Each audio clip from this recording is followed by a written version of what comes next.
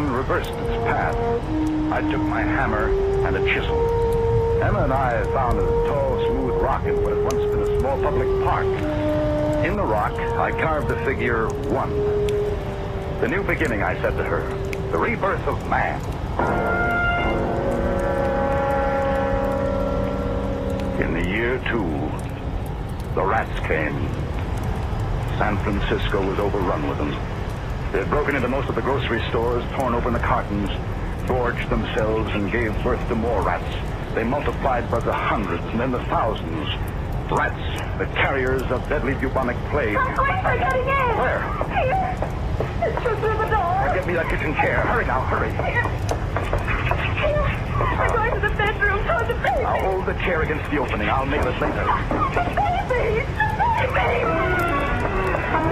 I rushed into the bedroom, taking my hammer with me. There were 2 of them, tremendous rats. I stationed myself at the crib. One came toward me, unafraid, for the fear of man had been bred out of them. And I flung the hammer at him. I missed. The rat leaped up into the crib. I threw a blanket over him and flung him to death on the floor. Then I picked up the hammer and threw it at the other. Dead. Dead. But that was just 2 of them. Outside, I could hear hundreds squealing, their tiny feet scratching at the walls. How long would it be before they destroyed us? Man was gone now. This was the age of the rats.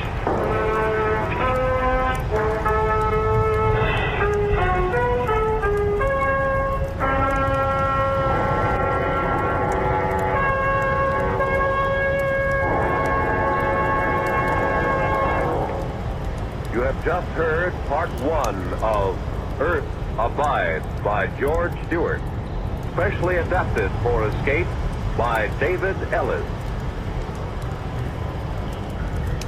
Next week, Escape will bring you the second half of Earth Abides, truly one of the most gripping and terrifying novels of recent years.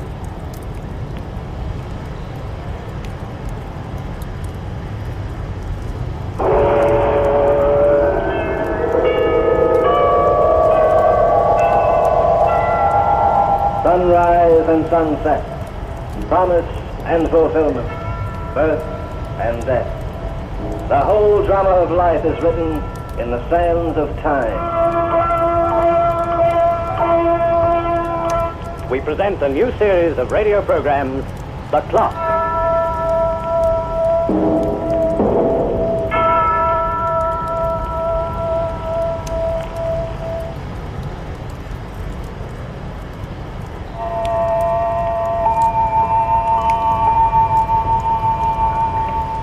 Time is a good bookkeeper. He keeps his dates in order. And every event is duly attested to and recorded on his voluminous pages. The importance of these events is a matter of personal opinion, however. An astronomer might point with pride, for example, to an entry on page 8,745,319. It is written there that a 9th planet named Pluto, which is nearly 4 billion miles from the Sun, was discovered at Lowell Observatory, Flagstaff, Arizona, in January 1930. Its size is approximately 3,600 miles in diameter. On the opposite page, some 17 years later, another discovery is recorded. This, too, was a planet, but one which our astronomers would have no interest in. He was a planet in his own particular roughhouse way. His name was Hagen. His size, 5 foot 11 inches. His weight, 165. And his temperament, murderous. You like the fights? Then you must have heard of Lefty Hagen. That's me. Fought as a middleweight in the light heavy. You might have caught me at the Garden when I put Tiger Terrace to sleep in the 5th, the right to the heart and the left to the button. Or maybe you see me at St. Nick's when I won a decision over Larry Keener with a technical KO after busting his jaw. Sure. Now you remember. Hagen, the sports rider's choice. The guy with a powerhouse left. What's that? Am I retired? Well, kinda. It's a long story, chum, and it started in Panama maybe 3-4 years ago. I wasn't a fighter then. I mean, I wasn't a pro. But I like to use my hands, see? I always did. If I'd go without a fight for more than a week, then maybe I'd have to pick me one. Yeah, and I picked me a good one in that Panama bar. Give me a drink. What kind, mister? Any kind you got. Weston's Rye, the best in the house. You new in town, mister? Maybe. Yeah, I ain't seen you around. What are you, a barkeep or a watchdog? Who asked if you see me around? All right, friend, take it easy. No offense. Good stuff, ain't it? It stinks. It's what? That ain't liquor, it's bar scrapings. I say it stinks. Okay, mister, you can do your lushin' somewhere else. Pay up and get out of here. Pay up. For that slop? You got a case. So that's your racket. What are you gonna do about it? Pay up, mister. All right, take it out of your hide. Drop dead, you creep. Why, you... He came at me wide open. He started to swing. I blocked his hook with my right, then pushed my left into his beefy face. Felt his nose squash like an overripe tomato. Then I finished him with a cross to his butt. Watched him hit the floor. Anybody else in this flea bag want to work out? You're wasting your time, son. You want it? Wait a minute. My fighting days are over. I just want to talk. The bartender's coming too. Give me a hand and help me lift him up. Leave him lay. Looks better where he is. I'll get the cops there. I'll put you in the clink for this. I'll fix your wagon, tough guy. It was an accident, barkeep. An accident? Yeah. Here's $50 to prove it. 50? It's different. Okay, I'll forget it, but take him out of here. Get him out before I change my mind. Just let me hammer his bridge work. This trip he won't come out so fast. Nothing doing. What? I said nothing doing. You'll come with me. Well, this stranger was a funny guy, but there was something about him that made you smile. He was short, maybe 5'3", and his build was trim. In Dempsey's time, he might have been a flyweight. I don't know why I followed him out, but I let him take me by the arm and walk me up the street just to hear what he had to say. My name is Denny. Denny what? That's my last name. Nobody ever uses the first. Hey, look, mister, you must have been nuts to shell out $50 for me. Yeah, but if you think you get it back, you're even daffier. Ah, never mind the 50. Let's talk about you. You know who you knocked out just now? Sure. Beer soaked stiff. No. He's no stiff. He used to be known as Cruncher Cole. He was a heavy who fought for the best of them. So what? You could have left the dynamite, son, as soon as you learn how to use it. What do you mean? I get by with it, don't I? Ah, no. Not with a guy who remembers how to block and counter. 6 months to a year, maybe. Oh, might put you in shape. In shape for what? I don't know. The crown may be. That all depends on you. Hey, so what are you trying to promote? Well, I used to be a fighter, son, and I managed a few in my time. And I can tell a natural when I see one, and I'll put my chips on you. You mean you want to make a pro out of me? You like to fight, don't you? Does the baby like his bottle? And why not get paid for it? You get to the top, you'll make a packet, and I'm the boy who can get you there. You want to stake me? Sure. But listen, if I do, you've got to follow my order. No booze, no monkey business, no dance. Is it the deal? Sure. What have I got to lose? Kept his word all right, and he worked over me like I was a racehorse in his prime. I never got along with a guy the way I got along with Denny. I guess he was the first man I could ever call a friend. In 3 months, he had me in a shape I was never in before. My arms felt like piston rods. My belly was as flat as a board. Brother, I was dying to fight.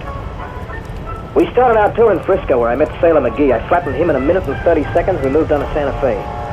Well, there's no use going over the list. You must have read about it in all the papers. Stubby Grimes was leading contender for the crown, and by the time he reached New York, the papers was yelling for a match.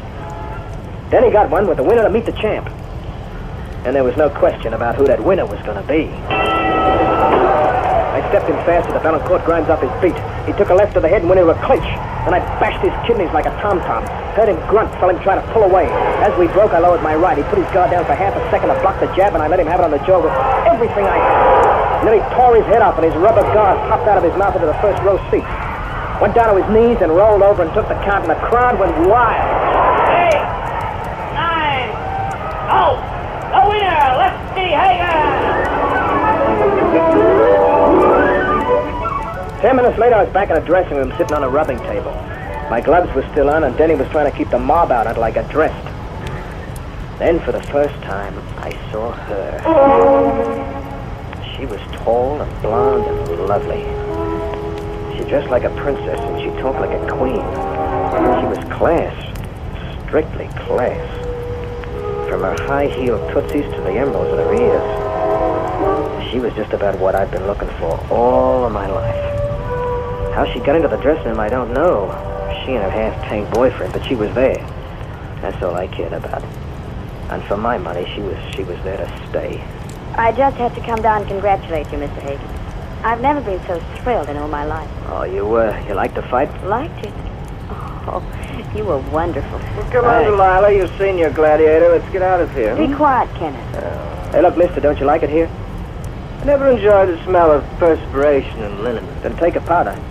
Denny, shut his goat the way out. I'm afraid the lady'll have to leave, too. You don't usually allow any women down here, miss. You still have your gloves on, Mr. Hagen. Yeah. May I touch your hand? Well, the gloves, they got blood on them. Grimes blood. I don't care. Just let me touch it. She ran her beautiful hands along the side of my glove, and they came up smeared with blood. She looked at them for a second, and then wiped them with a lace handkerchief that smelled from perfume. Then, without a word, she walked out the door. Hey, what a dame. Come on, get dressed. What are you so touchy about? I just knocked us this side of $500,000 gate, didn't I? Hey, boy, was that a woman. Lefty. Remember I told you once that booze and women don't mix with this racket. Denny was worried. And for what? Can a guy look at a classy dame without being put in a corner and kept after school? Anyway, Denny was a creep. Okay, Lefty. Get your clothes off and go to bed. Where are you going? Down to the hotel bar to have a short beer. Sure. That's you, Denny. You're always having a short beer. If you want to know something, you're beginning to give me a short pain in the neck. Now look, Lefty. You know how I feel about you. Way more than just a pug and his manager. You're my boy. I know what's good for you.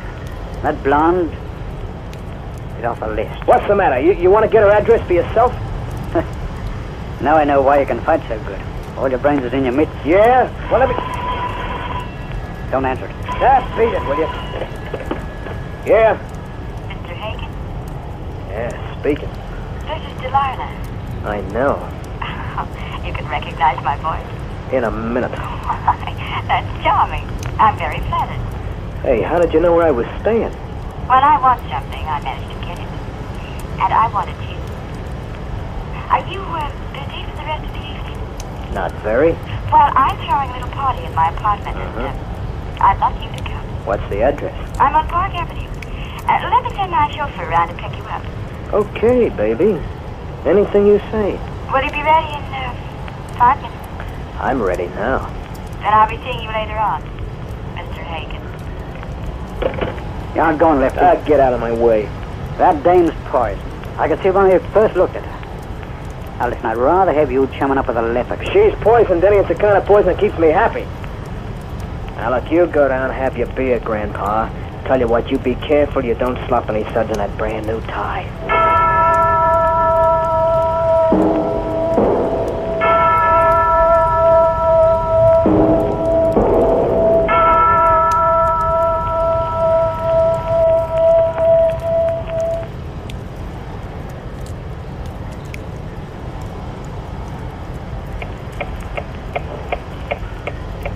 A fighter reckons his career from the point of view of time. There are only a limited number of years he can depend on, and he's usually through at the ripe old age of 35. In the space of a count of 10 seconds, he can win or lose a title. And in practically no time at all, the wrong woman can wreck his life.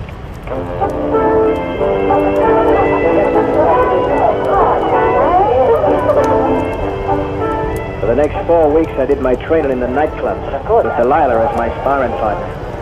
I used champagne for everything but gargling. If I got back home before 5 a.m., I figured the evening was a dud. Delilah was just what I guessed she was. Pure class. She was used to the best in food, the best in clothes, and the best in men. And she was getting the best of all three. Fill my glass again, darling. Anything your little heart desires. But kiss me first. You haven't kissed me in 15 minutes. I must be getting forgetful. Or I'm drinking too much champagne. Come here. Oh, but you're so strong and so wild. Oh, you just take my breath away. You know, you should have been born in another era. You should have walked around in a lion skin with a club on your shoulder.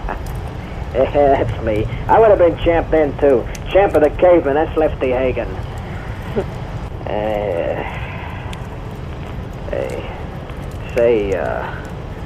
Delilah. Yes. Whatever happened to that guy who was with you when you first came into my dressing room that night?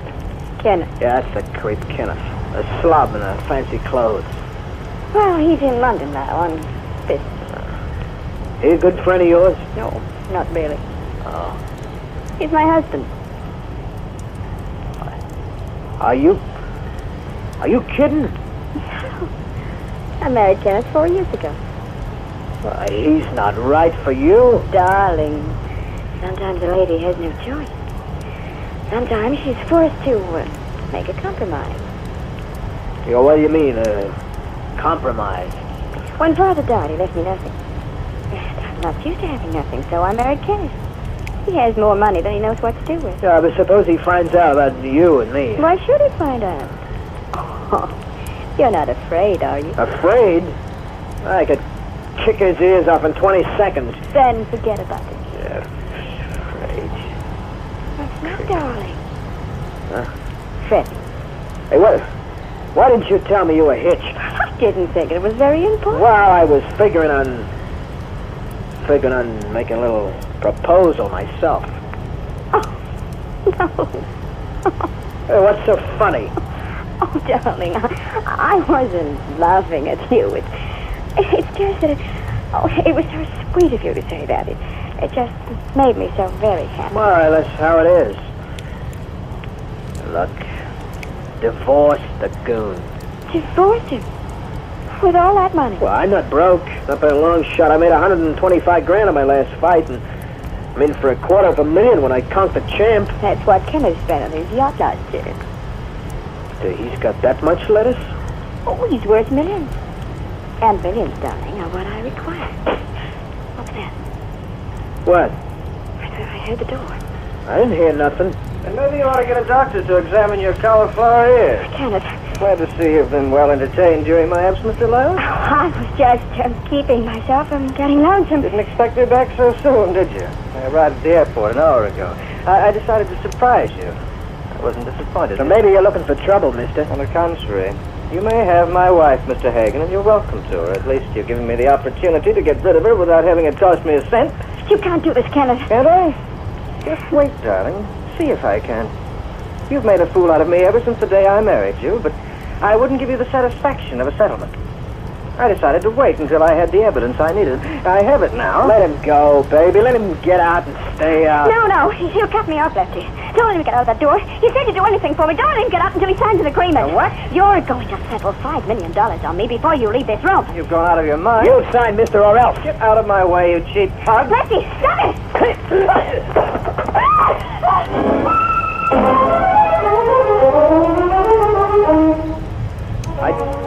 I didn't hit him hard. I swear I didn't. I just set him off balance, and Delilah did the rest. You see, she'd stuck her foot out and tripped him, and as he went down, he turned over the coffee table and broke a vase. But something happened we didn't expect. A piece of that busted vase went right through his neck, punctured his spinal cord like a spike in a rubber tire. It was an accident, Lefty. Why did you trip him? Don't mention me. You hit him, didn't you? Not hard. He wouldn't have keeled over if you hadn't stuck out. Lefty, what difference does it make? We're both in prison. And he's dead. What happens now?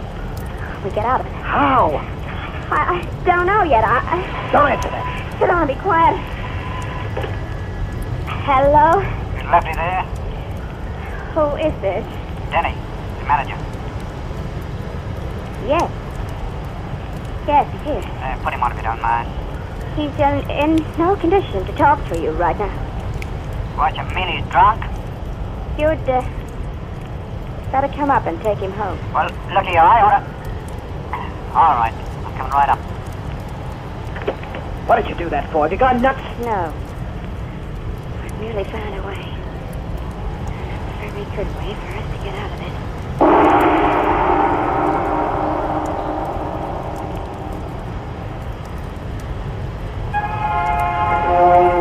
She had a way, all right.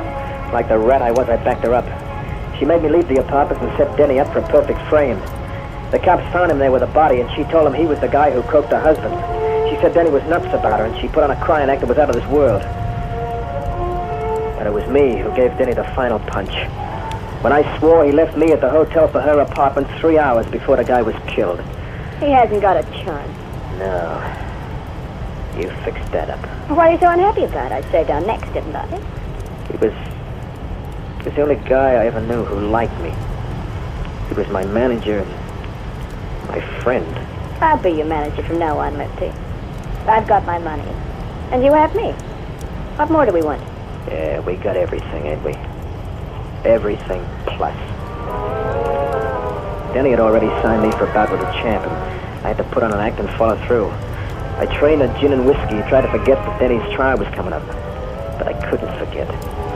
My loving Delilah wouldn't let me. The night of the fight, I weighed in at 173. I was fat around the middle, and my eyes were like a couple of bloodshot marbles.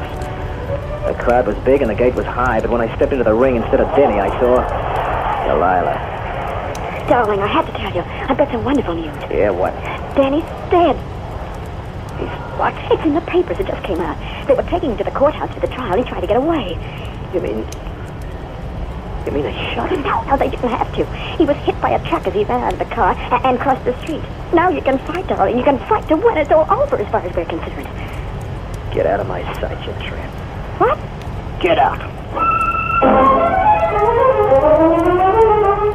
That was the first time in my life I ever wanted to cry. I was sick inside of me, and I didn't have the strength to raise my arms. You heard what happened. The champ almost tore the top off my skull with a bunch of hooks and crosses. And then, so like the way I used to do it, he started to chop me up. After a while, I felt like I was in a glass case with nobody able to reach me.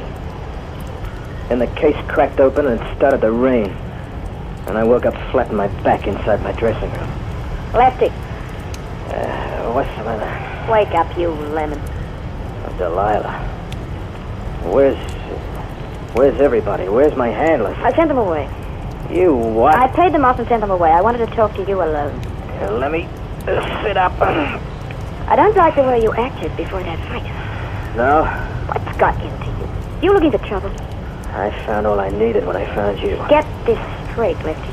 You're in this as deep as I am. Yeah? And don't you ever forget it. You're in it, and you're staying in it. Side by side with Mother. Yeah, you're right. I'm in it. I can't get out. We'll spend the rest of our lives together, you and me. So you may as well get used to it. I don't trust you, and you don't trust me. But a pair of cast-iron handcuffs couldn't keep us any closer. We're gonna be just a loving couple, huh? Two lovebirds sitting on a nest of bones. You wanted me once. What changed your mind? Why don't you ask me to marry you again? Why don't you propose to the girl of your dreams? Why not? Why not? So we got married. And it was a perfect match. We spent our days watching each other, wondering who'd crack first. I'm living now on sleeping pills just to get a little rest. I keep thinking of Denny all the time. And she keeps reminding me that he's dead. Every time I see her, she reminds me of it, even though she don't open her mouth. Justice? This is justice. What I'm going through now is worse than the chair. She's got our lousy money and I got her, and the two of us would be better off inside a grave. That's why you don't see Lefty Hagen around no more. That's why he's retired. It wasn't only my conscience that made me turn us into the cops. But something else. Something that blonde wildcat could never understand. Yeah, but she was right about one thing. We were in this together to the finish. She'll be parked right on top of her loving husband's lap when they turn the juice on as I'm sitting in the electric chair.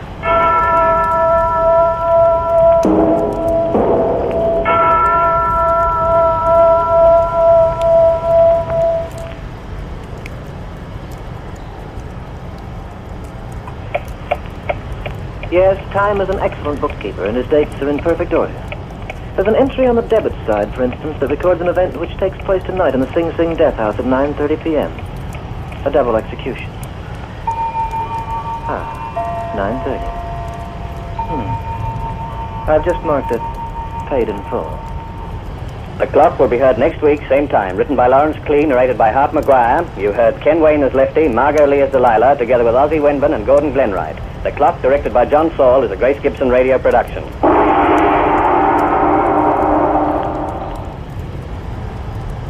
The Mummers, in the Little Theater of the Air.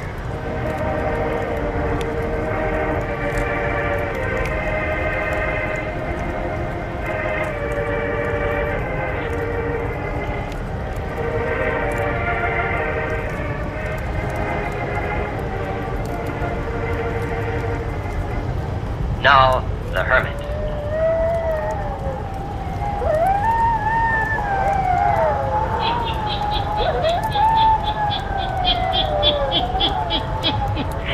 Ghost stories, weird stories, and murders too.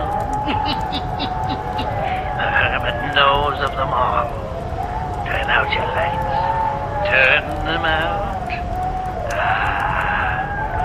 You heard the story, Notebook on Murder, eh? Then listen while the Hermit tells you the story.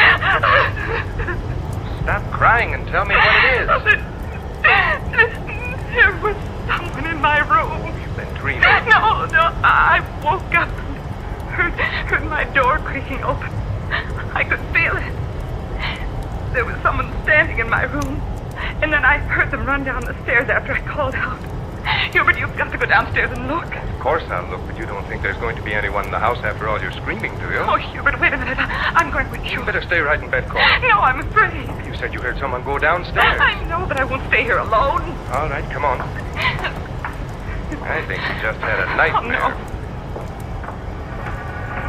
It's a nice way to wake a guy up out of a sound sleep. All the screaming. Oh, you'd have screamed, too. No, not much. I tried to nab whoever it was. Look, careful, Hubert.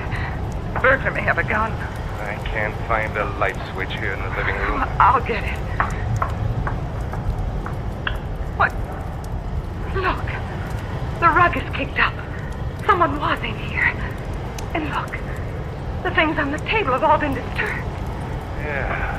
Hubert, where are you going? Want to look through the house? Oh, wait for me.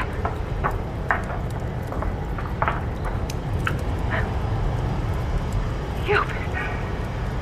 The dining room window. I see it. By George. It came in through the dining room window. Well, it should have been locked. I thought it was. I haven't had these windows open for ages, not since I've been home. Well, I'll be... Where are you going? Try to phone the police. There sure has been someone in this house.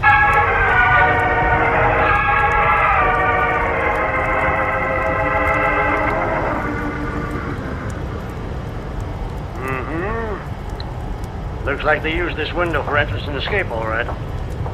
Hal, find any footprints outside the window? No, not a darn one. Maybe they didn't use the window. There's a cement drive outside this window. It's possible they could have stepped on the cement both entering and leaving. We'll take fingerprints of the window. Now, let's see. A few questions. You were the only one who heard the noise, Mrs. Armour? Yes. I heard the door to my bedroom open slowly, then close, then someone running downstairs. And the first thing you heard My wife's screaming. How far is your room from hers? Just across the hall. Are you a sound sleeper, Mr. Armour? Well, I guess so. I rarely wake up during the night. And you, Mrs. Armour? I don't sleep so well. You see, I've been ill in the hospital. I'm not well at all. There now, Cora, everything's all right. My wife had a nervous breakdown recently also. Oh, I see.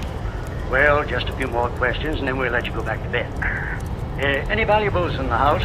No valuables exactly. I usually have quite a bit of money on me. Why is that? I don't bank anymore. Cash my salary checks, and what I don't put into bonds, I use to pay bills. How about tonight? All the money's safe in my room. How do you know, Hubert? Oh, silly, I looked when you yelled burglar. Who knows that you carry a good sum of money around with you, Armour? Oh, I don't know. Some of the boys around the office, I guess. I may have mentioned it in the bar. They got those fingerprints, Hal? All set. We won't disturb you any more tonight. Obviously, there's no one here now. They didn't get anything this time, and they may not disturb you again. Oh, I hope not. It was awful. My nerves can't stand it. Go back and get a good night's rest. That is, what's left of it. You won't have any visitors again tonight.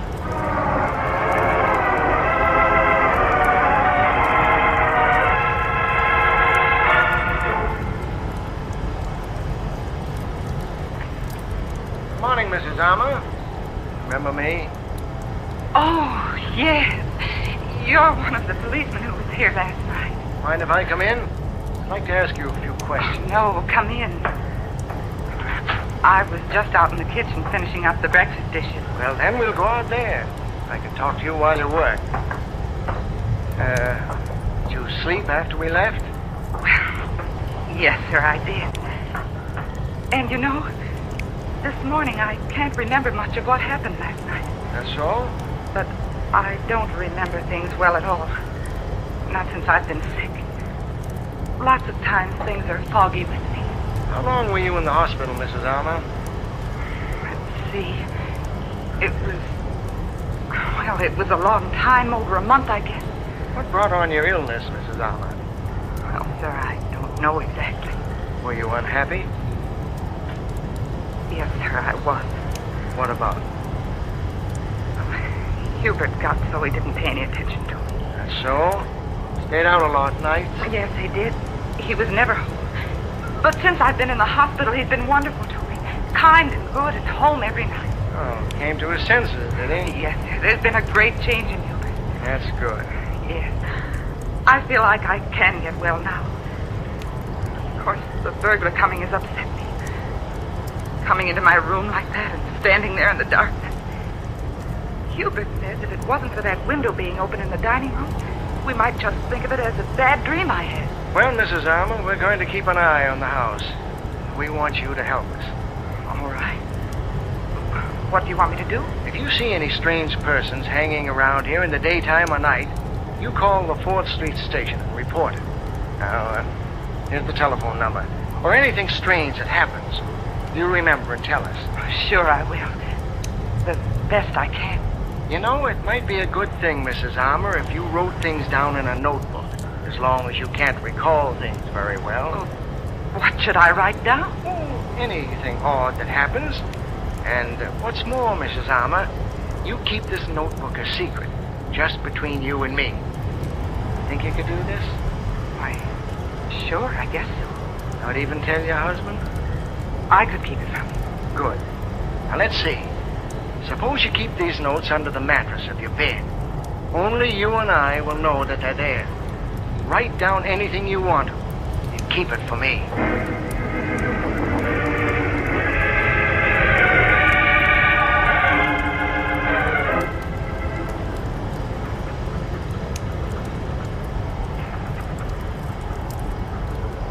There was a peddler at the door this afternoon. He had funny eyes.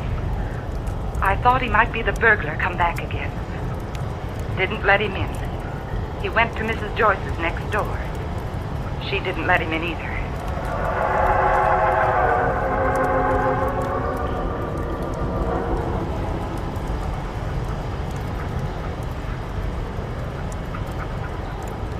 Hubert read to me tonight about a burglary on the south side of town.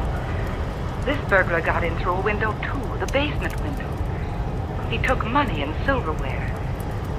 We haven't got any good silverware.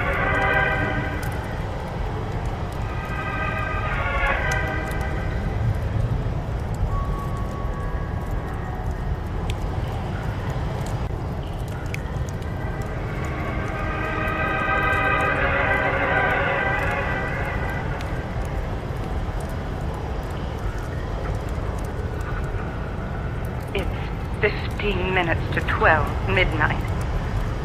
I just woke up, and I'm scared.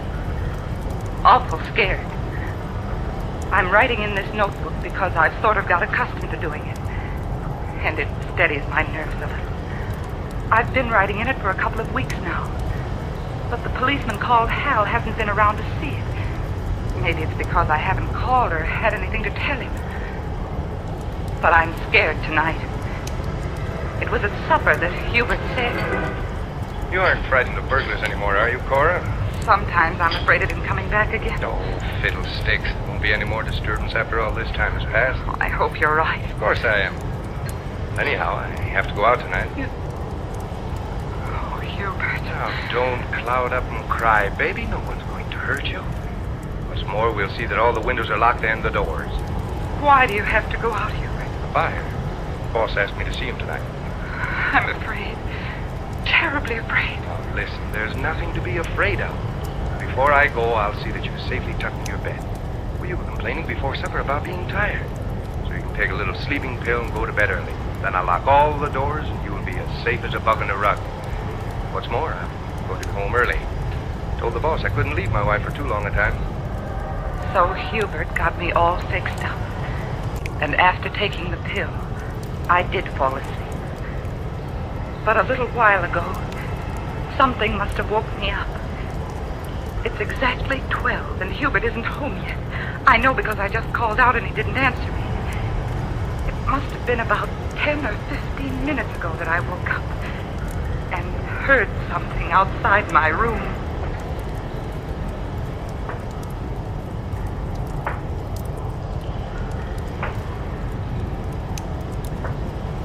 Footsteps. There would be one step, and then a long pause, and then another. For a minute I was so scared I couldn't even breathe.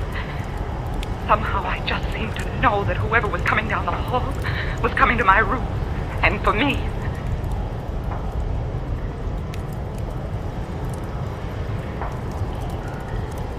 For a few seconds I couldn't move, just sort of paralyzed with fear. And then I got brave enough to reach out and turn on my bed lamp.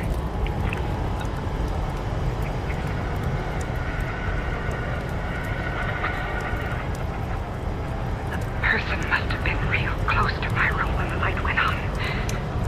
There was one more step. And then they stopped. Oh, if they're hell as true as I'm writing, they stopped right outside my door. I heard a board creak.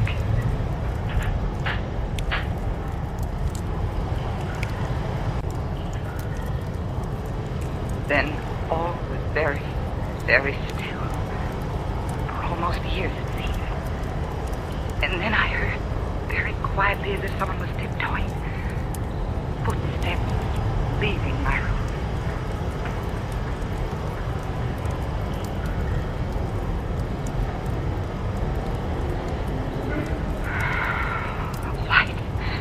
The light has frightened them away. Oh, I'm so certain that it was someone coming to me, but what am I going to do? I'm too truly afraid to go downstairs and phone for the police. I'm going to call out to Hubert again. Hubert? Hubert? No, Hubert isn't home yet. Or perhaps whoever has come into this house has done something to Hubert. Hubert! Hubert!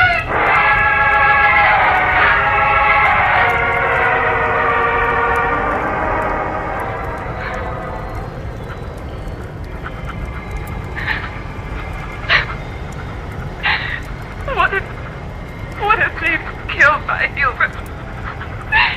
Oh, officer!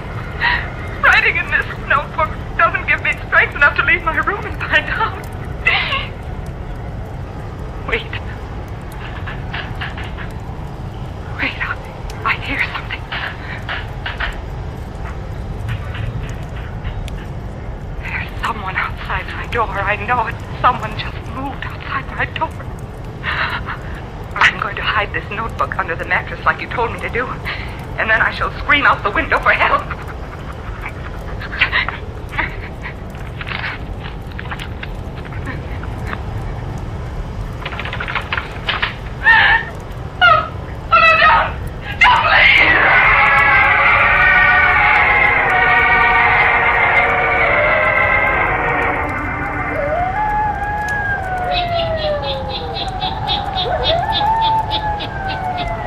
Just after Cora Armour puts the notebook under the mattress, she goes to the window, opens it, and is ready to scream for help. The door to her bedroom opens, and she calls out in terror as she sees a man standing there with a gun in his hand. One pleading cry, and then...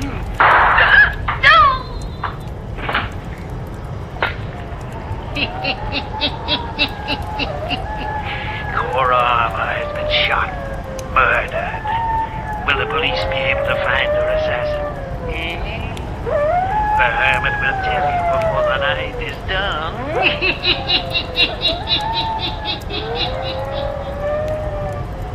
We hear a key turn in the door. The door unlocks. Swings open. And closes. Then the light switch is clicked on. Hubert Armour stands in the hallway of his home. He steps over to the mirror hanging on the wall. He looks himself over carefully, brushes his hair with his hands. Now he looks at the stairs leading up to Cora's room. He pauses for a few seconds. Then he walks into the living room, turns on the lamp beside his chair, sits down.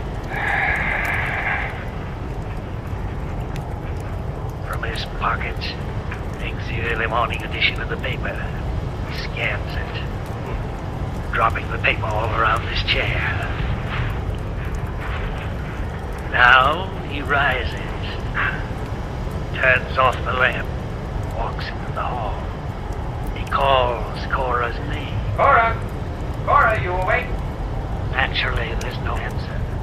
But Cora lies murdered in her bedroom. A large red stain soaking the carpet on the floor. The blood is dripping slowly. Slowly, a crimson pool is collecting there. Hubert calls again. Cora! Cora, I'm home. Now he looks about him into the darkened room leading off from the hallway. Now there's a startled look of apprehension, fear on his face as he begins to mount the stairs. Cora, you awake? Hubert pauses outside the door, just as the murderer did only a little time before. He listens. And now his hand reaches out for the doorknob. Cora! Cora! She's dead. Blood! She's dead! Dead!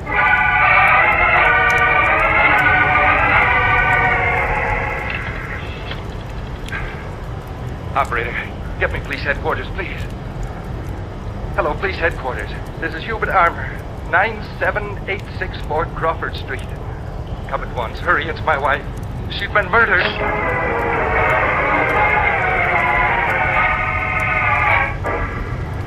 All right, Armour. Suppose you tell your story over again, just as you told it before. You left the house when? At 7:30, officer. Where did you go then? I went directly to the office where I was to meet Mrs. Davis. Was she there when you arrived? Oh, yes, sir. She was waiting in her car outside the office building. This was approximately at what time? Well, I think it must have been about 8 o'clock. 8 o'clock. Mrs. Davis will be able to verify this? Yes, of course, officer. Well, why are you grilling me so carefully? That isn't going to help us find out who killed my wife. Go on with your story. Well, I suggested to Mrs. Davis that we drop into the Greenbrier Club to discuss her insurance policy, and she agreed. Yeah? Go on. So we left her car standing near the office, and she got into mine, and we drove to the Greenbrier Club. The doorman took care of your car? Yes, sir, and he'll remember that. Well, you can check all of this that I'm telling you.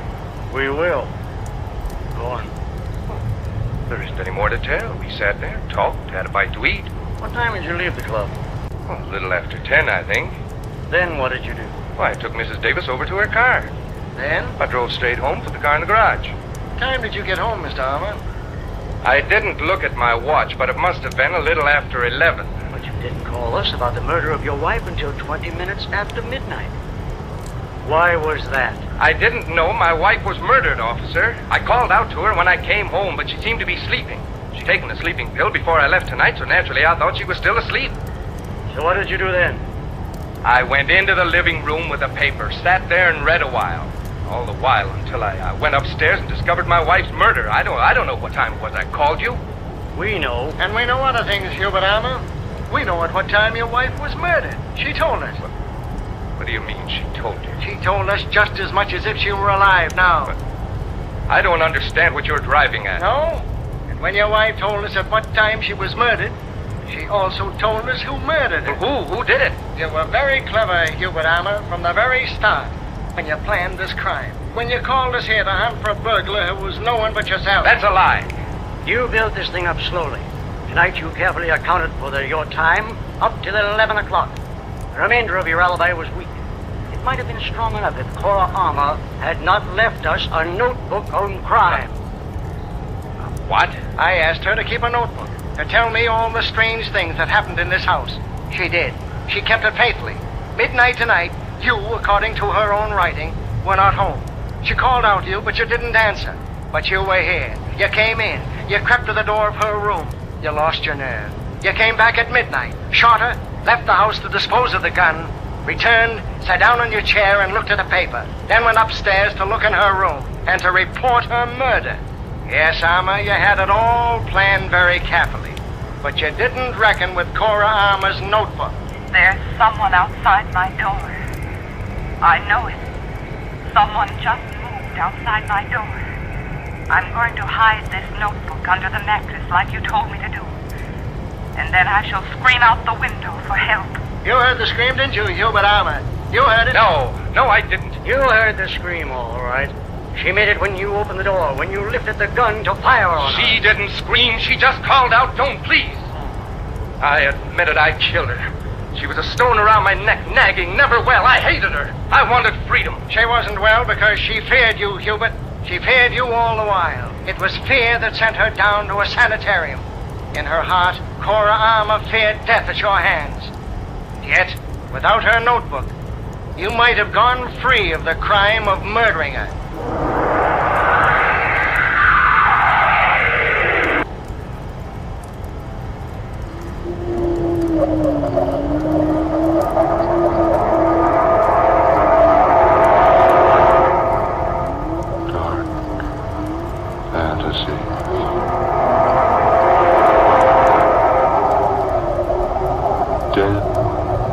Is a savage deity.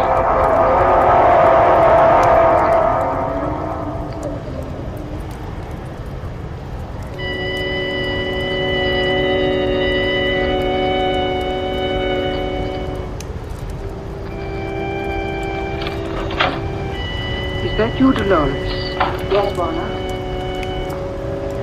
Don't stop playing. I heard the music coming from the conservatory, so I stopped by. What are you playing? Just a simple melody of my own. So weird. I thought possibly you were playing a dirge. A dirge? Yes. Or Andrews. I fear neither dirge nor prayers nor candles burned on the altar will do Andrews any good. Oh, Warner, what made him do it? He was always so happy, so full of the love of life. Why did he do such a thing? He was blind. He couldn't stand the thought of being without the use of his eyes, so... Yes, but if only... I cautioned him. Over and over again, I warned him to take care of his eyes. But he wouldn't listen to me. Now he's dead. Poor Andrews. I suppose you and James will postpone your marriage a while, Dolores? Yes, I think it's best, don't you? It wouldn't be quite decent to have a funeral today and a wedding day after tomorrow, would it? I wouldn't permit it in my home. And this is still my house, you remember. Oh, now, who's that? Yes, come in. All right, Alma, what is it? Beg your pardon, Miss Jarvis. All right, out with it. Don't stand there stammering. Yes, Miss Jarvis. It's for Mr. Loris. Mr. Harvey's here. Oh, Jim said he'd drop by. Shall I show him in here, Mr. Loris? Yes, please do. Yes, ma'am. By the way, Alma, Yes, ma'am? how does your head feel today? Not so good, ma'am. It ached me all night long. I didn't get much sleep to speak of. Perhaps you should go to a doctor, Alma. I did, Mr. Loris, yesterday. He said there was nothing wrong with me, but I know better. My head hurts something fierce all the time. Oh, I'm sorry. Thank you, ma'am. I'll show Mr. Harvey right in. Hello. Hello, Jim. Oh, Dolores, my dear, you look tired. How are you, Miss Jarvis? Very well, thank you. Well, Jim, I'm glad you stopped by. We've rather had the Daltons around here the past day or so. Yes, I know. I thought I'd stop by now and be here for the funeral this afternoon. Poor Andrews. You loved him too, didn't you, Jim? Yes, dear. I guess I did. I've known Andrews almost as long as you have. Well, all I can say is I warned him again and again. If he'd only listened to Auntie, me. please. Jim, let's go outside and get some air. I've been in the house all day. All right, dear. You'd both better stay around close. I may need you. All right, Warner. We'll probably be in the garden. Very well. Oh, Jim. Yes? Remember about the lily pond? Oh, yes, of course I will. It's dangerous, you know. Be careful of it, Jim. Don't get too near to its edge. Yes, I'll remember. Come, dear.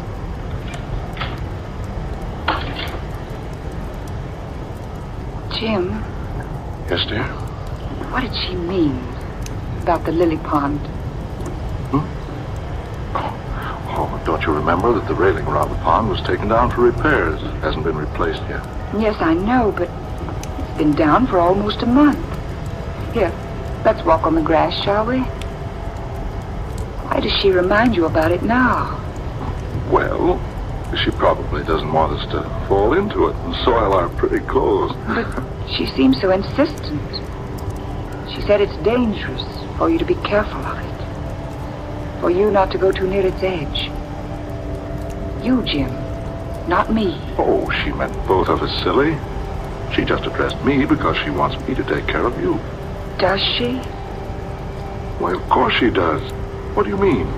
Jim, I've had the impression for a long time now that she doesn't want us to be married. Oh, nonsense. She's delighted. No, she's not delighted. But Dolores. I've wanted to tell you this for a long time. But I've hesitated to say anything. I thought I might have been mistaken. Now I know it's true. She hates you, Jim. Juana hates me.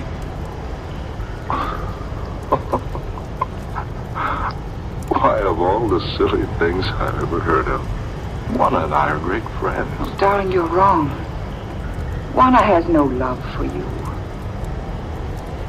I don't know why, but she'll be perfectly delighted if you and I never marry. Dolores. Jim, I want to be married just as soon as we possibly can.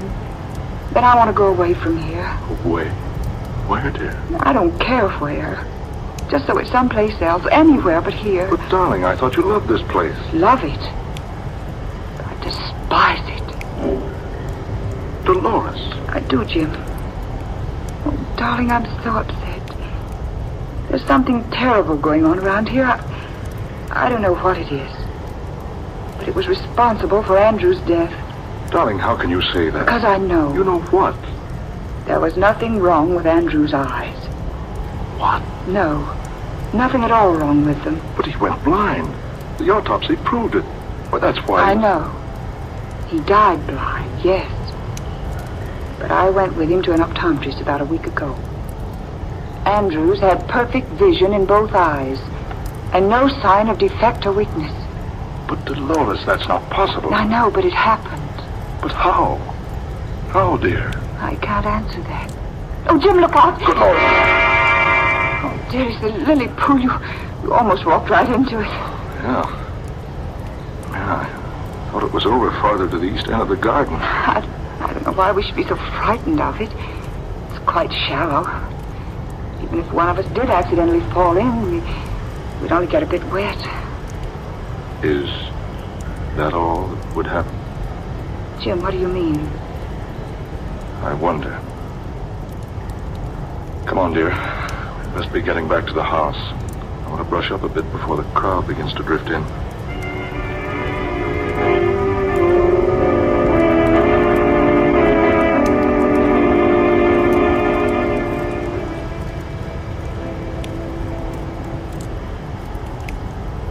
Dolores, will you play the organ a while?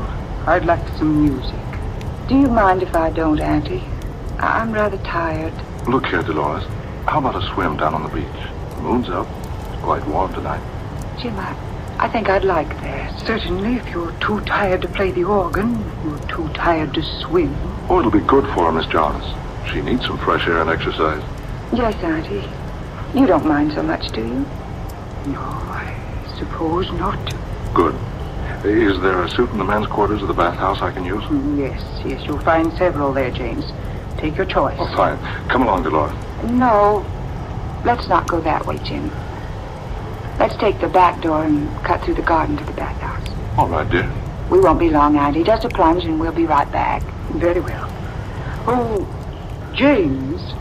Yes, Miss Jarvis? Remember about the lily pond? Oh, yes. All right. It's still quite dangerous, you know. Don't get too close to its edge. You may fall into it. Yes, all right. We'll be careful, Miss Jarvis. You can see it all right in the moonlight. Come on, Jim. There. You see? She keeps reminding you about the lily pond. Well, that just proves she doesn't want anything to happen to me. I told you she doesn't dislike me. Jim, don't you think for a moment she doesn't. She dislikes you terribly. I think she even dislikes me. But why? Good heavens, Dolores. She took you in when you were a mere infant, less than 3 years old. She's kept you. Clothes, a fine home, everything. Yes, I know, and still she hates me. Dolores, I don't understand. If you've known this all along, why didn't you say something to me about it? Because it's just recently she's changed. I don't know why she's changed, but she has. Well, dear, suppose we forget everything for a while. This has been a trying day for all of us. Come on, I'll race you down to the bathhouse.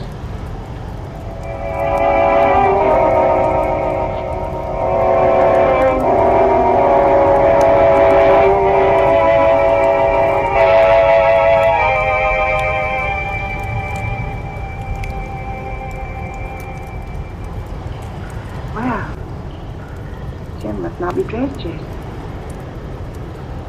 Odd. There's plenty of time. Jim, do you hear me? Are you in the bathhouse, Jim? Jim? What's that over there? Surely it got... Oh, no. Jim? The lily pond. It's happening. The water. The lily stems around his throat. Oh, Jim, my darling, what happened to you?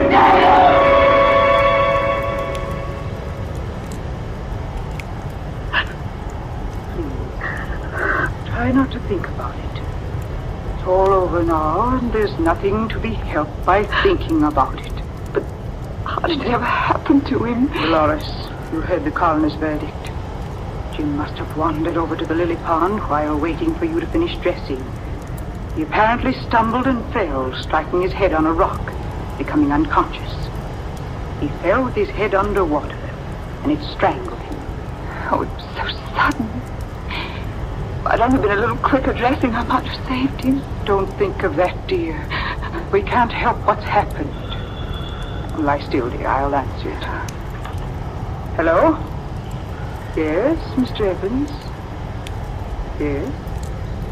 Very well. I'll come to your office right away. Yes, within the hour. Very well. Goodbye. Oh, Dolores, I'm sorry, but I'll have to leave you a while. That was my lawyer. And there's some very important papers I must attend to immediately. I'll be all right, Auntie. I'll send Almain to take care of you. But I'm afraid she won't be of much help. She's been complaining of headache constantly. Night and day.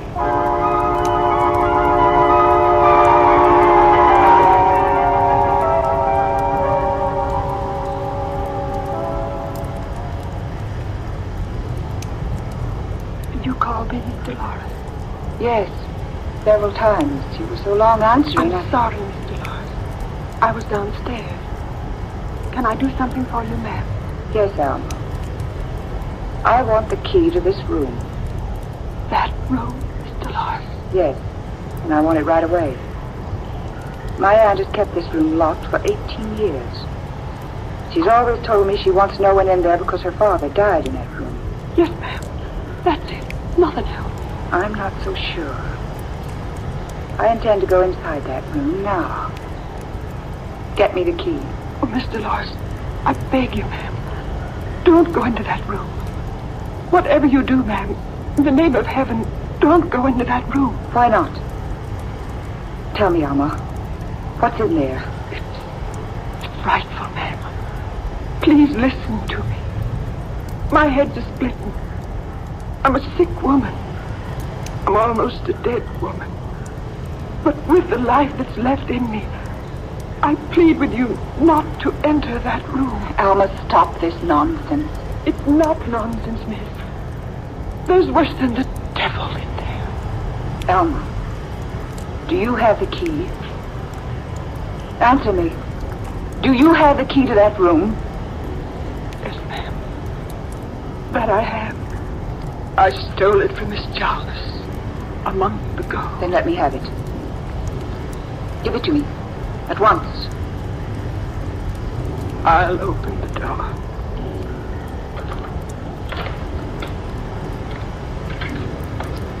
There you are, ma'am. I'll turn on the light. Why? Well, this room is empty. Nothing here but an old table covered with a huge black cloth. That's all, miss. Come now. Let's shut off the light. Lock the door. No. Wait a minute. What's on that table? Please, Miss Dolores, don't go near that table. I want to see. I ask you not to, Miss Dolores. Dolls. 4 little dolls. Each about 12 inches tall, lying here on the table. Please come away, Miss Dolores. Good heavens. This doll looks exactly like Andrew's. Look. Lying there on his back. With a common pin stuck squarely in the middle of each eye. He went blind, Miss Dolores. Good heavens. An exact image of Jim Harvey. Lying with his head submerged in a miniature lily pond. Mr. Harvey died in a lily pond. In the garden.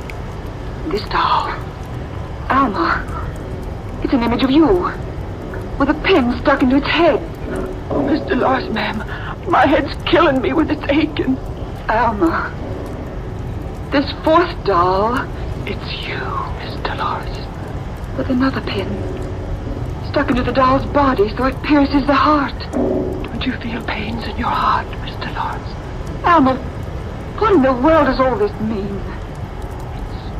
It's witchcraft. Witchcraft? Black magic. But I don't understand. It's Miss Jarvis, your aunt. First, she convinced Andrews he was going blind. Then, she convinced Mr. Harvey he'd die in the lily pond. And now, she's trying to kill me with a headache. And you with a heart attack. But how? How? They use it where she came from, miss. Where she came from years ago. Where was that? Haiti. Haiti? Yes. When you've got an enemy in Haiti, you want to get rid of him. You make a doll that looks like him. You put hair from his head on the doll's head. Cloth from his clothes for the doll's clothes. Then you stick a pin in the part of the enemy you want to make hurt. And it works. Alma. It does, Miss Dolores. Look at Andrews. Blind because of the hex. Look at Mr. Harvey. Dead in the lily pond. Look at me. Me with my terrible headache. And the pin sticking in the head of that doll. We'll pull out the pin. Oh, no, don't. If you do that, I'm sure to die. Right away. Alma, tell me how you know all this. I've been listening, Miss Dolores, and watching. For years, I've been watching and listening. And, oh, Miss Dolores. Alma. Alma, what's wrong? Alma, speak to me. Are you all right? Alma. She's dead.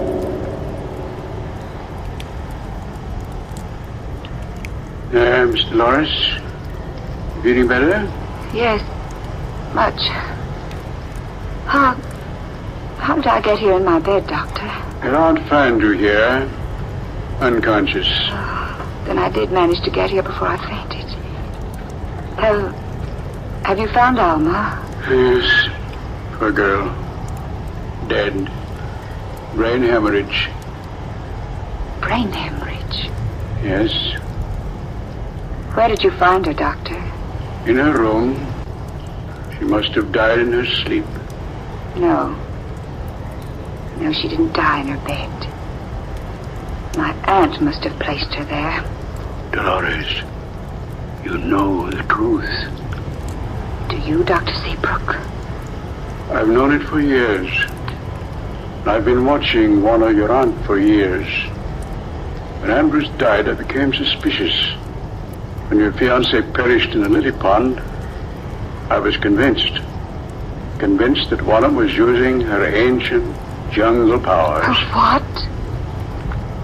Let me tell you a story. She was married to a wealthy plantation owner in Haiti about 18 years ago. One day, she decided to rid herself of him. So, she fed him poison. When he realized what she had done to him, he went off to the jungle to die. But first, he made a will, leaving all his money and property to the baby daughter of his closest friend, a man who died of jungle fever and whose baby had been taken to America by friends. Warner's husband left his fortune to that baby girl. That girl, my dear, was you. Before the poisoned man died, he sought out a jungle witch doctor and had him make a charm. It was a doll-like image of the woman who had poisoned him. He took a lock of her hair from where he'd always carried it in a gold locket, and the hair became the doll's hair. And he took a long needle, dipped it in the most potent poison, and plunged that needle again and again into the body of the doll image. The poison was one that brings about instant and complete paralysis of the human muscles. Paralysis? Yes. It's a poison well known in Haiti. He cast a spell upon her, just as she's been casting spells on us. Precisely. But her spells were effective. His wasn't. No spell is effective unless the victim is made aware of its existence. Just a few moments ago, I told your aunt the same story I've told you. You mean you told her about the spell that was cast upon her years ago? In an offhand manner. I passed it on to her. It was just a story I'd heard from a friend of mine in Haiti. I pretended I didn't know that she was involved. Where is she now? You feel like getting up? Yes, I'm all right. This door leads to your aunt's room, doesn't it? Yes, it's not locked. Here. Is she in here? Yes, she's in there. Oh, she's ill. And Juana, Doctor, look at her. The spell she cast upon you is broken now. Your aunt is dead. But look at her. Yes, she died instantly of complete paralysis.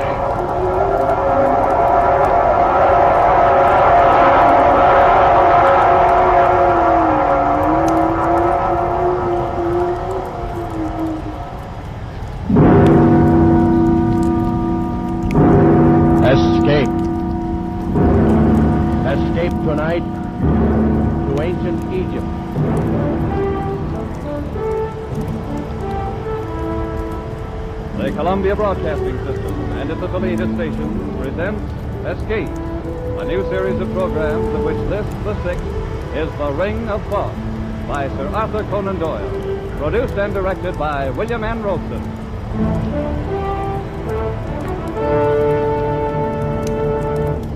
Wherever the English language is spoken, Sir Arthur Conan Doyle is known for two things: his immortal character Sherlock Holmes and his unshakable belief in life beyond the grave. So great is the stature of Sherlock Holmes that Conan Doyle's earlier stories are all but forgotten. Stories like The Ring of Thought, which so clearly anticipates the author's later fascination with spiritualism. We invite you now to escape to ancient Egypt and The Ring of Thought, an adventure told in the words of John Vansittart Smith, British Egyptologist.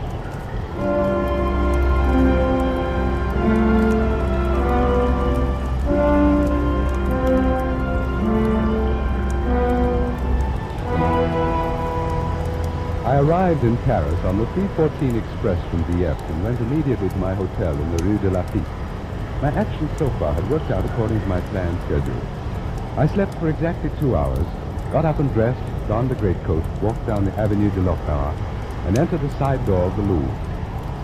Once inside, and amid surroundings entirely familiar to me, I made my way immediately to the Chamber of Egyptian Relics, or more specifically, to the cabinet in that chamber which contained the El Kab collection of papyri. Drawing out the particular roll I wished, I placed it on a nearby table, sat down, began to study it, when I noticed one of the museum attendants who was polishing some brasswork across the room. His face struck me as being curiously Egyptian.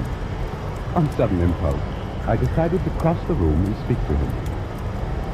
Approaching closer, I was impressed at once by the appearance of his skin. Drawn tautly across temple and cheek, it seemed as glazed and as shiny as varnished parchment, and out of narrowed slits there glowed 2 green and vitreous eyes, misty with a dry shininess, eyes of a kind never seen in a human head before. I beg your pardon. I need one of the papyri from the Memphis collection. Could you tell me where it is? You'll find it in the last cabinet at the end of the room, monsieur. Thank you. You're Egyptian, aren't you? No, monsieur. I am a Frenchman. But, oh, I thought perhaps... If monsieur will excuse me now, I have other work.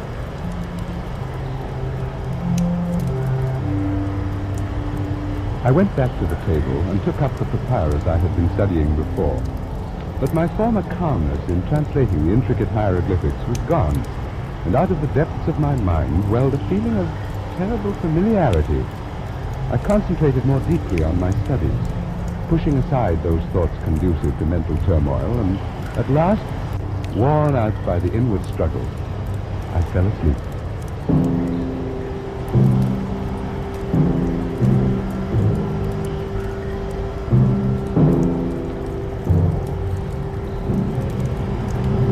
I awoke with a start, not remembering where I was. It was quite dark for a moment. Then gradually my eyes focused on the glints of moonlight reflected from the glass tops of specimen tables, from the shiny varnish of the mummy cases. And I realized with a feeling of sudden dread that I was alone in the Egyptian room of the Museum of the Louvre, locked in for the night.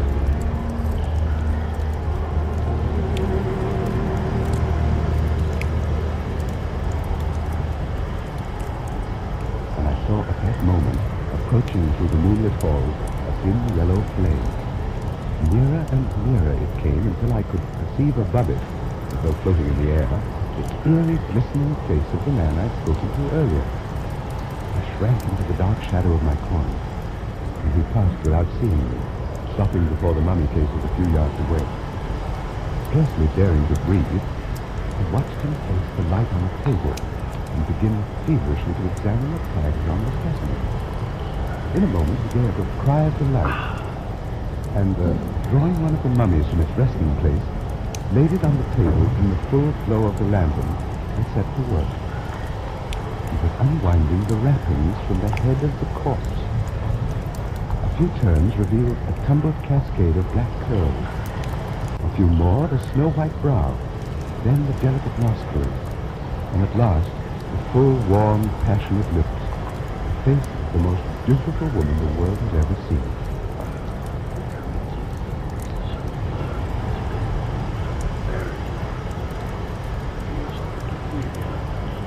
I could hardly believe my eyes. The man was obviously in love with this mummy.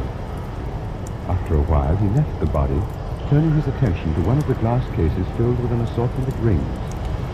From the pocket of his garment, he'd taken a small glass bottle containing some kind of liquid, and he used this now to test the rings, rejecting them one after another.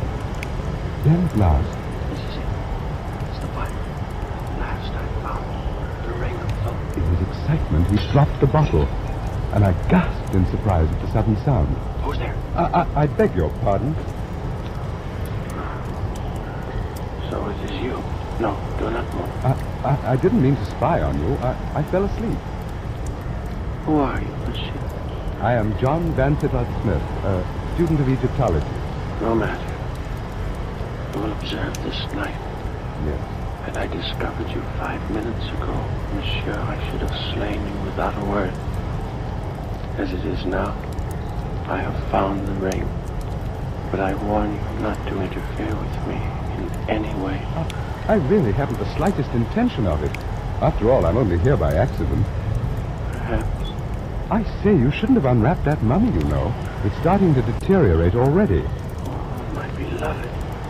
Yes, before our eyes. The lovely face was crumbling, the hair falling away, the skin shriveling and cracking, the lips fading. The man hovered over the decaying body a moment, murmuring sorrowfully, and then he turned again. No matter. That will not make the least difference in a little while. Of what importance is the dead shell, so long as her spirit waits for me at the other side of the veil? What are you talking about? What is it you're proposing to do? Tonight, monsieur, I have ended a quest and broken at last the ancient curse. Nothing now can prevent my joining her. Are you actually claiming that you knew her? She was Atma, daughter of the governor of Abaris, and both she and I lived in the reign of Tutmosis 3,500 years ago. You're obviously mad. Perhaps, but not in the way you think. There may be design in this, your coming here. It may be decreed that I should leave some account behind as a warning to other mortals as rash as myself. Very well, then. So be it.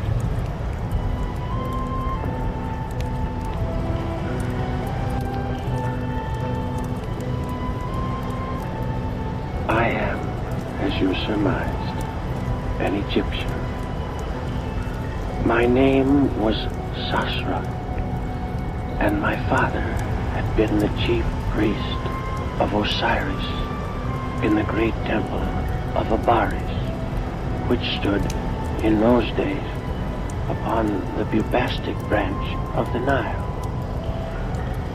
I was brought up in the temple and was trained in all those mystic arts and sciences known to the priesthood.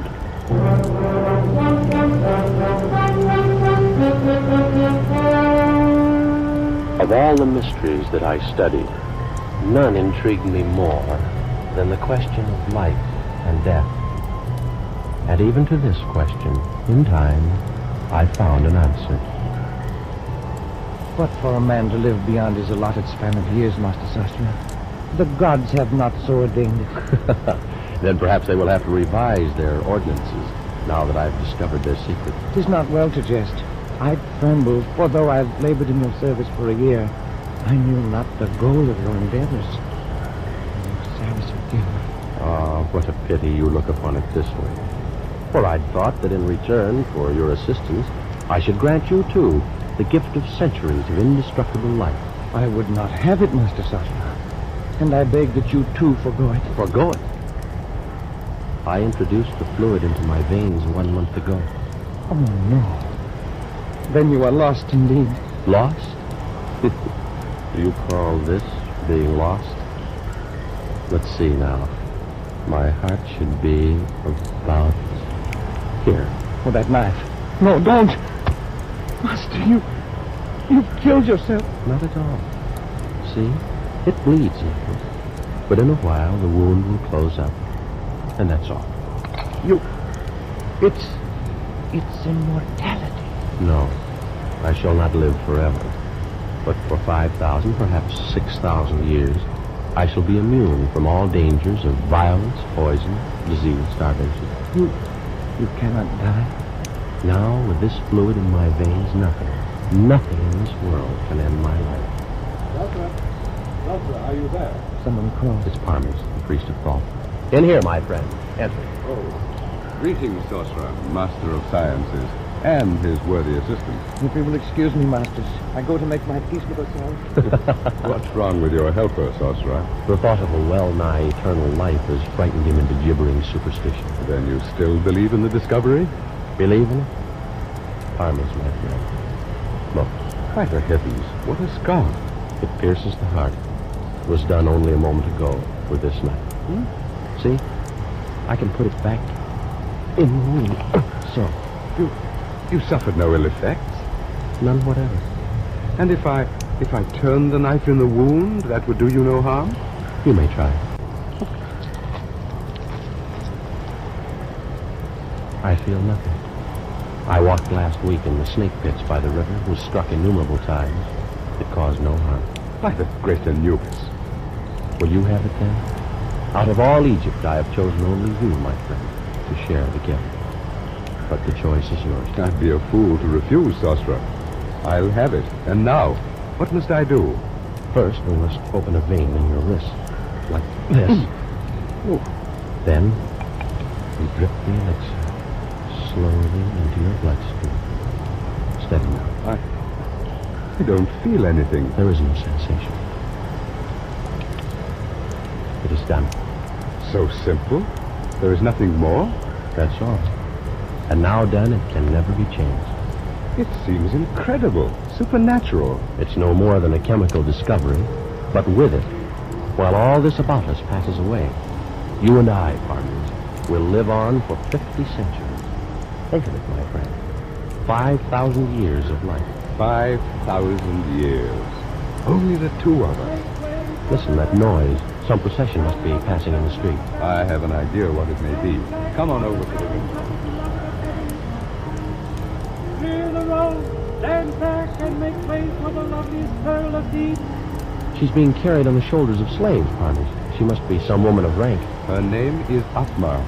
She's the daughter of the new governor. Her curtains are drawn back. Perhaps we'll have a look at her. Oh, Parners. Mm-hmm. Is she not beautiful? She is the most desirable, the only utterly desirable woman I've ever seen in my life. Yes. I saw her yesterday at the temple. Then you're most fortunate, my friend. You've had 24 more hours to dream about her than I have had. I must know her, Parners. I must make her love me. I'll send gifts. I'll call on her tomorrow. Oh, this has to be done. I couldn't wait any longer than tomorrow.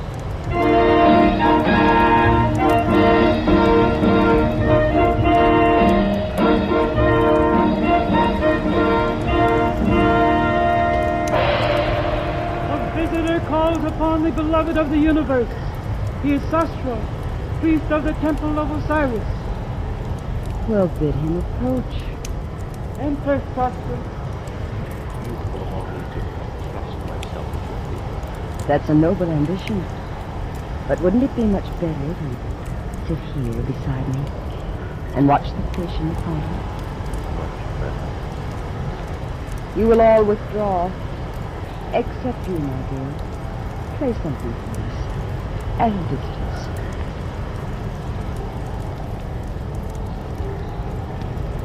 Well, Sastra, for so I understand you're called, am I to deem this an official visit by a master of the temple? Oh, Atma, my beloved. That is, no, it is not official.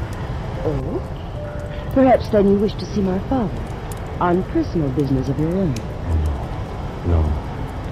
I shall pay my respects to him at some other time. Then could it be I you've come to see? Yes. And since you've said the visit's not official, your reason must be a personal one. It is. Well, what is it? Atma, I have known women who are famed for their beauty throughout the valley of the Nile. But not one, not all of them, are so lovely as you. How thoughtful of you to come here and tell me. Atma, I've no wish to intrude my desires, my hopes, beyond such extent as you may wish to hear. But I'm finding this very difficult. Sastra, I've been told that you're a master of science, that you've unlocked the secrets of the universe, learned all the mysteries of nature itself. Your informants have been most generous. Yes, I'm inclined to think so. What? Because you've discovered nothing at all about such a simple thing as a woman's heart. What do you mean? I come from Thebes, and the women of Thebes are warm-blooded, passionate, and we know what we want. I saw you first 3 days ago. Why do you think I told my bearers to carry me down that street beneath your window?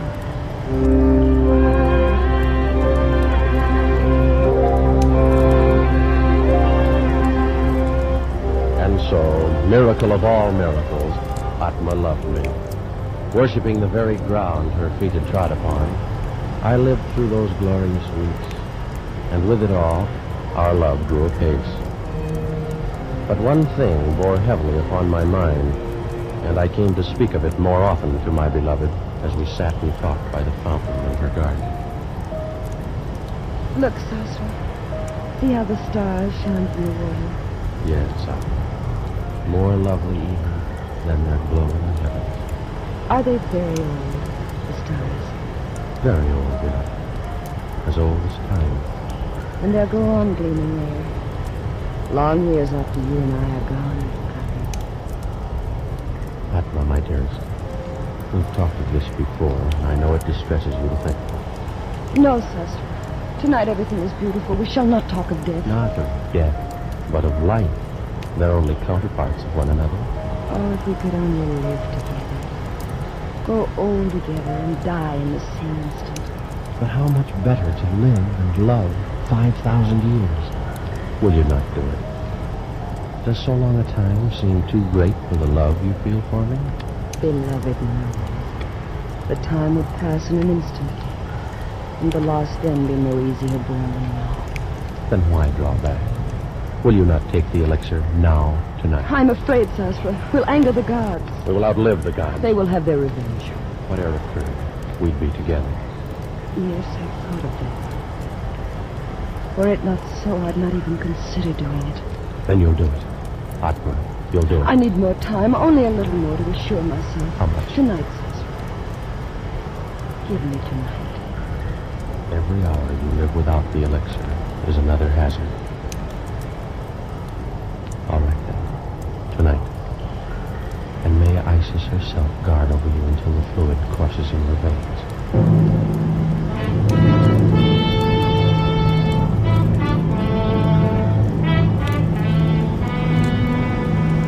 And so, on that accursed night, I went to my chambers and slept. And while I slept, the moon of Isis shone over the delta of the Nile. Shone but to light as foul a scene as was ever done on earth. Some hours had passed away.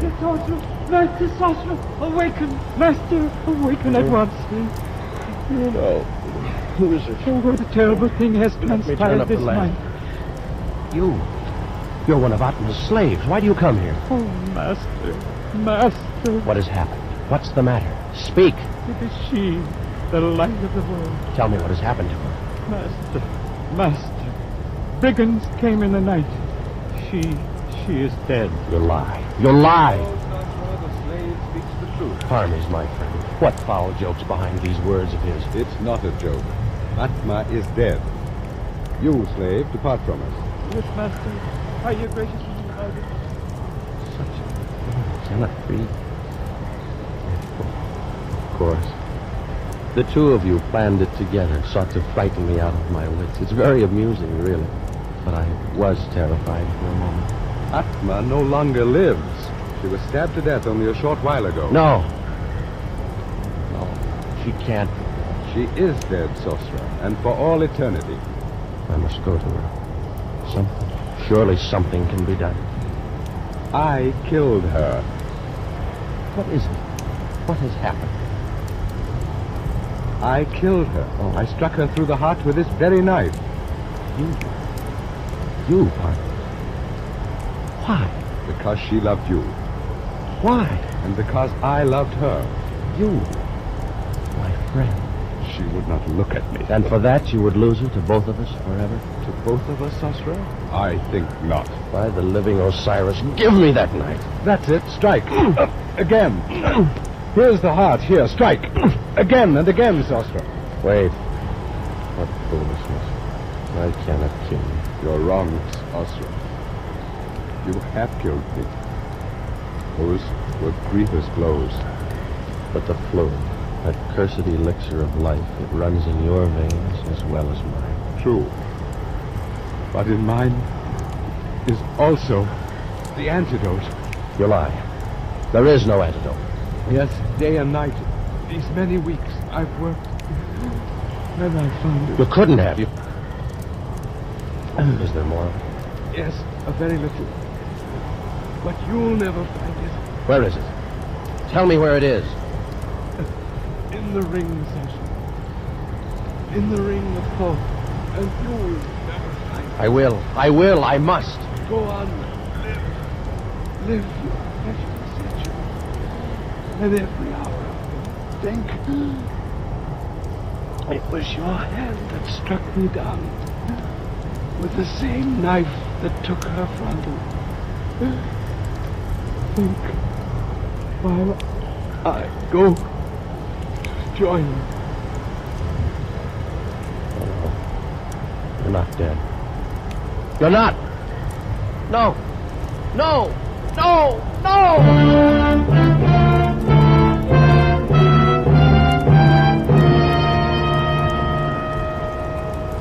For months, I searched the papers, test tubes, and the chemical flasks in the chambers of the dead priest of thought. Searched and found nothing. I sifted the sands where he'd walked, questioned his slaves and servants, and learned nothing. Every moment of my life my terrible and unwanted life was devoted to an unceasing hunt for the ring of thought, and all to no avail. And in time, a horde of barbarians overran the city of Ambience. In the sands of the desert, buried forever the last of my hopes.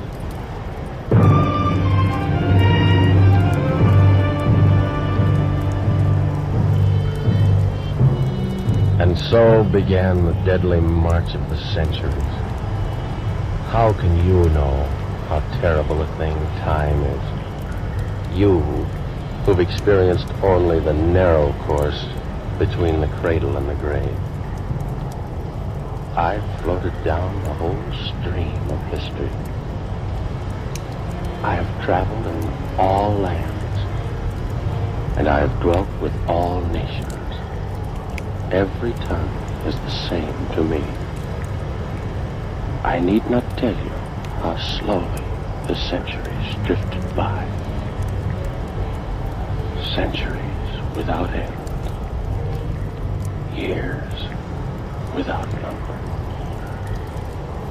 And so, I came to be one day, a few weeks past, in San Francisco, where I came across a certain item in a newspaper. One of the recent discoveries in Lower Egypt is an unopened mummy case containing, according to the inscription on the outside, the body of the daughter of the governor of Abaris in the days of Tutmosis.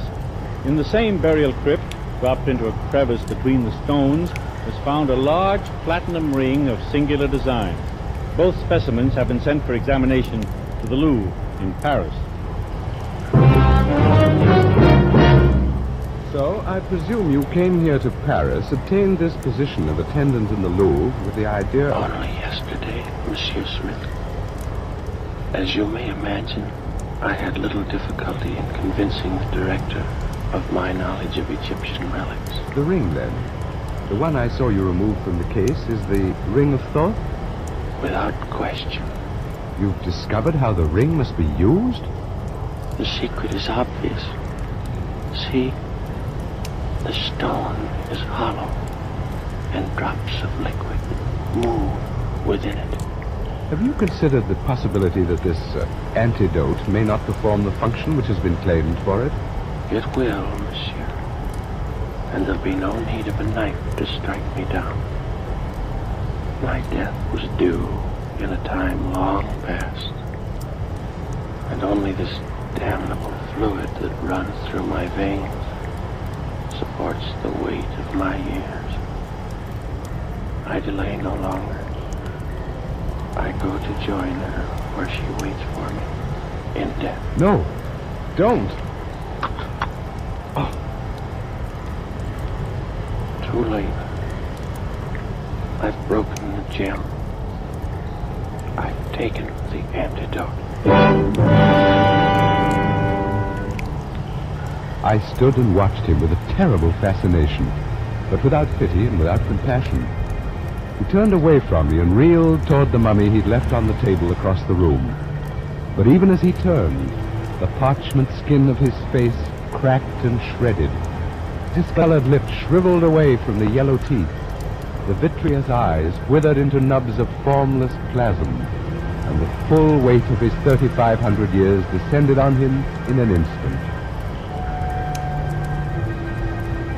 I left that room of death and walked over the marble floors toward the exit, my footsteps echoing through the empty halls, even as they had echoed for so long in the corridors of time. And I wondered as I walked if Sasra knew now what I knew, that the antidote in the Ring of Thoth can bring death to the body, but not to the soul.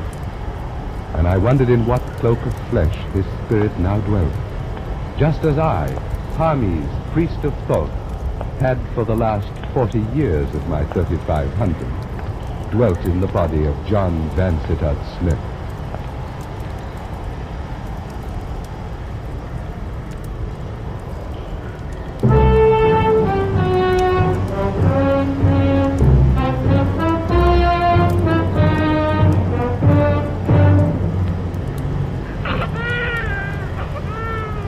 Doctor, he's so little and so red. Well, now, he's only 2 days old. But he doesn't look a bit like either his father or me. Give him time, my dear.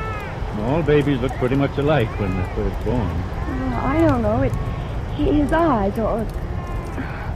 Well, it's silly, of course, but he looks like an Egyptian.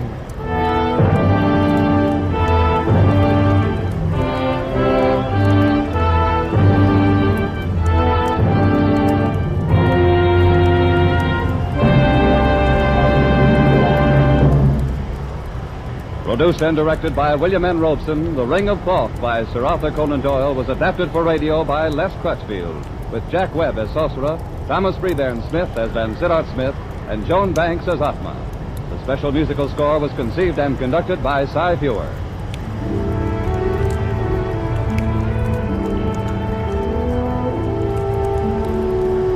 Escape is presented by the Columbia Broadcasting System and its affiliated stations each week at this time. Next week, we invite you to escape to a raft in the South Pacific with John Russell in his unforgettable story of human frailty, The Fourth Man. And so good night until next week at this time, when again it will be time to escape. This is CBS, the Columbia Broadcasting System.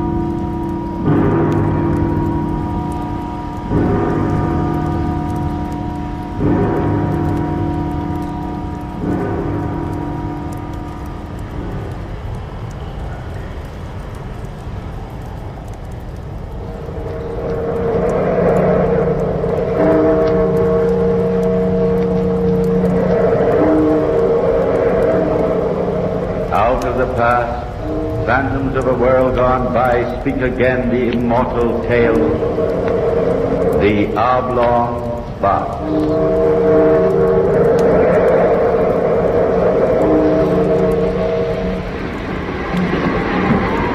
There, Captain. There she is. Hand me your glass. Aye. 5 aboard. Very well, turn about. We'll drop line and take them on. Stand by the mainsail! Longboat sighted northeast. Life lines over. Do you make out what ship she's from? Too far, Captain. She's American, though. Aye. We'll soon be on them. Mate, if the captain's with them, send him up to my cabin. Aye, sir. Take in the mainsail. Easy now, don't run him under. Heave to.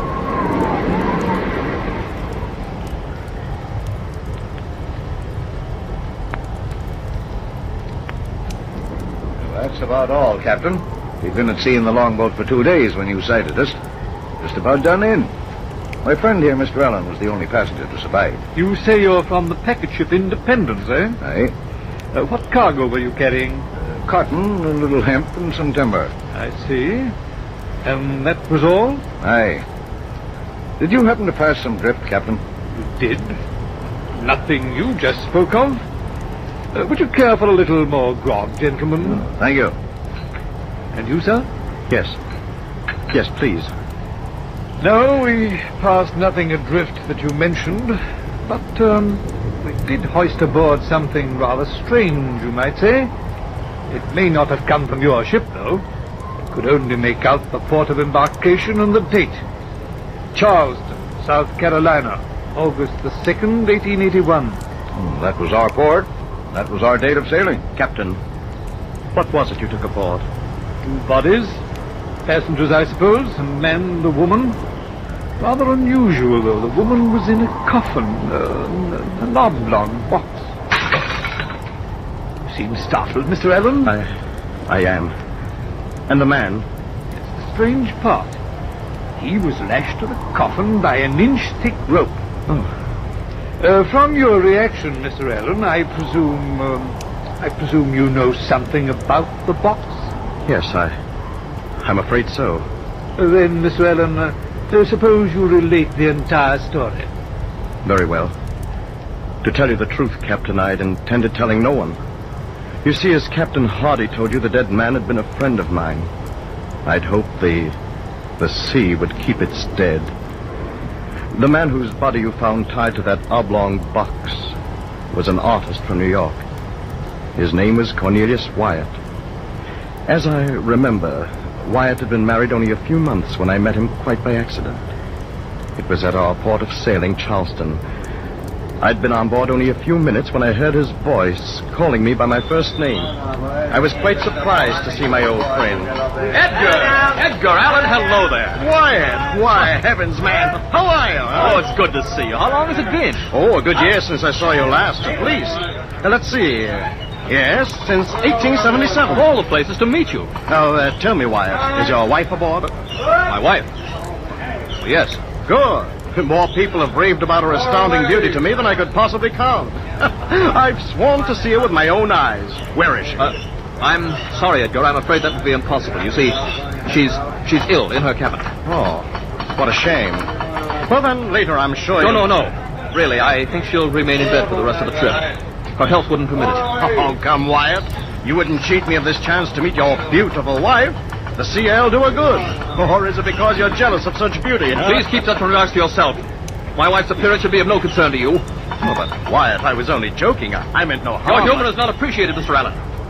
Well, forgive me. I assure you I meant no harm. I beg pardon, sir. You Mr. Wyatt? Yes?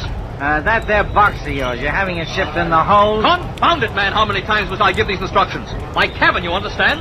It must be put in my cabin. Must I tell the captain himself? Sorry, sir, but there's hardly any room for such a large box in your... I don't care how little room there is. That box will go into my cabin if I have to move it there myself. Well, sir. Sorry, sir. Confounded fools. Must I beg them to carry out my instructions? Is that the box? Excuse me, Mr. Allen. The clumsy fools may drop it. I'd better watch them. I'll see you later.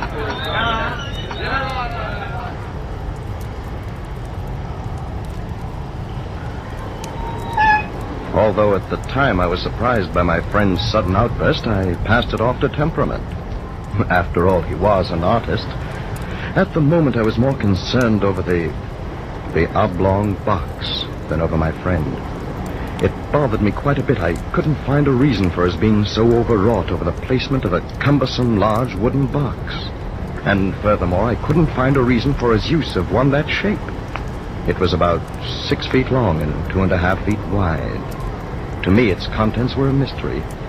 At first, I excused it as containing a number of his precious paintings. About 3 days out of Charleston, I met Wyatt again. He was walking about the deck.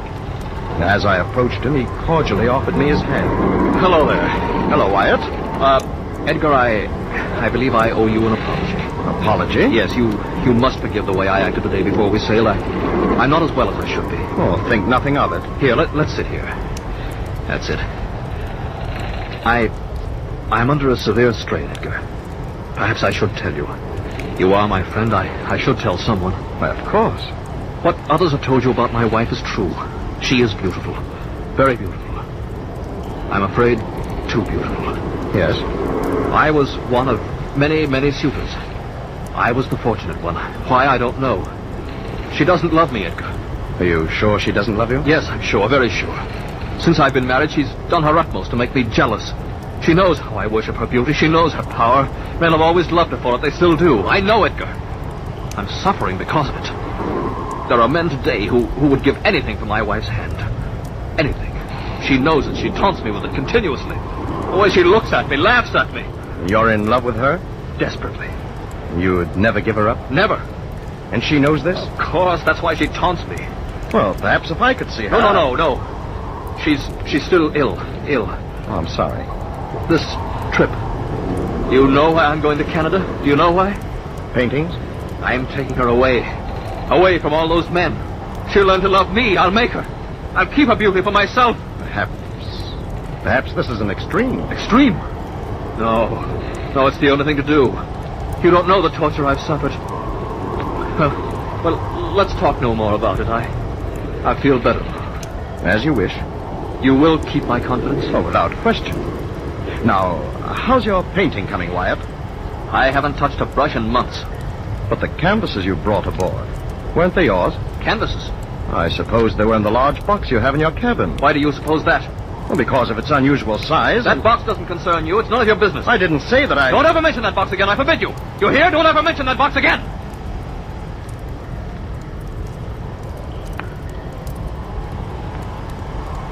Perhaps I've been too hasty, Captain. Perhaps the man just isn't well physically. But the box, it could contain something unimportant. I think I was overly curious, that's all. I've known him for a long while, you know. He's always appeared perfectly normal before. And everything's been all right lately? For the past few days, yes. He's been perfectly cordial. And I think perhaps it's best we pass over the entire matter. There's probably some logical, some simple story behind what's happened. Here, more port? No, thanks. I think it's best I be getting back to my cabin. Looks as though there's an unhealthy storm brewing along the coast. I'd best get back. Oh, I noticed it getting a little rough. Will it hit us? I can't tell yet. Well, good night, Mr. Allen. Perhaps you'll join me at dinner tomorrow night, eh? Thank you, Captain. I'd be... Listen. What? Shh. I thought I heard... Listen. Again. Nothing. I hear nothing. The wind, that's all. The events have made you a little nervous, I suppose. No, wait. I'm sure I heard something strange. Groaning or something from out there. Open the door. It's probably the ship's cat. Captain, here, quickly! The passageway's black. The steward probably took the lantern to... Listen. Again. Hear it? Oh, yes. Yes, I do. It came from the darkness down there to the end of the passageway. Somebody's in trouble. Who has the stateroom at the end of the passageway? I think Wyatt. The first two are empty. Well, come along. Pull your cabin door closed. I'll get a lamp. The darkness... No, I know my way. We may need the darkness. Very well. Stay close. The first two, you say, are empty? Yes. And this one you believe is Wyatt? It should be. Stand here a moment. Now listen again. A knocking. Tapping. I'll try this latch. I'll open it as quietly as possible. There's no light under the door. Stand back. Easy now. What? Blast it. It's locked. From the inside. Well, someone is definitely in there. I'm going to knock. Now listen closely. Someone is in there. You heard it? Hello in there. Is that you, Wyatt? This is Ellen. Anything wrong? Hello there. No answer. I don't like this. Open the door, Wyatt. Ship's captain. I'll be forced to break in. Here, help me. Help me as I count three. Go on. 1, 2. Ready now. 3. Where are you, Wyatt? Wait. There's a lantern by the port. I'll strike a light. Stand here and... Empty. The room is empty.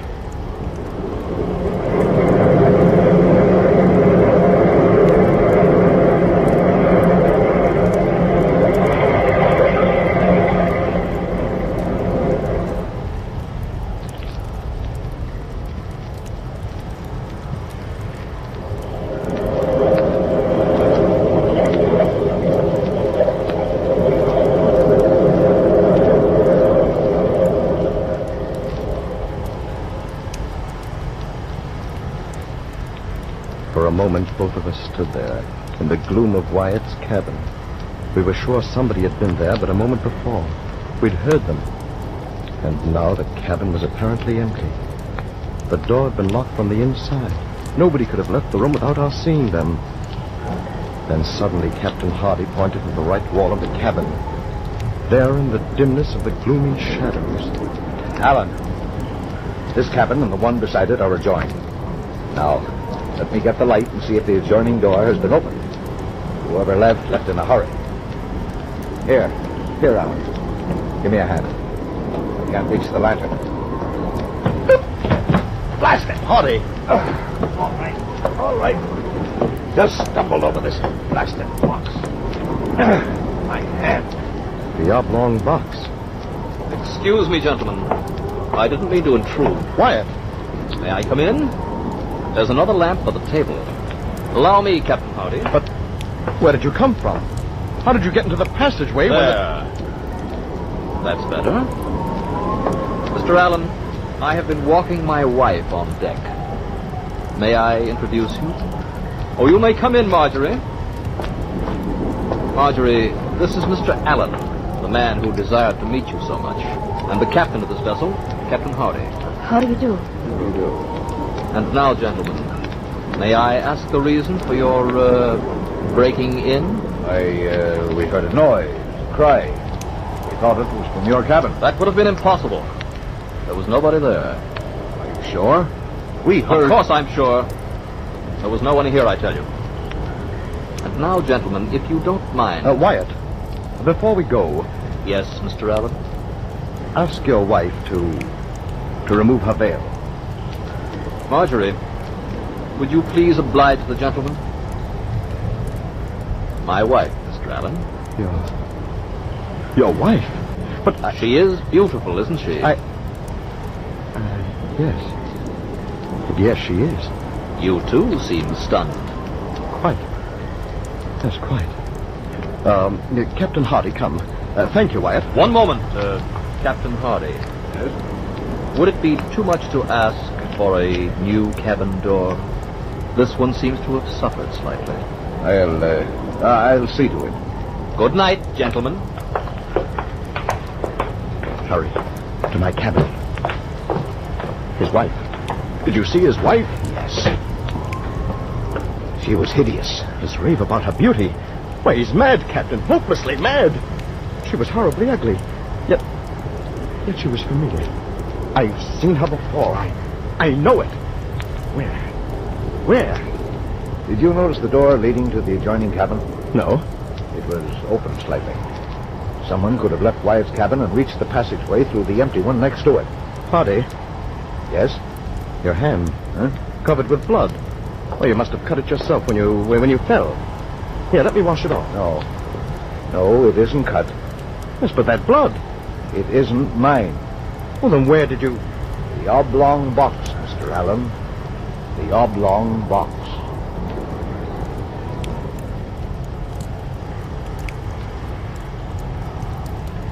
What was behind this terrible mystery neither of us knew. We would inform the police as soon as we put to port. From then on, I saw nothing of Wyatt.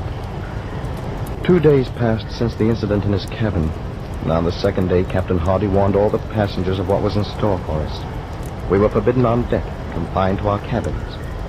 We were being blown out to sea by a furious hurricane wind. On the fateful night, I was lying fully clothed on my bed.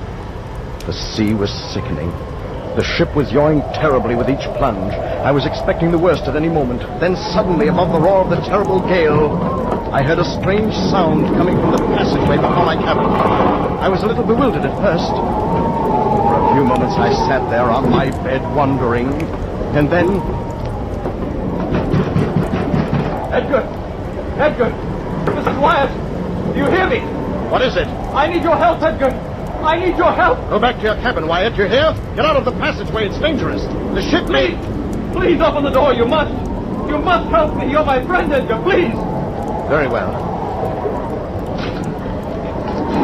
What? Good heavens! My box. I've got to get it on deck. I've got to. The ship may break in two at any moment. Please help me. I can't manage it alone. Please. Well, you must be completely insane.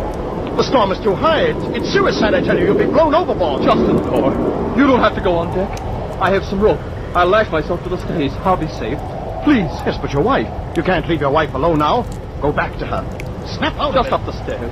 Please, Edgar. You're my friend. Please, Edgar, please. Very well. To the top of the stairs. The other end. Take the other end. That's it. Go on. I have it. Hurry, it's heavy. Here. This way. Up these stairs. I've got it. Here. Don't drop it, Edgar. Don't drop it. All right. A little further, Edgar. Just a little further. Now. There.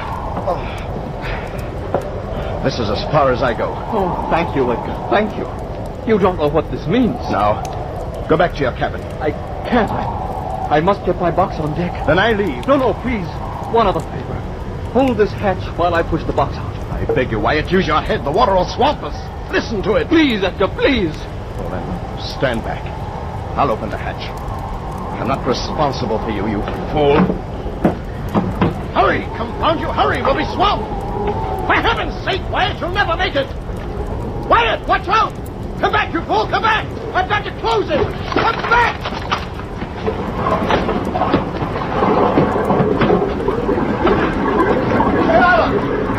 Close that hatch! Get back! Captain, here, help me!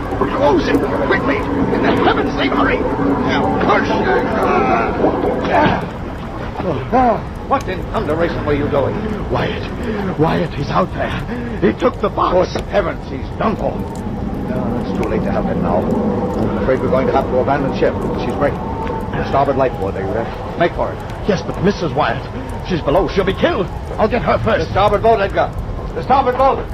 Mrs. Wyatt, to the boats. Mrs. Wyatt, we're sinking. Come on. Where is he?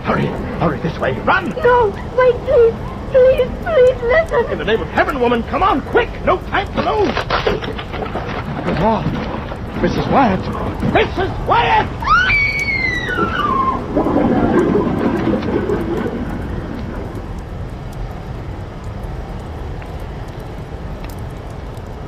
Then suddenly she disappeared before me. Water gushed down the passageway. She was swallowed by it. I struggled forward and made my way to the starboard boat.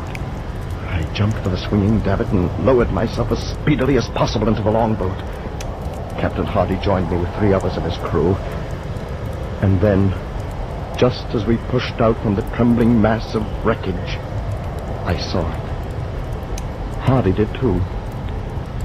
Standing to aft, I saw Wyatt. He was binding himself tightly to the oblong box. He stood there for a moment, I thought laughing. Then in one brief instant he was gone with the ship. Into the sea.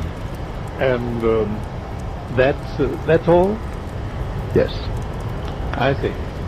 Would you gentlemen be so kind as to follow me? This should prove rather interesting. This way, gentlemen.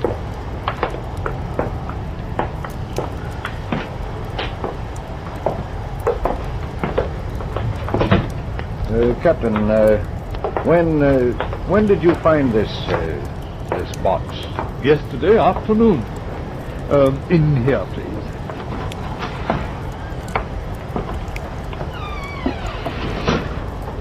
Mr. Allen, hand me that lantern. And watch the stairs, please. They're rather sharp here. Lead on. Ordinarily, we would not have bothered with a floating body. Generally some poor wretch from a wrecked vessel. However, due to the box and the peculiar circumstances, I thought it best to hoist it on board. Yes, but the decomposition... Oh, the salt water helped preserve them for a while.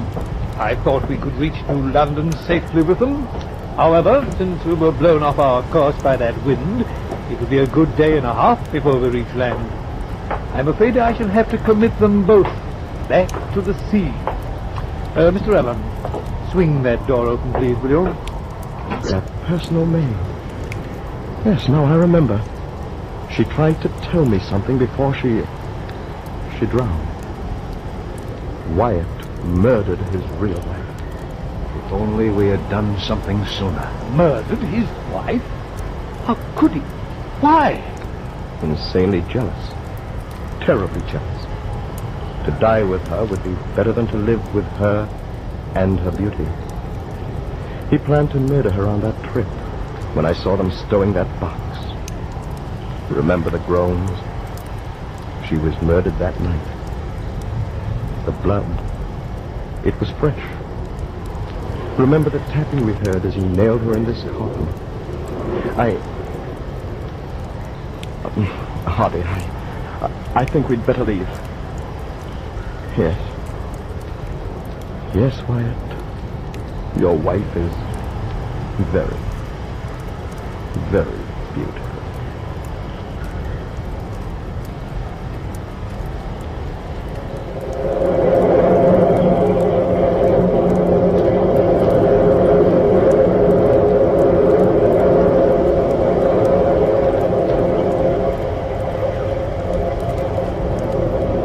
time-worn pages of the past, we have brought you the story, The Oblong Box.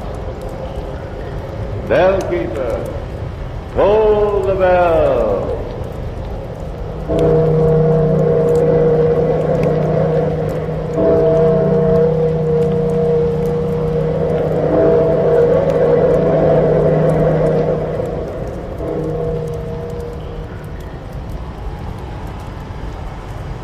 And now, Hall of Fantasy. Welcome to the Hall of Fantasy. Welcome to the series of radio dramas dedicated to the supernatural, the unusual, and the unknown. Come with me, my friends. We shall descend to the world of the unknown and forbidden, down to the depths where the veil of time is lifted, and the supernatural reigns as king. Come with me and listen to the tale of the Wild Huntsman.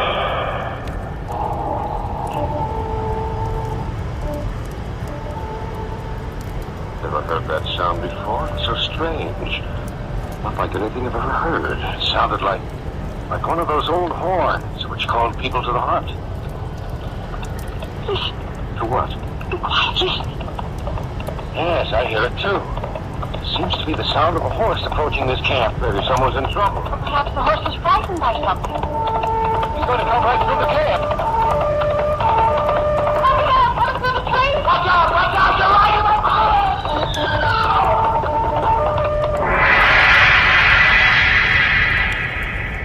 right! In just a moment, the Hall of Fantasy will present The Wild Huntsman. And now for our story. An original tale of fantasy by Richard Thorne entitled The Wild Huntsman.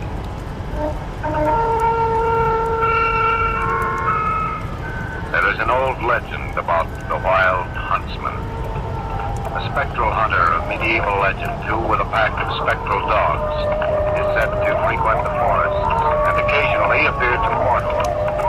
And he is not only known to the literature of our language, but also in the myths and legends of several of the world's peoples. The strange thing about this legend, there are many countries which have the same types of folklore, but the stories are the same up to a certain point. After that point is reached, these myths take different paths which never cross again. But this legend of the Wild Huntsman is the exception to the rule. For in every version I have come across, the tale is the same, almost word for word.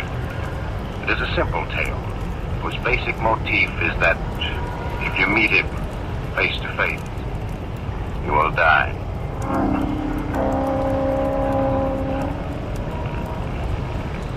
I was over at Jerry and Helen's place. Our conversation turned to hunting. We haven't been up hunting now in almost 3 years. You know, that's right. Ever since I was best man for you people. Say, that was over 3 years ago. I can understand it, Vaughn. Back in those days for you, those weekends up in the mountains were the things we lived the rest of the week for. Isn't that the truth? I don't think we missed an opening day for deer season in 4 years. No, we didn't. Say, do you remember old Fisher? That half-breed who was a guide who always wanted to take us where he said we could get our limit of game in a few hours? Yes, I remember him. Who could forget him? Well, I was walking down Main Street the other day, and who should stop me but Fisher? At first I didn't remember his name. Then it came back to me who he was. He hasn't changed, has he? Not a bit. What did he want, Vaughn? Oh, the same thing. He said he'd be glad to guide us up to the mountains, to the place where we could get our deer limit without any trouble. That's right. The season does open about 6 days from now, doesn't it? What'd you tell him? Same thing I always used to tell him. Maybe we would.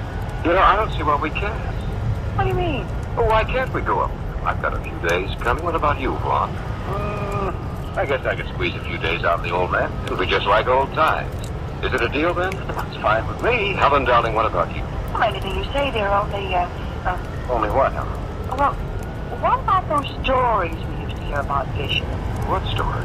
Well, I remember one that used to go around the campus.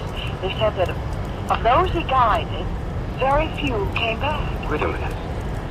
Yes, now I do remember. There were lots of stories about Fisher. There was one, something about some connection between Fisher and the Wild Huntsman.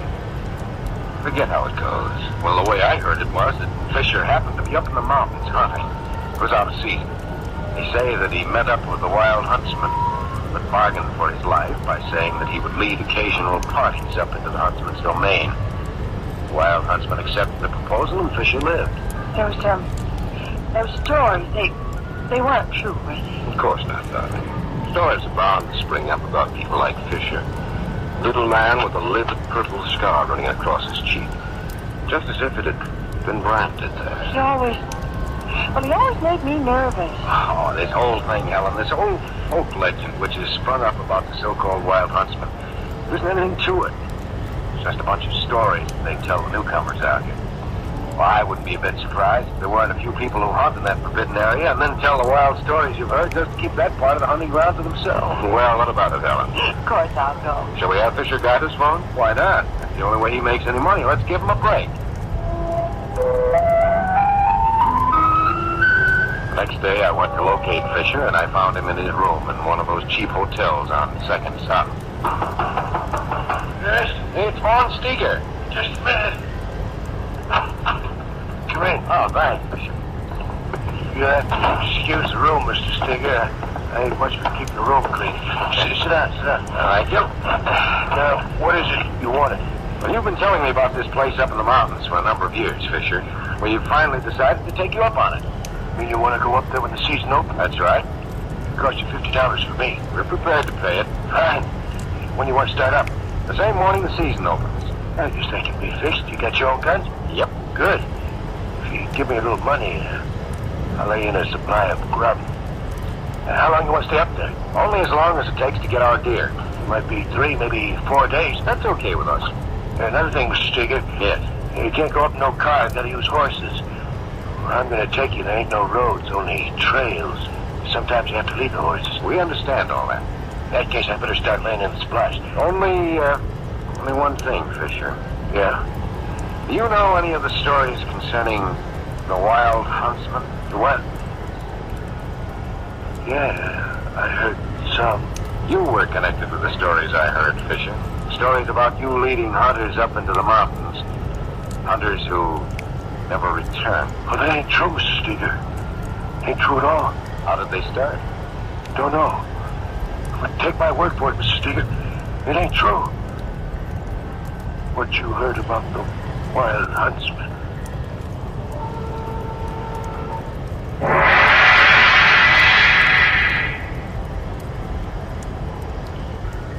Back now to our story. An original tale of fantasy by Richard Thorne entitled The Wild Huntsman.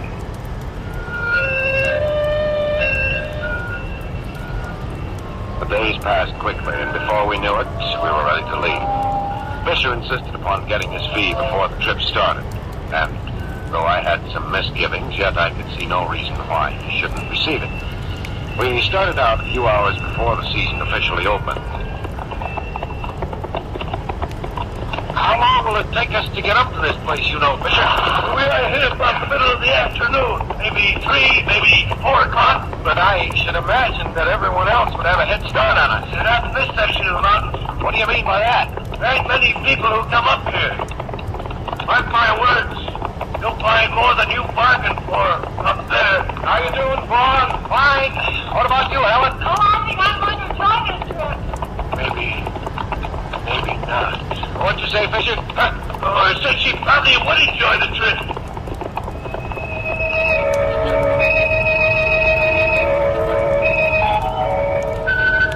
We stopped twice to eat and rest, and then continued on our way. I noticed that the woods were becoming thicker, and the farther on we went, the greener the color of the foliage became. 3 times during the trip up there, we had to dismount and lead the horses over the trail. I looked at my watch and saw that it was almost 3:30. How much farther, Fisher? It's right around the bend in the trail up there. Little clearing with the stream not too far away. We can make camp there. How much farther? It's right around the bend. Oh, I'm glad of that. I'm not as young as I used to be. Helen's tired, and so am I. We won't be able to get in any hunting today, will we, Fisher?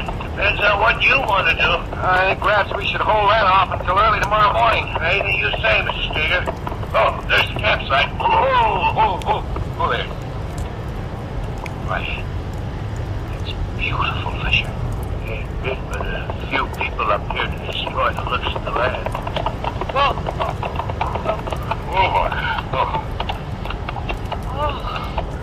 I've never seen anything so beautiful. That's just what I told Fisher. You know, it was worth it. Just to see this place. Well, might as well dismount. Right. Be our hope for a while. All right. Okay.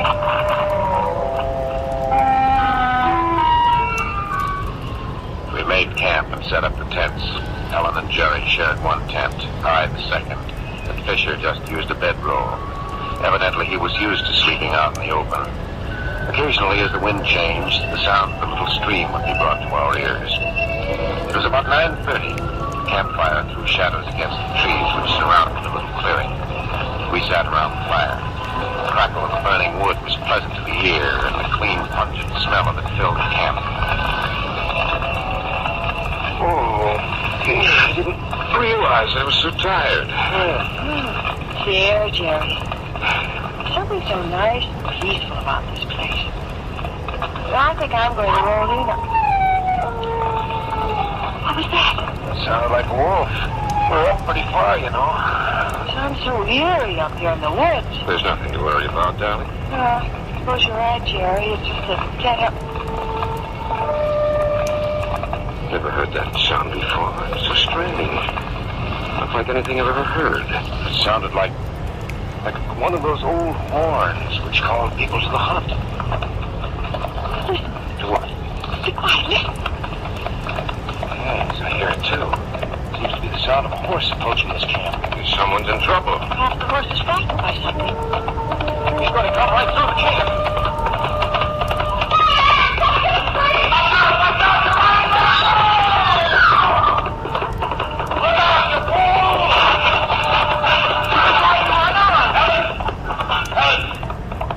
You all right? Yes. What about you? Fine. Go on. I'm okay. What was it, Fisher? I think his horse. Whoever it was frightened by the wolf howl. His horse. Was there a black? Did you get a look at the rider? No, it was so sudden I didn't even think about it. I imagine he'll be able to slow his horse down. And you don't think he'll need any help from us? No. No, he won't need any help from us.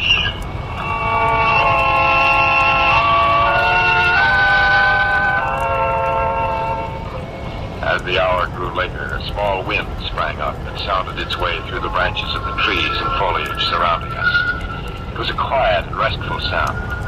At about 10:30, we all retired. I don't know about the others, but I fell asleep on the instant. Once or twice during the night, I thought I heard the sound of that animal again, as its cry echoed across the distance. In the morning, I awoke completely refreshed. As I dressed, I could smell the odor of bacon and eggs frying over an open fire. The others were about gathering wood, putting the camp in order. After we'd had breakfast, I think we'd better break up into two parties. You have company with you, haven't you, Mr. Steger? Yes. You take the lady with you. He said he wants to go with me today. Yeah, that's right, Vaughn. You can go out with Fisher tomorrow. Well, that's fine with me. You strike out due north, Mr. Steger. Uh-huh. We'll go the other way. Now, don't go too far, though. You might get lost. Don't worry. We won't go too far. Good. Now, let's get started. We'll see you later. Bye. Bye now. They left camp before we did. A few minutes after we had seen them disappear down the trail, we started out. Our course was due north, which happened to cross the stream. There was a sort of trail through the trees, and we followed it until we came to the stream. That rider must have crossed the stream right about here last night. Yes, you're right. I wonder who he was. I hope he was able to stop his horse. Fisher seemed to think he would. That horn again. Yes. It seemed to be quite far away. Well, shall I go on? Yeah, might as well. That log lying across the stream, we ought to be able to cross the stream on that. Go on.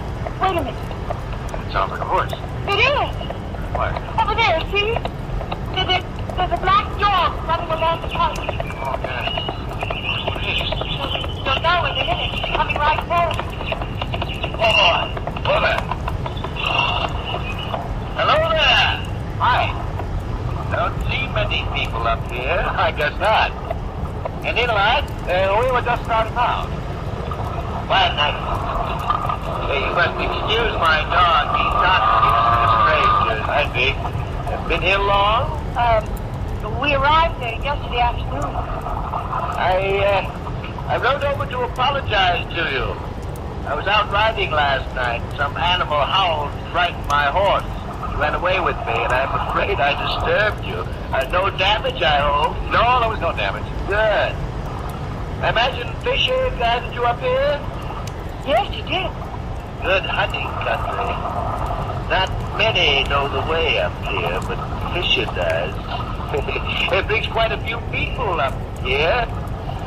I imagine you've heard those nonsensical stories about a spectral hunter, haven't you? Yes.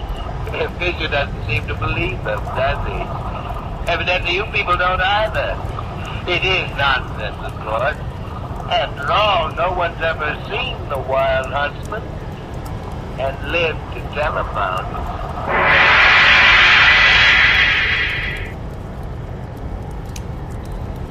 Back now to our story. An original tale of fantasy by Richard Thorne entitled The Wild Huntsman.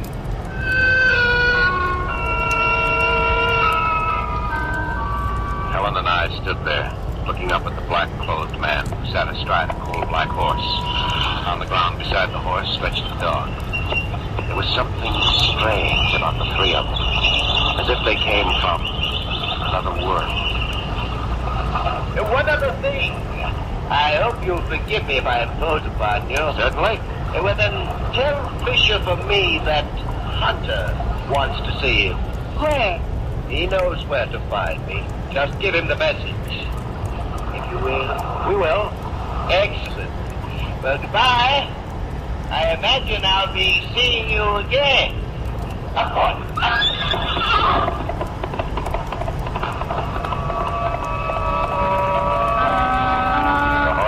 Trailed closely by the gigantic black dog, galloped away.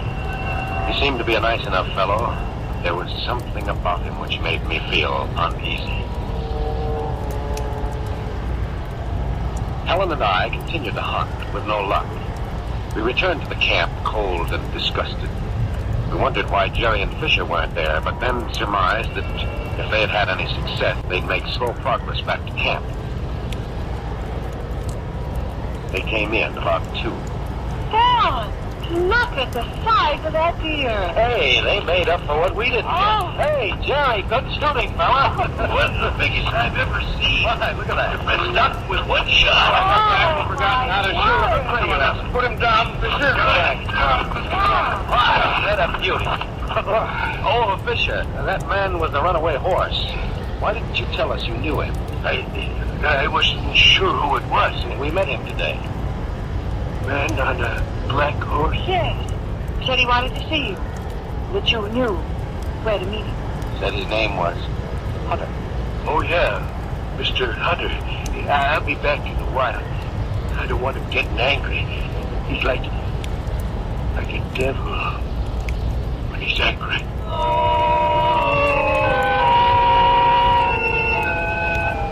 We didn't think that Fisher would be gone long, and yet, when night fell and there was still no sign of him, we began to get worried. It was about 9 o'clock. Fisher had been gone for almost 7 hours.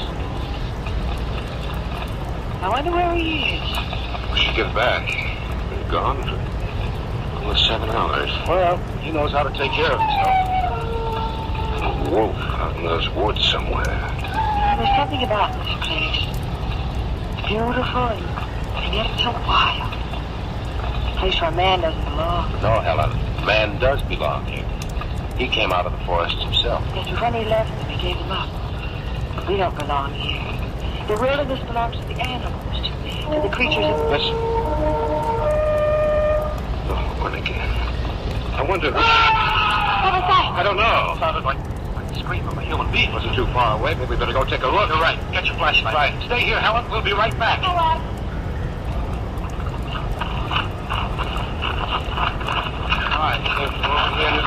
Shine your light around.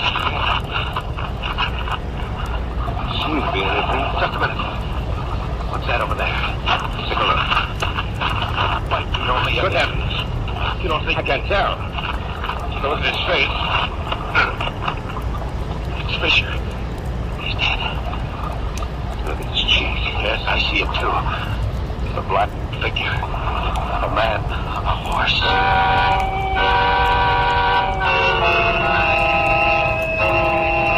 Together we managed to get him back to camp. We had to tell Helen that he was dead, though I would have preferred that she hadn't known.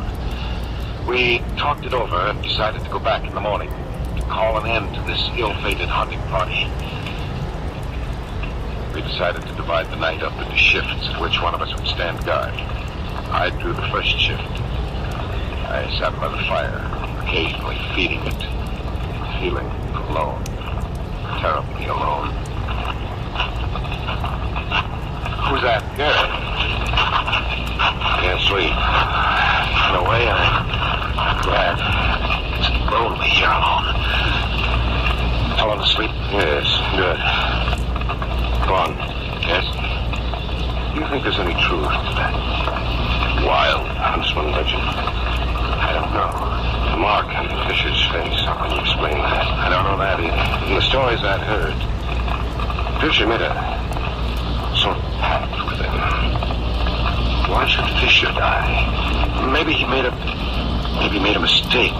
Maybe this thing intends making a new pact with someone else.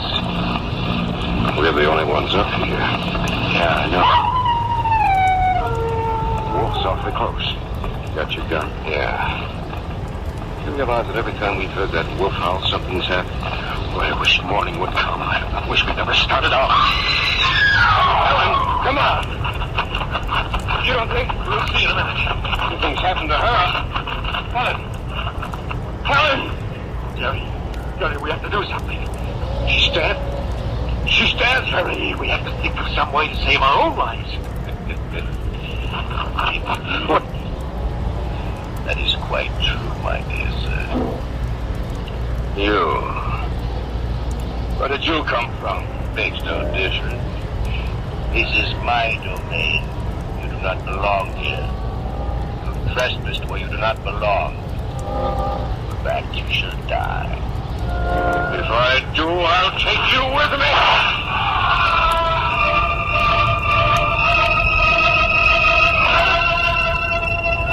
When we ran to Helen after she screamed, we'd carried our rifles with us. Jerry raised his and fired. What happened then, I still don't know. I was sure that the bullet had hit Hunter, and yet he didn't fall. But something happened to Jerry. He screamed and fell lifeless to the ground. Hunter stands there watching me.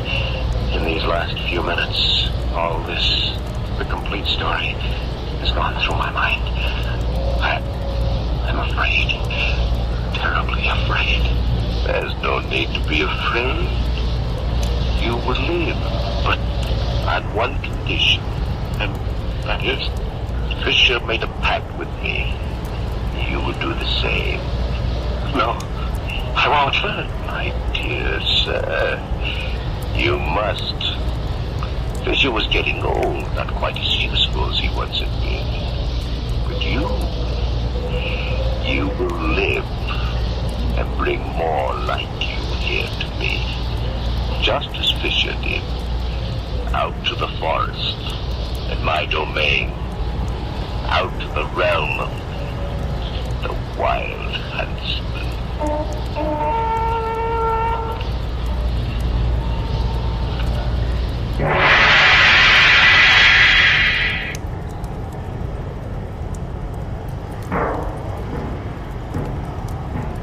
So runs tonight's tale of the unusual, the terrifying, the unknown.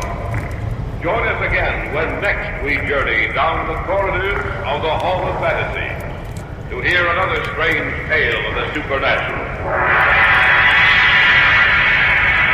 All characters and events portrayed in these programs are fictional, and any similarity to actual events or persons, living or dead, is purely coincidental.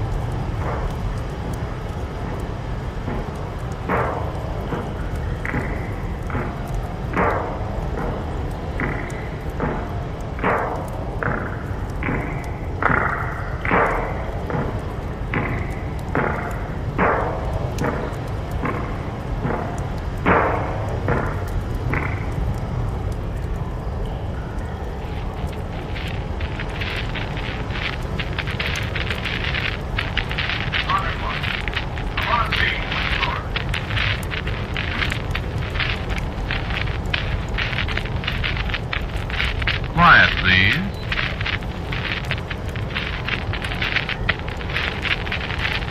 Quiet. Yes, please.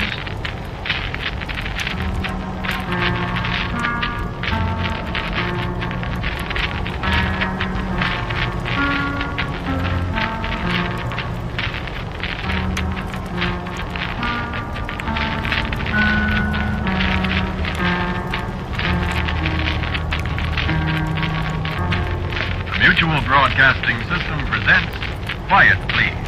It is written and directed by Willis Cooper and features Ernest Chappell.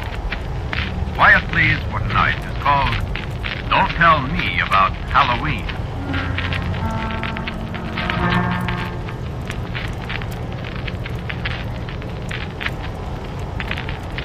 I'm going to kill my wife tonight. Or maybe tomorrow night. I mean, I'm going to kill one of my wives. I bet her something's going to happen to me that won't be good.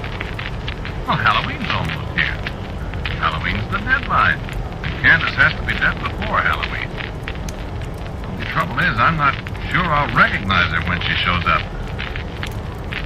You ever been in Salem, Massachusetts? The place where they hanged all the witches? No, they didn't burn them at the stake. A lot of people think so, but they didn't. They hanged them. All except the man witch, old Giles Corey, they pressed him to death. Very unpleasant. Well, it was in Salem this particular Halloween that I met Candace. It was dark up there on the hill where the gallows used to stand. Dark and cool. Damp wind coming in off the sea. A few little lights you could see in the dusk only made it darker and lonelier and creepier up there. I remember how I shivered as I started down the hill to town. And I remember how I jumped when something that looked like a black cat jumped out of the shadows at my feet. Without thinking, I yelled, "Who's that?" My heart almost stopped beating because Well, good evening. I'd been all alone up there. And then, all of a sudden, there was a woman standing beside me. You're the first human being that's spoken to me tonight. Who are you? I'm Candace. I don't know any Candace. You didn't, but you do now. You really scared me to death. Oh, I wouldn't do that to you. What's your name? Craig? You like me, Craig? What? Well, I don't know what you look like. I like you very much. But I... Kiss me, Craig. Now... Kiss me like this. You know, you're going to be a very nice husband to me, Craig. What do you mean? I'm not going to... Oh, yes, you are. When I say something's going to happen, it happens, Craig. But I'm not... Wouldn't you like to be rich, Craig, and a beautiful wife? I am beautiful. You're rich. Wouldn't you like to be rich and wise and happy and live forever? Wouldn't you, Craig? Who the devil are you? Why, that's a very apt way of putting it, Craig. Who are you? I'm Candace. That doesn't mean anything to me. I'm the witch they didn't hang, Craig.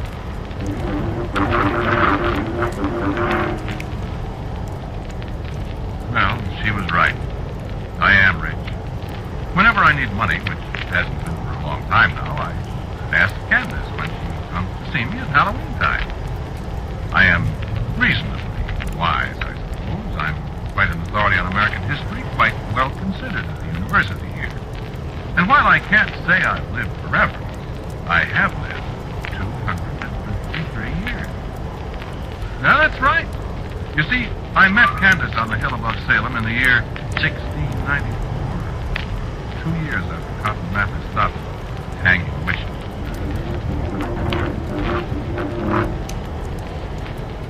Yes, Candace has kept her promise. I remember the way she put it, standing up there in the early morning, watching the mist crawling along the ground. You'll not see me now till another Halloween. And I can't tell you what form I'll be in when I come to see you. But if you see a strange bird or a lost dog, or any strange being at your door come Halloween, you say, "Who's that?" And if it so happens the stranger's me, why then I'll be home till the cock crows. And I remember I started to speak, to ask questions, but she stopped me. For the time's short now, my heart. And remember the words and all the future before us. As long as I live, you shall live. And below us somewhere a rooster crowed. And I was standing alone on the hill. And a yellow butterfly was rising in circles above my head. I watched it disappear in the first rays of the sun.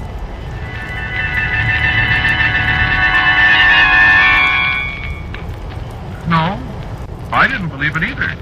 And yet, we were only 2 years away from the witchcraft trials, and whatever may be said today, the belief in witches didn't die as quick a death as modern historians would have you believe. I was there. I know. Besides, I had married a witch.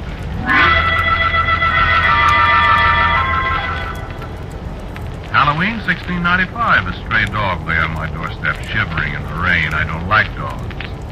I was about to boot the animal into the street when I caught a look in his eyes. I yelled, "Who's that?" Well, it's about time.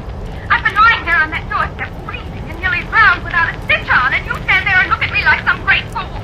Get me something to put around me and stir up the fire before I take my death of cold. And I do believe you were going to kick me, too. What did I ever see in you? Candace, how was I to know? Give me that quilt! She was all contriteness and apologies. But I could feel that slap alongside my chops from 2.5 seconds ago. And our first anniversary was a very pleasant one. I was rather glad I'd married a witch. It had its drawbacks, though, despite wealth, growing wisdom. People around me in Salem grew old, and I seemed to stay the same age. I moved away, and the years went on. I moved away from Salem. I moved away from Philadelphia. I moved from Baltimore, Richmond, Savannah, and a score of other places. I spoke to George Washington, and I watched Robert Fulton's steamboat chug up the Hudson when I was more than 100 years old, and looked 35. And every Halloween I welcomed Candace home for a night. One year in a farmhouse in Illinois Prairie, a red fox whined at my door. And it was Candace. One year a blue jay flew down from a tree in Missouri. And another year, she came as a skittering little gray deer. And the year I came back to Wisconsin after the Civil War, a porcupine gnawed its way into my cabin on Halloween night, and one of its quills spiked me before I thought to say, "Who's that?" And when Candace smiled at me, there was only a strand of yellow hair to the thick of my thumb. I remember she told me, and it hurt. Years and years and years. Well, she's been a wonderful wife, but I never forget what she is. Once a year is getting to be enough. It was just 6, 7 years ago tonight, before Halloween. That was the first time she appeared before Halloween, 1880. Brother of B. Hayes was still president then. It seems like yesterday. I heard something bumping against the front door, and before I thought, I called out, "Who's that?" I thought you were never going to call me. Harley, I didn't know it was you. Well, Huh? don't keep their wives anymore. Hey, you surprised me. Suppose you surprise me. Well, How come you're so early, dear? oh, I just thought it would be nice. To surprise you. You certainly did surprise me. Did I? You certainly did. What's happened since last year? Why, nothing much. That's so. What have you been doing? I've been away. Where? Pray, you'll be better off if you don't inquire too closely into my private affairs. Being married to a witch will do nothing. I'm just interested, kid. Like I'm interested in what you do when I'm away. What? I am interested, you know. I don't know what you're talking about, dear. You don't? No. you ever get lonely while I'm away? Why, certainly. Mm-hmm. What are you talking about? You know what I'm talking about, Craig. I don't either. You forget that I'm rich, dear. What? You can't keep anything from me, Craig. Don't you know that? Oh, I won't punish you, Craig. But you mustn't run around with red-haired girls. I don't know what Oh, yes, you do. So I just decided to take that temptation away from you. Candace, what did you... Look over there at the window, darling. And I looked. And peering in the window out of the darkness was a frightened, tiny, red squirrel, its teeth chattering with terror and cold. She's still got her red hair, dear. Candace. Candace, did you do that to her? Of course, dear. No, don't try to rescue her. I've got other plans for your little girlfriend. What are you going to do? Listen. Now come here and kiss me. Good.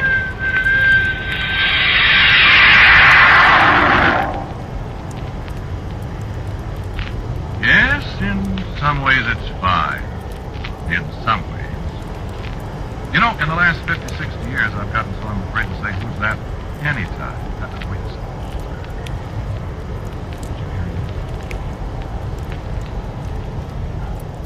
No, I guess she's not here. I wouldn't want her to surprise me again. I want to surprise her. It's 67 years ago that she set the rules on that little red squirrel that was once Marjorie. I've forgotten her last name. Well, I haven't forgotten what she did to me. They arrested me for murder. Candace let me stay in jail a whole year. I waited till the next Halloween, 1881, till a little screech owl came and perched on the window ledge of my cell. Even then, it took me half an hour to remember to say, who's that? Very sorry, miss. Very sorry. I had to be punished for being unfaithful to her. Unfaithful?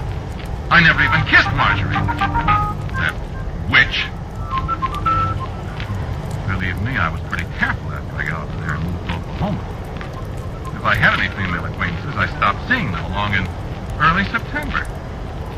But Donald, how'd you like it if you only saw your wife once a year? And if you knew she could turn you into a caterpillar or a hippopotamus or something whenever she got miffed with you? You'd look around, too. Just like I did. She nearly caught me again in Washington, D.C. That was in 1910. I'd been a good boy for nearly 50 years. Well, pretty good, or at least careful. I was standing outside the door of the Woodard Hotel that Halloween night. A big moth dropped out of the darkness and lit on my shoulder. Candace likes to be a moth, I think. She's appeared that way 15 or 20 times. Well, I knew at once what it was. My conscience was reasonable, so I just said, who's that? Hello, darling. Welcome back, Candace, dear. Been a good boy. Perfect, darling. Love Candace. Mad about you. You better be. No, Candace. You living here now? In the hotel? I hope you like it. I've never been in Washington before. Sightseeing. Come on. Oh, I saw quite a lot of it. Flying in. Who's that woman? What woman? Why, Craig, darling, where on earth have you been?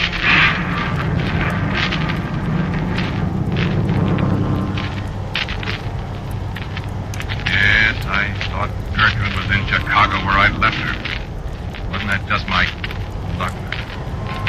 I don't know what Candace did to her. She just disappeared. But you know what that witch did to me? She turned me into a fire alarm box. Don't laugh. It isn't funny. From October 31st, 1910 till October 31st, 1911, I stood there in front of the Willard Hotel, rain and shine, snow and boiling hot weather. And nobody even turned in an alarm on me. Of course, they did paint me in the spring. Then at 11:30 on Halloween, a little black dog came by. I tried to say, who's that? And I made it look like because I could hear gears clicking and wheels turning. And there we were, Candace in a black fur coat, me in a blue serge suit all plastered with red paint. You look perfectly awful, Craig. How do you think I feel? Well, now maybe you won't be chasing us like this. And better not, sweetheart. I'm a very jealous woman. So I noticed. And if you think that was bad, how would you like me? No, Candace, please. No.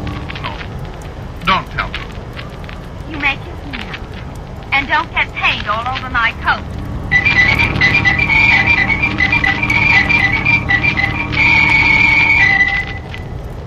Candace can be very sweet when she wants to be. For these last 30 years, she doesn't seem to want to be very much. She spends most of the time she's here asking me questions about what I've been doing, where I've been, the people I've seen. Friend, I'm getting awful tired of it. 253 years is a long, long time. A long, long time. Jealous wife. So I'm going to get rid of her. This time I'm done. Oh, I don't get this anymore. Afraid of her. I told you I got this job here at the university in the history department.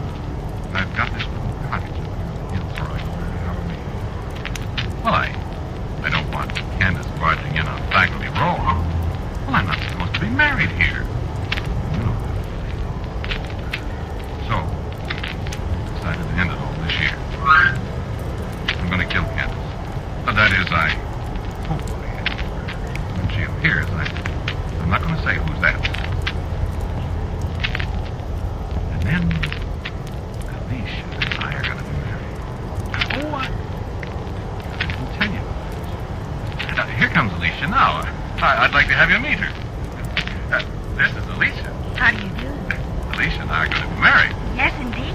Right after Halloween. Alicia, secretary, dean of women. That's how I met Craig. Well, I hope you don't mean to imply I'm flirting with the dean. Oh, goodness, no, dear. I mean, you were being introduced to her when we first saw each other. I'll never forget. I won't either. Isn't she pretty? Oh, Craig, you mustn't talk that way to strangers. I'm sorry, dear, but you are pretty. But I'm so much younger than you are, Craig. Well, you are a little younger, but that won't make any difference, will it? Not to me, darling. Excuse us a second. Darling. I love you. Oh, but they're looking, sweetheart. Shut your eyes a second, will you, please? Now.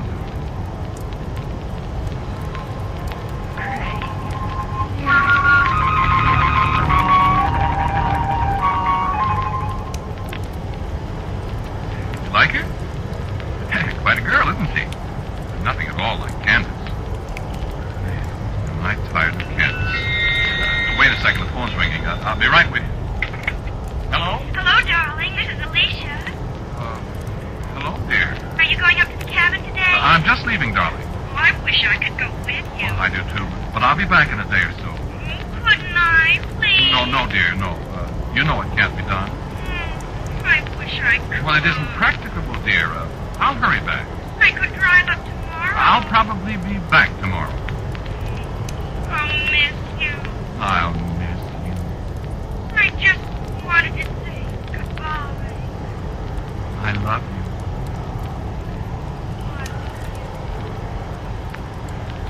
See you in a day or so, honey.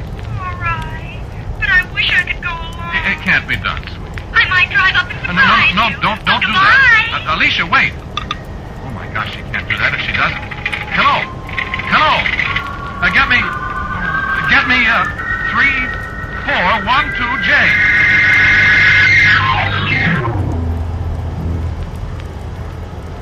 Well, so here I am.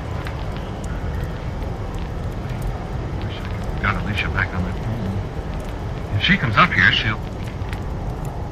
Oh, well, she won't. She's got better sense. Let's see what time.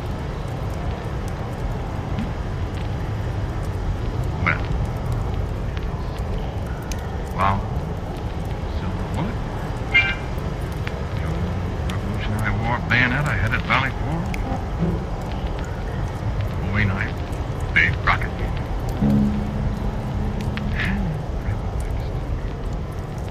Come on, Candace, honey. Yes, come on. time, you can come ahead of time, baby, and Papa will wait.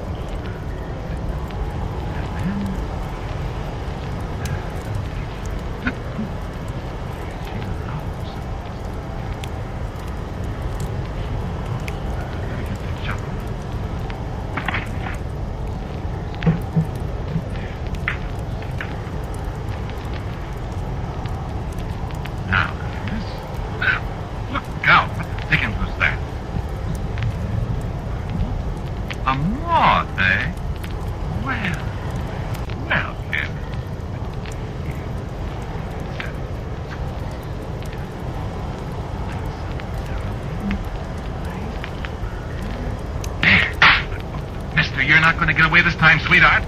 Get away from that lamp. Get away, I say.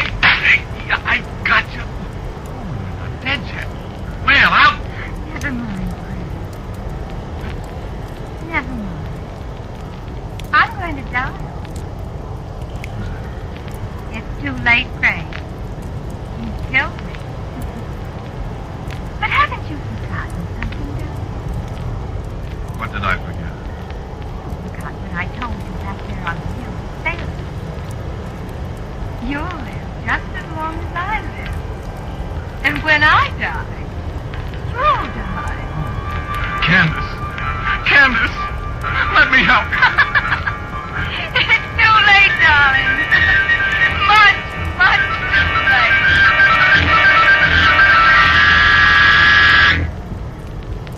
Hello. Hello, this is Forest Ranger Station. Oh, hello, Brad. This is Joe Thomas. Listen, Brad, you better call the county cops or somebody. Well, I don't know. I'm at the little cabin halfway up Latigo Canyon. You know, the one with the red shutters? Yeah, well, I was on my way up to the station, see, and I meet this girl. Please be quiet, will you, lady? This girl in her car's busted down. Well, I picked her up, and she wants to come up here. What's your name, lady? Alicia Dean. But she's going to meet this fella here, she says, and I left her out, and I was just starting away, and I hear her scream. Scream, you know, holler. So I stopped and run inside, and she's yelling her head off. Lady, please. Yeah, I don't know, Brad. It sure looked awful strange. Well, there wasn't no guy here. No, nothing but a squashed moth. One of them big death's head moths, you know. A skeleton. Yeah, a skeleton. Dried up and dusty. Like maybe 250 years old. And that's all. Just him and the moth. Funny, ain't it?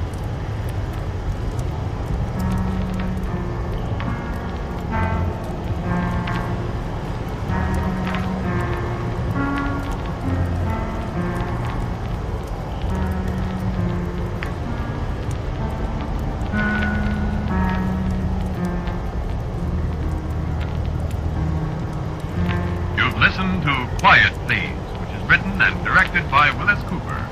The man who talked to you was Ernest Chappell, and Sharita Bauer played Candace, Alicia was Peggy Stanley, and the Forest Ranger was Jim Woods. The music for Quiet, Please is composed and played by Gene Brazo, except, of course, for our theme, which, in answer to many queries, is based on the second movement of the Symphony in D minor with Cesar Paz. Now, for word about next week's Quiet, Please, here is our writer-director, Willis Cooper. Take me out to the graveyard. That's the title I've got for next week's story. Come along for the ride, won't you? So, until next week at this time, I am quietly yours, Ernest Chappell. Quiet, Please comes to you from New York. This is the Mutual Broadcasting System.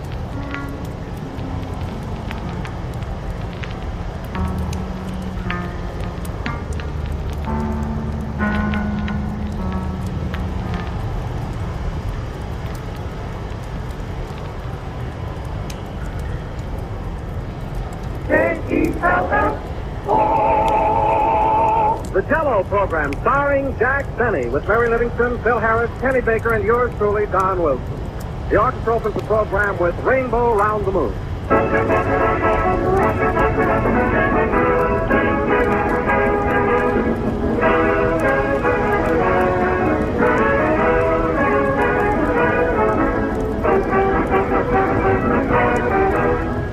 This is the time of the year when it's fun to get the fireplace going, set up a card table, and have Sunday night supper by the fire. And here's the simple, attractive menu. toasted sandwiches with hot coffee, and a delicious Jell-O salad.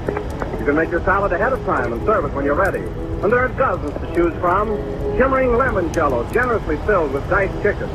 Refreshing orange Jell-O, combined with crisp carrots and celery. A tempting green mold of lime Jell-O with sliced canned pineapple inside. Whatever Jell-O salad you choose will be a hit for the family, for Jell-O combines perfectly with fruit or vegetables, chicken or seafood, and gives you grand-looking, grand-tasting salads. Just be sure to get genuine Jell-O when you buy, for Jell-O brings you that wonderful, extra-rich fruit flavor that can't be topped for salads or desserts. So look for the big red letters on the box. They spell Jell-O.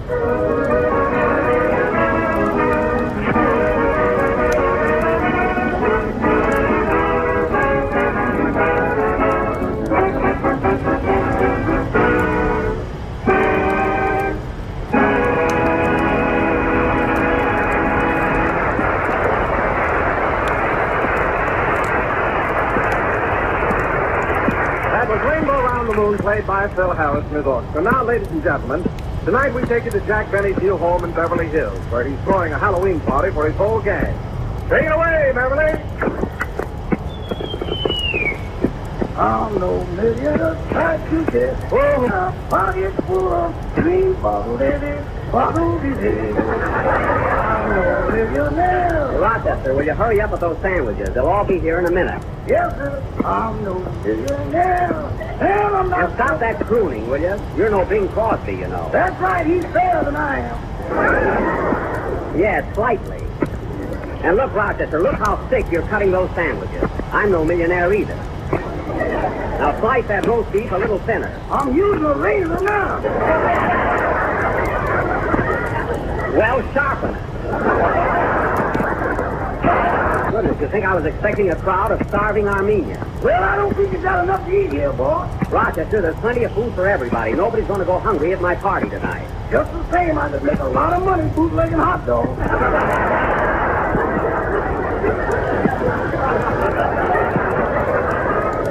Oh, you could. Now, Rochester, you know perfectly well that I always have to give me that. This is the only house in the neighborhood where the mice are picking in the pantry. Now, that's just a lot. From this morning using my rowing machine. Yes, sir. Oh, hello, Mary. Hello, Jack. Happy Halloween. Gee, I'm glad you got here early. You can help me get things ready. Okay, but you better be careful, Jack. All the kids in the neighborhood are out tonight and they're raising the dickens. Well, naturally, Mary. After all, it's Halloween, you know. Yes, you ought to see what they just did in front of your house. They tore your big sign down. What sign? You know, the one that says, Jack Benny's residence, admission 25 cents.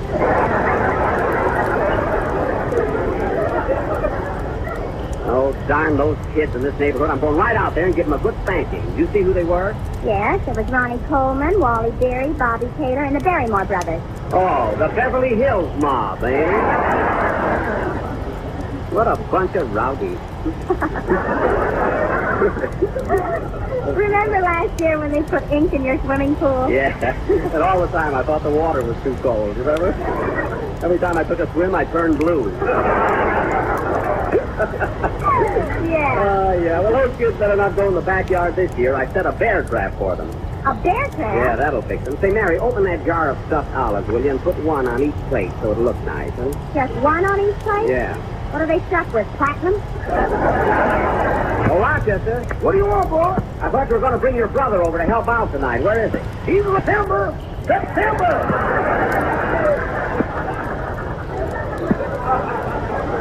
September? Gee, that's an unusual name. How did he get that? Well, you see, boss, I was born in Rochester, and he was born in September. Oh, I get it. Of course, that's only his middle name. Oh, his middle name? Yeah, he was born in the middle of September. All right. Never mind that. Get him out here. I want to talk to him. Oh, September, come in. You called me, brother? Yeah, the boys want to talk to you. Now, September, I suppose you've had experience working at private parties, haven't you? Well, I always had experience, all right. That boy's been around. Rochester, I'm talking to Septi.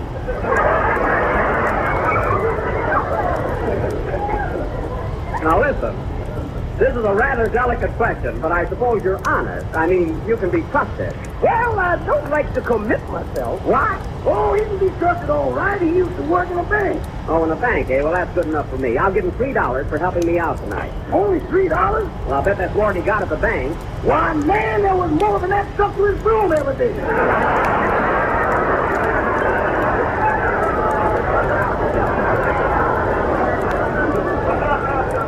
Well, that's all I'm going to pay. Now get busy, both of you. How are you coming along, Mary? Fine, Jack. And stop eating those olives. You'll spoil your dinner. That's what I'm trying to do. Oh. Well, then think of me. Some of my gang don't get an olive on their plate tonight. They'll go around saying I'm cheap. And another thing, Mary, don't put so much lettuce in that salad. What is this, a rabbit convention? Oh, for heaven's sake, Jack. An extra head of lettuce isn't going to break you. That's not the point. I like to see things dainty. If they're any daintier, we'll have to use tweezers. Now, you just wait. If you want to know something, Mary, we're going to have a squab for dinner. One squab for the whole gang? Yeah. What are you going to do, wave it at us? Well, there'll be other things, won't there? Vegetables and fruit and dressing and... What are you going to have for dessert? Popsicles. And they're delicious, too. Answer the door, Rochester. You answered, September. Well, you closer than I am. No, I think you're closer. No, you is. Well, we've got to open that door. Is there a surveyor in the house? Now, one of you answer. Never mind, I'm in now. Oh, hello, Kenny. Hello, Jack. Whee! Oh. How am I doing? Say, you're the regular Halloween kid, aren't you? I suppose you've been out raising the dickens tonight, huh? Have I? And you know, when I left my house tonight, I stuck a pin in our front doorbell so it keep on ringing all the time. Oh, boy, you should have heard it. A pin in your own doorbell? I bet your mother and father were mad, huh? Nah, they're away for the weekend. Penny, that's the silliest thing I've ever heard of. You're the only guy in the world that would ring a doorbell to annoy someone in an empty house. Well, that's nothing. When I go home tonight and open the door, a pail of water's going to fall on me.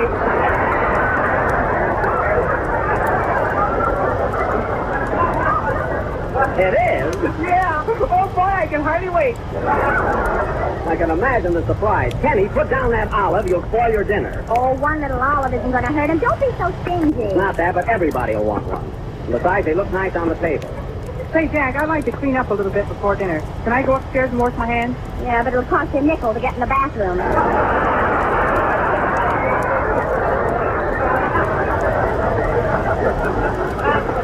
Now, Mary, you know better than that. So don't pass any of those smart remarks. Say, Kenny, when the gang comes here later, we want to have a regular party. You know, a lot of entertainment and fun. Will you sing a song for us? Sure, well.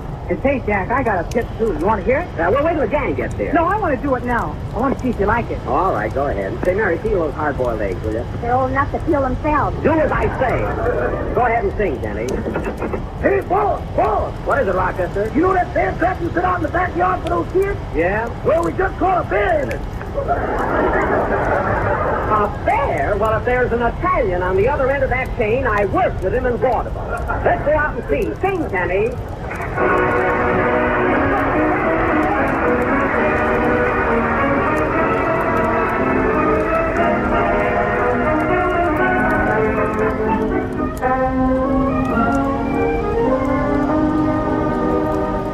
The night is filled with music. The grass is filled with dew. And I be filled with a heavenly feeling if my arms were filled with you.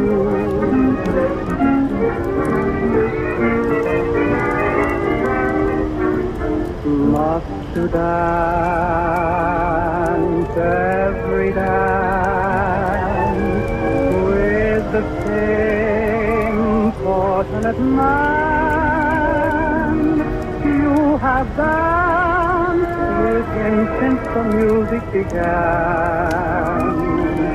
Won't you change partners and dance with me? Must dance quite so close, with your lips touching his face and you see, I'm longing to be in his place. Won't you change partners and dance with me? Ask him to sit this one out, and while you're alone, I'll tell the waiter to tell him he's wanted on the telephone. You've been lost in his arms ever since heaven knows when. Won't you change partners, and then you may never want to change partners again.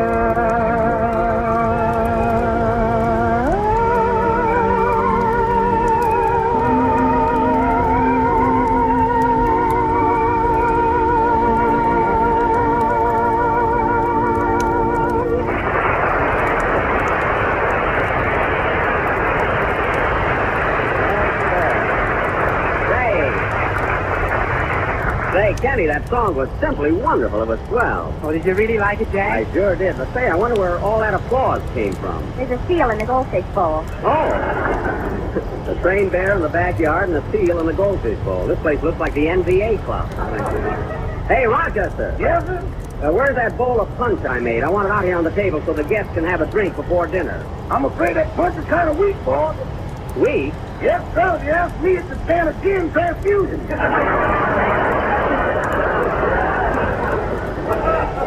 Now, Rochester, nobody asked for your opinion. And incidentally, I thought I heard some dice rattling in the kitchen before. You can cut that out, too. Dice? I wasn't fooling with no dice. Well, I thought I heard it. Now get back to work. Yes, sir. By the way, how's your brother doing in the kitchen? Fine. He just won the gas stove from the cook. Oh, he did, eh? Hey, September. Is someone paging me? Yes, I am. I don't want any crap shooting going on in this house. You're here to work, and that's all. Remember that. There's the door, Rochester. There's the door, September. You've got new shoes. Break them in. I'll get one of you guys to answer that door if I have to tie a pork chop on it.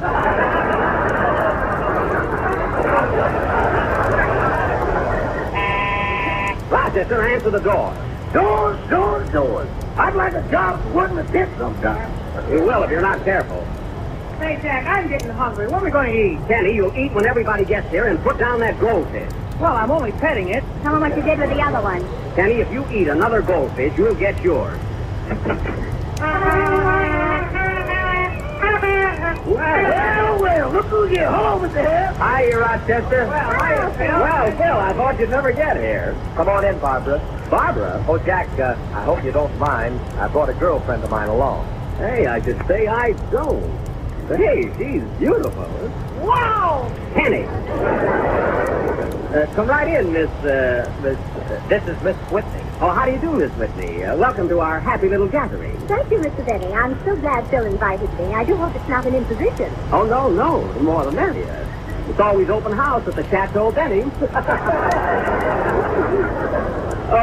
By the way, Miss Whitney, this is Kenny Baker. Hello, Kenny. Boy, I could go for you. Hey. Don't mind Kenny. He's such an impulsive kid. And now, Miss Whitney, I'd like you to meet Mary Livingston. Hello, Mary. It's so nice meeting you, my dear. Oh, Lolly. Well, it's just too ultra, ain't it?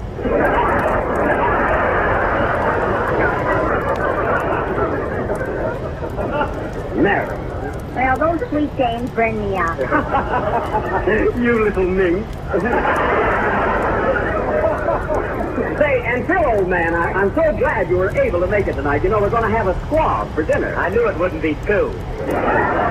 Well, I didn't know you were going to bring a guest. At that, we may have a little trouble carving it so that everybody gets a piece. Why don't you send it to the Mayo brothers?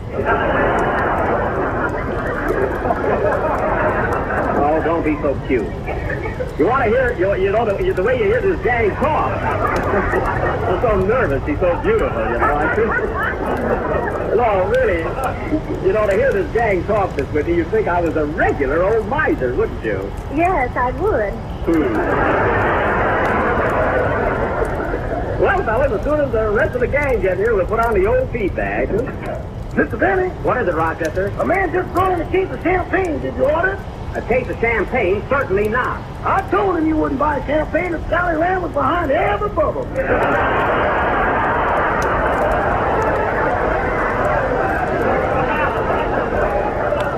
Well, anyway, I don't want it. Send it back. Yes, sir. If he didn't get so many laughs, I'd fire him. Good heavens, what's that? Oh, hello, John. What's the big rush? Oh, boy, I got you just in time. Hi, fellas. Hi. John, you're all out of breath. What happened? Well, I've been out celebrating Halloween, and you know that big White House up on the hill? Yeah? Well, I had a bar soap with me, so I sneaked up to the window and I wrote on it, Jell-O has 6 delicious flavors, strawberry, raspberry, cherry, orange, lemon, and lime. Why, John, you little scallywag. Did you get caught? Yeah. A man came out and kicked me right between lemon and lime.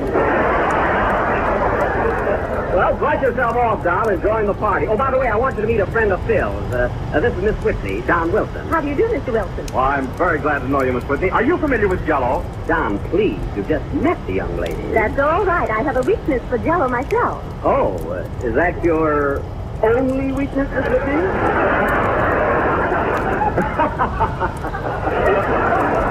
If I'm not too subtle. You're about as subtle as a circus poster.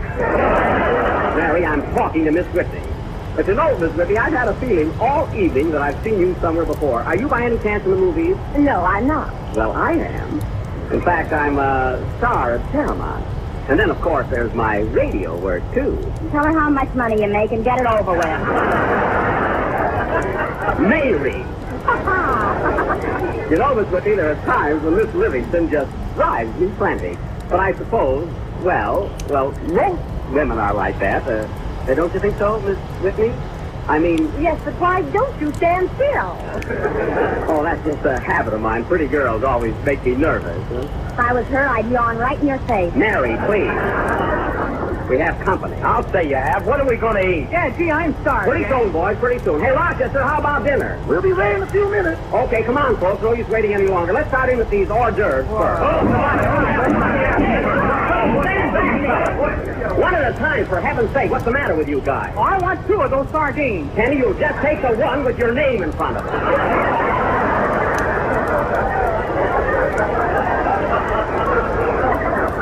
Now, don't be a pig. God, this is worse than Russia. Now, Miss Whitney, don't be bashful. Take anything you want. Just help yourself. I tried to, but you hit my hand with a fork. Oh!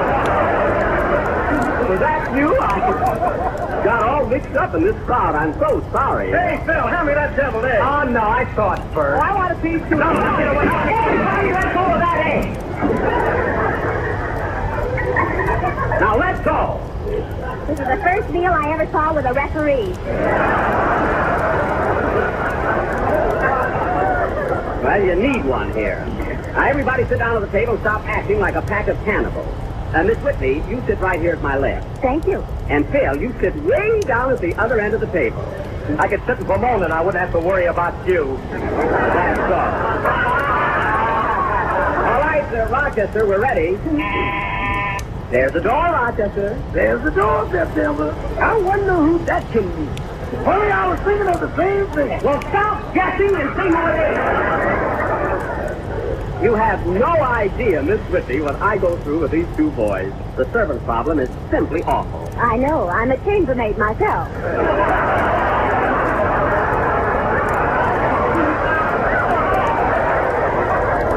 Oh, at the Biltmore, I thought I recognized you. I've seen you around there lots of times. Don't be a sap, Jack. She doesn't work there. She's only kidding you. As if I didn't know. Say, she's not the type at all. Just the same, I'll bet you can whip up a room in a hurry. Now, don't be catty. Hey, look who's here. Hiya, fellas. Happy Halloween! Hey, you finally got here, Andy. What happened to your Ma and Pa? I thought you were bringing them along. Well, you know, it's Halloween back and they're going out to a costume party. A costume party, eh? Yeah, Ma's going as Marie Antoinette and Pa's taking an act. Well, that ought to be a lot of fun. It's too bad you had to miss it, Andy. It sure was, Buck. I was all set to go as a geranium. As a geranium? Yeah, but I look lousy in a flower pot. Well, you'll have a lot more fun right here. Say, Andy, I want you to meet a guest of mine, Miss Whitney. Hello, Andy. Hiya, Babs. What are you doing here? Why, Andy, do you two know each other? Oh, sure. We used to go to high school together. Hey, Babs, will you ever forget the time I kissed you? I certainly will. Well, Andy, you might as well sit down. We're about ready to eat. Oh, Mr. Benny, I'm sorry, but there's going to be a slight delay. What's the matter now, Rochester? Well, September had a little argument with the cook and Susan swallowed at him. He did? Yeah, and hit him right in the mouth, which was open at the time.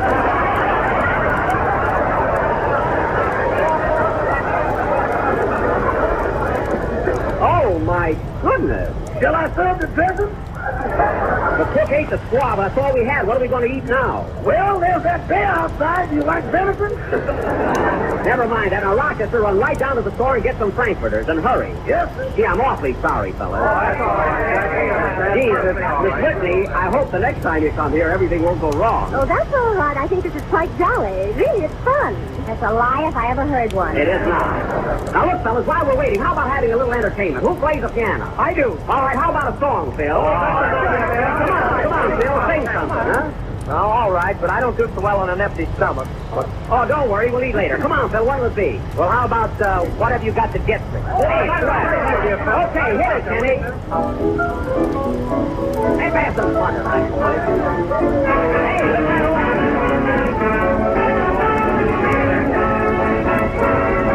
You haven't got that certain glance, don't romance, and when we dance, you only dance, but what have you got that gets me? You haven't got that tiny nose, or fancy clothes, or lips like petals on a rose, but what have you got that gets me?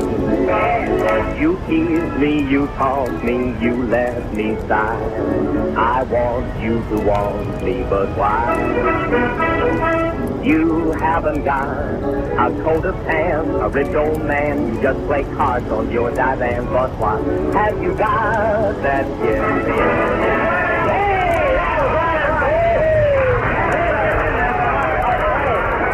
Hey, that was swell, Phil. Say, Andy, how about you singing a chorus? Oh, not me, Buck. I'm a little hoarse tonight. Oh, well, I'm glad you told us. Well, all right. I'll do it if Mary sings with me. Sure, how about it, Mary? I'm so weak now, I'll do anything. All right, hit it, Kenny.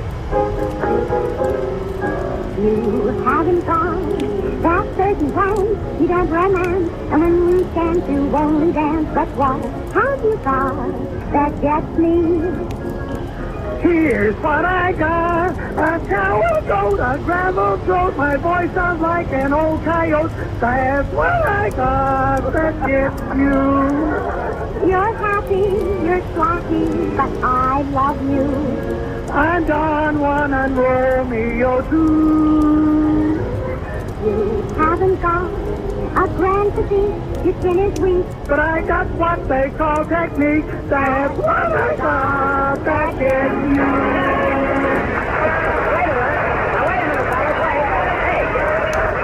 Wait a minute, John. Hey, John, how about you and I singing a chorus? Okay, Jack. Come on, hit it, fellas. I can follow Andy. You haven't got a 4 to 5. You're not streamlined. Your hips would make 14 of mine. But what have you got that gets me? Here's what I got. It's strawberry and raspberry, orange, lemon, lime, cherry. That's what you got that pays me. Yeah, man. You're sweet, Jack, you're neat, Jack, but oh, so tight. It looks like we'll all starve tonight. Right!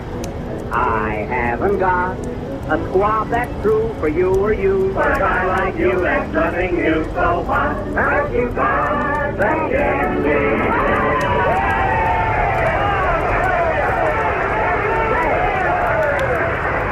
All right, but gee, you guys didn't have to insult me in that song. You invite us here for dinner tonight and we don't get anything to eat. Well, it's not my fault. Accidents can happen, you know. Anyway, Rochester will be right back here with the frankfurters. Excuse me, man. Hello? Hey, Mr. Benny, I'm over here at the delicatessen store. You forgot to give me money for the frankfurters. Well, you pay for them, Rochester, and I'll give it back to you later. Well, I don't know about that, boy. Now, Rochester, pay for that out of your own pocket. I ain't got no pants on. That's a lie. You had pants on when you left the house. They could have worn out, you know. That's ridiculous. If you're not back here in 5 minutes with those Frankfurters, I'll move you out of the guest room. Now, hurry up. Well, looks like we might have to... Hey, fellas. Hey, where are you? Hey, fellas. We're out here in the kitchen. You ought to see what we found in the icebox. Oh, boy, a turkey. Come on, let's cook it. Cook it enough to give you a drumstick. Now, wait a minute, fellas. Wait a minute. I'm saving that for Thanksgiving. Well, let's try and do it there, fellas. We got Yeah. it. Wait a minute. Now, cut it off now. Now, stop.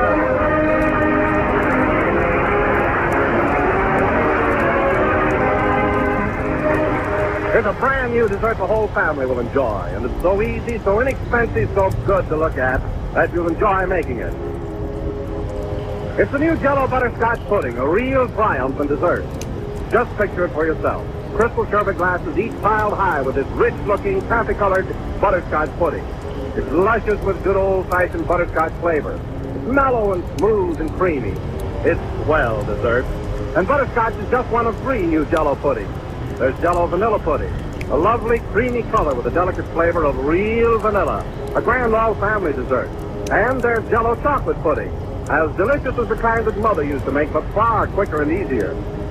Well, these tempting new Jell-O puddings require only a few moments cooking. No fuss or bother, and the simple directions are on every package, and you can't go wrong. So try them all and try them soon. The best way to get acquainted is to buy 3 packages at a time. Ask your grocer tomorrow for Jell-O butterscotch, vanilla, and chocolate pudding. This is the last number of the 5th program in the new Jell-O series, and we'll be with you again next Sunday night at the same time. Gee, that Whiskey, he was beautiful. And so charming, too. Mary, do you think she liked me? Oh, sure. How could she resist you, you big, strong dope? Good night, folks. Take each other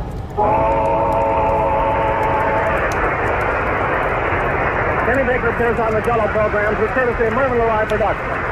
This is the national broadcast.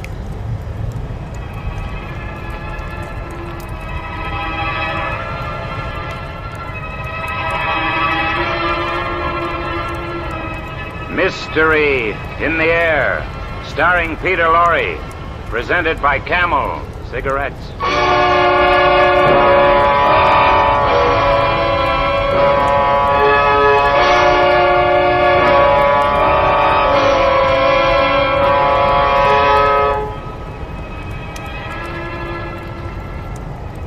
All right, men.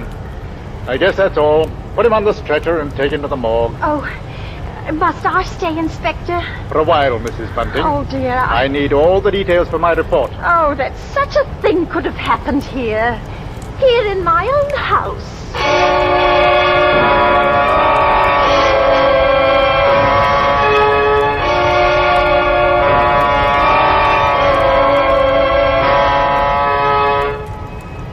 Each week at this hour, Peter Lorre brings us the excitement of the great stories of the strange and unusual, of dark and compelling masterpieces culled from the 4 corners of world literature. Tonight, The Lodger by Mrs. Belloc Lowndes. Peter Lorre is the lodger, and Ellen Bunting is played by Miss Agnes Moorehead. Mystery in the Air, brought to you by Camel Cigarettes.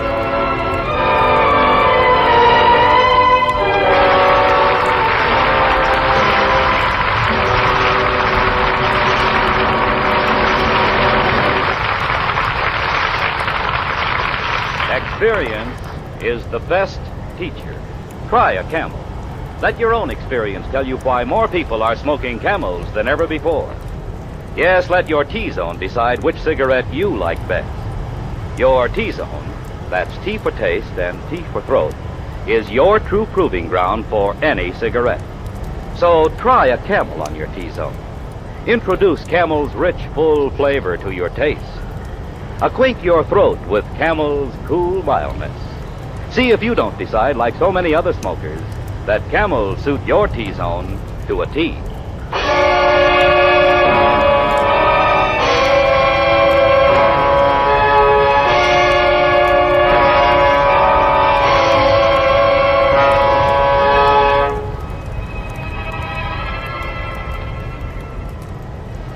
Go on, Mrs. Bunting.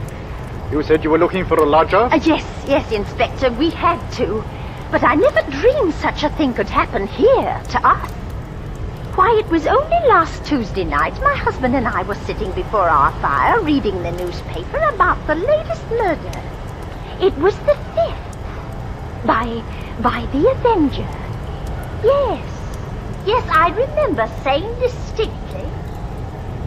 Robert, this Avenger person, you know, he could be the fellow standing next to you, or maybe the man you bump into.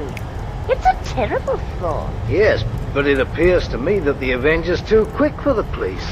And look here, it says this girl he got last night was like all the others.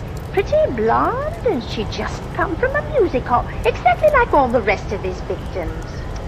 Oh, what a pity. Ellen, have you stopped to think who fits that description perfectly? Our own Daisy. Oh, shush, what a pretty thought, Bunting. It's a good thing she's with her aunt instead of here. London isn't a safe place for any girl now. Just the same, I can't help thinking how fine it'd be to have her here with us. Well, there's no sense even talking about it. We just can't afford it. I know that, Ellen, but I hope we could manage it some way. How? Haven't I scrimped myself half crazy trying to keep us going? I know, Ellen. Well, don't you go worrying about it. I think we can... Who do you suppose that could be? Could it be someone looking for a room? Oh, I wish it were. Then you could have your Daisy back. Well, I went to the front door, and when I opened it, there stood a man wearing a black cape and hat. He carried but a single piece of luggage. Good evening, sir. I saw your sign. It says you have a room to rent. Yes, sir. Please, won't you come in? Thank you. Could I take your cape, sir? No, I'm looking for a quiet room. But it should be very quiet. Oh, we have that, sir. Just that. Above all, our house is quiet. Your bag, sir. May I take it? No, just show me the room, please. Oh, yes, sir. It's right up these stairs, sir. This way. You see, sir, there's just my husband and me here, and we're ever so quiet. I'm sure you'll find this room to your liking. Well, here we are. Yes, I think I like this room. Yes, it is pleasant, isn't it? There's not many rooms with such pretty pictures, now is there? I don't know, pretty pictures interest me very little. What I like about this room is the simplicity. I like the bareness. Yes, I think I'll take it. What is your name? Mrs. Bunting, sir. All right, Mrs. Bunting, I'll take the room. Oh, yes, sir. And please let me help you with your luggage. No, don't you touch it. Oh, but I only wish to... I know. You only wish to help, Mrs. Bunting. It's just, forgive me. It's just that I'm weary. I'm very tired. See, I do a lot of studying. Oh, yes, of course, sir, of course. Well, anyway, you can see how few things I need. It's just what's in this bag. But this is my favorite book. It's the Bible. Good book, Mrs. Bunting, isn't it? Oh, yes. Oh, yes, indeed it is, sir. Yes, it says, he brings them to their desired haven. Beautiful words, huh? And now at last I found my haven of rest. Now, Mrs. Bunting, if I pay you 30 shillings a week for this room, that's satisfactory? 30? Oh, why, yes, sir. That'll be quite all right. My name is Sleuth. Mr. Sleuth? Yes, Sleuth. S-L-E-U-T-H. Think of a hound, Mrs. Bunting, and you'll never forget my name. Here are your 30 shillings. Oh, thank you, sir. Thank you. Would you be wishing anything now? Supper, tea, or... No, nothing. Good night, Miss Bunting. Yes. Good night, sir.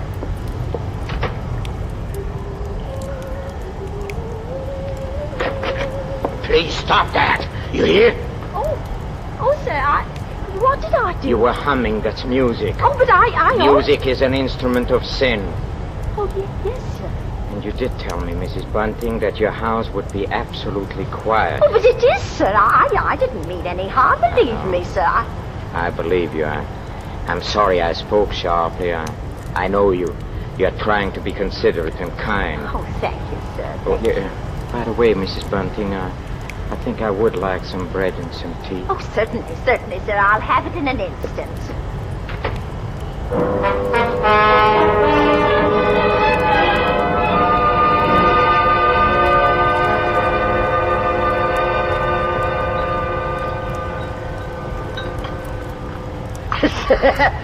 So he took the room, eh, Ellen? Yes. He took the room at 30 shillings a week. Yes, in advance. Oh, hurry now, Bunting. Is the water for the tea hot yet? Yes, what a stroke. Put the bread and the butter on the tray. I'll pour the water. You know, Ellen, it's wonderful. Yes, it is. Do you realise what this means? We can have Daisy back with us now. Yes, I know. Hurry with it now. Hurry. Why, we can have her back with us now, tomorrow. There's the water and the tea, and I guess... Yes, it's all ready. Open the door, Bunting. I'll take it up to him right away. There you go, old girl. First thing in the morning, I'm going to fetch Daisy and bring her home. Oh, it's a wonderful night, Ellen. Wonderful.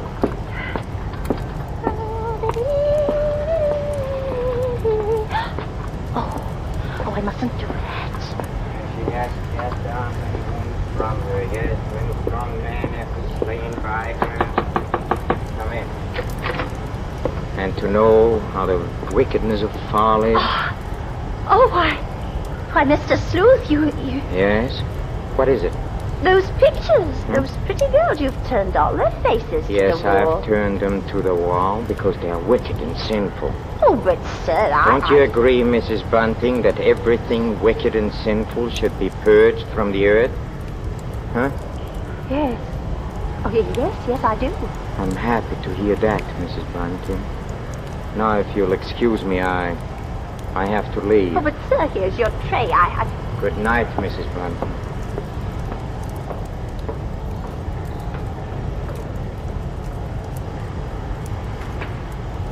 You know, for a moment I was stiff with fear. I set the tray down. He hadn't so much as noticed the light supper I prepared for him and rushed to the window to watch. He came out of our cottage and moved off down the street, his black cape swirling about him. Finally, he was lost in the fog, and I don't know why, but I stared after him for a long, long while. Well, I did the dishes and got ready for bed. I lay there thinking, and it was almost dawn before I had convinced myself that at most he was a trifle odd.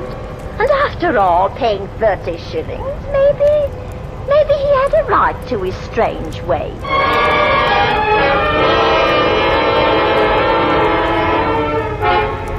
It was daylight when I was suddenly awakened by the newsboys shouting in the street. Horrible murder! Read all about it! Murder at King's Cross last night! Avenger strikes again! Slowly, I'd realized what the newsboys were shouting. Horrible murder! Avenger drops 6 victims! Oh, no! Avenger at work again! Another girl falls victim to a knife! Avenger strikes again!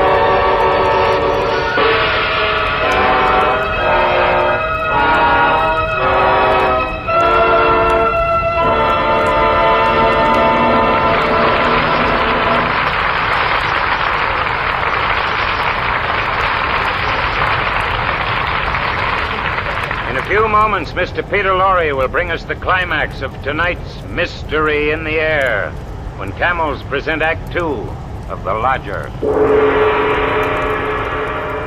Any sports champion can tell you how true it is that experience is the best teacher. Don Whitfield, for one, he's the world's outboard speed champion, you know. It's taking the turns around the marking buoys just right that makes that extra speed. And boy, how Don Whitfield worked out on that problem. Don Whitfield recently said, "Experience is the best teacher in outboard racing and in smoking, too. Smoking whatever brands I could get during the wartime cigarette shortage taught me there's no other cigarette like a Camel." And many other smokers had the same experience. Yes, during the wartime cigarette shortage, when people smoked whatever brands they could get, then's when we all compared cigarettes, whether we wanted to or not. And then's when so many people decided that their taste liked Camel's rich, full flavor, and their throats liked Camel's cool mildness. The result? More people are smoking Camels than ever before. Experience is the best teacher. Try a camel yourself.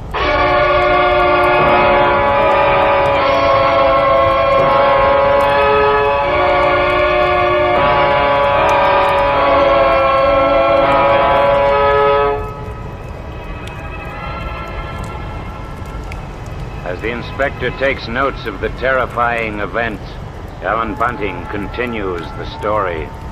And now, Mrs. Bunting, what did you do the morning you learned the Avenger had murdered his sixth victim? Well, I was a little frightened to meet our lodger, yet I kept my thoughts to myself. After all, you know, there still wasn't much to go on. Robert had gone to make Daisy, so Mr. Sleuth ate breakfast alone. I watched him through the crack in the door. Finally, I went in with more tea. Tea? No. No, thank you. Thank you, Mrs. Bunting. I don't care for any more tea, thanks. You're very kind. But I have to go on with my work now, if you'll excuse me.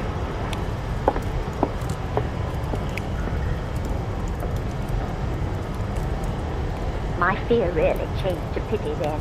Oh, he seemed so helpless and tired. And he was so considerate.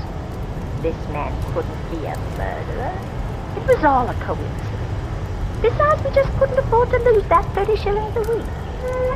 Well, around 10 in the morning, he left the cottage, and I decided to go upstairs and have a look about his room.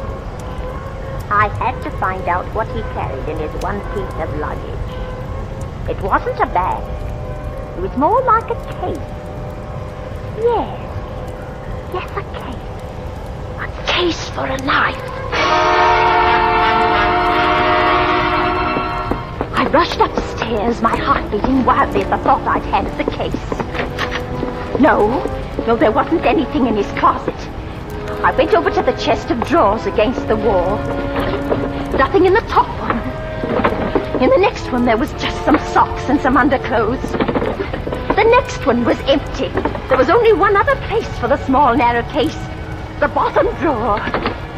And it was locked. I pulled and pulled at it. And then suddenly I heard the front door open downstairs. In a panic, I rushed out of the room and down the hall. Oh, you're upstairs, Ellen? Oh. Look, Ellen, Daisy's here. Oh, thank heaven. Oh, Mother, it's so good to see you. It's so good to be home. But, why, whatever's the matter? Yes, you're quite white, Ellen. Oh, I'm all right. It's just that I wasn't expecting you so soon. Well, it's good to be back. The country's all right, but there's nothing like London now, is there? Oh, no. No, there isn't. Well, as long as that Avenger's about, you're going to have something to do to keep this young lady indoors, London or no London. Oh, don't you worry. Mother will see to that. Oh, well, Daisy, I might as well get you settled. You see, Father? What did I tell you? She'll have a dust cloth in my hand before I have my coat on. Mr. Sleuth. Why is my door open? We were just leaving, sir. Have you been in my room? Not at all, sir. From now on, Mrs. Bunting, I shall keep my room locked. But you see, sir, I was just tidying up a bit, and Mr. Bunting, he brought our daughter home. She just arrived. This is Daisy. Pleased to meet you, sir. She's been away for quite a while. That's why we're a bit excited, you might say. Yes. You were probably surprised to hear us laughing and carrying on. Yes, I must say I was, but then there are different kinds of joy, are there not, Daisy? Yes, I'm sure there are. Yes, there is the despicable, evil joy of the abandoned, and then there is the divine happiness of the blessed. That's a great difference. You understand that, Daisy, don't you? Why, yes, sir. Yes, Mr. Sleuth. Good, there are so few young women nowadays who do. Why, Mr. Sleuth, you mean a girl's not to enjoy life at all? Not to have any fun? Enjoyment and fun, my child, are a devil's breeding ground. All his implements are there. Pleasure and impropriety, the temptation of music, dancing. Oh, that's crazy. Why, there's nothing I like better than dancing, and I'm not... You like to She dance? didn't know what she was saying, Mr. Sleuth. She's just a child. Daisy, you know you've never been one for dancing. You never learned how But to. I did learn, Mother, while I was away. What's so wrong about it? What's the harm in dancing? It says she lies in wait as for a prey and increases the transgressors among men. I don't know what you mean. I've never heard such nonsense. Nonsense? You call it scripture nonsense? Daisy! Daisy, go into the front room. It's all right, Mrs. Bunting. It's all right. I'm used to that kind of talk. Good day.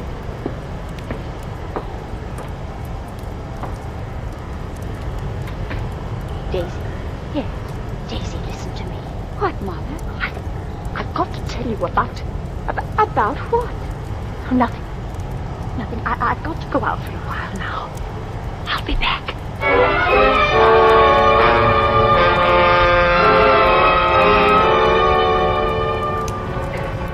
For a moment, I was about to tell her my awful suspicions, but I stopped.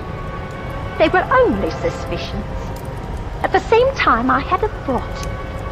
I'd go to the coroner's inquest they were having for the Avenger's latest victim. I was hoping to hear something said that would clear my suspicions of the lodger. At least I'd give him this last chance.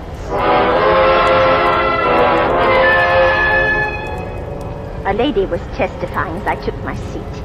She'd seen the Avenger from her window, she said, and her description of him didn't tally with Mr. Sleuth at all.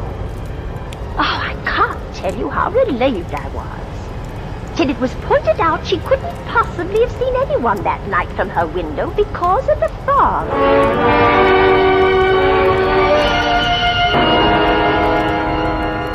Then the next witness was a Mr. Cannot. I leaned forward anxiously as they swore him in and began asking questions. You say, Mr. Kennedy, you're positive that you saw this man? Positive, sir. It was only a few moments before the murder that I saw the Avenger. Describe him. Well, he wore a black cape, I believe, and was very gaunt-looking. And was carrying a small handbag. A handbag? Yes, a small, narrow handbag. Such a one as might contain a knife. A knife? Silence in the court. Proceed, Mr. Kennedy. Well, he had a low, hesitating voice. I'd say with something of a continental accent. An educated man, I'd judge, but quite mad. And what do you mean by that? Well, as he emerged from the fog, he was talking aloud to himself. Believe me, sir, he was reciting scriptures from the Bible. Oh, no, it can't be.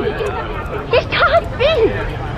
Oh, could there be any doubt about it now? Mr. Sleuth, our lodger, he was the murderer.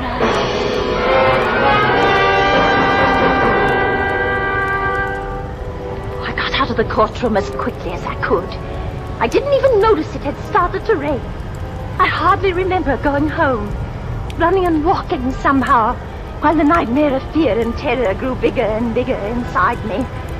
It was 3 streets from our cottage that I saw my husband, Robert. One thought hit me clearly. I realized Daisy must be home alone with the Avenger. Bunting!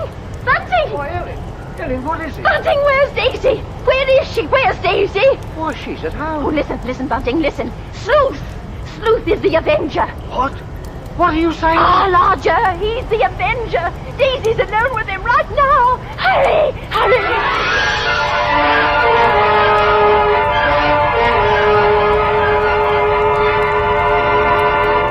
Now listen to me carefully, my child, and rejoice with me in your heart, for the moment is at hand, and you're not afraid, Daisy, are you? No, I'm not afraid. You're very beautiful, and you should live in the ways of righteousness. You hear me, Daisy? You want to live in the ways of righteousness, don't you? Yes, I do. I know you do. I know, and that is why I've been sent to purge your soul, so that you will be elevated beyond all sin and evil. You like to dance, Daisy, don't you? Already 6 have gone on before you, and they are beyond all sin and evil. You are the 7th to be elevated, my child, and my work is almost done. For the 7th, I've promised at this appointed hour. Be still, Daisy. And don't listen to the temptations of the crowd when they call out your name. Because I am here to save you from all evil and wickedness that consumes you like a wildfire of scarlet and crimson. You like to dance, don't you? Yes, I do. Look at me, my child. Look at me and don't fear me and do not tremble. Woe to them that call evil good and good evil, and put darkness for light and light for darkness. And therefore I must bring you down like the lamb to slaughter. And now I lift my hand with a flaming sword, for now comes the vengeance and the time to rejoice. Daddy, you killer, Daisy, come here. Drop that knife, you fiend! Oh, Drop that knife! Oh, you're safe. You're safe. Oh, Keep on that knife, you! Take away your hand. Let go of me. Get away. Don't you know that such that offer death to death, and such that offer a sword to the sword, and no one dare to have pity on them? His knife! His knife!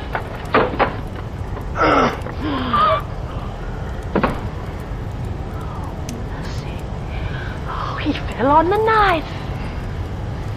Yes. And it's burning. It's burning in me like a fire. Oh, it purges me and consumes me. All sin and evil are falling away.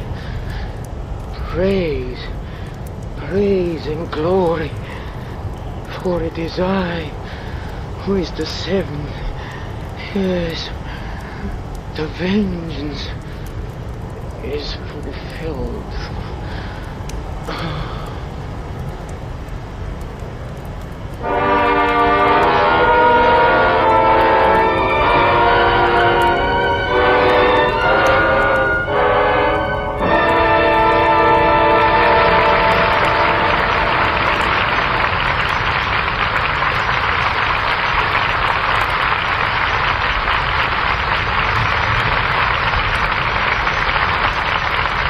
The makers of Camel cigarettes send free Camels to servicemen's hospitals from coast to coast. This week, the Camels go to Veterans Hospital, Jefferson Barracks, Missouri, U.S. Army Letterman General Hospital, San Francisco, California, U.S. Naval Hospital, Charleston, South Carolina, U.S. Marine Hospital, Ellis Island, New York, Veterans Hospital, Fort Meade, South Dakota. Yes, everywhere more folks are smoking Camels. Many of those Camel smokers are doctors. You know, 3 leading independent research organizations asked 113,597 doctors, what cigarette do you smoke, doctor? The brand named most was Camel. According to a nationwide survey, more doctors smoke Camels than any other cigarette.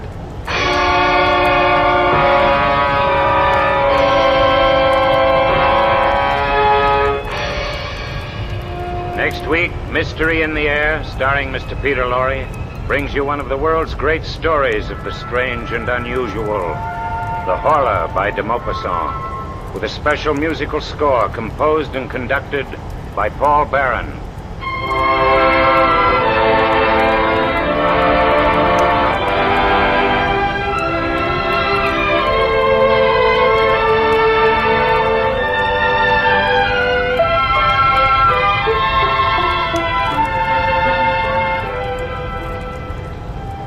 Hey there, Mr. Pipe Smoker. Do you know that more pipes smoke Prince Albert than any other tobacco? Well, it's true. So why don't you give PA a try? Prince Albert is specially made for smoking pleasure. It's choice tobacco, specially treated to ensure against tongue bite. Crimp cut to burn slow, smoke cool. See if the extra rich, full flavor of Prince Albert doesn't give you added interest in your pipe. Be sure to listen to Prince Albert's Grand Ole Opry Saturday night for a half hour of folk music and laughter with Red Foley, Minnie Pearl, Rod Brassfield, and the rest of the Opry gang. And as Red's special guest this week, you'll hear Salty Holmes. Remember, Prince Albert's Grand Ole Opry, Saturday night, over NBC.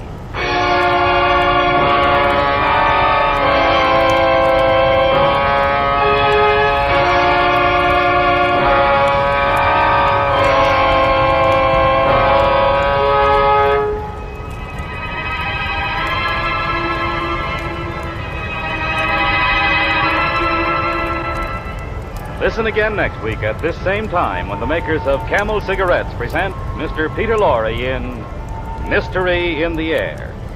Next week's play will be The Horla by De Maupassant. The artists supporting Mr. Lorre tonight were Agnes Moorehead as Ellen, Henry Morgan as the voice of Mystery, Barbara Eiler as Daisy, Eric Snowden as Bunting, Raymond Lawrence as the Inspector, Rolf Sedan as the Witness, and Conrad Binion as the newsboy. And on behalf of Mr. Lorre and the entire cast, our sincere thanks to Agnes Moorehead for her great portrayal of Ellen Bunting.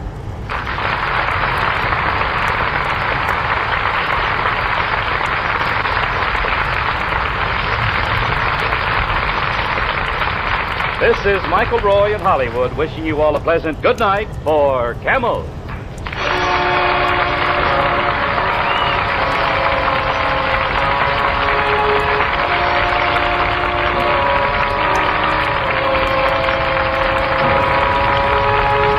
This is NBC, the national broadcasting company.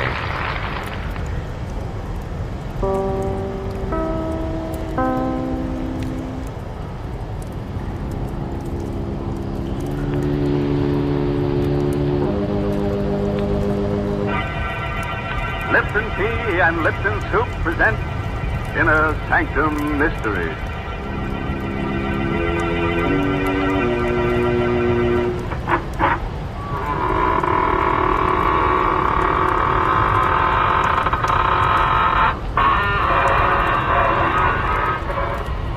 Good evening, friends of the Inner Sanctum. This is your host to welcome you through the squeaking door for another half hour of lovely chills and shudders. Oh, before we begin tonight, I'd like to give you a word of advice.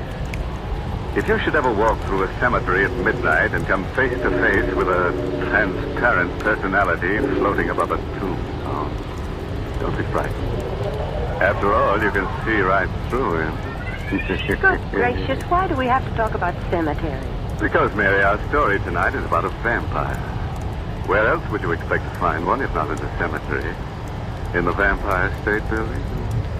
Well, suppose you go wait in that closet there and talk to the skeleton while I have a word with our Lipton listeners about one secret of success. You know, folks, when a Hollywood actress climbs up to stardom, it's usually because there's something different about her personality. And that's true of other success stories. Lipton Tea, for example, is the largest selling brand of tea in the world because it's different from other teas. Lipton's has that wonderful hearty flavor the tea experts call brisk, which means it's bright and zestful in taste, never wishy-washy or flat. Now, don't take my word for it. Compare Lipton's to other teas yourself. That's the real way to discover Lipton's rich, full flavor, Lipton's extra flavor that brings you all the goodness of a superb tea. It's full-bodied and satisfying, with a smooth, mellow tang that brings you real enjoyment. So pour yourself a cup of Lipton tea, folks, and then see for yourself what a difference that brisk flavor makes. That's fine, Mary, but quietly, my dear. Why the whisper, Mr.? Don't make too much noise or you'll wake the dead. We don't want to do that because tonight's story is called The Undead. It's an original radio play by Milton Lewis. Yes, and our star tonight is Anne Seymour, who plays the role of Diana. I was alone, here in the penthouse, sleeping. The doors leading to the terrace were open. Suddenly, I was awakened by a queer, whirring noise that sounded like the flapping of wings. I opened my eyes. Moonlight filled the room. It was one of those clear, cloudless nights. But the winds moaned and howled like weeping women. Somewhere, a dog howled. I sat up, peered into the green light of the moon. Seeing nothing at first.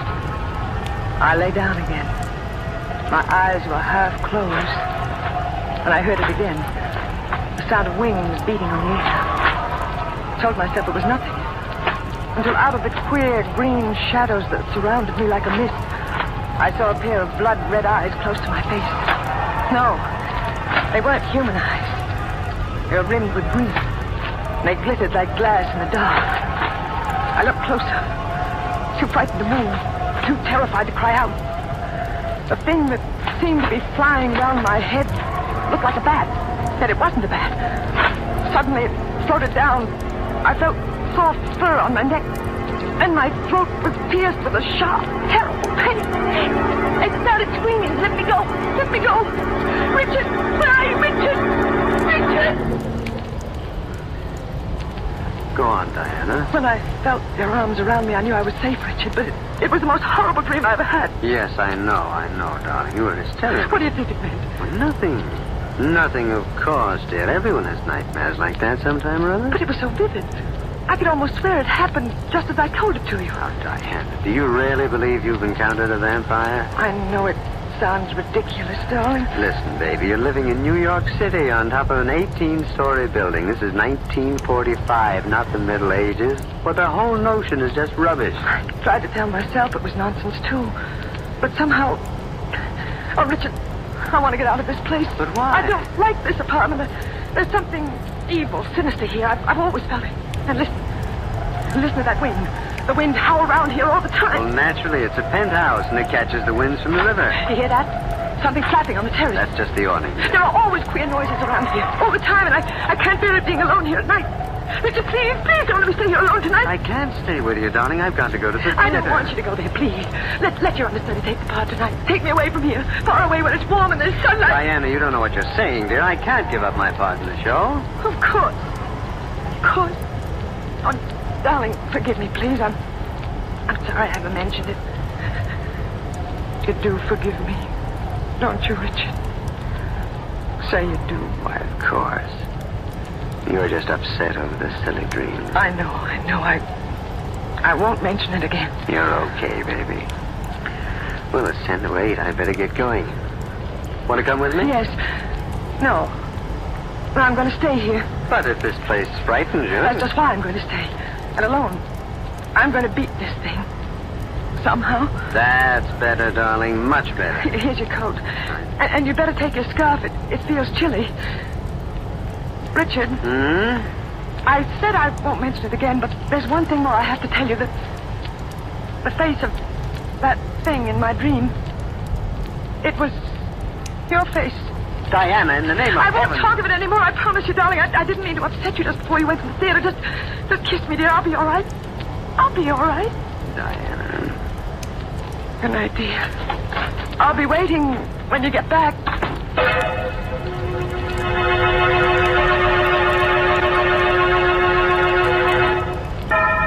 It was just midnight, 2 nights later. I was waiting for Richard to come home from the theater.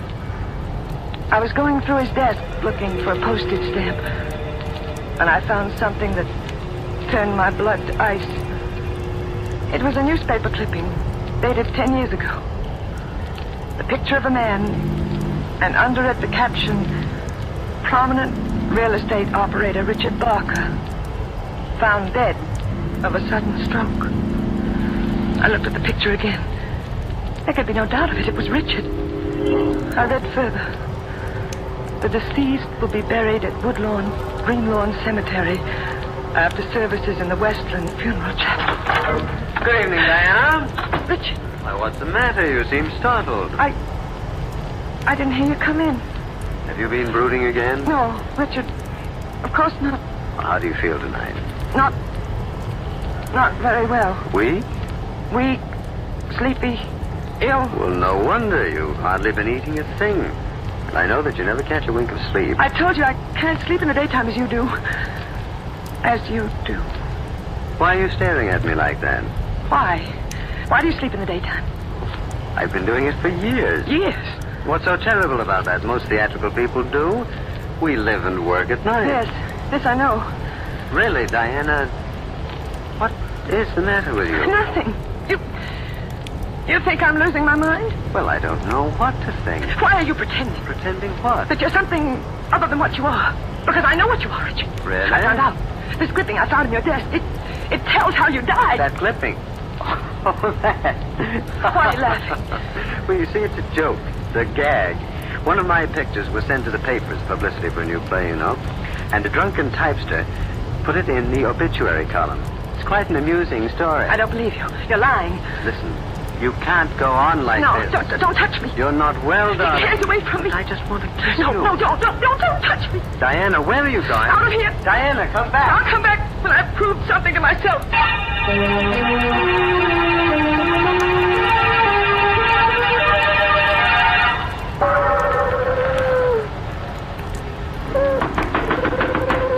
Is there anyone there? What do you want, ma'am? I'm sorry to wake you up. Are you the caretaker here at Green Lawn? Many years, ma'am. I want to see the grave of Richard Barker. Who are you? Diana Barker.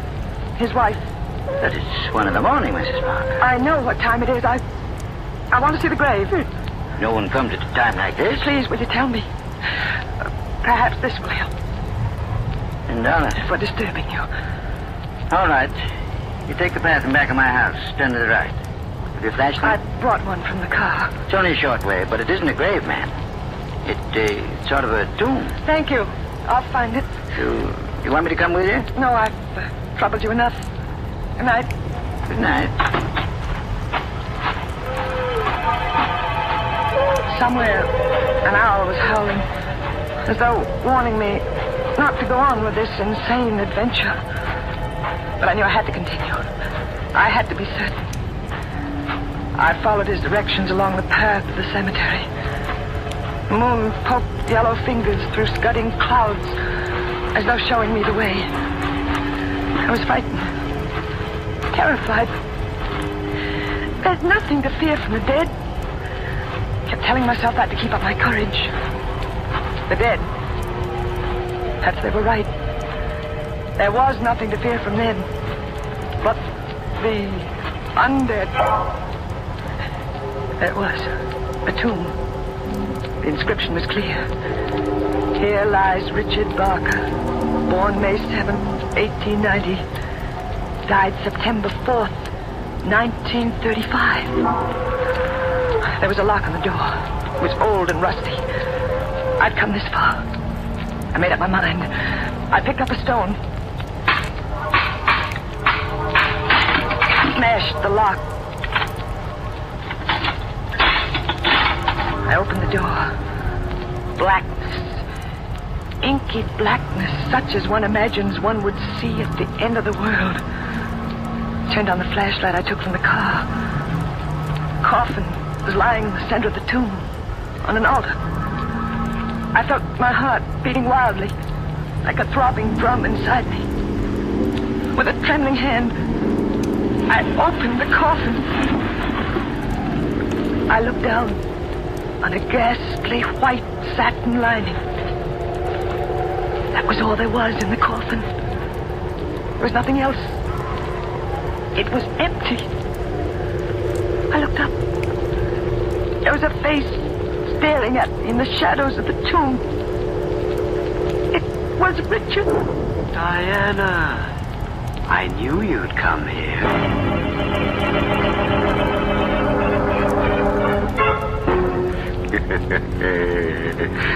Well, friends, that just goes to show that an empty coffin makes the most noise. You know, this is the kind of nice domestic story I like. The intimate family chronicle of a vampire. My goodness, is that what you call intimate family life? Of course, Mary. It looks like our lovebirds will even share the same coffin. I'm afraid you're drawing a very strange picture of family life, Mr. Host. Right, Mary. And now let's go back to our horrors. Let me see. What dire predicament are we in tonight? Oh, yes. Diana has just discovered that her husband was wandering around his tomb. What would you do in a situation like that? Here's what Diana did. Listen. I ran blindly, stumbling, tearing my clothes. Somehow I managed to reach the car, start the motor. In the car, I knew it wasn't all some dream. People didn't come back from the dead. Did they? Could they? I drove to the city. I wanted to see the lights, people, hear music. I wanted to be sure this was the world I'd always known. I tried to think. I tried to reason. I tried to understand what had happened to me. Because I knew something was happening to me. Something that I dreaded.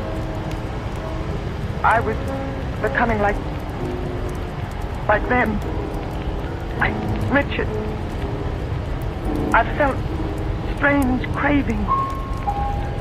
Desires that I didn't dare think of. Excuse me, Mrs. Barker. Oh. May I sit with you? I don't believe I know you. But perhaps not. Does it make any difference? No. No, it doesn't. Please, sit down. Thank you. I'm glad you came over. I'm glad to be able to talk to anyone tonight. I've been watching you for the last 10 minutes. Have you? You look very strange tonight. How do you know me? We all know each other. We? Yes. You realize you'll be dead soon. Dead? At least what they call dead. You know what's happened? Oh, yes, of course. I've seen it happening for weeks. Your face became paler and paler. It will not be long now. You will become one of us. I don't want to. Not in your hands. It isn't true. It can't be true. It's quite true. Many of us have gone on for hundreds of years. Those who sustain us become like us. And I... There is no escape. No, I don't believe it. Don't you feel it? Blood. That strange desire. Yes. There. You see? I don't want to. I once tried to fight it, too. It's no use. I'm going away. Far away, where he can't reach me. I'm going now where no one can reach me. Waiter! Waiter! Will you help me here? There's been an accident.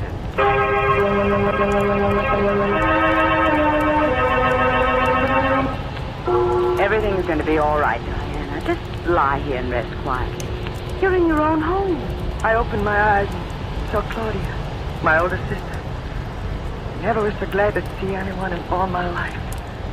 Claudia had always helped me, always advised me. She'd know what to do. You want something to eat? No, I'm not hungry. But the doctor said you'd have to eat. How did I get here? You collapsed in the cocktail lounge. They brought you home. When? Last night. It's dark out. You've been sleeping almost 24 hours. Where's Richard? At the theater. Poor boy, he was so worried about you. Was he? He sent for me. I've been with you since last night. Diana, what happened? It's terribly difficult to explain. I sometimes think I'm losing my mind. I'd be sure that's what it is if I hadn't found out differently. Tell me about it. I found out Richard is dead. He's been dead for 10 years. What are you talking about? It's true, Claudia. I went to Greenlawn. I saw his tomb. I opened it. The coffin was empty. Diana. I know what you're thinking, but I'm not insane. He never sleeps at night. Now I feel this strange craving. Claudia, don't steer. You know what you're saying. Yes, I know it sounds wild, fantastic, but I haven't told this to anyone, but it's true. There are things in this world you only think are primitive superstitions, but... Claudia, you must believe me. Yes, of course, I believe you, dear. We must destroy Richard. I read about those things. We must destroy him by driving a wooden stake through his heart. That's the only way I can escape from him. That's the only way I can become a human being again. Diana. You'll help me, Claudia. Of course, dear. Haven't I always helped you? Where are you going? Just to fix you something to eat. No, you're going to leave me. Leave me here alone with him. I won't let you do that, Claudia. That gun. Where did you get that gun? We've always had one here. Ever since I first told Richard I was afraid of this place. You're not going to leave me alone now, Claudia. I'm not going to let you. Of course not. Get away from that door. That's what you Claudia, come back. No. I got insane. Gone. Insane. She was so sure I was insane, she didn't even give me a chance to explain. I was alone in the house. I felt terribly weak. I wanted to sleep. I wanted to sleep forever and ever. But I knew if I lay down and closed my eyes, I might never open them again.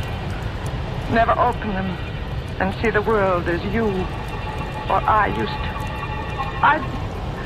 I'd be something else. I looked at the clock. Almost midnight.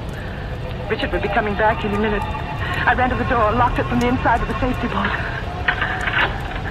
What to do? What to do? Please, I ran to the telephone. Operator. Hello, operator. Get me the police and hurry, please. 1 moment, please. Hurry, will you? This is a matter of life and death. Hello, are you ringing them? Police department. Sergeant Kilroy talking. Hello, police.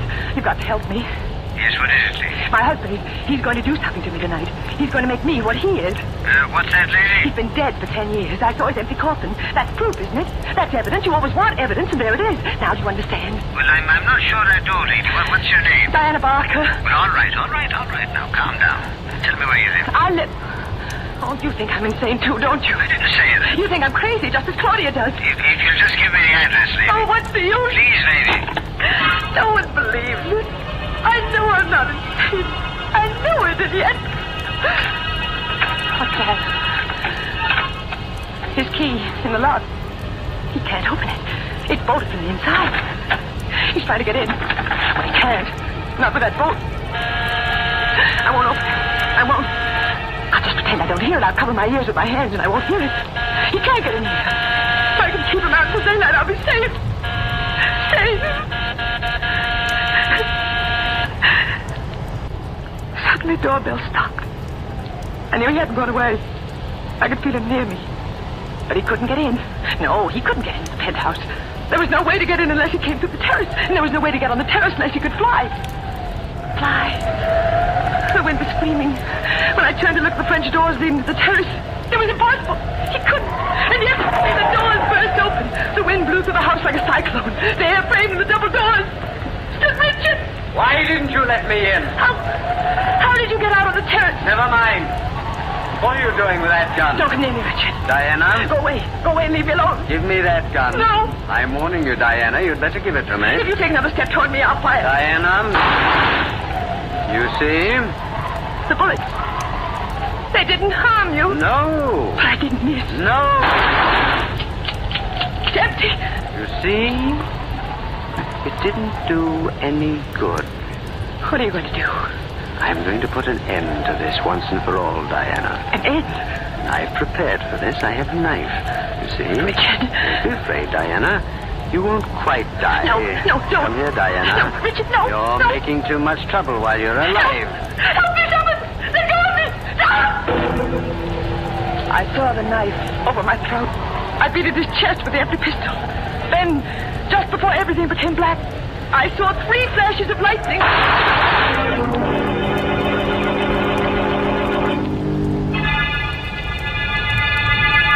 Go on, Mrs. Barker. When I woke up in the hospital, Inspector, I couldn't believe that I was still alive. It seemed like a miracle. You would have been dead if it wasn't for your sister. Claudia. She came back with one of our men. He shot and killed your husband just as he was about to plunge the dagger into you. But how did he get in? He came over the adjoining terrace from the penthouse next door, just as your husband did. No, Mrs. Barker. Your husband didn't fly. But the other things, the picture, the tomb, the empty coffin. All props for an elaborate scheme your husband worked out to murder you. Richard Barker is not an uncommon name. He found a man with that name who died 10 years ago. He removed the body. He got the whole idea from the dream you told him. But why? To establish that you were insane. He planned to murder you and claimed he did it in self-defense to protect himself against an insane woman. But the gun... Filled with blanks. He wanted to get your money, Mrs. Barker. But the way I felt, those strange cravings... You're suffering from anemia. The doctor told us that. It's not uncommon for anemia sufferers to feel the way you did. I still can't believe it. I still feel that he isn't quite dead. I'll relieve that fear right now. His body's in the other room. I think you should see it. Come this way, Mrs. Barker. There. Raise the lid of the coffin, Charlie. Yes, Inspector. What's the matter? He looks so lifelike. His lips are so ready. He looks as though he could move. Get up at any minute. Nonsense. I assure you he's quite dead, Mrs. Barker. And I can further assure you that the police department has never encountered one authentic vampire in its history. You're very reassuring, Inspector. I think I'd better leave now. Don't bother to see me to the door. All right, Charlie. Cover him up and have him buried. Okay, Inspector. What is it, Charlie? Inspector. Maybe I'm nuts, but I could swear that I saw him move. Oh, nonsense. Close the lid. It's getting dark, Charlie. Sun sure goes down quick these winter days. I'm going home. Good night, Charlie.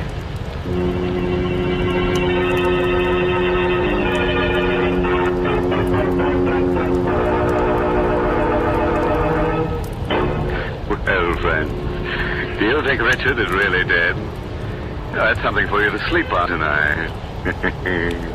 Oh, and by the way, we have a moral for tonight's story. Yes, it's taken from the diary of Miss Delirium Tremens, who once said, "Never marry a vampire. He may turn out to be 500 years old without a social security number to his name." How can a girl have any fun going around with a guy like that? Well, Mr. Host, I don't think that's a serious problem. I'm positive that no girl will ever meet a vampire, much less marry one. Ah, but you can't be sure, Mary. The safest thing is to drive a wooden stake through your husband's heart. Yes, if he dies, then he must be a vampire. Oh, such foolishness. Let's forget all this talk about vampires, because I want to tell the folks about something wonderful that's going to happen next week. And next Tuesday's Christmas, you know. So instead of our usual mystery thriller, Inner Sanctum will bring you a tender and beautiful Christmas play called The Littlest Angel. And our star will be that great and beloved actress, Helen Hayes. So be sure to tune into this station at the regular Inner Sanctum time next week. I promise you, The Littlest Angel, starring Helen Hayes, and brought to you by the makers of Lipton Tea and Lipton Soup, will be the crowning pleasure of your Christmas day. That sounds great, Mary. You know, Christmas is really wonderful. There's something about it that gets even the most hardened characters. Oh, by the way, this month's Inner Sanctum mystery novel is The Fearful Passage by H.C. Branson. And don't forget what Mary told you, friends. Next week, we'll bring you Inner Sanctum's special Christmas program, directed by Hyman Brown and starring Helen Hayes, America's First Lady of the Theater. There'll be no gore, no chill. Not even one little murder, believe it or not. The holiday spirit is getting even worse. So be sure to join us next Tuesday. Meanwhile, I'm going to do my Christmas shopping. You know where I can get a nice fur-lined coffin for a cold-blooded friend? Until next Tuesday, then. Good night. Pleasant dreams.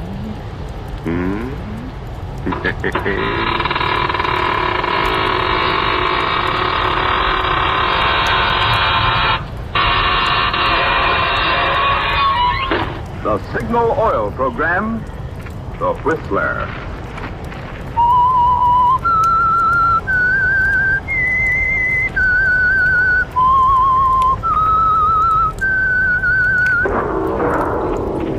Signal, the famous Go Farther gasoline, invites you to sit back and enjoy another strange story by The Whistler.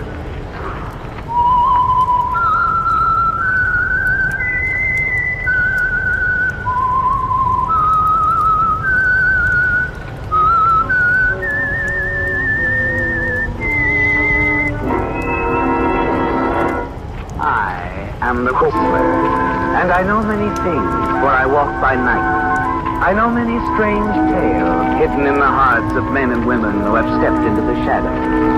Yes, I know the nameless terrors of which they dare not speak. And now for the Signal Oil Company, The Whistler's strange story. Breakaway.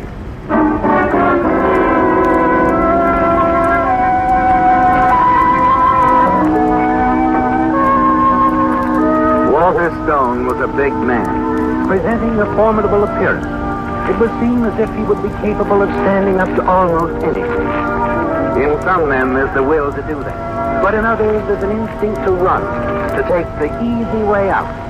And in spite of his forceful look, his seeming aggressiveness, Walter Stone was one of those. He'd settled many things in his life by running. Settled them at least in his own mind, by pushing them into the background through the satisfaction of motion, escape. And now, because Walter Stone found himself in a situation from which he couldn't run, he felt trapped and fenced in. His reactions were not of reason, but of a quivering bewilderment. And every shout and cry that reached his ears added to his frustration and confusion. Send him out, Terry! Send him out or we'll come in after him!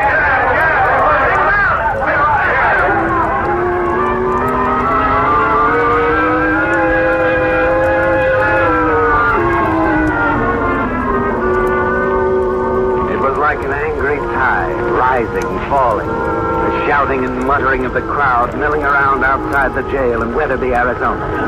Inside there was fear and a desperation. The fear in the heart of Walter Stone, because the crowd wanted him. The desperation in the minds of the sheriff and his deputies, because they weren't certain they could prevent the crowd from taking him. And then the tide rose to a terrifying peak, a fury that somehow had to be resolved. Come on, let's get him! We're teaching the hitting on. Smash the window!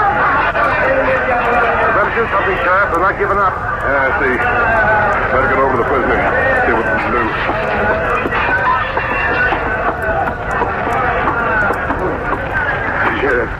Sheriff, can't you talk to him? Explain what, Mr. Stone? That you're sorry now?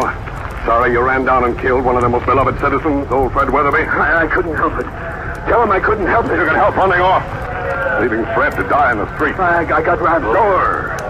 So rattled that you made it 10 times worse. What do you mean? Do you deny that in making your getaway you ran directly through a crosswalk full of school children? I didn't hit any of them. I didn't. It wasn't your fault that you didn't. It was a miracle those children managed to escape. That's what got the crowd. They're completely out of hand, Sheriff. What do you think? I think we're not going to be able to stop them. Look, you can't give me up to them. You can't do that. I got my rights. Sure, you've got your rights. So have those school children and old Fred Weatherby. Well, the good his rights did him. That doesn't make any difference. The important thing is what's happening now, right now. Sure. What's happening to you, Mr. Stone, or what's about to happen? You going to give him up, Sheriff? No, I'm not going to give him up. It's my duty to protect my prisoners. My sworn duty. Hello, Jim. Yeah? You better take Stone upstairs. Upstairs? Yes. And get him out a back window to the roof of the next building. Then over to the courthouse. The courthouse? Yes, my car's parked there. So here. Jim, here. Yeah. There you are. I'm driving to Millburg. Have them put him in jail there. Okay. Come on, Stone. Oh, what if I get it? There's a chance they won't this way. Otherwise, I can't guarantee anything. Well, sure, I'm right with you. All right, up these stairs. Remember, stick close. Sheriff. Yes? Can you call ahead to Millburg, tell them we're coming? No. I've cut the phone wires. If I hadn't, I'd have some state troopers down here. All right, go on, Jim. We just have to take a chance all the way around.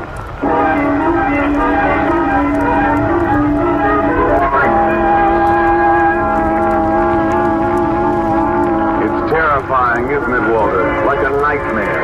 Ever since you were caught only a few miles from the spot where you ran a man down and tried to get away. Got caught, put in jail on a hit-and-run charge. But there's more to it than that, isn't there? Yes. There's the cold, simple fact that you can't stand any heavy questioning by the police because of your past record. A record of unsavory escapades, occasional crime, and one prison term. You must escape more than that milling crowd in the street below. And almost without thinking about it, you know that you're watching for your chance. Even as you and the sheriff's deputy make your way along a ledge. Up to the roof of the building next door. Don't make it, Stone. Nobody out back here. The courthouse? It's just around the corner? That's right. You don't have to pass the mob. You've been a big help, Jim. I haven't meant to be. I just follow orders. I've got no stomach for hit-and-run artists. No, I guess not. Come on. We can drop into the alley from the fire escape here. You mean I can drop into the alley? Huh? This is as far as you go, Jim. I just want the keys to the sheriff's car and your gun. Okay, Jim. Looks like you need a little more.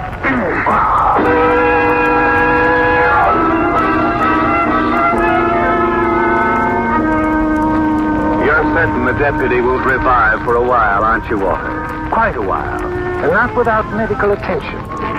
You make your way down into the alley, dart swiftly around the corner to the courthouse where the sheriff's car is parked. But there's a girl standing there waiting for someone. You wonder what to do and decide very suddenly. Get in the car. What? Get in, I said. Oh, no, you don't. I'm not yelling for anybody. Now get in or I'll drag you in. Nobody's telling the sheriff I drove off alone, sister, not even you. So you're going to ride for a few miles.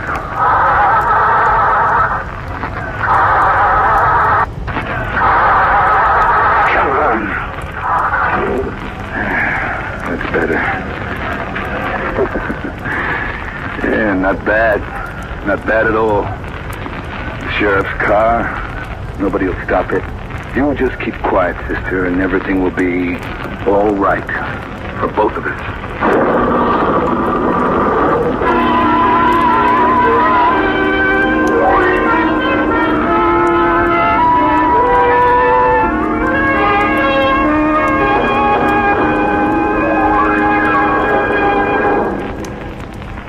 If you're like most drivers, balmy spring days such as we have at this time of year make you want to head your car for the open highway and go somewhere. And going places just naturally makes you more concerned about gasoline mileage, the thing Signal gasoline is famous for. Mileage, in fact, has been one of the principal reasons for Signal's amazing growth in popularity. From a small start in Southern California, Signal's popularity has grown and grown. Until today, Signal stations serve 7 Pacific Coast states from Canada to Mexico. And wherever Signal is sold, it is known as the Go Farther gasoline. But mileage, mind you, is just one of the benefits you notice when you switch to Signal. After all, to give you such good mileage, Signal gasoline has to help your engine run more efficiently. And when your engine runs more efficiently, you also enjoy peppy pickups, smooth power, the things that make driving more fun. That's why motorists with a zest for driving pleasure, as well as those who appreciate economy, are both enthusiastic about Signal, the famous Go Farther gasoline.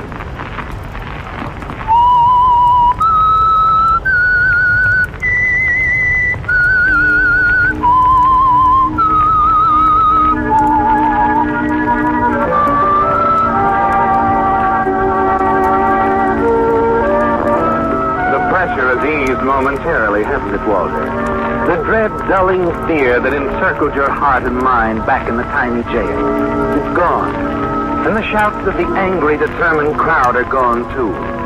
And there's only an open highway ahead of you, and the almost certain prospect of escape. The sheriff's car will help, won't it? Because until they find his deputy on the roof of that building, find him and revive him, you're certain that no one will know you're driving the car yourself. You let up on the accelerator now. Glance at the terrified girl beside you. She's very quiet, isn't she, Walter? Almost numb with fear. I guess you wonder what I'm going to do with you. You got yourself into this, you know. Couldn't leave any witnesses back there. You have a witness. Anyone who does a thing as terrible as you did always has a witness. Look, don't start preaching. They'll catch you. You must know that. What were you doing at the courthouse? Waiting for the sheriff. I wanted to talk to him about Uncle Fred. Who's he? Fred Weatherby. The man you ran down, killed in the street. Your uncle? I'm Doris Weatherby. My Uncle Fred was one of the kindest, most beloved men in the town. He's been county road commissioner for years. Listen, I couldn't help it. I didn't see him step out. They said you drove off. Why? I had my reasons. No one could have good enough reasons to do a thing like that. They said it just helps you. Call the doctor right away. Train, gotta stop. You do stop for something, don't you?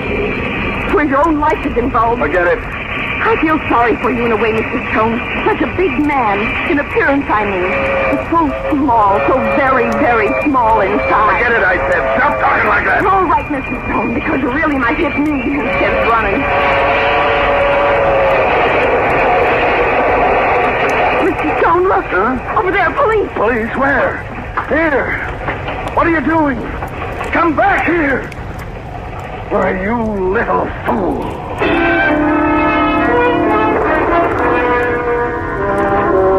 The girl leaped from the car so suddenly that it leaves you helpless, doesn't it, Walter? You weren't even watching her because of her remark about the police.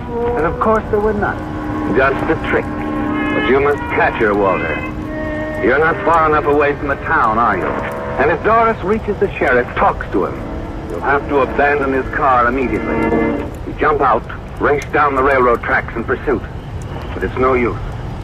You stop and listen for her, peering into the darkness, wondering what to do. The fear is starting again, isn't it, Walter?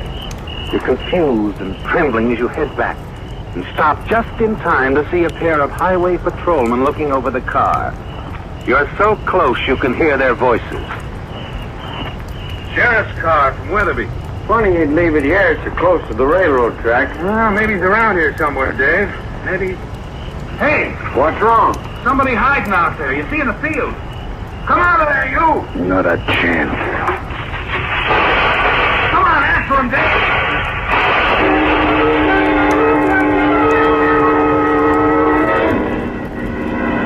You cut across the field, running a zigzag course. The shots of the highway patrolmen whistling over your head. And then you can hear them coming after you. You wonder if you can go on, don't you, Walter? If perhaps you shouldn't give up. But somehow you don't. Somehow you summon the strength to outdistance them. Make your way down a shallow creek bed. You stumble into a growth of underbrush and huddle there quietly, almost afraid to breathe. You hear the 2 patrolmen coming towards you. Think we've lost him? Afraid so. What if we winged him? I didn't. I was firing over his head. I wish we knew what it was all about. Whoever he was, he must have been driving the sheriff's car. Beats me. Yeah. Let's go back. We'll call in a report. Right. Like looking for a needle in a haystack. It was close, wasn't it, Walter? And you wonder what you're going to do now. For one thing, you remain hidden for at least another 20 minutes. Finally move out of the creek. And then through the trees, you catch sight of a light in the farmhouse. Cautiously make your way up to the front door.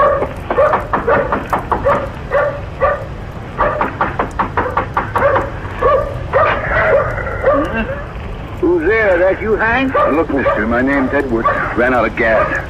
Have to get to the next town. My wife's sick. Oh, I'm just Jensen. Out of gas, huh? Yeah. Oh, that's too bad. Quiet! Skip back in the house! Now, let's see. You say you're out of gas, huh? That's right. Well, I got a drum of gasoline out in the garage. I'll fill up a can for you, young fella. Yes, I can do that. You, have a car? Yes. Oh, you mean you'd like me to drive you back to yours? Yeah. Well, I can do that. Yes, I can do that. Wait here, young fella. I'll go get the keys. Yeah, thanks. Thanks a lot. It's a break, isn't it, Walter? Finding a man as cooperative as Jess Jensen. Your hand tightens around the gun you hold in your coat pocket. But you don't want any noise, do you? Awaken the others in the house. So you wait for him to come down and follow him out to the garage. You decide to maneuver into position, get behind him. You bring the gun butt down on his head, hard. You're sure it will be as simple as that. Then you can get away in his car. You watch for an opening. He's a big man, isn't he, Walter? And you know you can't afford to miss. Well, I think this container will do it. Yeah, it'll be fine. Enough gas to get you to the next town. There's a couple of stations there. Okay. How about a hand? Here, hold this while I tip the drum over. Well, here, take it. Yeah. You new around these parts? No, just traveling through. Okay, here we go. Move over a little, huh? Yeah, sure. Hold that camera up a bit. That's it. Easy now, easy she goes. Oh, that does it. Sort of spilled over a little, didn't it? Get any on you? No. Okay. There we are. How far down the road did you say you were? A couple of miles, I guess. Well, I'll be with you in a second as soon as I mop this gas up. I don't like to leave it like that. It's the opportunity you've been waiting for, isn't it, Walter? You watch him as he picks up a rag, and he kneels, his back to you. You move slowly toward him. Then as you bring the gun out of your pocket... Stop it, Mr. Stoller. Stop it, I said. Hey, what's going on here? What's the idea? The idea, Mr. Jensen, is you're about to help an escaped prisoner. Escaped prisoner? Hey, that's my gun you got there. That's right. I was just coming into your yard when I saw the two of you leaving the house. I've lived in these Arizona parts long enough to know there's usually a shotgun behind every ranch kitchen door. Say, I seen you somewheres before, ain't I? I'm Doris Weatherby, stenographer in the county assessor's office. That's right, sure. Here, let me have that gun. With pleasure. Thanks. All right, now then, what's this all about? That man, his name is Walter Stone. He escaped from the jail back in Weatherby. Did he? That's ridiculous. She doesn't know what she's talking about. Give me that gun. What were you aiming to do with this 45, young fella, when my back was turned, huh? Look, you got this all wrong. I don't think so. Do you have a phone, Mr. Johnson? Nope, I guess we'll just have to take him back to town and pick up here. You drive, miss? Yes, of course. All right, get going, Stone. Okay. Okay, you win. I don't suppose the condemned man could have a cigarette. I never use them. I've got some. Here. Keep the pack. Thanks. Yeah, thanks, sweetheart. I'm eternally grateful. Yes, very grateful, aren't you, Walter? The idea occurs to you suddenly, doesn't it? As your gaze wandered to the gas spilled on the floor of the garage. It's a gamble, isn't it? But well worth the try. You light the cigarette. And then as you inhale deeply, you flip the match toward the gas-soaked rag on the floor. A sudden rush of air, a bright blue flame, startles Jess and he turns. You reach out, drop the shotgun from his hands and race for the door. Come back, Stone! You won't get away! Stop! Stop now! You stop! But you know that Jess isn't going to shoot right away, don't you, Walter? With your gun and his lying on the floor and the fire rising rapidly. Over your shoulder, you can see Doris helping him try to battle the flames. And then you lose sight of them through the trees.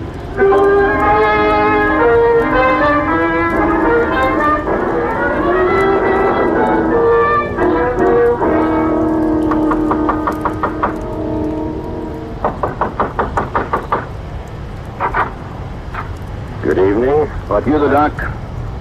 Why, yes, I'm Dr. Summers. Okay, inside. Now, see here, what... I don't want any trouble, see? You're a little guy and your bones won't stand any rough stuff, so play it smart. Do as I say and you won't get hurt. You're Walter Stone, aren't you? The radio... Yeah, that's right. Skip the lecture. What is it you want? I got a couple of bad cuts from a barbed wire fence. Patch me up. I'll take your car keys. Mike, that is yours, isn't it? Parked alongside the house? Yes. Don't be a fool. He won't get away. Sure I will, Doc, and you're going to help me. Pick up that telephone. Pick it up, I said. I'm not afraid of you, Stone. And you might as well take your hand out of your pocket. I don't think you have a gun there. Pretty smart, aren't you? Maybe I can find something to persuade you. What's in this cabinet? Be careful. Be careful, those test tubes. What's in them, Doc? I've been making some experiments. What kind of experiments? You wouldn't understand. Important? When people's lives are at stake, I would consider... Sure, Doc. Look, with a sweep of my hand, I could... No, don't. Pick up the phone. All right. Call the police. The police? You see, Doc, I'm figuring on heading south. The Mexican border isn't far away. I don't understand. You call the cops. Tell them you just came from a farmhouse 20 miles north of here. You treated a man for a bullet wound. Didn't like the story he told you. You think he's Walter Stone. Get the picture? Yes. Yes, I get the picture. All right, the phone. Take care of it. Operator, this is Dr. Summers. Would you connect me with the police? Say it's an emergency. It's, an emergency. Thank you. Come on, act excited now. We gotta believe you. And no tricks. No tricks. Just think of those test tubes, Doc. I wouldn't hesitate, you know. I know. Hello? Sergeant, this is Dr. Summers out on Turner Road. That's right. I want to report something. Suspicious character. A suspicious character? Yes. Yes, a man I was forced to treat for a bullet wound. He... Go on, tell him. He told me a strange story. I think he might be that man they were talking about on the radio. Walter Stone. The one who killed Fred Weatherby? What? Oh, yes, Sergeant. He's hiding in the old Wilson farmhouse, about 20 miles north of here. Good. All right, Doc. Now, let's see. You got a basement here? Yes. Show me. Down the stairs. But Down the stairs. Don't worry. It's gonna tie you up, Doc. See, I can't have you getting back on that phone the second I leave, or hollering. Do you really expect to get away with this? Your car's almost as good as the sheriff's, maybe better. I'll stick to the back roads. Look, I wouldn't... Wouldn't what, Doc? I wouldn't keep running. That's all. Running? I'll decide that. I'm the only one who decides whether I run or not.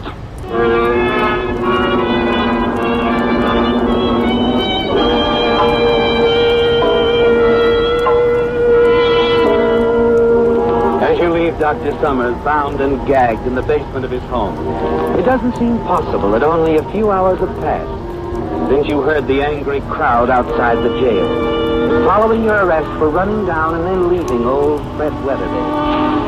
You slip behind the wheel of Dr. Summers' car and head south. The road to Mexico is open. You're certain of that, aren't you, Walter? Yes, because you know at this moment the police cars in the area are converging on a farmhouse 20 miles to the north. A few minutes after you leave the doctor's house, you turn off the main highway into a side road. Presently, pull up at a gas station. Evening, sir. Still up? Yeah, might as well. Almost empty. Good thing you stopped. There isn't another station between here and the border. How far is it to the border? Oh, about 30 miles. Let you take the shortcut. Oh? Yeah, knocks off about 5 miles. Huh. Cops again. They've sure been busy tonight. Looking for somebody, I guess. Seem to be in an awful hurry. Heading north. You did say fill her up, didn't you? Yeah, that's right. Good thing, too, that you got here when you did. I was just about ready to close up and go home. Yeah. I guess I'm pretty lucky, huh? That you are, mister. That you are.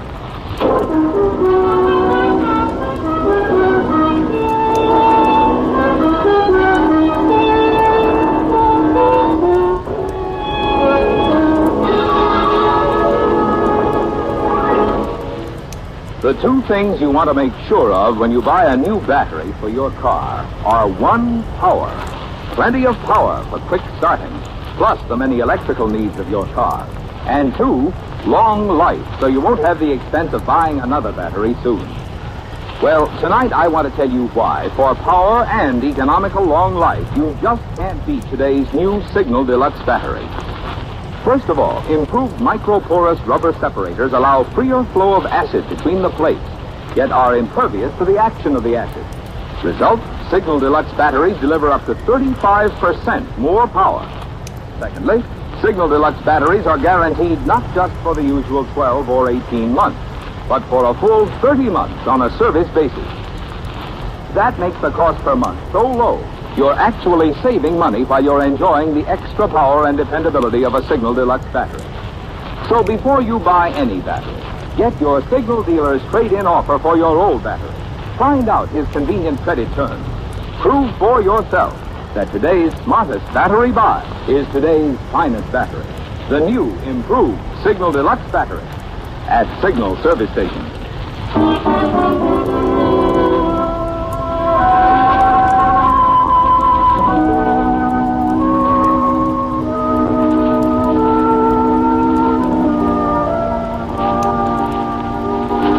In the glare of the spotlights from the ambulance and police cars on the road above, the sheriff made his way down the steep embankment to the wrecked auto in the ravine. He examined the still figure in the car, talked briefly with the ambulance doctor, then turned away, walked to where another man was standing. You the fellow that put in the call? Yeah. Me and my partner run the Signal gas station down the road. Can you see this happen? No, but I must have come by right afterwards. On my way home, I spotted the busted guardrail and stopped. I saw the wrecked car here. Funny thing, the dead man stopped at our station and asked me how far it was to the border. His name was Walter Stone. He was still alive when you found him? Yeah. The ambulance driver over there said Stone would have come out of it okay if I'd reached Dr. Summers in time. Couldn't get it? Nope, I phoned him, but he didn't get any answer. Guess he must have been tied up somewhere, huh? Well, it isn't hard to figure out how this happened. The road being the shape it's in. Stone must have been going along at a good clip. Smacked into the rocks and dirt up there. If I'd known the landslide hadn't been cleared off, I could have warned him. I saw the landslide pile-up early this afternoon and called the road commissioner's office. They said they'd send a crew out. The road commissioner's office? Who'd you talk to? Well, Fred Weatherby, of course. He's the county road commissioner. You haven't heard about Fred, then? What do you mean? I guess he never got to tell that road crew to come out here. You see, old Fred Weatherby was killed in town this afternoon. Hit-and-run driving. This dead man here in the car, Walter Stone, was the man that hit him.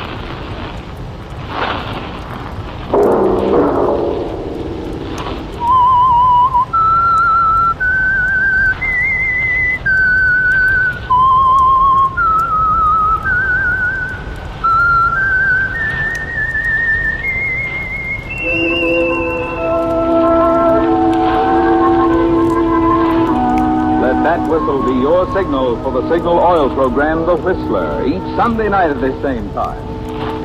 Because this month marks the 50th anniversary of the American Automobile Association, Signal Oil Company is happy tonight to congratulate the AAA and its 3.5 million members for the splendid job this worthy organization has done, not only in promoting driving pleasure, but also driving courtesy and driving safety.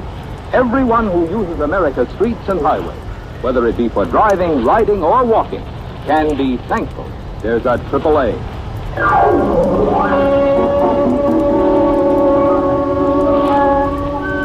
Featured in tonight's story were Bill Foreman as the Whistler, Raymond Burr, Elizabeth Root, Bill Boucher, Harley Bear, Britt Wood, and Herbert Litton. The Whistler was produced and directed by George W. Allen, with story by Adrian John Doe, music by Wilbur Hatch, and was transmitted overseas by the Armed Forces Radio Service. The Whistler is entirely fictional, and all characters portrayed on The Whistler are also fictional. Any similarity of names or resemblance to persons living or dead is purely coincidental. Remember to tune in at the same time next Sunday, when the Signal Oil Company will bring you another strange story by The Whistler. Marvin Miller speaking for the...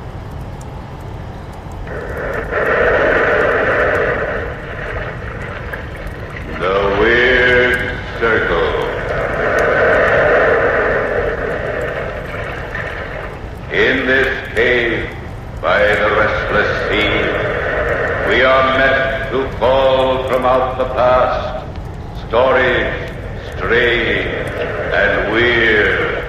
Phantoms of a world gone by speak again the immortal tale, the Hag.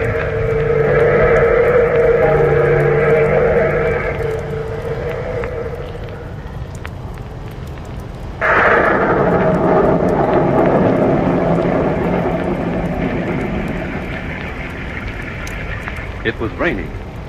The date was August 31st, I remember.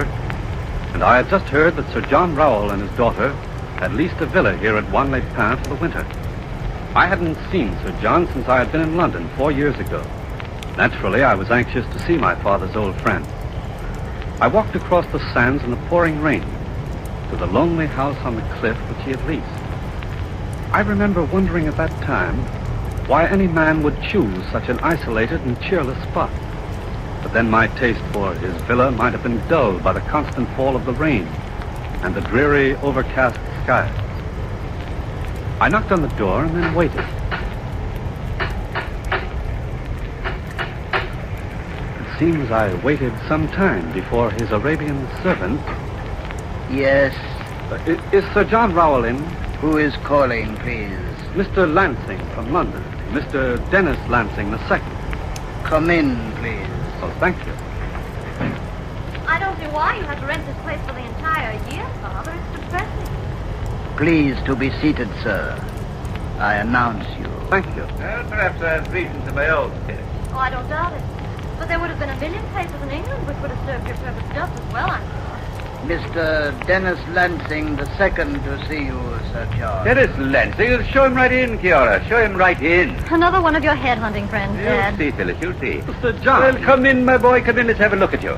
Well, you've grown up since I last saw you. Oh, the inevitable result of years, sir. Well, I'd like you to meet my daughter, Lady Phyllis. Oh, how do you do? Hello. Well, do I look like a headhunter? Not in the least. Phyllis, stop flirting with the young man. Go upstairs and change for dinner. Even in this villa, you can't expect to come to the table in that dress. Oh, Father, really, the first time I've had a chance to be amused, I'm sent out of the room. We'll have plenty of chance to talk to Dennis later on. Oh, you'll stay to dinner, won't you, sir? I'd be delighted. I'll see you then, Mr. Lansing. Yes, indeed. Well, what are you doing in this part of France? Is your father with you? Well, the family's in England. I'm vacationing here for 2 weeks in a pension near the casino. Pension?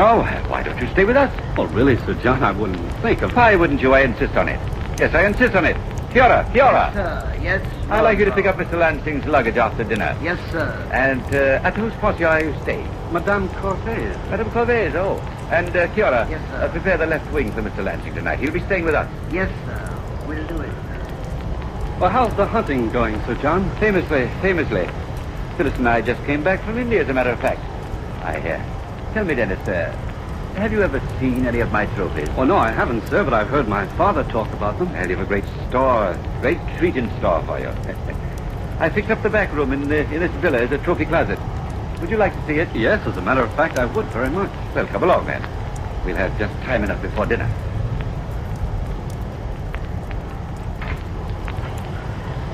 This is the room. Well, let me light a candle first. That's that. That'll do it. Yes, you have quite a collection here. Nice-looking lion's head in the corner, eh? Oh, that's a beauty. Yes, I got that elk in the north last winter. What a tremendous spread of antlers. Yes. You know, Dennis, it took only one shot to pin it down. Oh, fancy shooting, Sir John. Yes, record shooting under the circumstances. And what's under this cover? No. Don't look there, Dennis. Oh, what in heaven's name? Why, it's a human hand. I haven't restricted my zeal for hunting to the animal kingdom, as you no doubt realize. Yes, so I see.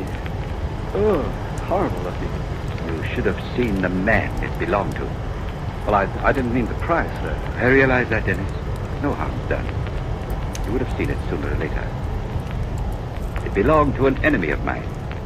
A man I met on one of my many travels. But how did you get the hand, sir? Are you sure you're interested, Dennis? Well, yes, sir.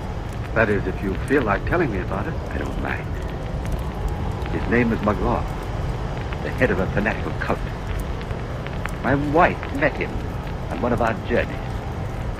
He fascinated her. He talked her into killing herself in order to destroy her earthly body and liberate her soul. My father once told me something of all this. Yes. It was quite a scandal in London at the time. She wrapped herself in old oil rags. He gave her the flame in order to set those rags on fire. I hadn't realized that she died, suffering horribly, while he chanted black magic over her burning flesh. My daughter Phyllis was only 10 then. Well, didn't they jail this man Magor? They couldn't find him. He left the country. But I found him. I hunted the 4 corners of the earth for him. Just as I've hunted for wild beasts. And when you found him? I staked him to the wet earth and cut off his hand. And left him there? Yes.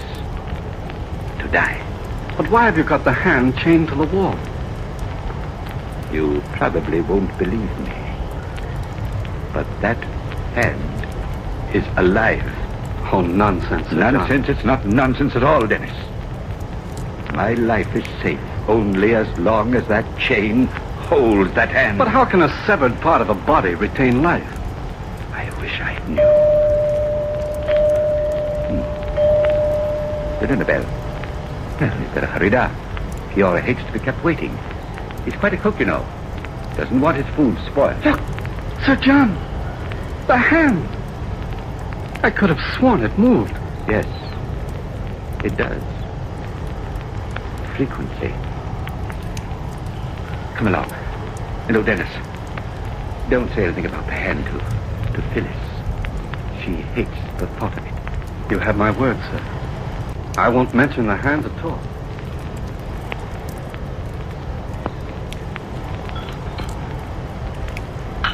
Well, Dennis, what do you think of Kiora's cooking? If this is any sample, Sir John, your man Kiora is the best cook in France. Oh, you haven't tasted anything yet, Dennis. Wait till Kiora makes one of his famous curry dishes. He's quite an expert on curry. Do you like curry? Well, at times I do. It's a little peppery for my taste. Oh, don't say that to Father. It's sacrilegious. I beg your pardon. Letter came just now, Sir John, for you, on the door. Another one, Cora? Yes, sir. Another one. I say should move now. Dennis, will you excuse me? Suppose you young people take your coffee in the parlor. Oh, of course, Father. I will join you later. Cora? Yes, sir, Sir John. What time was this letter delivered? Oh, here, let me carry your coffee tray for you. Oh, thank you. Now, how does it happen that we've never met in London, Phyllis? Well, the last time I was in London, I was just coming out of pigtails. Oh, I would have liked you in pigtails. You're nice. Tell me more. No, honestly, here, sit down on the window seat and I'll tell you more. I love to sit on this seat and plaster my nose against the window when it's raining. Oh, I like rainy weather. Oh, so do I. Do you? Amazing. We like the same thing. You know, people who like the same thing ought to get married. Oh, silly. Oh, didn't I tell you? I'm going to marry you. You're awfully sure of yourself. Well, I once swore that the first woman who called me a headhunter would be my wife. You are nice. You said that before. If you're going to be my wife, you'll have to broaden the scope of your conversation. You beast! Beast! Dennis, it's Father. Oh, what is it? I know you live, but you're chained to the wall. And you won't break loose. Never, never, never! You won't break loose, you! Oh, my God's hand, that dreadful hand. Quickly, Dennis, to the trophy room back here. Well, what's happening? You'll see. This way to the left. I'm right behind you, dear. Oh, Father, stop it, darling. You'll only make yourself ill. Beast! Open that door, Dennis, quickly. We've got to get him out of that room. I'll strike you again and again and again! Father! Oh, Dennis. Sir John! Let me go, Dennis. Look at it, Dennis. Look at the hand now. Look at it. It's moving. The fingers are grasping the air. It wants to grasp my throat. Oh, no, Father. Please come away from this room. Please, Come Father, along, please. come along now, Sir John. Come along. Help me with him, Dennis. He's fainting. Oh, Father. Phyllis. Oh, there. That's better. We'll have to carry him ourselves. There now, Sir John. Sir John. It's no use, Dennis. Every time Father goes into the trophy room, this happens. Every time he sees that hand, he has an actual physical fight with it. A fight with the hand? I've wanted him to get rid of that thing millions of times. He makes himself ill over it. It'll destroy him this way. Here, let me carry him to the living room. Can you manage? Yes, I can manage. I think we ought to call a doctor for him, Phyllis. He's in a self-hypnotized coma. Dr. Flaubert. He lives about a half mile down the road to the left. Good. Here now, Sir John, lie down here. I won't be long, Phyllis. Just let your father rest here on this sofa. There, he'll probably sleep until I get back. Dennis? Yes? Don't stay away too long, Dennis. I'm frightened of being alone in this house. Which way do I turn to go to the doctor's? Well, after you leave this house, turn to the left and walk straight down the road. Oh, about a quarter of a mile. It's not far. Oh, hurry, Dennis, please. I will. I'll be back shortly. Phyllis. The hand. Please, Father, you mustn't think about it. Chain on the hand is unlocked. Unlocked? Oh, what's the difference? A hand can't run away, Father. Please, Phyllis, please. Lock the chain. Lock it. Go now. And lock it. All right, if you want me to, of course. Will you be all right alone here? Yes, quite all right. Oh, if only you hadn't sent Kiora into town. I'm so hot. No! Phyllis, help me! Help me! It's the hand! The hand! Coming for me! Crawling on the wall like a scorpion! Closer! Nearer! It's coming for me! Now!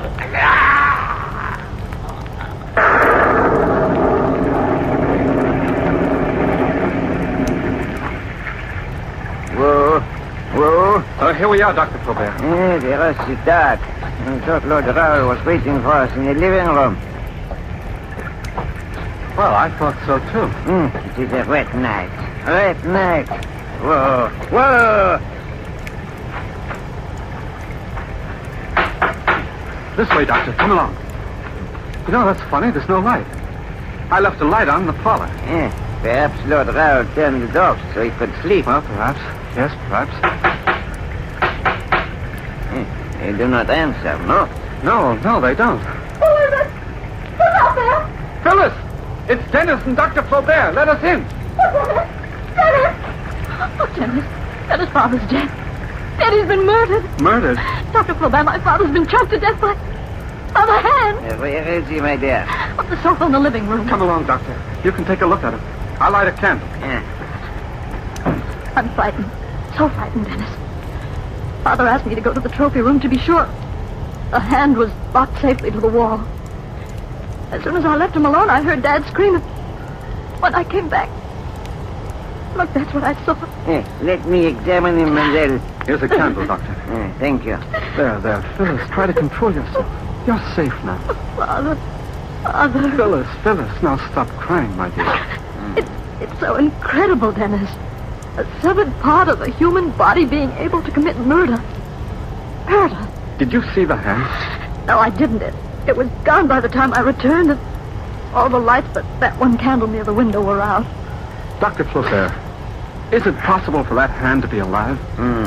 Under ordinary circumstances, I would say no, Monsieur Lansing. But these are anything but ordinary circumstances. Then you admit it's possible for this hand to have done the murder? I admit nothing, Monsieur. Only I must judge from the evidence which confronts me. And no human hand ever performed this manner. I look at the imprints on the neck of Lord Raoul.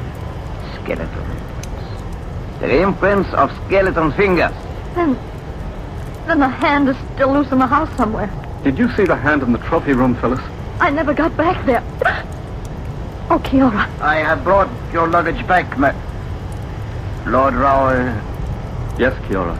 Lord Raoul is dead. I knew it. I told him not to stay in this house.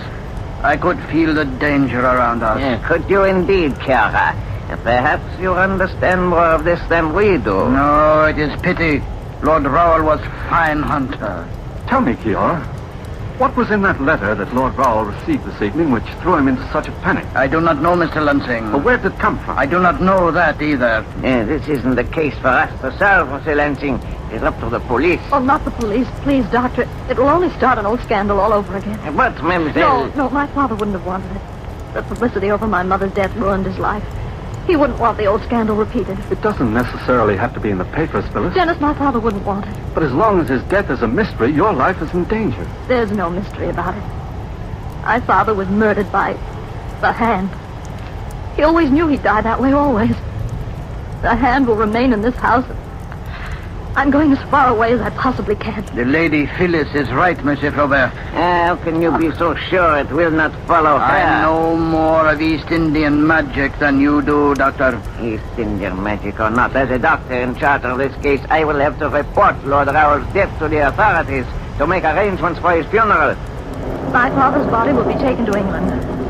Kiora knows exactly what to do. Nevertheless, I must make the report for his death. It is customary procedure here in France. An investigation will certainly follow in the morning. You make trouble for all of us, Dr. Flaubert. Yes, especially for you, Kiora. Good evening, Doctor. Thank you. I do not think it is wise to stay in this house tonight, Lady Phyllis. Kiora's right, Phyllis. You can return with me to Madame Corbett's. And leave Father here alone like this? But there's nothing more you can do for him, Phyllis. If black magic does exist, I can at least watch over him tonight. But Lady Phyllis... No, Kiora. I'm going to stay right here. If you both want to leave, you can. I won't leave you, Phyllis.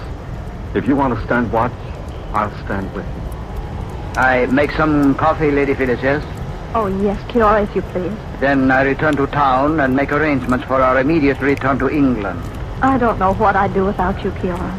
Maybe Kiora fix it so we leave before authorities come, yes? If you can, Kiora, I'd be so very grateful.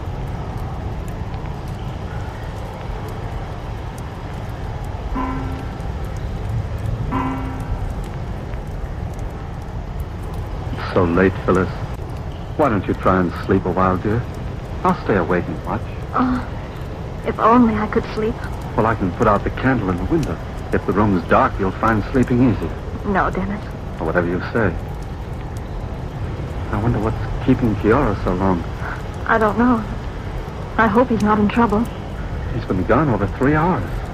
He won't be back till morning. Are you comfortable? Yes, as comfortable as I...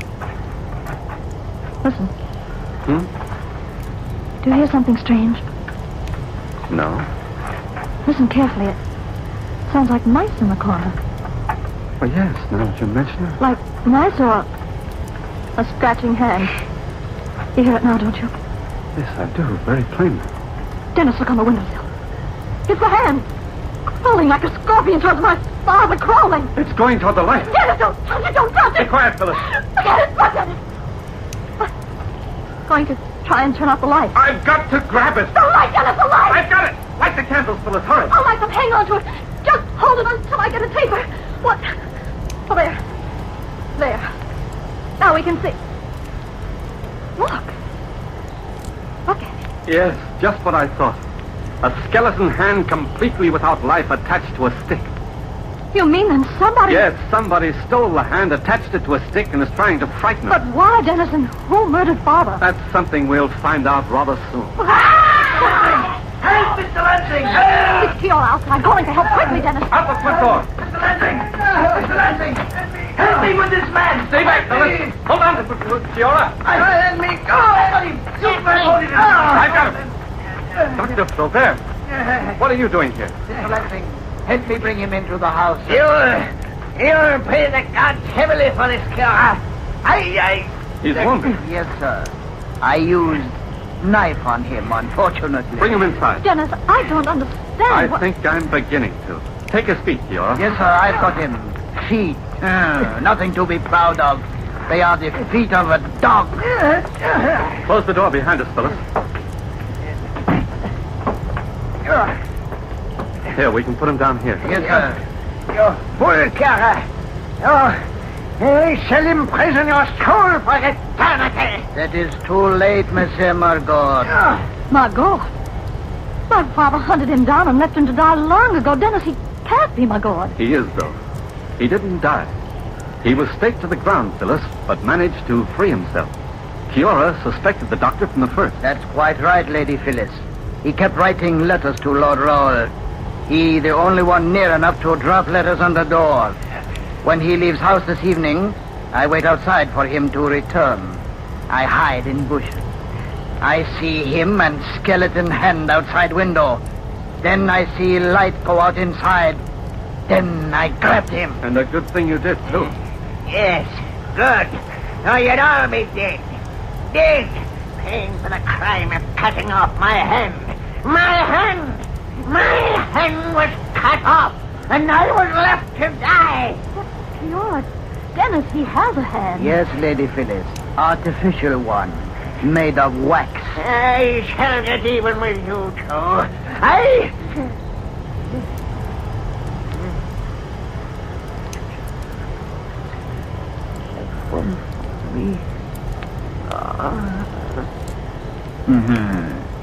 He will pay in another world for the crime he committed tonight. I go get the police, Lady Phyllis, yes? Yes, Kiora, if you will. I still don't understand how Kiora knew that Dr. Flaubert was really Margot. The East Indian has a strange but almost infallible second sense. Yes, I'm afraid they have, Dennis. A very strange second sense. Phyllis and I waited in front of the fireplace for 2 hours. And finally, Kiora and the authorities arrived. I told them the entire story, as incredible as it sounded, and was granted permission to return Lord Raoul's body to England. Dennis, can we really go back to England now? I'll be so glad to get home. Oh, so will I, dear. Though I'm not quite sure what my family will say about my traveling back in the company of a strange man. Oh, stuffy, are they? A little bit. Well, they won't have to worry. We're going to be married just as soon as I have you safely home again. Oh, Dennis, my dear. My darling. Pardon, you may need good housekeeper. Cook, Mr. Lansing. Kiora make very good Indian curry. Good, Kiora. You're hired. I can see right now, Phyllis, I'll be eating Indian curry for the rest of my life.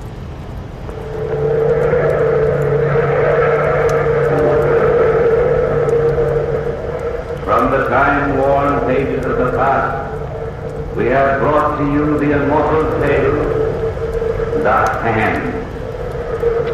Bellkeeper, toll the bell.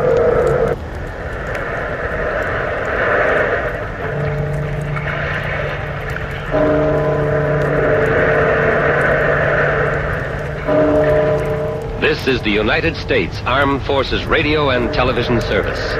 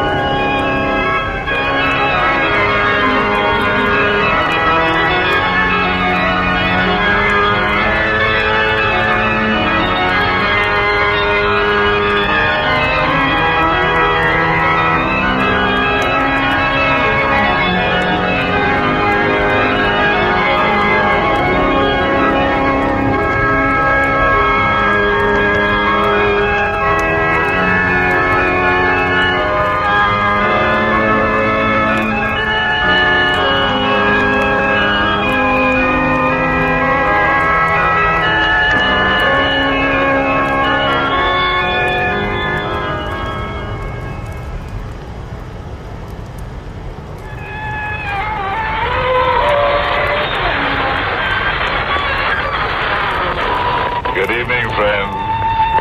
This is your host to welcome you through the creaking door into the inner sanctum. Come on in. One prankish little fellow, whom we shall call Maniac, for lack of a stronger word, just set fire to the walls. He said a closed room made him feel confined. As a result, 4 other characters are slightly burned up now.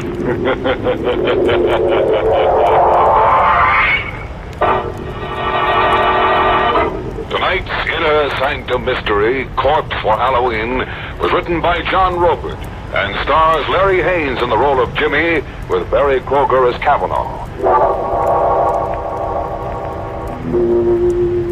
And now, let's unhinge our minds a little. After all, what's a little insanity among friends? Tonight's story dramatizes the fanatical hold of memory. The one scene, the one fragment that plays and replays over and over again in your mind. The one terror that's with you when you dine, when you walk, and when you sleep.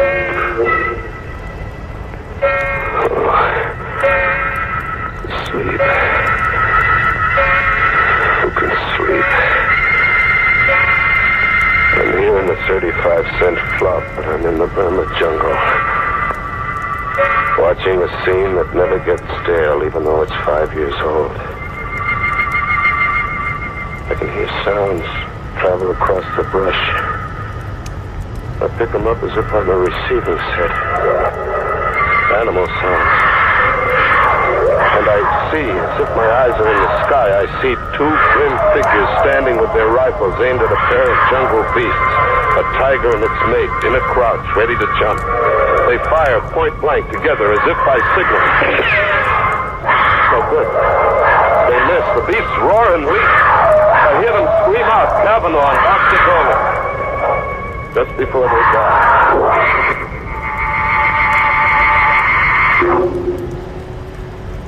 5 years. And you've been everywhere trying to forget. And you almost do forget.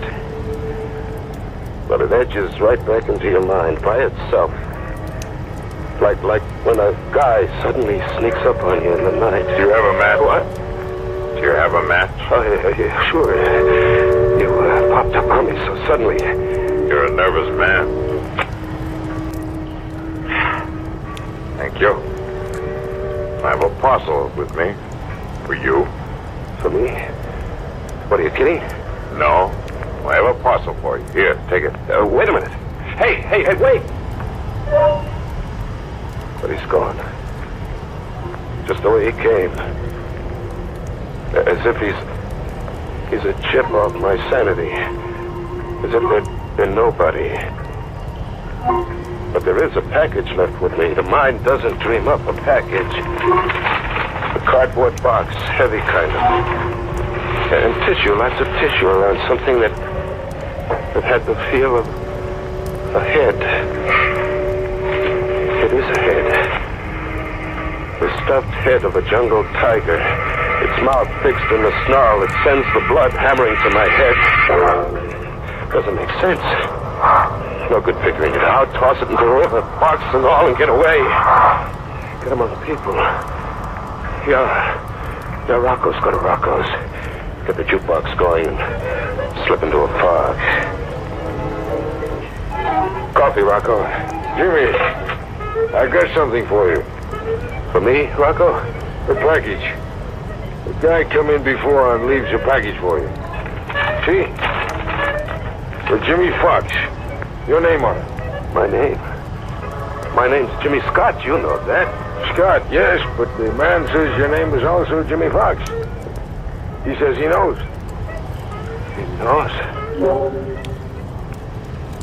I took the package outside into the night, into an alleyway. Another cardboard box, heavy. And tissue, lots of tissue around something that had the feel of a head. It was a head, but not a tiger's this time. It was a human skull. It shone with a hard white light where the moon touched it. And then it seemed to speak. You have a match? What? You're being an idiot. It isn't the skull talking to you, it's me. You? Where are you? I'm behind you. I don't see you. It's because you're afraid to. See me now? Yeah. A black suit and a face grinning at me like a laughing mask. It is a laughing mask. Well, why are you wearing a mask? Why not? Tonight's Halloween. Halloween? Sure. Halloween. Not everybody plays jokes. Oh, yeah, I should have remembered it was Halloween. Can you identify the skull? Identify? What kind of a gag are you trying to... Suppose I give you an hour to identify the skull. It's 8 now. Until 9 o'clock then, Jim. Wait! Hey, wait! It was gone again. As if there'd been nobody. Just another big chip off my sanity. I really had to get away from myself now. I hit the back streets, and then somewhere a big neon sign across a tenement pulled me off the sidewalk. It read, the Tillery Street Boys Neighborhood Association. Halloween costume ball. Public invited. A girl in a boot, masked like a witch, stopped me at the door. Mask, mister? Mask. Oh, sure, give me one. Black, green, yellow, or purple? What's your favorite color? Yellow. Here you are. 50 cents. They are? Oh, what? just a description left with me. I'd almost forgotten. Are you Jimmy Fox? Suppose I was Jimmy Fox. What about it? This grocery bag was left here for you. A man told me to tell you. You forgot it somewhere. And he said that he'd meet you one place or another later. Here, take it. By the shape of it, I'd say you had a Halloween pumpkin inside.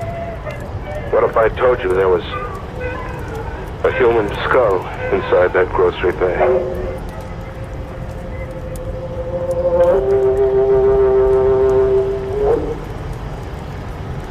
He'd meet me one place or another. He did. He was under a street lamp, waiting for me to have him along. Hello, Jimmy.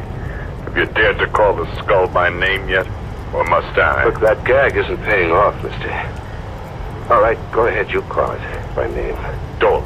Boxer Dolan, remember him? I never knew the guy. You no doubt got me confused. Have I, Jimmy? You've changed your appearance cleverly, except for one thing disguise could never conceal. One thing? Your guilt. You wear it like a badge of shame. Oh, what am I guilty of? Murder.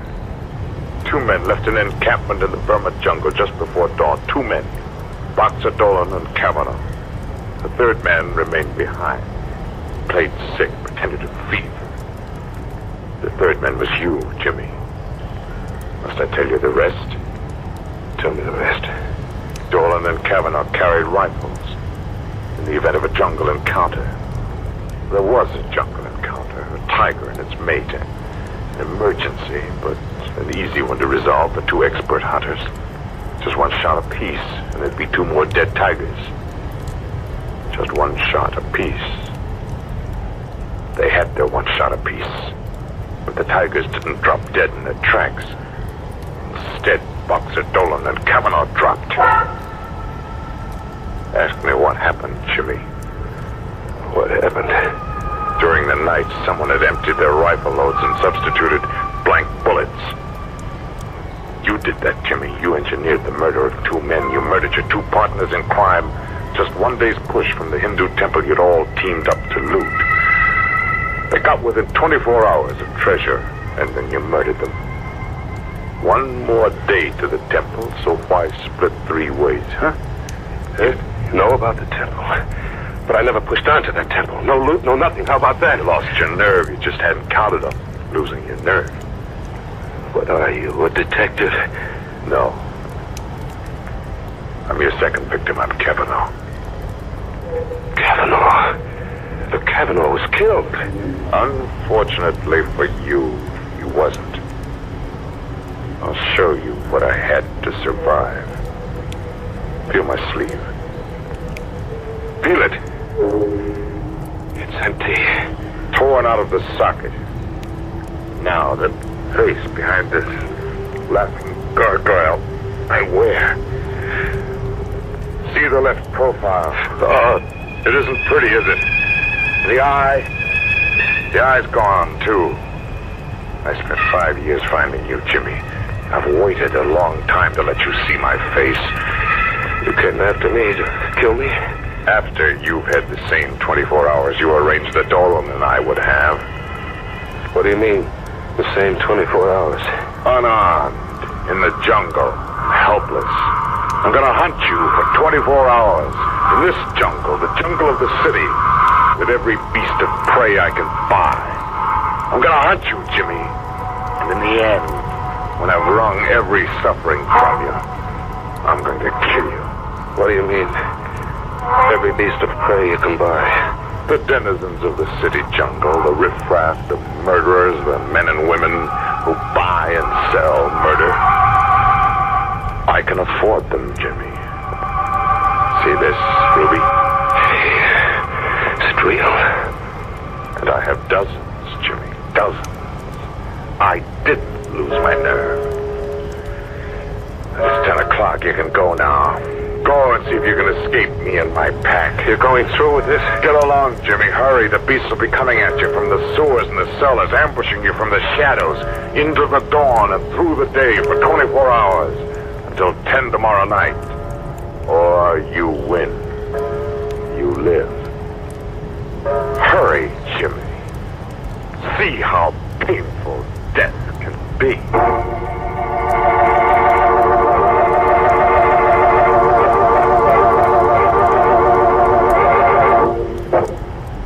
That Kavanaugh's one fella I never want to hunt me up.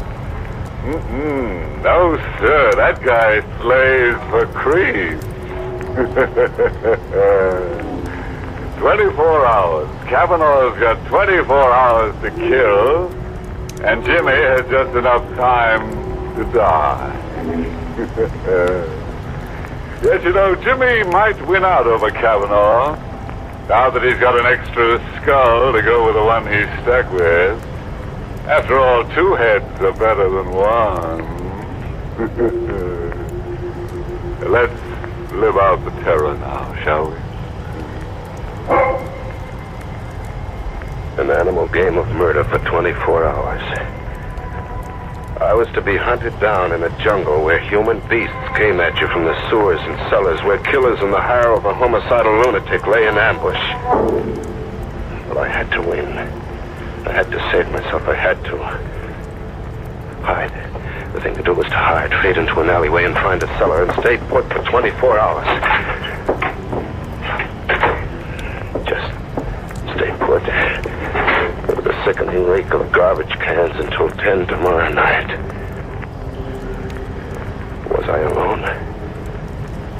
Movement. There was a whispering movement somewhere in the cellar. A faint rattle of ash cans as if the wind was rattling them. Wind in an airtight cellar. Hello? Anybody there? Oh, that's it. I've been imagining. But then something winged at me, goring into my shoulder, sharp and deadly like a knife.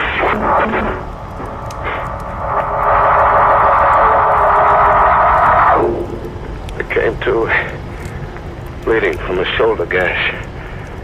I got out of there and back into the streets, into a jungle of faces. It was Halloween night like I'd never seen it.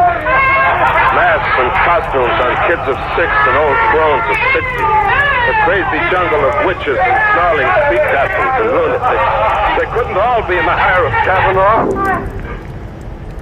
And then, where a fence was plastered with circus posters of jungle animals, a zany-looking guy was shooting from the hip of the poster while making menacing faces like a Batman. I caught a whiff of powder in the night air. The shot had burned into the poster. I crept up behind him. Faking a gun with my fist in my coat pocket, I rammed against his back.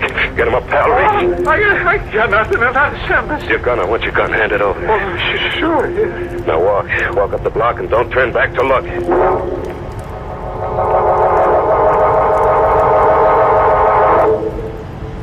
I had a gun now, and the tables were turned. I was the hunter now. I drifted to the docks and took up a position with my back to the river. Thinking of suicide, Jimmy? Not anymore, Kavanaugh. You sound as if your morale had suddenly improved. My morale's going great, Kavanaugh. Your animal hunt's about to boomerang, blow right up in your face like this. Who's hunting who, Kavanaugh? Who's hunting who? Kavanaugh kept standing up. 3 bullets, point blank, enough to blow his head off, but Kavanaugh kept standing up unharmed. How does it feel to hunt game with blank cartridges like Boxer Dolan and I did once? Blank cartridges? But that crazy-looking guy, I saw him burn a hole in the circus poster. Only 1 bullet. The first one was real. Simple. Yeah, simple. I get it. Dead-Eye Dick was another one of your beasts. Who's hunting who, Jimmy? Who's hunting who? Kavanaugh! Kavanaugh, wait! Kavanaugh, kill me! Get it over with and kill me now, will you? Kavanaugh, you gotta kill me! I had to get out of there. The subway. Near the subway. Fade into the subway. Get on a train and ride to the end of the line. Ride out of the jungle. An empty station. No one in it. No, someone. 2 people. A dapper little guy buried behind a newspaper. And an old lady in ragged clothes carrying a pet half hidden under a coat. A pet that looked like a cat. She came up to me, close, like to ask me something. This side goes to Lefferts Avenue Station? Lefferts, I don't know. I'm a stranger here. Oh, hush, Genevieve. Oh, Genevieve is hungry. That's not a cat. No, son. A cub. A tiger cub. A tiger cub? Would you like to stroke Genevieve? No. Don't run away, son. Genevieve won't hurt. I ran away with the old crone after me, hobbling in her skirts, and the little dapper guy behind the newspaper circling at me from the opposite direction, cornering me. I jumped to the tracks, my only out, and I ran. I ran it deep into the bowels of the subway, deep, very deep, with the little dapper guy after me as if he meant business. And then the train. It had a Halloween look, too, bearing down on me. An iron face with banjo eyes. I ran against the wall and flattened out. The train flashed past, and the dapper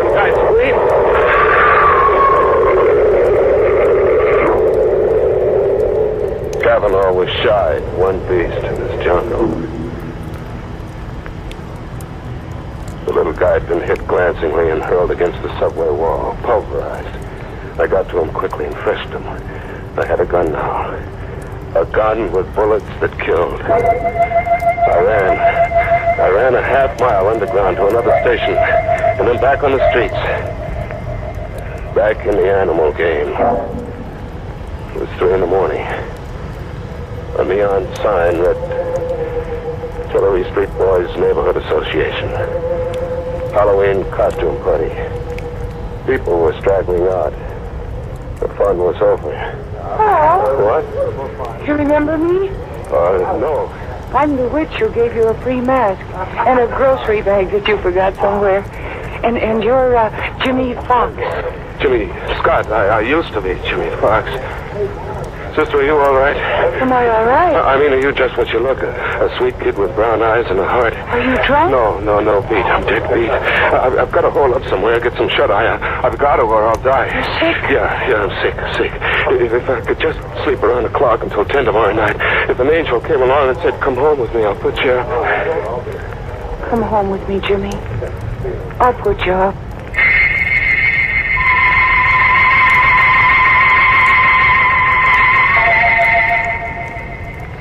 I fell asleep on a sofa with a gun under my pillow and the girl on a chair watching me anxiously. I had a friend. I could drop off and live in dreamland until 10 that night. At 10, I could wake up and live. Coming awake, I heard the alarm we'd set go off. The alarm stopped. And there was a sound. An animal sound. And then a claw scratching at me, tearing at my cheek. And I jumped up. The girl was gone. A guy was sitting watching me now. A skinny kid with a heavy shock of hair, not a day over 21. Oh, that's a lousy way to have to wake up from a sleep, pal. Lousy way. There was an animal clawing at me. My cheek's bleeding. Genevieve, she isn't housebroken. Still a little wild. You should have seen her dash for the kitchen when you let out a scream just now. Genevieve. Who are you? You're Jimmy Fox, huh? Yeah. I got something for you. For me? Yeah, it was given to me to give to you. Here. A ruby. Hey, wait a minute, look. It's 10 o'clock. I set the alarm for 10 and it's 10. Well, it's only a quarter of. That clock's always 15 minutes ahead. Now the game's over. It's 10 and you can't cheat. I've won, Kavanaugh. You can't go back on your promise, Kavanaugh. You can't. What are you trying to get over, pal? I don't understand. I've won. You can't cheat. I won't be tricked. A gun. Pal, you're crazy. Here, wait, look. Oh! It's 10 and I won't be tricked, Kavanaugh. I've won.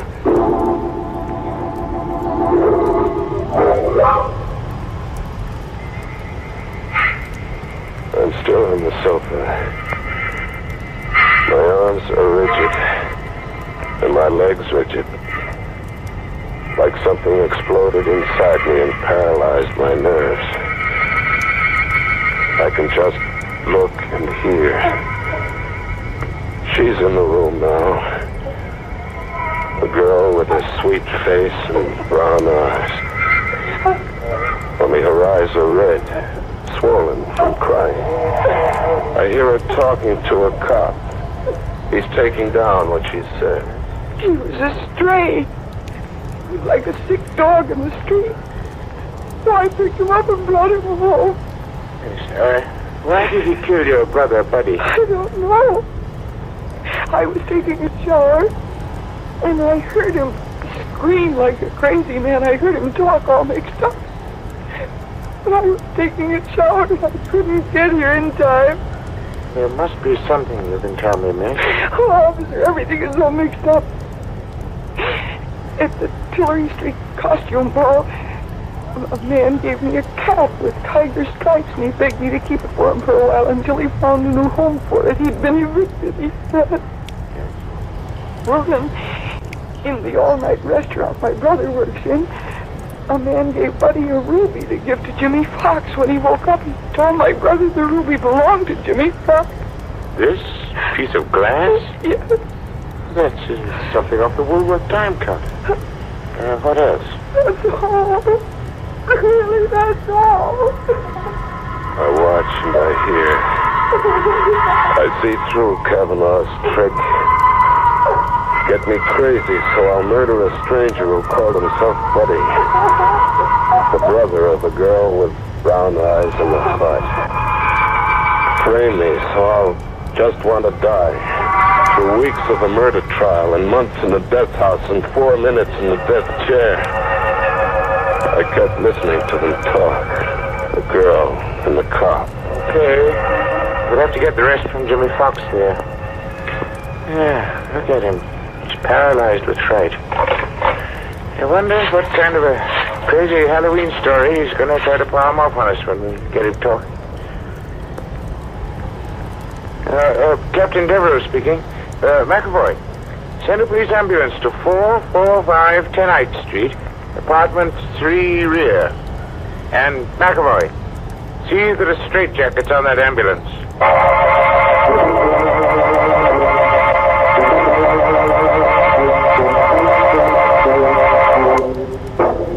Well, quite a chase. It got so poor Jim didn't know whether he was coming or going. Nuts. What got his goat most was the way he kept seeing animals everywhere. Very confusing to a guy on the lam. Yeah, it got so he couldn't tell who's zoo. Tomorrow? Oh, sure. I read this Halloween notice on a tree somewhere. Never hunt out of reason. Good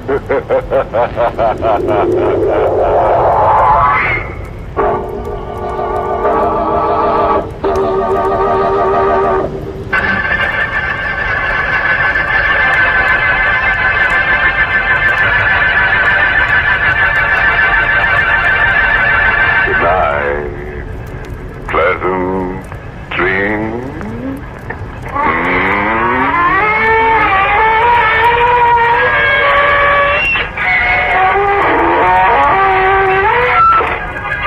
Sanctum was heard in the United States over CBS, the Columbia Broadcasting System, and has been rebroadcast for servicemen and women overseas.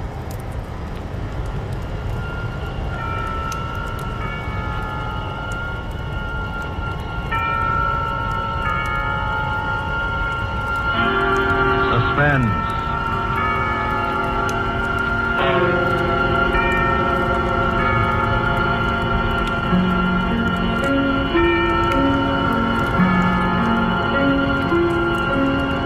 This is the Man in Black, here again to introduce Columbia's program, Suspense. From Hollywood, we bring you as star, Mr. Orson Welles, who this evening begins a 4-week engagement as guest of these proceedings. In the interest of prime suspense, Mr. Welles and the producer of this series have scheduled 4 radio stories which they feel are particularly distinguished in our chosen field. The first of these is The Most Dangerous Game by Richard Garnett. And so with the performance of Orson Welles in the character of General Zaroff and Keenan Wynn as Sanger Rainsford, who learned from Zaroff what was the most dangerous game, we again hope to keep you in suspense.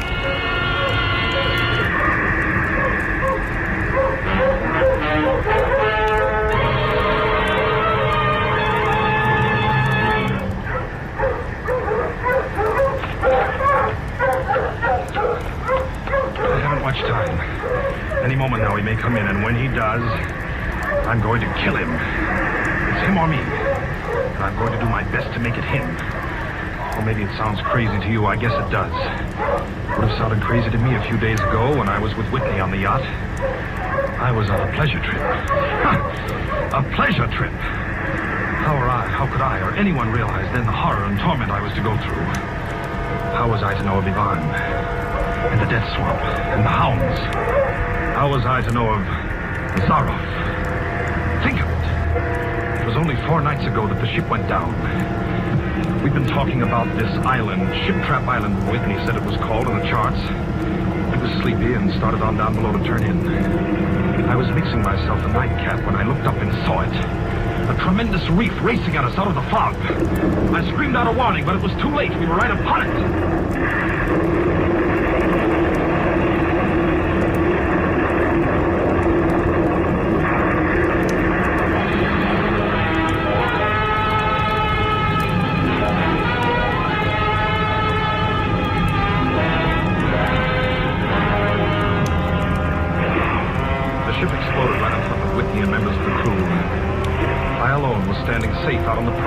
Of the explosion hurled me into the blood-warm waters.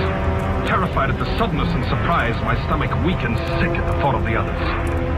The sea was eddying furiously around the sinking remnants of the ship, and a certain cold-headedness came to me and made me swim desperately away, or I might not have lived to go through the horror which was soon to come.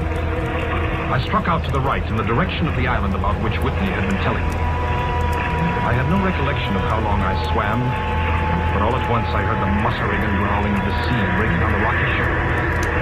With my remaining strength, I dragged myself from the swirling waters.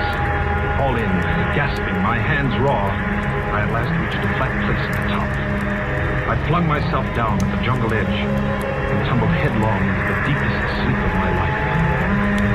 When I awoke, I was in a strange place, having no idea how I had got there.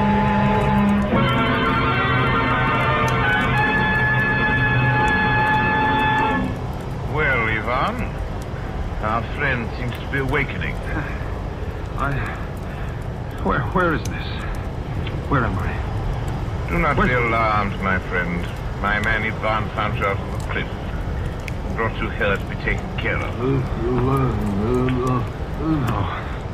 Well, thank God there's life on this island. I hardly believed. Few people do. Yes, you are quite safe here at my castle, Mr. Rainsford. Yes. Rainsford. I'm Sanger Rainsford of New York. Rainsford? Sanger Rainsford? Yes. Well, it is indeed a very great pleasure and honor to welcome you, Mr. Sanger Rainsford. You're the celebrated hunter, are you not? Yes. You know me? By reputation only. I've read your book about hunting snow leopards in Tibet, you see. My name is General Zaroff. I am not English, Mr. Rainsford, but I went to a good school. Perhaps you recognize the colors of my tie. No, makes no difference. I've lived too long in the jungle to be a snob. Well, I can't tell you how happy I am to meet you, General. And I can't tell you how happy I am to meet you, Mr. Rainsford. But come, we shouldn't be chatting here. We can talk later. You must be hungry. Yes, I am, rather. What? Ivan thought you'd like a robe. He's drying your clothes for you. Oh, thank you. Ivan's an incredibly strong fellow, but you mustn't mind his looks. His ears were cut off in battle, and he has the misfortune to be deaf and dumb. He is sensitive about his appearance. A simple fellow, really, but I'm afraid a bit savage. Oh? He's been in our family for years. Follow Ivan, if you please, Mr. Rainsford. I was about to have my luncheon just before you awoke. We can have it together now. Does the robe fit you all right? Oh, yes, perfectly, thanks. I'm so glad. You have quite a collection of heads here. Lions, tigers, elephants, moose, bears. Oh, I don't believe I've ever seen a more perfect specimen. They are nice. I take great pride in them. You have good cause. Coming from you, Mr. Rainsford, that is a great compliment. And here we are. You sit over there. Thank you. Oh, right, Ivan. We do our best to preserve the amenities of civilization here. Please forgive my lapses. Oh, of course. Yes. Well off the beaten track, you know. Shoo-shoo. Shoo-shoo. Shoo-shoo. This is my little pet, Mr. Rainsford. As a hunting falcon, Shoo-shoo is of no further usefulness in the field. But I'm fond of its company. My not, little sweetheart? Patience, my darling. I know you're hungry, my dear. We hunt tonight. Your heads are really remarkable, General. That Cape buffalo is the largest I've ever seen. It's that fellow. He's a monster. Did he charge you? Hurled me against a tree, fractured my skull, left me the scar. And I got the brute. I've always thought the Cape buffalo is the most dangerous of all game. No, you're wrong. Wrong, sir. The Cape buffalo is not the most dangerous game. Ivan! The wine. How does he understand you? He reads my lips. If you like this champagne, Mr. Rainsford, Yvonne chills it expertly. No, the Cape of Buffalo is not the most dangerous Cape. Here in my preserve on this island, I hunt more dangerous game. Oh, what? Is there big game on this island? The biggest. Really? Oh, it isn't here naturally, of course. I have to stock the island. What have you imported, General? Jaguars? Jaguars. I hope you like filet mignon, Mr. Ray. I do very much, thank you. Is it Jaguars, General? No. Hunting jaguars ceased to interest me some years ago. I exhausted their possibilities, you see. No thrill left in jaguars, you understand? No real danger. I live for danger, Mr. Rainsford.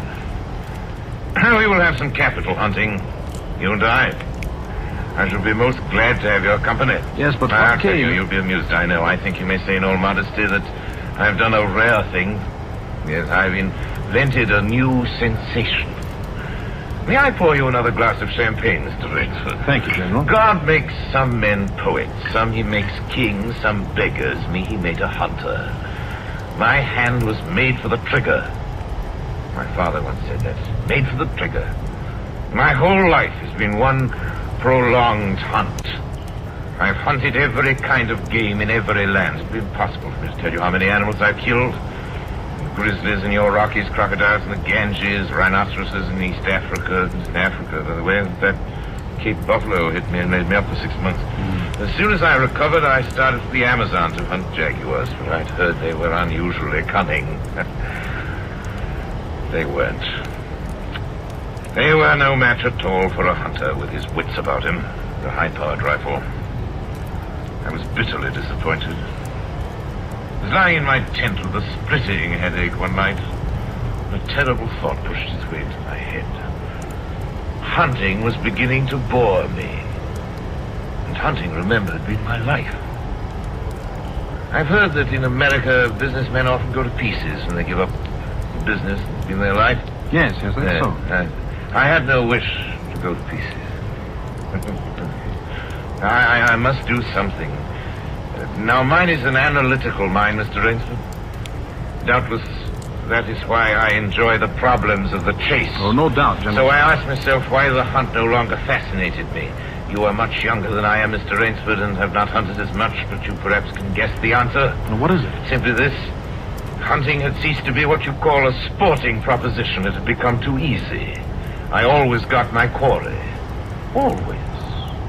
No greater bore than perfection. Cigarette? No, thank you. No animal had a chance with me anymore. Not a chance. That is no boast. It is a mathematical certainty. The animal had nothing but his legs and his instinct. Instinct is no match for reason. When I thought of this, it was a tragic moment for me, I can tell you. It came to me as an inspiration. What I must do. And that was? I had to invent a new animal to hunt. New animal? Well, you're joking. Not at all. I never joke about hunting. I needed a new animal. I found one. So I bought this island, built this castle, and here I do my hunting. The island's perfect for my purposes. There are jungles with a maze of trails in them, hills, swamps. Yes, but the animal, General Zorro. It supplies me with the most exciting hunting in the world. No other hunting compares with it from instant. Every day I hunt. I never grow bored now. For I have a quarry with which I can match my wits. Yes, but you still haven't... I wanted the ideal animal to hunt, so I said, what are the attributes of an ideal quarry? And the answer was, of course, it must have courage, cunning, and above all, it must be able to reason. Well, no animal can reason. Fellow. There is one that can. One? But you can't mean... And why not? Well, I can't believe you're serious, General Zaroff. You're just joking. Joking? I'm quite serious. Speaking about hunting. Hunting? You're speaking about murder. Oh, dear me, that unpleasant word. think I can show you that your scruples are quite ill-founded. Yes? I hunt the scum of the earth. Sailors from tramp ships, lascars, Japs, mongrels, a thoroughbred horse, a hound is worth more than a score. But these are men. Precisely, that is why I use them. It gives me pleasure. They can reason after a fashion, so they are dangerous. But where do you get them? We visit my training school. It's in the cellar. I have about a dozen pupils down there now. They're from the Spanish bark San Lucar that had the bad luck to go to the rocks up there. A very inferior lot, I regret to say. Poor specimens, more accustomed to the deck than to the jungle. Have a glass? No. It's a game, you see. Sort of game. I suggest to one of them that we go hunting. I give him a supply of food and an excellent hunting knife. I give him 3 hours start. I am to follow, armed only with a pistol of the smallest caliber and range. If my quarry eludes me for 3 whole days, he wins the game. If I find him, he loses. Suppose he refuses to be hunted. Oh, I give him his choice, of course. He need not play that game if he does not wish to. If he does not wish to hunt, I turn him over to Ivan. Ivan once had the honor of serving as official knouter to my old king, and he has his own ideas of sport. Invariably, Mr. Rainsford, invariably they choose the hunt. And if they win? To date, I have not lost. I do not wish you to think me a braggart, Mr. Rainsford. Many of them afford only the most elementary sort of problem, I assure you. Occasionally I strike a Tartar. Shoo remembers the Tartar, don't you, darling? Yes, he almost did win. I eventually had to use the hounds. See? Wait a moment, I'll open the window. Hello, boys!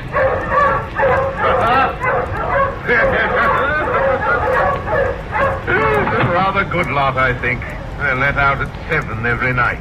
If anyone should try to get into my castle or out of it, something extremely regrettable would occur.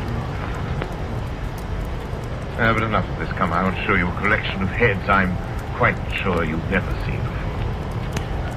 Join me in the library for coffee. I hope that you will excuse me tonight, General. I'm really not feeling well at all. Indeed. I know what it is. My old complaint. Ennui, boredom. You need some excitement. Tonight we'll hunt. Hey, Mr. Redford. You and I. You're wrong, General. I won't hunt. I won't murder. As you wish, my friend. The choice rests entirely with you.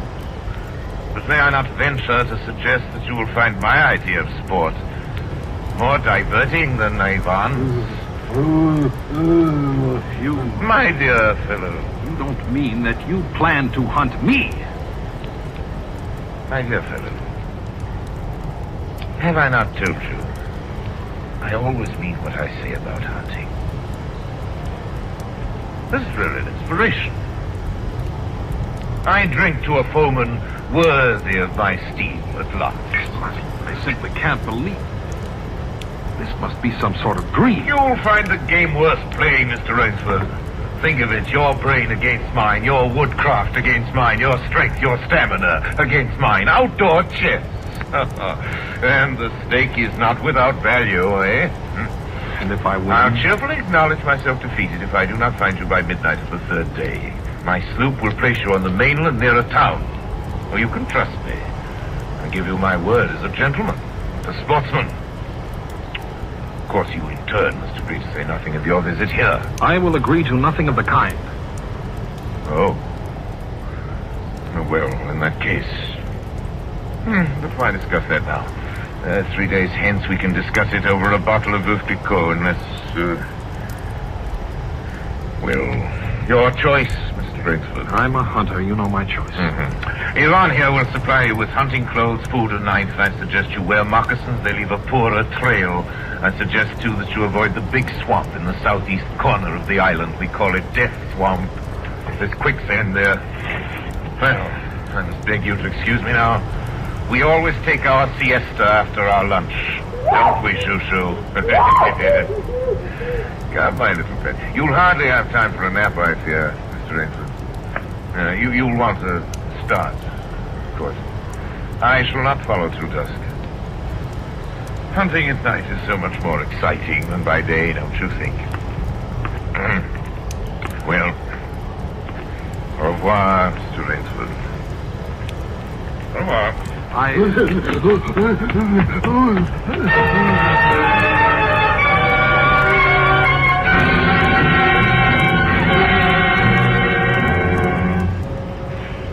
I'd fought my way through the bush for 2 hours, repeating to myself over and over again, I must keep my nerve, I must keep my nerve. My whole idea at first was to put distance between myself and General Zaroff.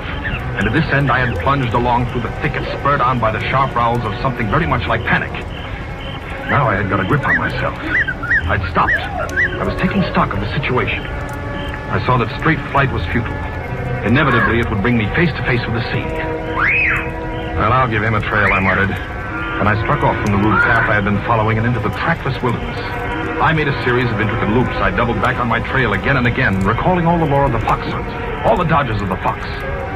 Night found me exhausted, my hands and face lashed by the branches on a thickly wooded ridge. My need for rest was imperative, and I thought, I played the fox, now I must play the cat of the fable. A big tree with a thick trunk and outspread branches was nearby, and taking care not to leave the slightest mark, I climbed up and stretched out among the broad limbs. Rest brought me new confidence and almost a feeling of security. Even so expert a hunter as General Zaroff cannot face me here, I assured myself. An apprehensive night crawled slowly by, my mind keenly alert for any sound, any warning. Towards the dawn, an instinct I never knew existed, like an animal must possess, impelled me to look far off in the distance on a westerly direction. Sure enough, following the trail with the sureness of a bloodhound came General Zaroff. Nothing escaped those searching black eyes, no crushed blade of grass, no bent twig, no mark, no matter how fine in the moss. My heart pounding furiously, I slid down quickly from the tree and struck off again into the woods. I knew I had to do something desperate. I knew that I had little time in which to do it. 300 yards from my hiding place, I stopped where a huge dead tree leaned precariously on a smaller living one. Throwing off my sack of food, I took my knife from its sheath and began to work with all my energy. The job was finished at last, and I threw myself down behind a fallen log 300 feet away. I did not have to wait long.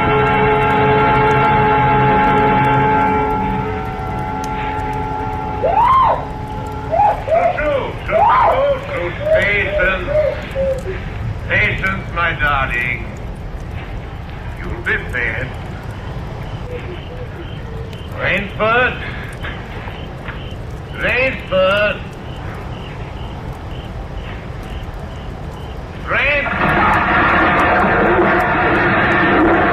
Got him.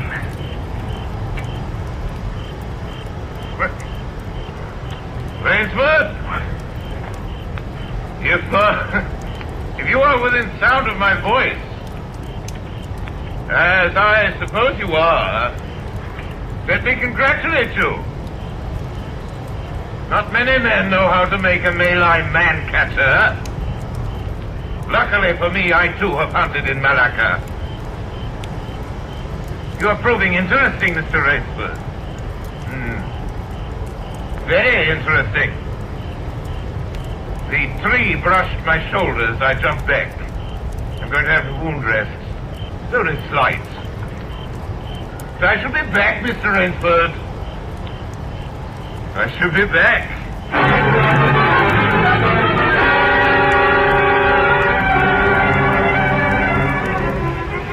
It was flight now, a desperate, hopeless flight that carried me on for hours. I don't know where I got the strength. I kept telling myself over and over again that I must keep my nerve. That I was competing with a monster, a super huntsman. Dusk came, then darkness, and still I managed to press on. The ground grew softer under my moccasins. The vegetation grew ranker, denser. Insects bit at me savagely. Suddenly, as I stepped forward, my foot sank into the ooze. I tried to wrench it back, but the muck sucked viciously at my foot like a giant leech. With a violent effort, I tore my foot loose. I knew where I was then. Death Swamp and its quicksand. But the softness of the earth had given me an idea. I stepped back from the quicksand a dozen feet or so and began to dig. When the pit was above my shoulders, I climbed out and from some hard saplings cut stakes and sharpened them to fine points. These stakes I planted in the bottom of the pit with the points sticking upwards. As fast as I could, I wove a rough carpet of weeds and branches and with it covered the mouth of the pit. Then, wet with sweat and aching with tiredness, I crouched behind the stump of a lightning-charmed tree. Oh, I knew Zaroff was coming. I could hear the paddling sound of his feet on the saucer. Zaroff was coming and coming fast. He was not feeling his way along foot by foot. Crouching there, I could neither see him nor see the pit. I lived a year and a minute, frozen, every muscle tensed.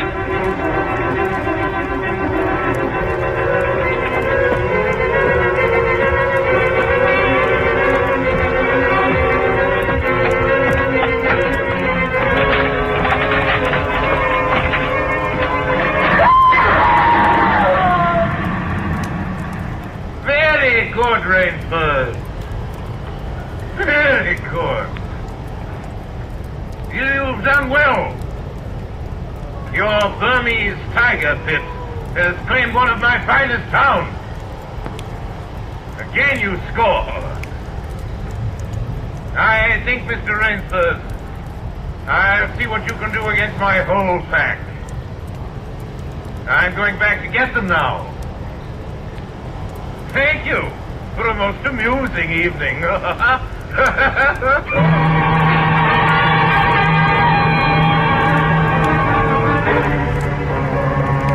At daybreak, lying near the swamp, I was awakened by a sound that made me know I had new things to learn about fear. It was a distant sound, faint and wavering, but I knew it. It was the baying of a pack of hounds. I could do one of two things.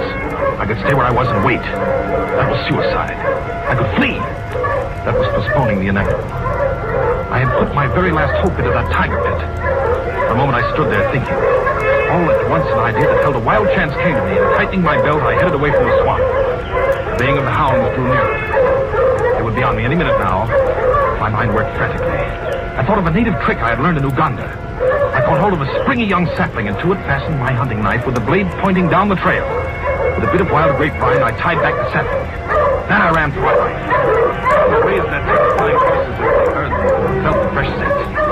I knew then how an animal at bay feels. At last I had to stop to get my breath. The baying of the hounds stopped just as suddenly. And with it my heart stopped too. They must have reached the knife. Excitedly I shinnied up a tree and looked back. My pursuers had stopped all right. But the hope that had been in my brain when I climbed died. For in the shallow valley I saw that General Zaroff was still on his feet. But Ivan was not. Apparently he had come along to hold the hounds. The knife, driven by the recoil of the springing tree, had splintered through his chest. I'd hardly tumbled to the ground when the pack took up the cry again. Nerve, nerve, nerve, nerve, I panted as I dashed along. A blue gap showed between the trees dead ahead. The hounds were almost on top of me. I forced myself on towards that gap. I reached it. It was the shore of the sea. Across the cove, I could see the gloomy gray stone of the castle. 20 feet below me, the sea rumbled and hissed. I hesitated. I heard the hounds. Then I leaped far out into the sea.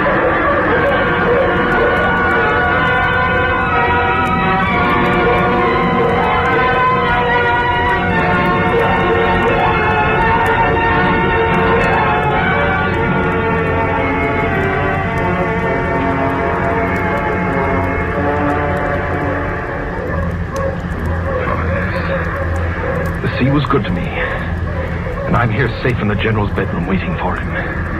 3 days are up, and I've eluded him. But now I must go further. In a moment we will meet, he and I, and he will be unarmed. Only one of us is going to live, you understand that now.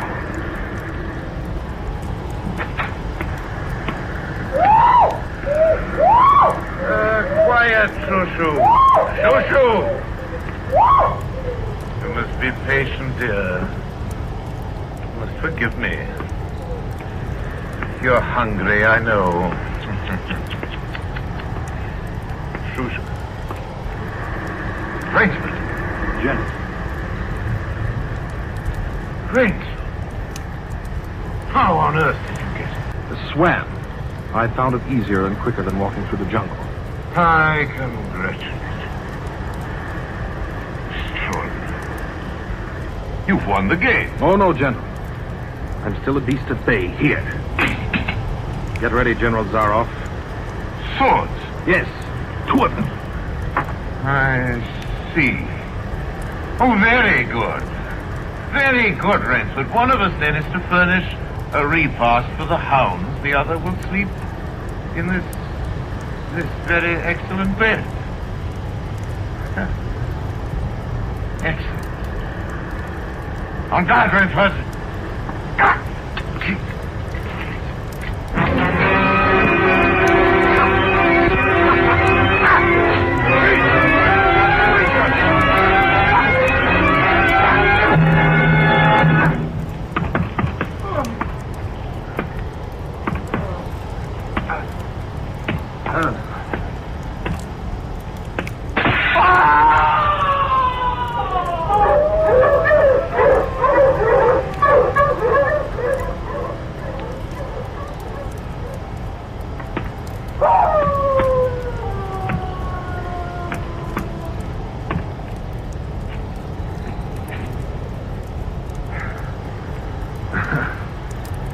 Just as my late host said it would be. A very excellent bed.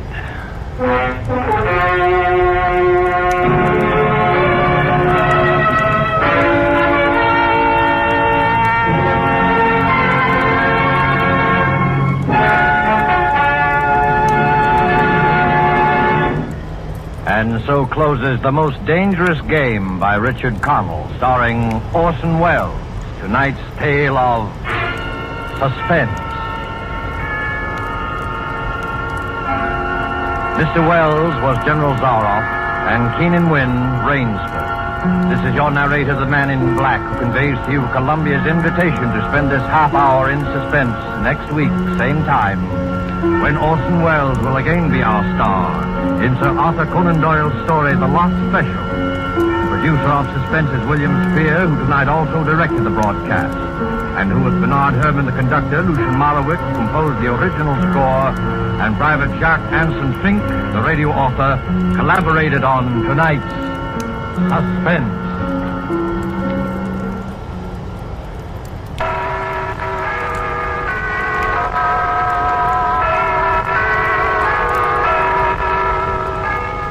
The Black Museum is a repository of death. Yes, here in the grim stone structure on the Thames, which houses Scotland Yard, is a warehouse of homicides, where everyday objects, a glass ashtray, a porcelain vase, an electric fan, all are touched by murder.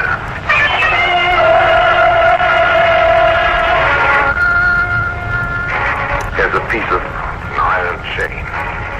It's a familiar object.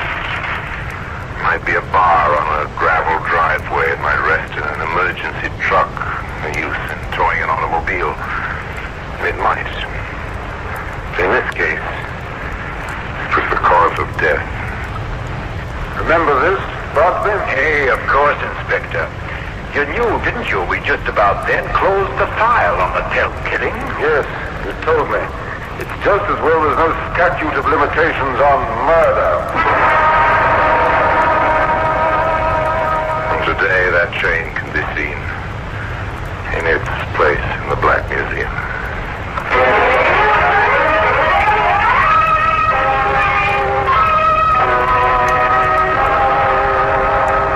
From the annals of the Criminal Investigation Department of the London Police, we bring you the dramatic stories of the crimes recorded by the objects in Scotland Yard's Gallery of Death, the Black Museum.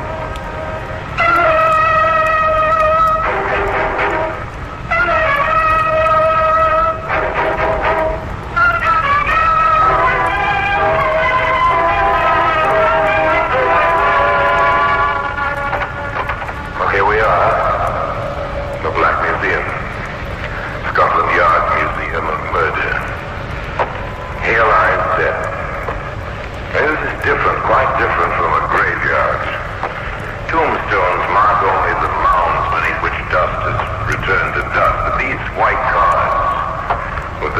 black lettering designate the means of death.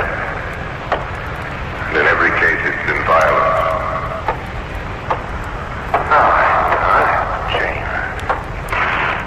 Chain. Now, what do you associate with the word? The sound. Chain. Ships and anchors. Slavery. Bars and prisons, maybe. Oh, hardly with a young girl, 23. Seated in a hard chair in the bare office of Inspector Hall, Scotland Yard. I'm sorry to ask you to repeat that statement, Miss Tomlinson. You'll understand that I find it rather hard to believe. You feel the same way, don't you, Sergeant? Oh, I do, sir. No doubt about it, I do. I rather expected you would, Inspector. In modern times, no one believes in ghosts. Do you, Miss Tomlinson? But I didn't. Now I do. And you've no explanation for these, phenomena? If I had, I wouldn't be here, Inspector. You must believe me. There is a ghost, and I'm frightened. You mean, Miss Tomlinson, there are noises in the night, and they frighten you? Noises. And the voice. My father's voice. He wants me out of the house. Well, why should he want me out when you left it to me? When we were so happy there together. Just you and your father? Mother died when I was very little. I hardly knew her. Now there's only myself. In the house? Haunted? I see. Does this ghost, by any chance, rattle chains? Yes. Oh, it's a horrible sound. Apparently the good inspector had his own ideas about this ghost. In fact, after Joan Tomlinson left his office. Interested, Preston? In ghosts? Little sir? In good-looking heiresses, Sergeant. Oh, that, sir. No, sir. But it might be possible that someone else is, or in her property. Perhaps. Well, look into it, Preston. If we don't, the odds are the young lady will be back until we do. Let me have a report in the morning. The morning was 8 hours away.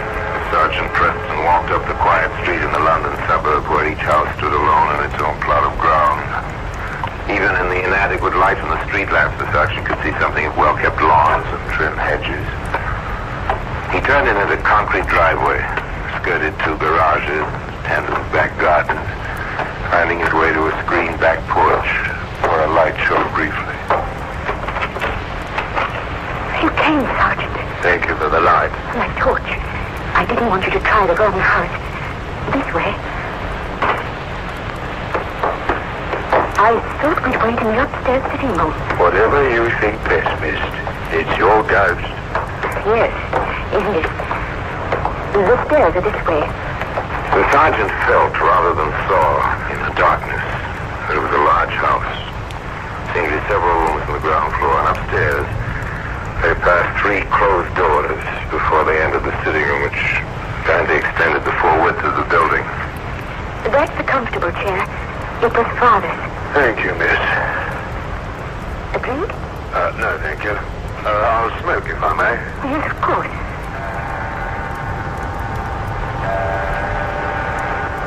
When does he go? Midnight?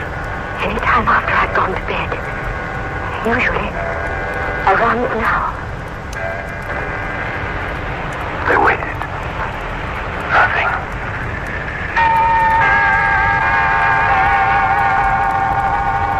Think you'll come tonight, miss?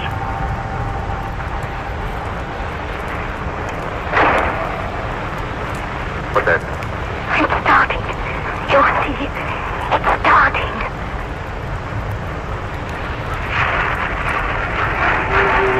Inspector, we never any fella. Do you hear it, Sergeant? Do you? How can I help you, miss? Tony, can you hear me? Oh, it's just us. It sounds so like him. Tony, I can't rest. I can't. Not with you. Alone. Alone. In the house.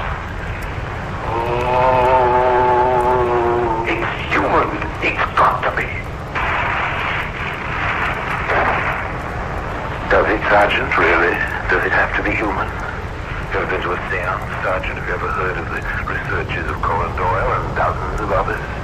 No, do you believe me, Sergeant? There's something, miss. Well, who could sound like my father? Who? Who would call me Jimmy? Oh, all right. I might as well have some lights now. It won't come back until tomorrow night. I see. Only once a night. Yes. But don't you want to search the house or anything? Well, Sergeant, don't you? If this thing is human, there ought to be some trace, Sergeant. Oughtn't there?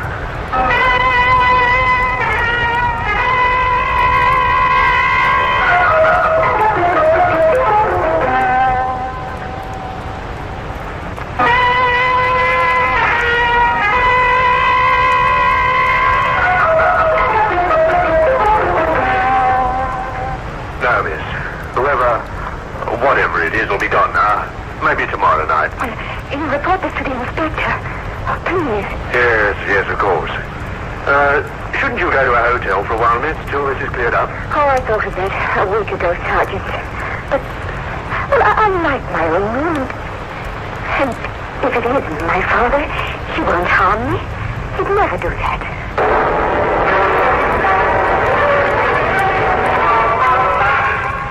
You're very certain of that, aren't you, young lady?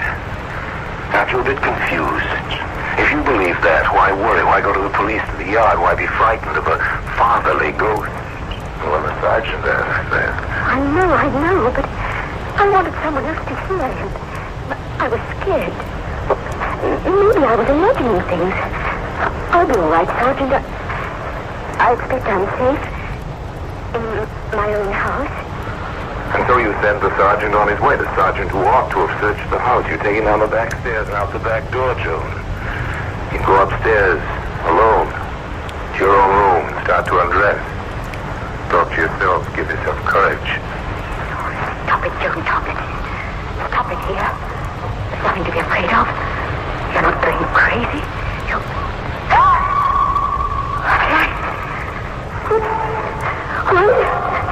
The lights.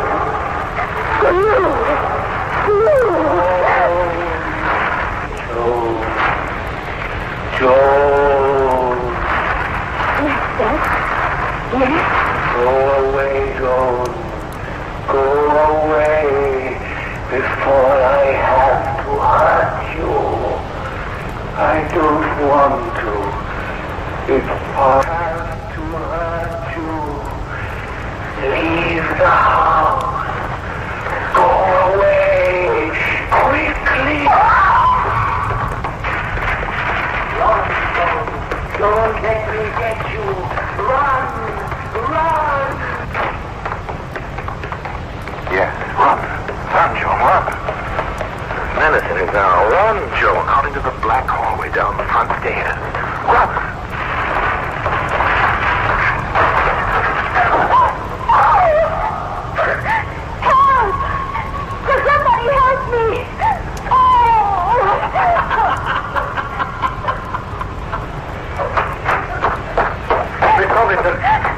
I waited about, miss. Thought he might come back. Heard you scream. Now, see here, miss. You're going straight to hospital, and I'm going straight to the inspector. I don't like the looks of it, not a bit. Well, who would like the looks of it? Except if you didn't believe in ghosts. Of course, Inspector Hall didn't believe in ghosts. Standing beside Joan in her room at the hospital, he was quite explicit. It's a mighty corporeal ghost, miss. How do you know, Inspector? Your twisted ankle. That was no accident. A stair tread was sawn through. I understand ghosts have difficulty with cross-cut saws. Miss Tomlinson, do you have any next of kin? That is, anyone who might benefit if anything happened to you? Only second cousins. Wait, I haven't seen them in years. Do they live in London? Oh, I know. There was Larry Telk. He was in Manchester. I had a note after Father died. And Jerry Hennessy, he lives in Norwich. Yes, I think. And yes, of course. Ruth Carstairs. Father spoke of her. She's a school teacher. The oldest. A school in Bristol. But impossible, Inspector. None of them... None of them would want you out of the way. No, of course not. I see. Then, how do you account for this, Miss Tomlinson, Sergeant? Yes, here it is. But where did you... In the cellar of your house, under some burlap bags, right near the furnace, Miss Tomlinson. The furnace with its tin ducts to the registers in the room above. Many youngsters use these echoing ducts to imitate a ghost, or to overhear what was going on in another room. As I said before, Miss Tomlinson, this is a mighty corporeal ghost. He soars through stairs. He uses hot air ducts to amplify his voice. He carries his own sound. I don't like it any more than Sergeant Preston does, miss. I don't like it at all. And today, that same chain can be seen in the museum.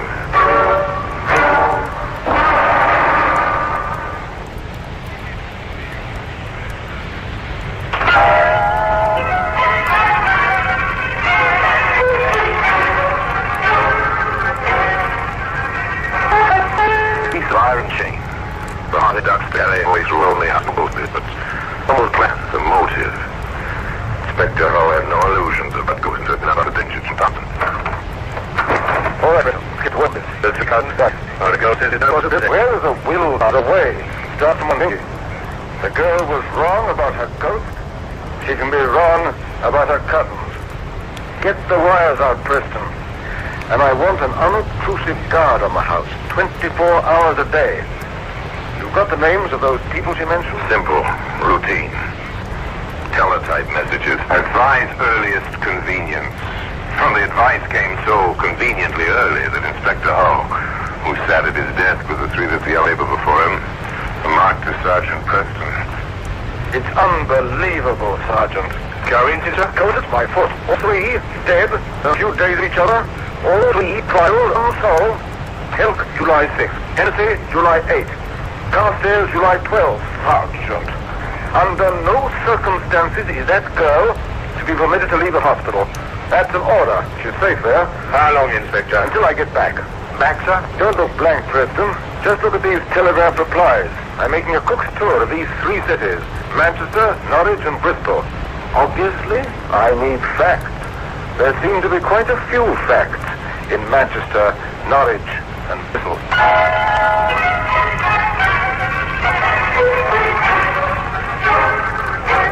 England is very large, so your trains are fast. In Manchester... I understand, but the Telk case was in your hands. Aye, that's correct, sir. Well, how far yet? No motive. Nothing. Just this man Telk walking home alone on a July night toward 11. A dark street. A carving knife in his back. That's all. A night train to Norwich. Another police headquarters, another detective. Anxious to cooperate. Here it is, Inspector. All we have on the Hennessy case. Tell me about it, Wilson. Hit and run driver. I checked the scene myself. Hennessy was hit on the sidewalk. Looked as if some drunk had driven right up on the walk and crushed the man against the building wall.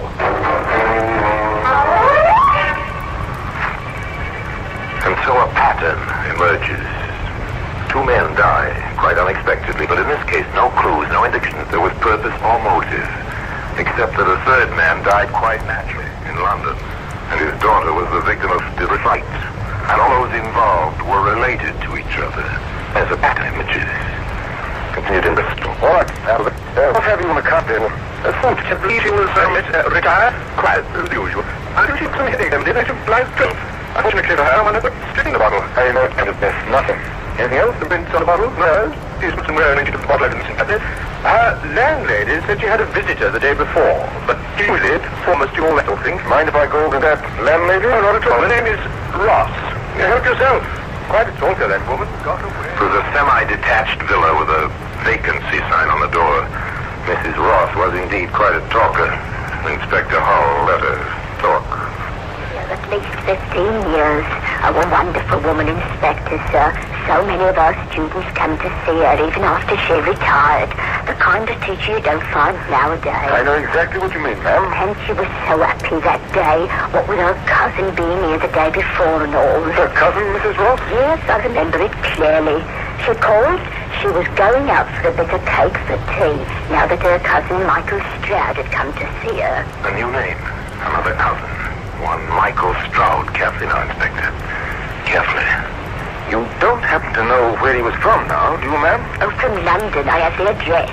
Found an envelope in the waste paper basket while I was clearing out the poor thing's room. Did you tell this to the police? No, sir. They were so busy with their bustle and dusting everything for fingerprint states. Yes, of course. Now, Mrs. Ross, may I have that address, please? That is, if you still have it. A teletype message travels much faster than a train from Bristol to London. By the time the inspector reached his office, Sergeant Preston was waiting with the answer. We've been there, sir. Michael Stroud had a flat at the address, but he's moved and left no forwarding address. Oh, when did he move out? July 13, sir. The day after the Carstairs woman died. When the quarry is escaping, what do you do? Or at least you can do is close some of the gaps in the situation. Try to develop motive and opportunity. The inspector permitted Joan Tomlinson to leave the hospital and to proceed in his company to the office of the solicitor. Now, sit down, Joan. And to Inspector. Thank you, Mr. Thomas. Thank you. I gather something is amiss.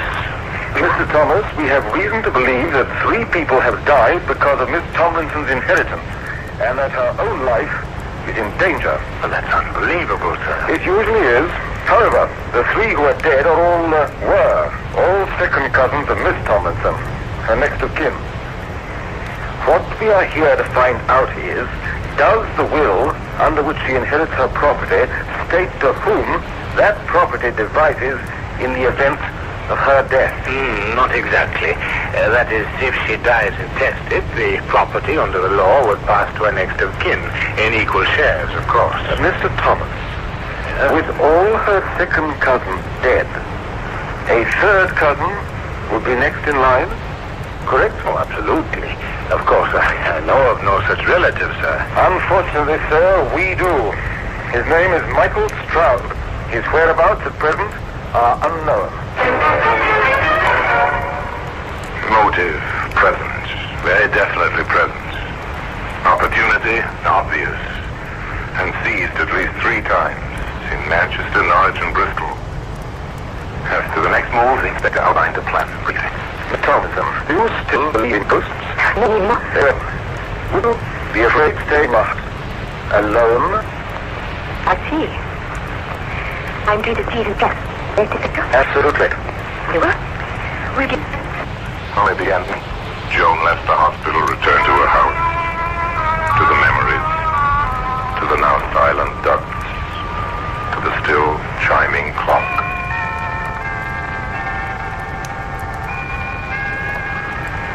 The first night was uneventful. Others followed. Bit by bit, Joan slipped back into her normal everyday routine, a girl in her home with a servant during the day, alone at night. The ghost. The 3 deaths in 3 cities. The inspector began to take on aspects of a dream. Reality was coming home after an evening in the city, going upstairs, listening to the little clock. Preparing for sleep, indulging a little habit of talking to herself. There's nothing to worry about. Really nothing. He's gone away. Out of the country, maybe. Oh, forget Michael Stroud, Johnny. Forget the whole thing. What's that? How are you, John? Feeling well? And safe? Get out. Whoever you are. That won't work, Danny. You know I'm your cousin, Michael. Can't call. I never saw you before. In my life? I know, dear. And now that you have seen me, what else is there to live for? Oh, but you couldn't get away with it. Oh, yes, I could. I can. I will. You'll be a lovely suicide, dear.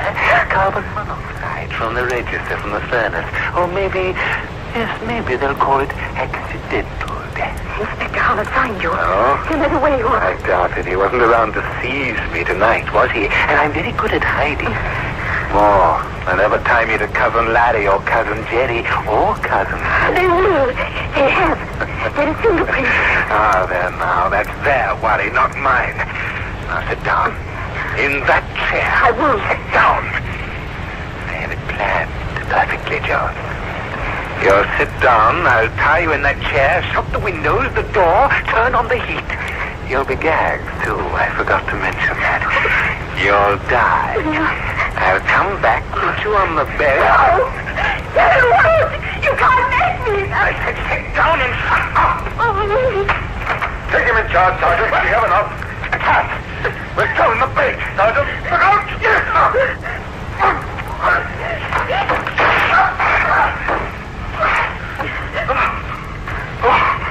Thank you, sir. For getting his gun away, sir. Nicely handled, Sergeant. You all right, Miss Tomlinson? Yes, I think so. He is a very corporeal ghost. Isn't he, Inspector? Definitely. And I believe his corporeal fingerprints will match those on the handle of a very corporeal knife in Manchester, a steering wheel in Norwich, a bottle in Bristol, and a certain chain in the possession of Scotland Yard. The case was clear. The defense was helpless.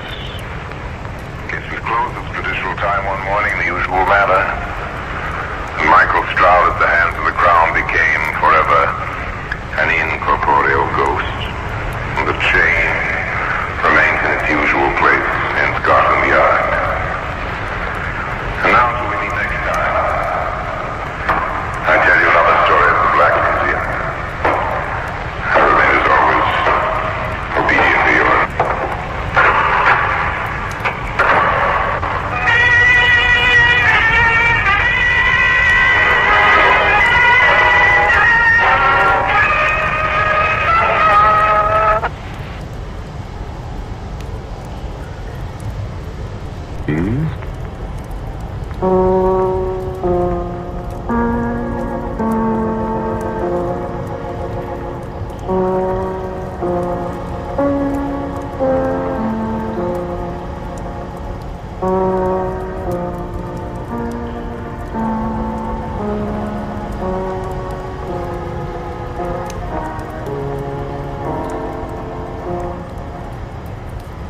Broadcasting System presents Quiet Please, which is written and directed by Willis Cooper and which features Ernest Chappell. Quiet Please for tonight is called The Pathetic Fallacy.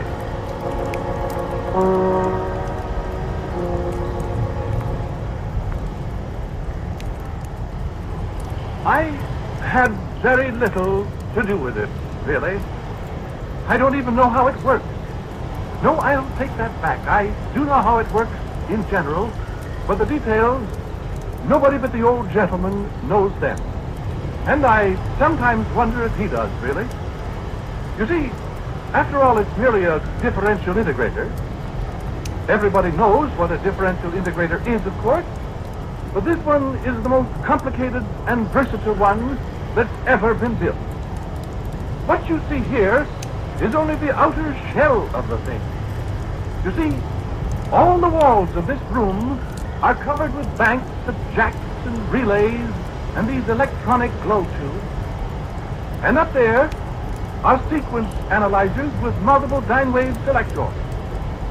These are the presets all along here, and the master control is at the desk there in the center.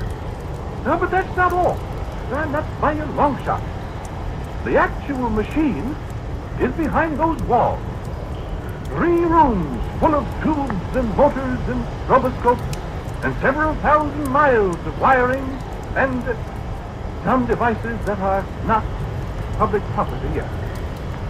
The machine took 6 years to build, and a total of 81 expert technicians were employed continuously during that time. So you can understand, that any one man knows very little of the actual construction of this giant mechanical brain. So that's just what it is. A mechanical, electronic brain capable of performing mathematical tasks far beyond the comprehension of the human brain. Now, are there any questions before we proceed? Yes, I've got a question, Mr. Quinn. Does this machine really think? No, Mr. Burns, Sandy Burns, the Daily News. Well, Mr. Burns, you may tell the readers of the Daily News that the machine does not think. It is a purely mechanical device, although a most complicated one. But you call it a brain. I was merely indulging in the pathetic fallacy, Mr. Burns. Oh.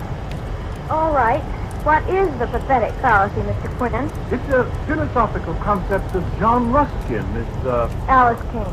A philosophical concept, Miss Alice King, which derives from the imputation of human qualities or emotions to an inanimate thing.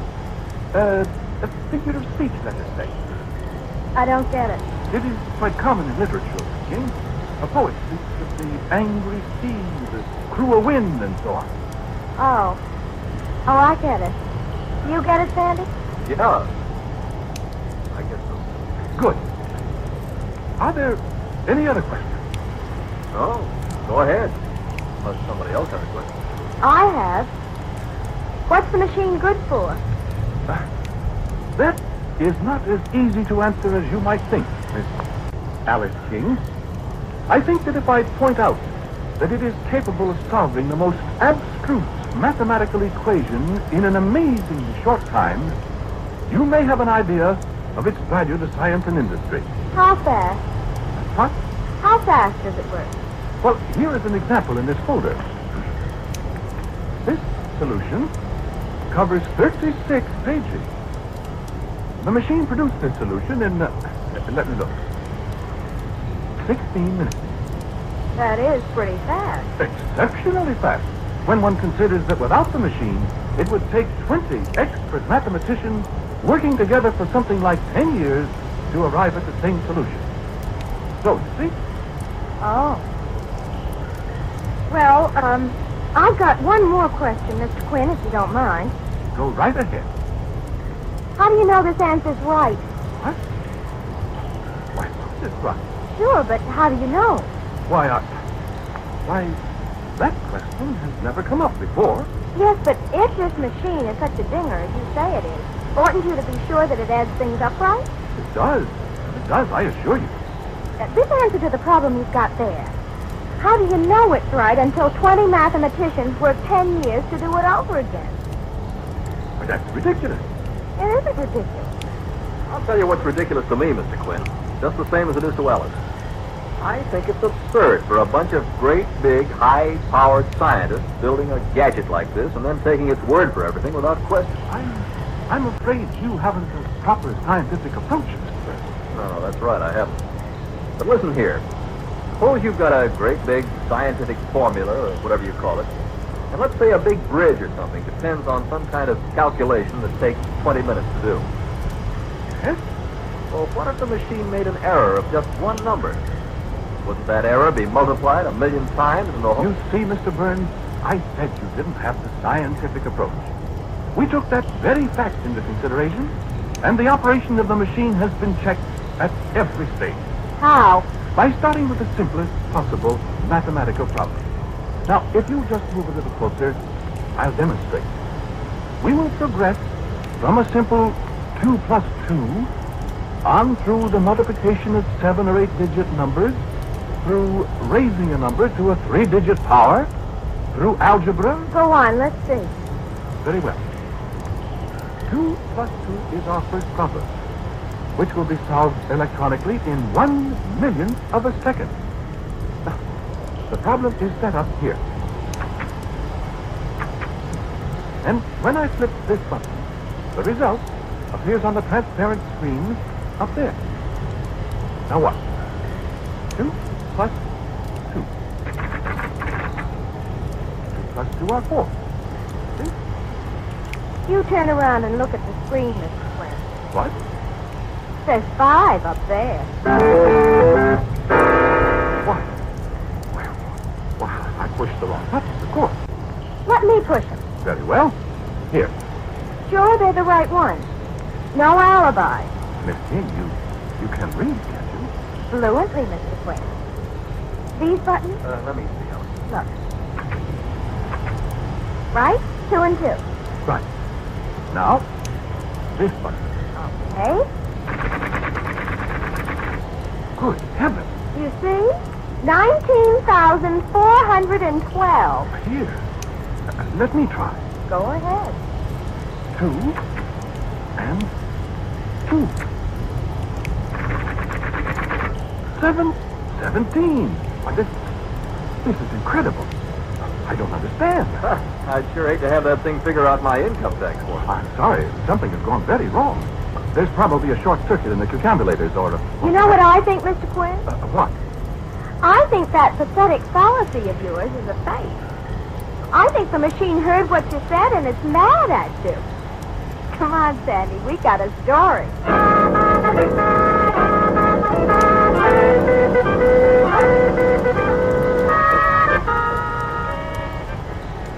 Yes, they certainly did have a story. And they plastered it all over the front pages of the paper for 3 days. The old gentleman had me on the clock, and for a scientist, has an extraordinary vocabulary.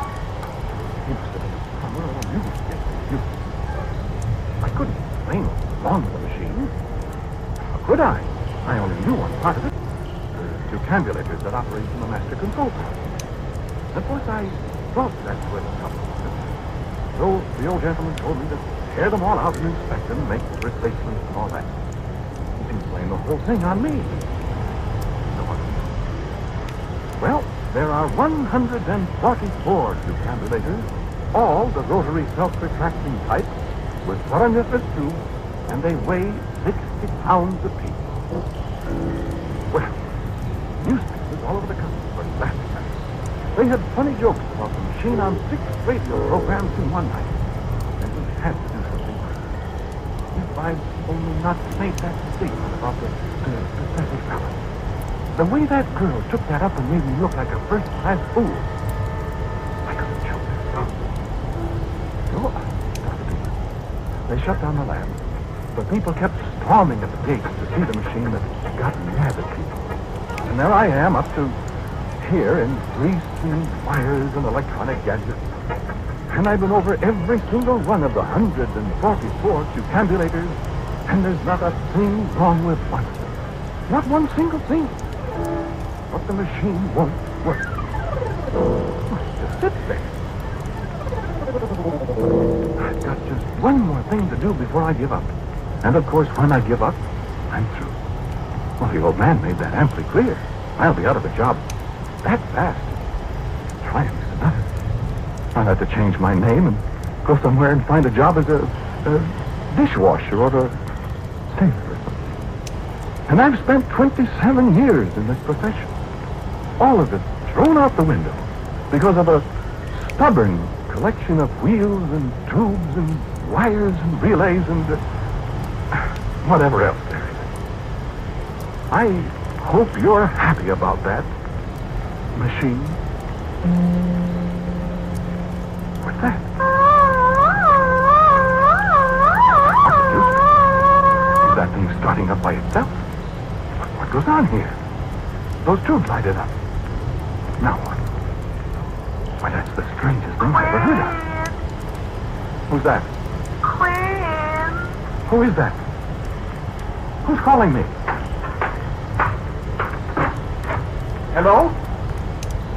Hello, who's calling me? I must be hearing. I'm losing my mind. Quinn. Who's calling me? Quinn. 2 plus 2, 4. What? 2 plus 2, 4. Who is that, I say? 4, 4, 4, 4. Why, it's the machine. It's talking back to me.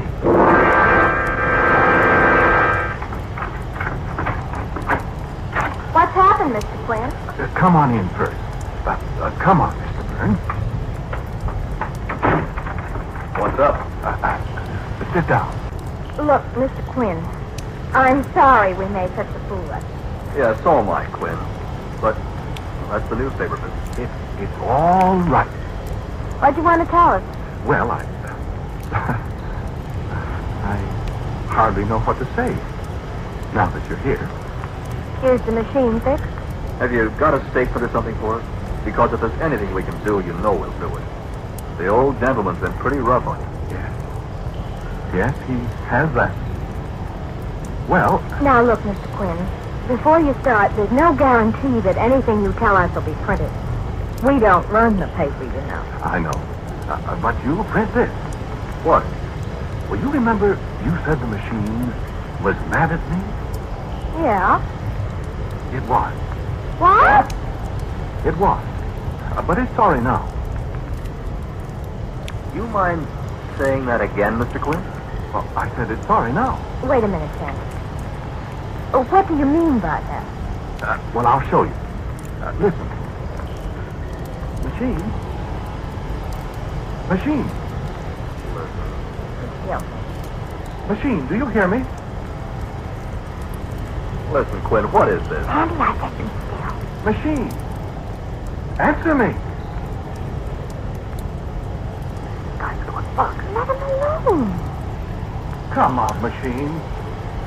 2 plus 2. Mr. Quinn, what are you trying to do? You trying to get that machine to talk back to you? It did once. Are you kidding? No, sir. No, I am not. Well, now, look, Quinn. You say it did talk to you, Mr. Quinn. Yes, it did. Machine. Come on. No, wait. When did it talk to you, Mr. Quinn? Just before I telephoned. I was sitting here and it called my name. It said, Quinn. You sure? Of course. What else did it say?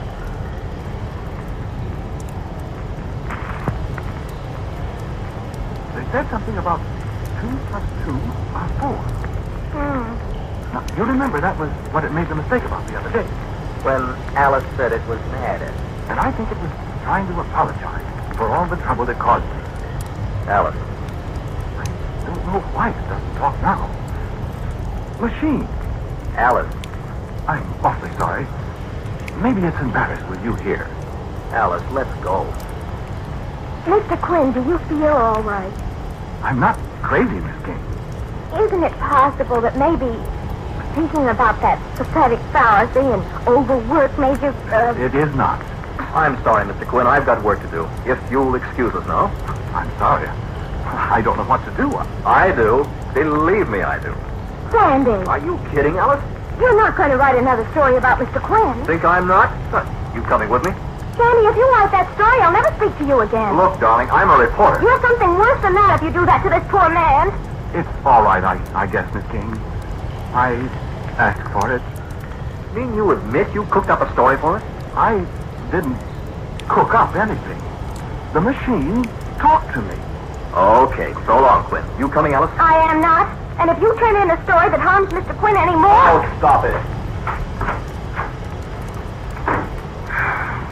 Well, I suppose I might as well go get my hat and coat. I'm terribly sorry, Mr. Quinn. Yes? I am too. Do you want to tell me what really happened? I told you, Miss King. I was sitting here, and I was talking to myself.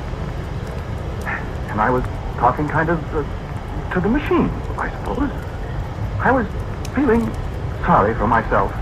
Out of a job, never be able to get another job again because I've been disgraced. By a couple of newspaper people who thought more of a silly story than of a man's whole career. Oh, it's not your fault, really. I suppose I'd have done the same thing if I were a newspaper man. I don't know what to say. There isn't anything to say, Miss King. If I can stop Sandy from writing another story... It doesn't make any difference.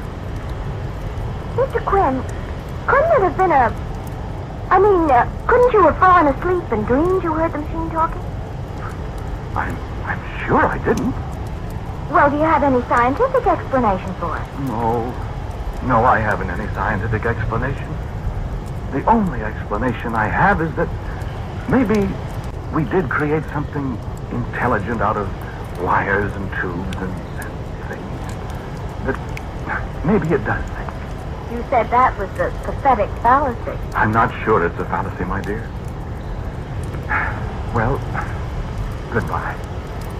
I'm sorry to have troubled you. Isn't there anything I can do? There isn't anything anyone can do. I'm just very disappointed. That's all. Goodbye. Goodbye, Mr. Quinn.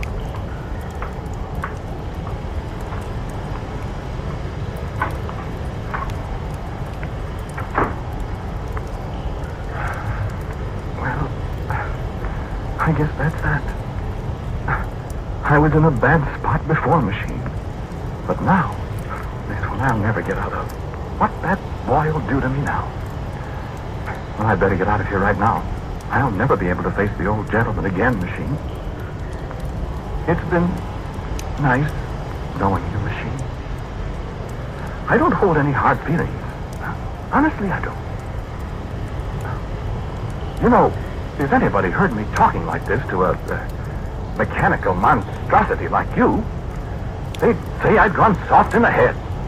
You know that. And I wonder if maybe I haven't by God. Well, maybe I can get a job as a street sweeper in Omaha or something.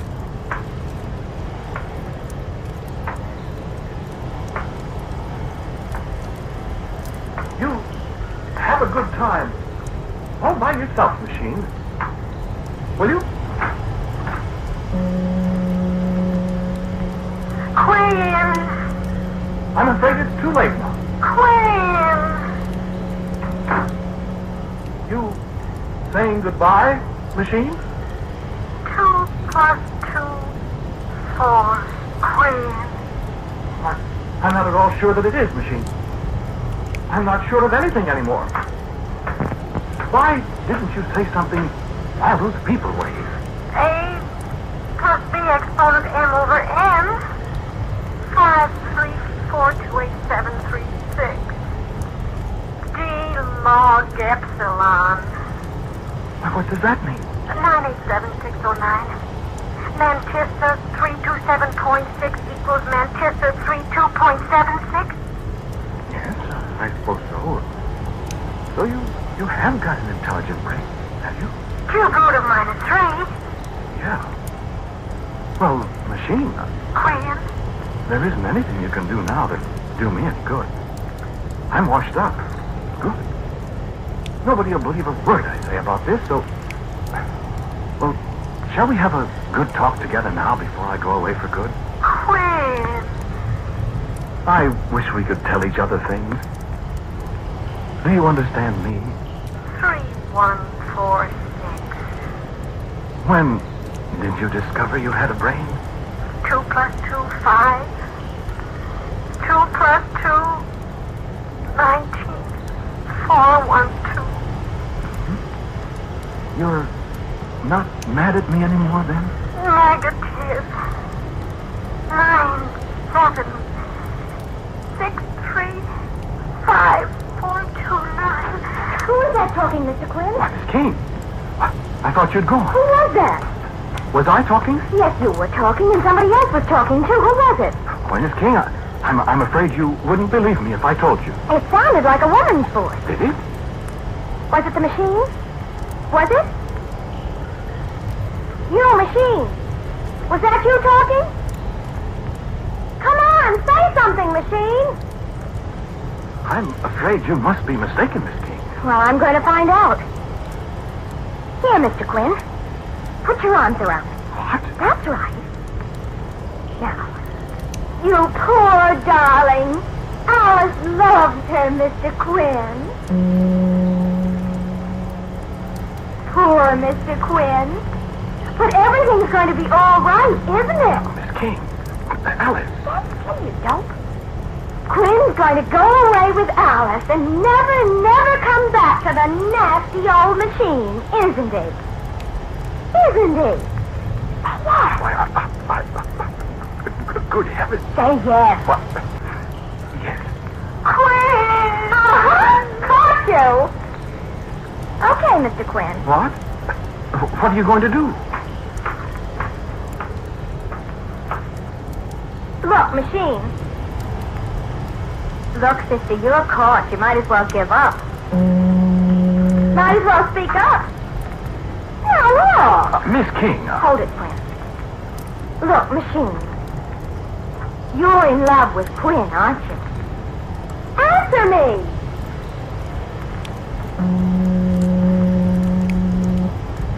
Pi R squared. I knew it! I knew it! D equals square root of B squared plus H squared. All right, I won't if you'll do what I tell you to. Otherwise, I'm going to take him away from you. Negative. Will you do as I say? Million, trillion, quadrillion, quintillion. What did you say, Mr. Quinn? I said, do you understand what she's saying? Why, of course. We girls understand each other, don't we? Affirmative. But what are you... What? Just let us alone for a minute, will you? Well, yes, but... You go over there and sit in the corner. What? Go on. Well, what else can I do? That's right. Now, machine, you'll promise. If I let Quinn stay here with you, you promise you'll never give any wrong answers again.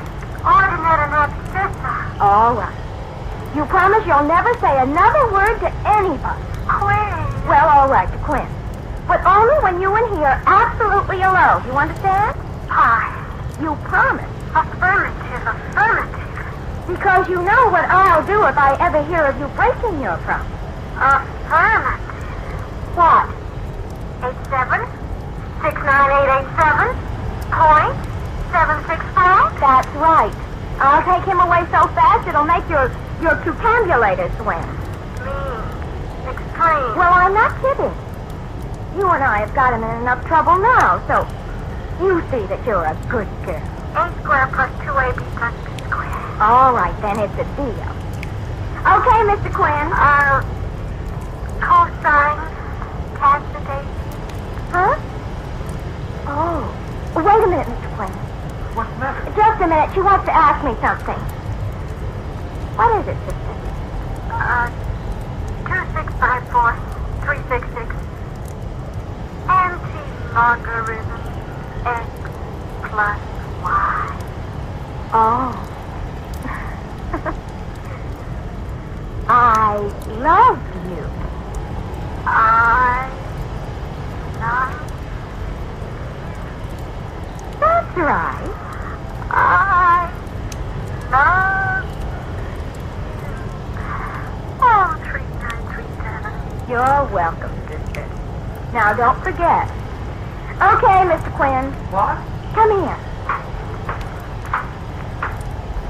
What? Everything's going to be all right, Mr. Quinn.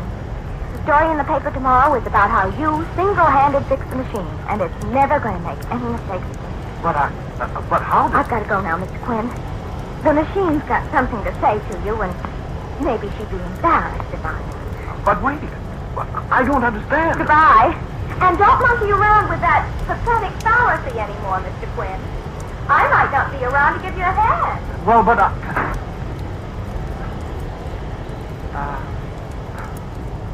did you have something to say to me, machine? Queen. I love you. Why, my dear. The square of the hypotenuse of a right-angled triangle is equal to the sum of the squares of the other two sides.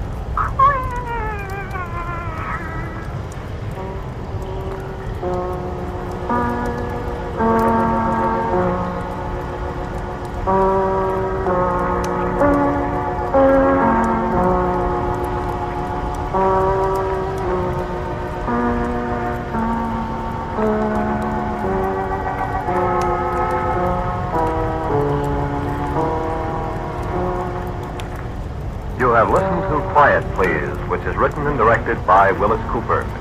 The man who spoke to you was Ernest Chappell. And Sharita Bauer played Alice. Sandy was played by Michael Fitzmaurice. The voice of the machine was Vicky Bola. The original music heard on Quiet Please is composed and played by Albert Berman. Now, for a word about next week's Quiet Please, here is our writer-director, Willis Cooper. The story for next week is called A Red and White Guidon. It's about the days when cavalry rode horses.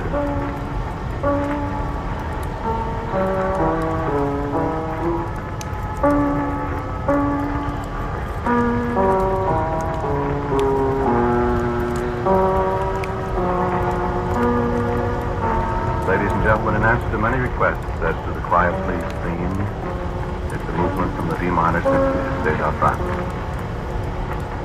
And so until next week at this time, I am quietly yours, Ernest Chappell.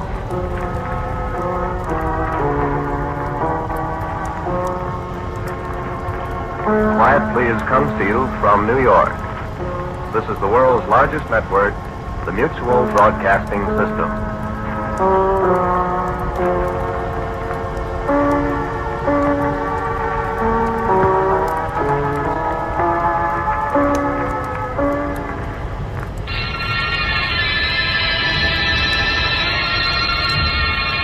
Mystery in the Air, starring Peter Lorre, presented by Camel Cigarettes.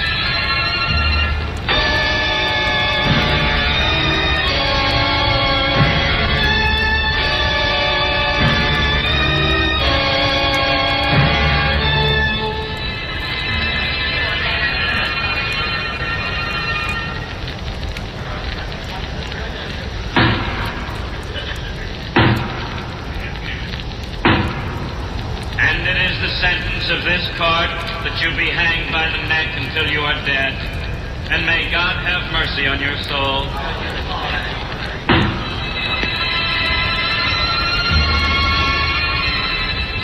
No, I neither expect nor solicit belief for this wild story. I would be mad to expect it yet. Mad I'm not, and very surely I do not dream, but while there is still time, I don't know why, I feel compelled to report a series of mere household events and their consequences. These events have terrified, have tortured, have destroyed me. Perhaps some are more calm, more logical, but certainly far less excitable than I will be able to explain them. I cannot. I can only tell you the facts, and that I have to do today because tomorrow I die.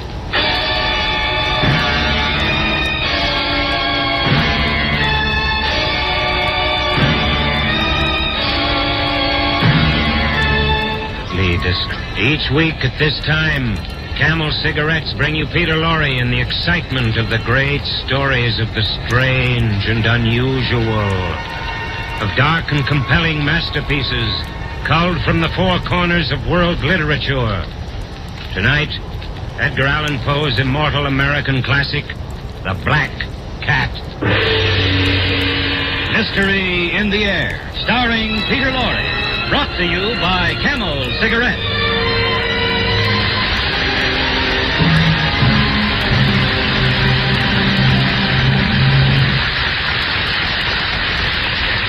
Experience is the best teacher. Try a Camel. Let your own experience tell you why more people are smoking Camels than ever before. Give your T-Zone the experience of enjoying a Camel. And see if you don't join the millions of other smokers who say, Camels suit my T-Zone to a T. Your T-Zone, that's T for taste and T for throat, is your true proving ground for any cigarette. See if Camel's rich, full flavor isn't a delightful experience for your taste. If Camel's cool mildness isn't more than welcome to your throat, try a Camel.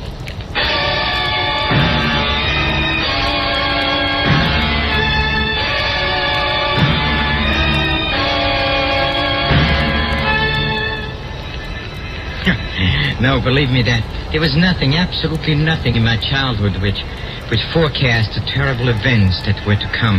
No, as a child, I was very gentle. I got along well with everyone, but The most I liked animals, yes. All kinds of animals. And then I married quite young, and I was very happy to find that my wife shared my feelings. Very soon we had quite a collection. Oh, we had birds and goldfish. We had a dog and some rabbits, and we had a cat. I'll never forget the day my wife brought it home. Hello.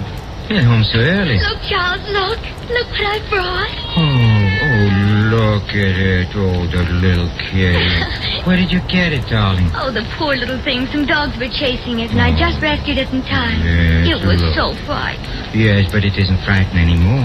Oh, it seems to love you, Charles. Then that's not strange. All animals do. Yes. Nobody's going to hurt you, kitty, no. How about some milk, huh? There, you see? Oh, you must have been very hungry. Yes. Hey, what's your name, huh? I don't suppose he has a name. He is so young. I don't think he belongs to anybody. Well, then we have to give him a name. You mean we can keep him? Keep him? What are you talking about? He has no home. We can't turn him out in the streets, can Oh, we? Charles, I was hoping you'd let him stay. Of course, but he must have a name. Yes, let's see. Oh, you're so black, yes. All black. Beautiful. Not a single white Oh, I have him. He's as black as the devil. Let's call him Pluto. Yes, we'll call you Pluto.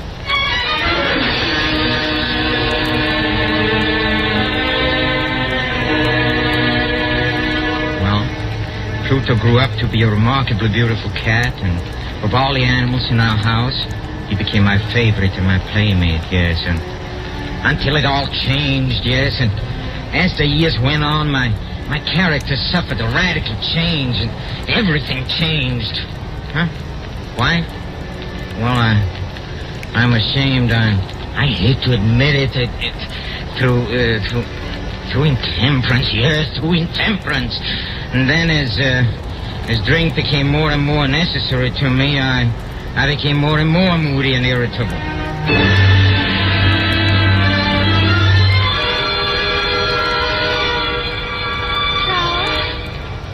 Where are you going? I don't have to tell you where I'm going. Oh, Charles, what's happening? What do you mean, what's happening to me? Well, you never used to go out every night to those vile places.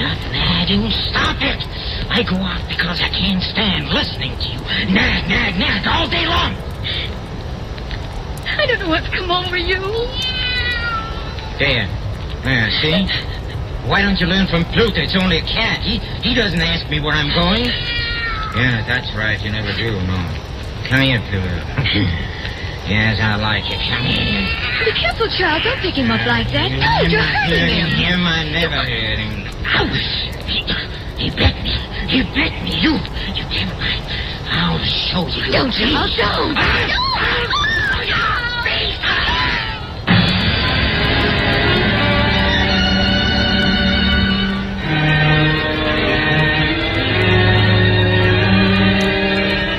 Yes, I hate to admit it, but I was so furious I kicked Pluto, and I kicked him again and hard, and the next morning I saw that his ear was torn, and I was filled with remorse for what I'd done.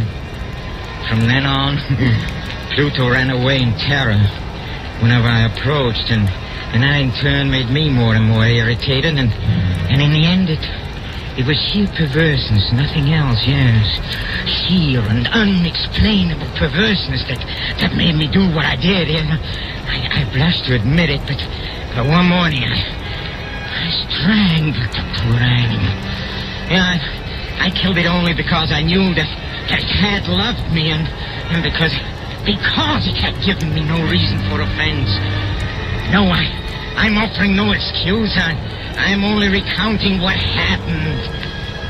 Well, in the evening, I went to the inn as usual, and I came home very late, and I fell fast asleep with my clothes on. Then I was awakened suddenly. Hey, what? Charles, wake up! Charles! What's the matter? There must be a fire. I smell smoke. Good heavens, it's our house. Oh. Our house is burning. Come on, darling, come. We'll be trapped. Come on, hurry up. Quick. The stairs are on fire. Everything. I can't. Don't talk, sweetheart. Perhaps I can get you through the flames. Don't breathe, darling.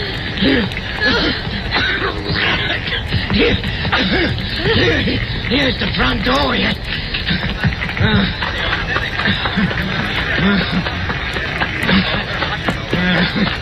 We made it.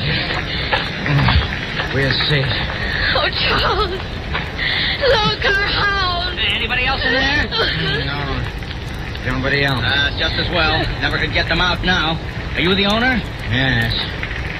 That was our house. Well, you haven't got much left then. We can't save it now. Stand back, everybody. The roof's going to fall in. Stand back.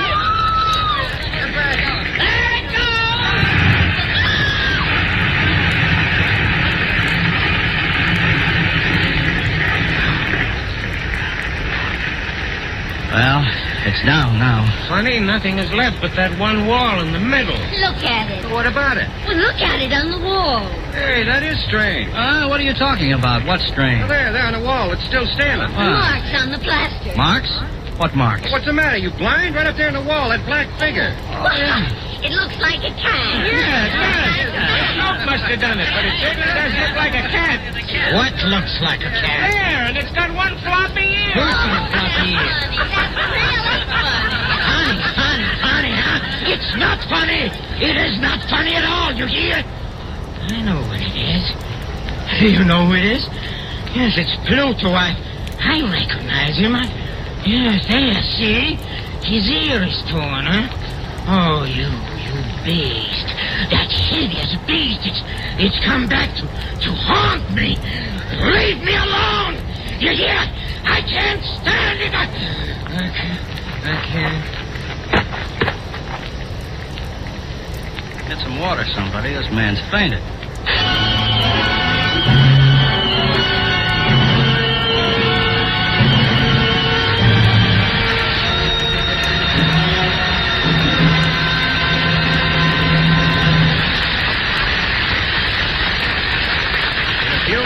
Mr. Peter Lorre will bring us the climax of tonight's Mystery in the Air when Camels present Act 2 of The Black Cat. Ask a champion the secret of his success, and no doubt you'll get the same answer every time. Experience is the best teacher. Take Rose Gould, for instance, featured aerialist of Ringling Brothers and Barnum and Bailey Circus. Miss Gould says it took experience to teach her that famous 75-foot dive into space. Mildred O'Donnell, diving champion, thanks experience for her crown.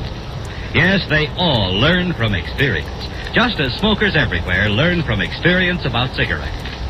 Back in the days of the wartime cigarette shortage, millions of smokers tried brand after brand, smoked whatever they could get. And that experience made people experts in judging the differences in cigarette quality. That was when so many people discovered that Camels suit their T-zones to a T. That Camels give them the rich, full flavor and the cool mildness they've always wanted. As a result, more people are smoking Camels than ever before. Experience is the best teacher. Try a Camel yourself.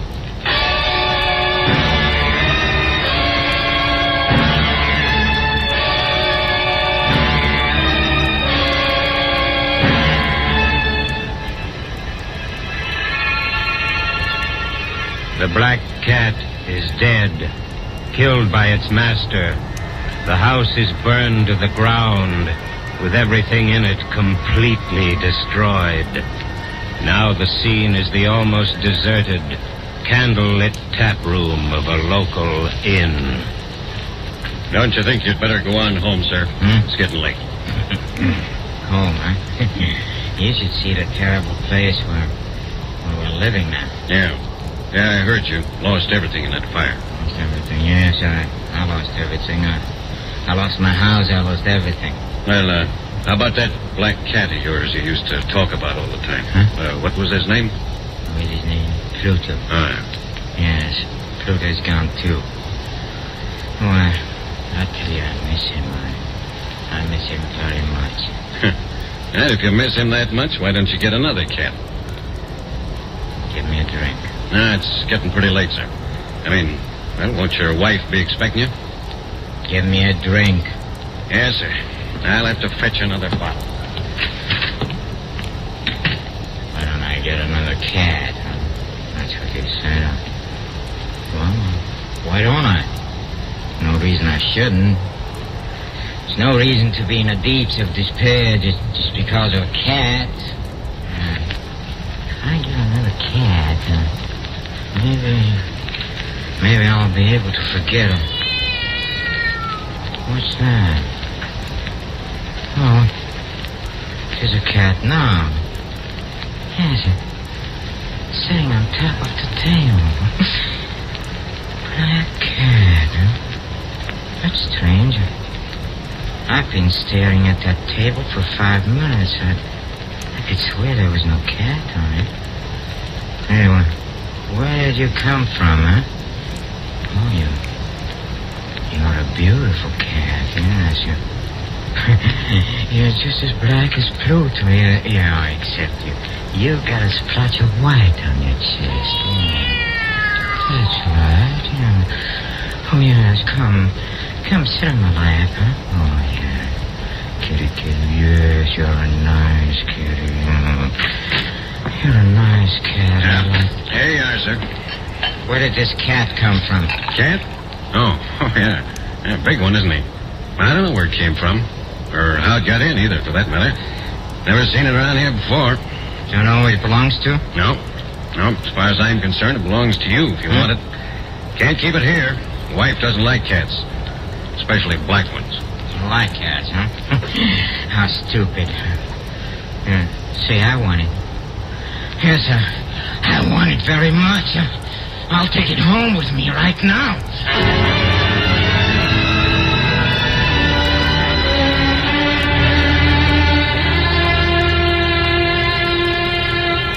Charles, this is such a wonderful cat. Just since last week, it's made itself so much at home. Well, you'd think it had lived here always. Yes, I've noticed that.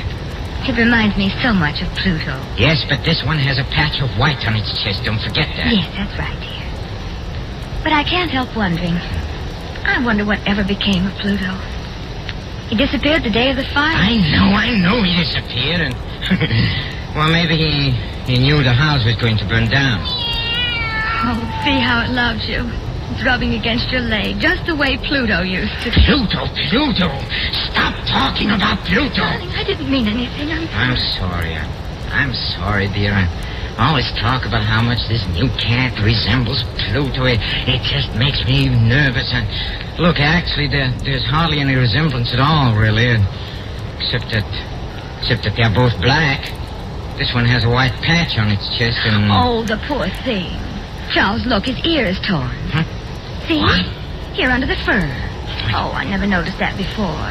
Neither did I. Why, it's just the way Pluto's... I mean... Go ahead, say it. It's torn, yes. Just the way Pluto's ear was torn when I kicked him, huh? That's it, isn't it? Well, he must have been in a fight or something. But it's curious we didn't notice it. Curious, huh? You have no idea how curious it is. No idea. Get that cat out of my sight. Charles, you're mad. Get it out. How can you act that way about a poor dumb animal? Take it out. Especially one that loves you so much.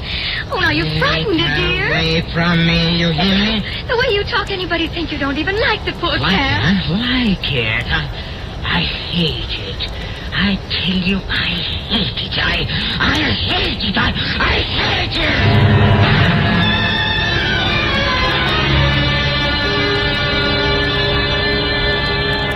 Yes, in a short time the cat had been with us. I'd come to look upon it with unutterable loathing. Why, I don't know yet. The more I hated it, the more affectionate it acted toward me. Wherever I went, it followed.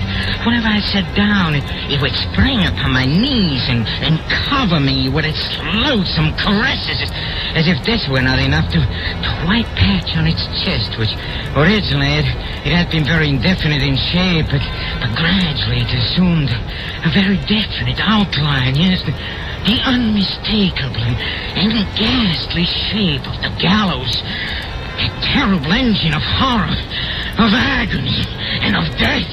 I longed to destroy the beast, but I was prevented by an absolute unreasonable dread. I was sure I was losing my mind.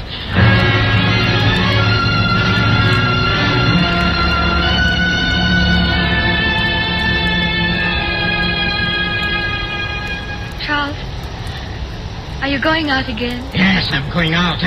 I don't know when I'll be back. Before you go, do you suppose you... Why, what is it? Will you help me bring up some wood from the cellar? Why do you always want more wood? The house is cold. You know I haven't been feeling well. I'm not strong enough to carry it myself. Oh, no. All right, come on, I'll help you. You might have thought of this before. Look out! What? Oh, that's cat. That's that beast again. It's always under my feet. It tried to trip me on the stairs. Oh, no, I'm sure it did. I'll get rid of that beast once and for all. I'll get... Charles! Put down that crowbar. Get out of my way. No, I Charles. say get out of my way. Let go of my arm. Please, Charles, let go of my arm. Are you going to let go? I said let go.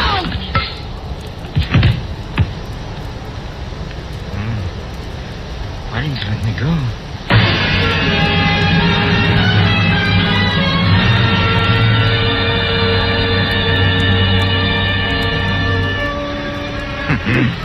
Yes, she had fallen dead without a groan.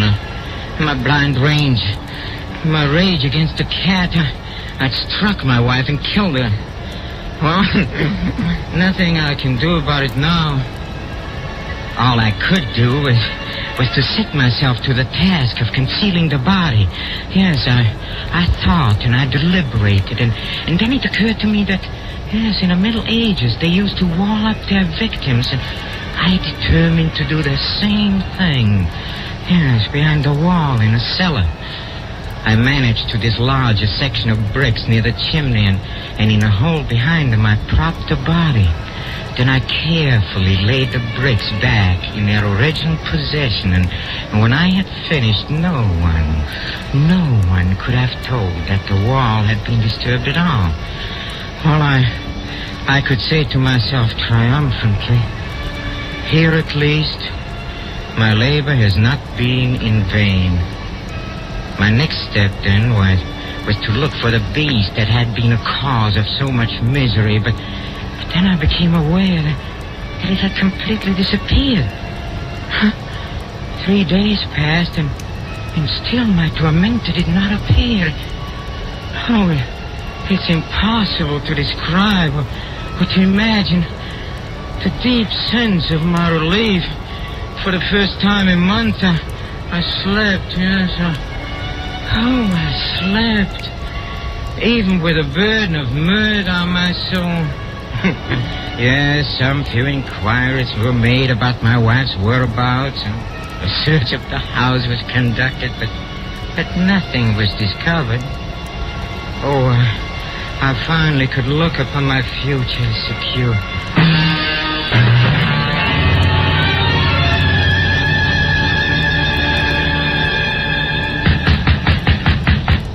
Yes? Good day, sir.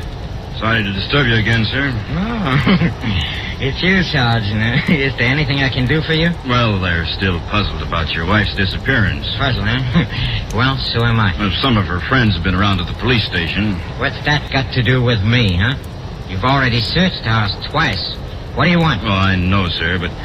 Well, the captain sent me and the constable here to look around just once more, to be sure there's no clues been overlooked. Mm-hmm. This will be the last time, sir. Only a matter of routine. Right. We won't bother you again.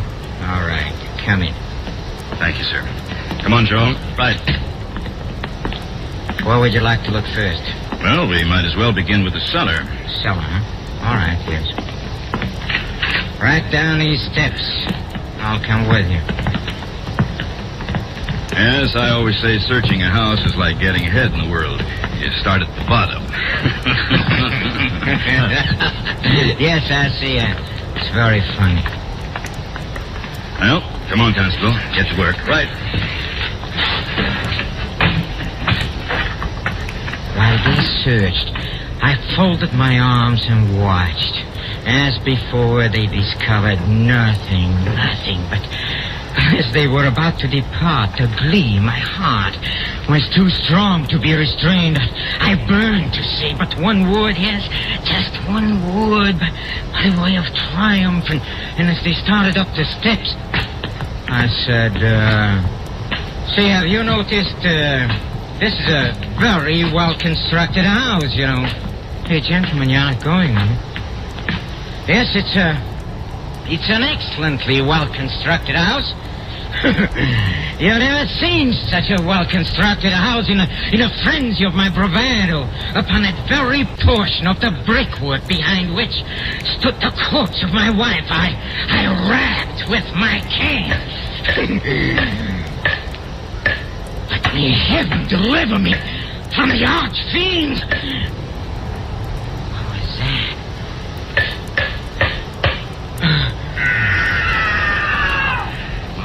Mercy, what was that? Wind, probably. Wind? That's not the wind. Came when you hit this wall here. Whatever it is, it's behind these bricks, Sarge. Here, take this crowbar and knock that wall down. Right.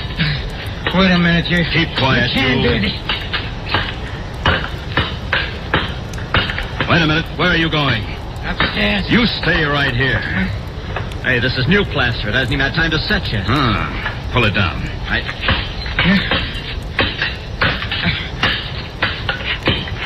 Here she comes. Look out.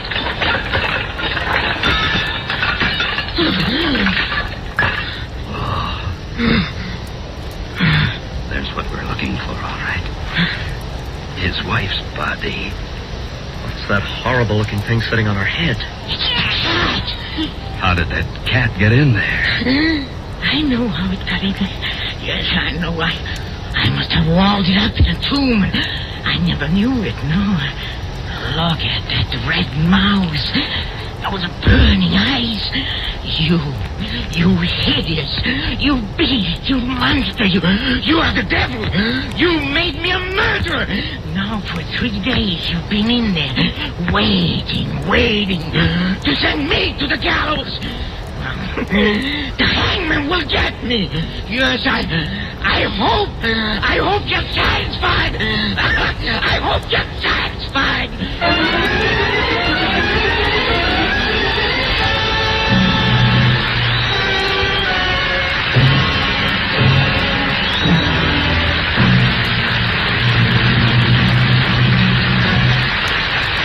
Each week, the makers of Camel cigarettes send free Camels to servicemen's hospitals from coast to coast. This week, the Camels go to Veterans Hospital, Tuscaloosa, Alabama, U.S. Army McCornack General Hospital, Pasadena, California, U.S. Naval Hospital, Houston, Texas, U.S. Marine Hospital, Baltimore, Maryland, and Veterans Hospital, Dayton, Ohio. When 3 leading independent research organizations asked 113,597 doctors living in every state of the Union, what cigarette do you smoke, doctor? The brand named most was Camel. According to a nationwide survey, more doctors smoke Camels than any other cigarette. Next week, Mystery in the Air, starring Mr. Peter Lorre, brings you an adaptation of one of our star's greatest motion pictures, Crime and Punishment, based on the book by Fyodor Dostoevsky, with a special musical score composed and conducted by Paul Barron. Mr. Pipe Smoker, here's proof for you. Proof that Prince Albert is a satisfying smoke. More pipes smoke Prince Albert than any other tobacco, naturally. Prince Albert is a mellow, mild tobacco with a rich, full flavor. Choice tobacco specially made for smoking pleasure. Specially treated to ensure against tongue bite. Crimp cut to burn slow, smoke cool. See if one pipe full of PA doesn't convince you that Prince Albert is your favorite, too. Beginning 2 weeks from tonight, Thursday, October 2nd, Camel's comedy quiz, The Bob Hawke Show, will be heard at this time over these same NBC stations. This is NBC, the national broadcasting company.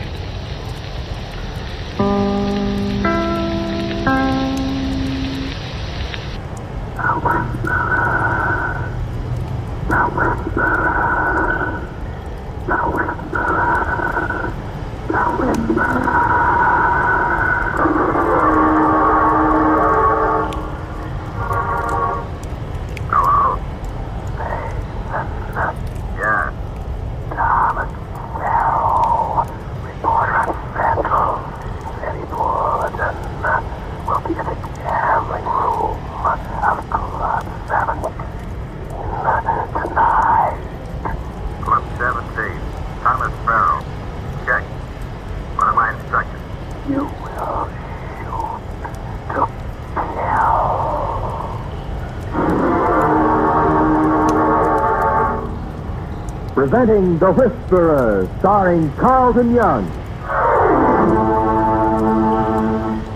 The Whisperer, a brilliant man who, losing his voice in an accident which crushed his vocal cords, worked his way deep within the crime syndicate to help destroy it from within.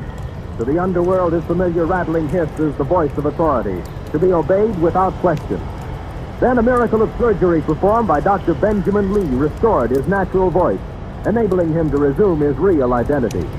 Now, as Philip Galt's brilliant young attorney, he skirts the thin edges of death, living his dual role. For as the Whisperer, he sets in motion the forces of the syndicate in Central City.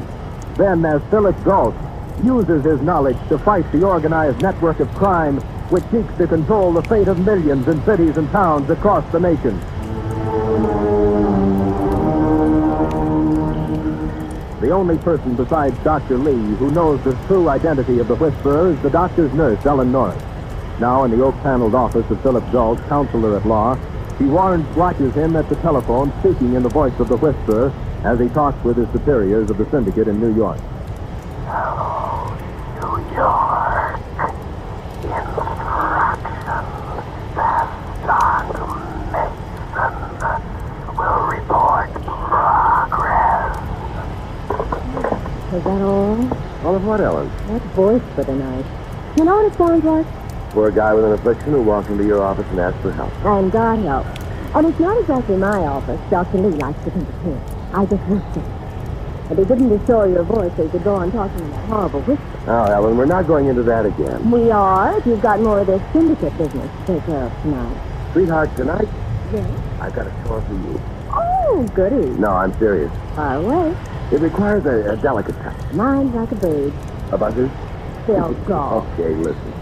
There's a newspaper reporter, Tommy Fell, a sharp boy, and he's been taking a dim view of the syndicate's activities in this town and broadcasting his opinion in his newspaper. Good for him. Yes, except that now he's in real trouble. His syndicate's after him, and you've got to save him. Now that you've put the center on him. We've got to save him. Where do I fit in? Well, I know that Mason is supposed to shoot Farrow at the Club 17. That would mean that Farrow's going to be there. Club 17, the gambling club. Uh-huh. Unfortunately, being only one thread of the syndicate, I don't know what the other threads are or how they're working. For instance, I don't know what time the shooting's going to take place, how the syndicate knows Farrow's going to be there, or what this Mason, whom I spoke to, looks like. Well, a lot of things you don't know. That's where you come in, Ellen. Across the street from the Bulletin is a cafe called Bluebell. The newspaper boys congregate there for their beer and Skittles. What is Skittles? And the slightest idea. Anyway, the delicate thing I've been talking about is whether you can take care of Tommy Fell. Oh, funny. Make like a siren. Try to keep him from going to the Club 17 tonight. It might be interesting. Yeah? I don't know. Does he have a sense of humor? Definitely. Some very clever cracks about the syndicate in his newspaper articles. What are you going to do in the meantime? Snoop around, try to find out who Mason is, and get in his hair in case you don't succeed in Tommy Farrow away. Oh, sounds like a challenge, and I accept. No hope. Now, wait a minute. Hello? Hello? Why, yes, Lieutenant Denver. There's a guy down here I'd like you to see. Fellow by the name of Euban. Don't know any Euban, Lieutenant. Especially any Euban in trouble with homicide. Not homicide, it's vice. Euban owns and operates the Club 17. Club 7. That's very interesting, Lieutenant. Just happens to be around, and Euban doesn't have an attorney. Of course, you're not interested. Business, Lieutenant? Of course I'm interested. What's the charge against Euban? Running and operating a gambling casino. What else? I'll be right down. Well, what does that mean?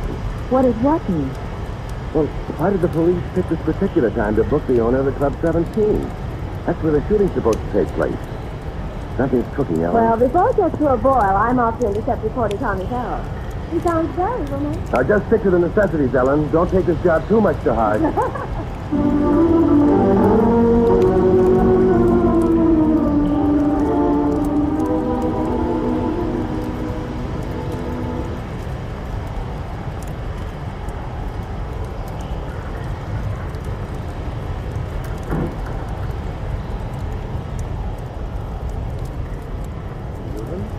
Yes. Who are you? Your attorney. I don't have an attorney and I don't want. A man in your position without legal representation? I fired him. I got tired of taking these routes from the police. I've already set the machinery in motion to get you out. Says who? What right? You don't want out? You catch on quickly. Now you can stop that machinery you were talking about. I think I catch on to something else, too. Huh? You arranged to have yourself picked up. What? You want to be in jail tonight, so you won't possibly be connected with something that's going to happen in your club tonight. You're a smart lad. Not so smart. Even the cops could figure that out. Here you are in jail and you don't want to get out. What other reason could there be? Couldn't be an alibi, could it? You're a pretty clever shyster, Ghost. But I play this my way. I'm staying put. Okay, Euban. But you might find out that your way will be mighty painful.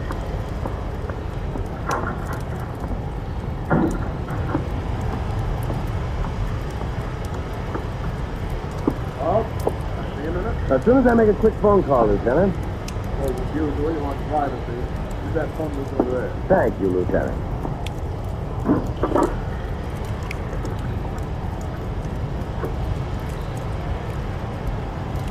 Operator, New York City, circle 1879. Circle 1879. Central City. Go ahead, Central City.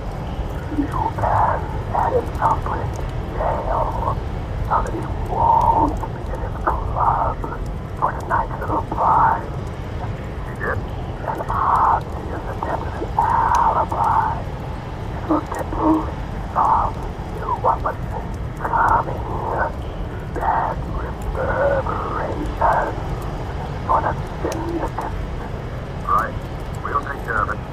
And be at the club as usual tonight. I'll check with you after mission is accomplished.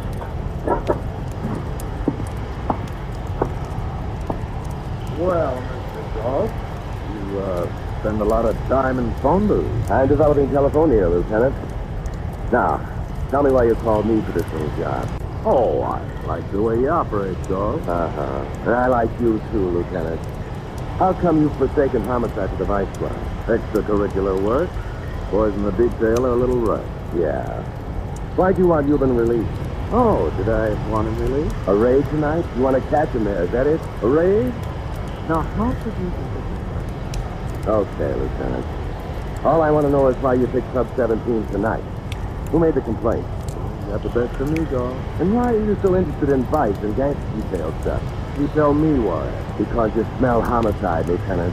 And you smell homicide whenever the syndicate is involved. Oh? Is Euban part of the syndicate? I wish I knew. But you suspect he is. And that's why you called me? Because lately you've been spotting me at some of the syndicates finagling? Probably just a coincidence, Dog. Uh-huh. Well, maybe I'll see you later on tonight at Club 17. Oh, why don't you stay a while and chat? I'd love to, Lieutenant. But right now I'm on my way to see a lady about a reporter.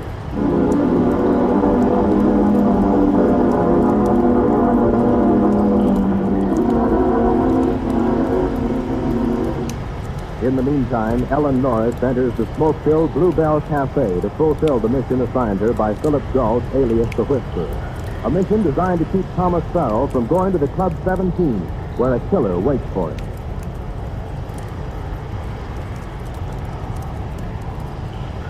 Let be, lady. Stop there, please. A tall one. Oh, I'm some Skittles, please. Huh? Skittles? Please. I've always wanted to find out what they were. I don't know. Hey, mister, you know what's a Skittle? Skittles? Yeah. That's an interesting question. I've used the phrase myself, beer and Skittles. Maybe it's some kind of beef jerky. All beer. Very cool. Oh, thank you. Keep the change. What? Wow. How do you know? Shouldn't have done that. What? They shouldn't have done that. Give him a dime. Boredom. You leave it on the counter and keep looking at it soulfully while he serves the rest of his poor newspaper notes. Oh, newspaper notes? Do you know what he's on? Well, I grew up with him. Really? Well, I've been reading his articles in the bulletin. I think he's wonderful. So do I. Well, let's not get maudlin about this. I'm Steve Farrell. Oh. Let's get out and get away from this horse Lloyd. Horse Lloyd? Yeah, it's kind of people we shouldn't associate with. In this case, other reporters, other men. Oh, here. You tell me, what are you doing in this bar? Having a beer? You're not on. And you're rather distinguished with them. Those gray hairs around your temple. They're very attractive. He's a typewriter here. I get him with my fingers poised over a typewriter trying to dream up the perfect words. Yeah, sometimes I sit like that for hours. Unless it takes me to get in the way. But now you're all free for the day. Until later. Oh. Judy, Oh? if the law wasn't going to be mixed up in it, I'd ask you to come along. Oh, I wasn't thinking anything like that. I thought maybe you'd like to come on a party. I don't. You see, that's what happens to me every time. Duty. Where is this party? I'll make it here. Oh, no, it's all right. Some other time, though. Wait, I got an idea. One of the boys is taking. I'll join in early. I got to be somewhere about 11, but it shouldn't take more than 3/4 of an hour. No, some other time, too. Oh, just a chance. No. Look, sweetheart, I haven't had a stroke of luck like this since the little Belgian gal and came down to the boat. Well, if any old appointment makes that much difference, it's quite all right, Mr. Dale. Well, how about having another beer and waiting for me right here? Anybody here know what skittles are? What is it, sweetie? I don't know. Quite a line to come in on. Skittles. Oh, hello there. I'm connected with the Encyclopedia Britannica, and we're tracing the derivation. What's your angle, Sonny? You know this young lady? I just want to know what skittles are. That's too much of a coincidence. Don't crowd, Sonny. I don't like the question. I don't like the setup here, and I don't like you. Hey, out of my way. Come here. Wait a minute. Oh, he's going away.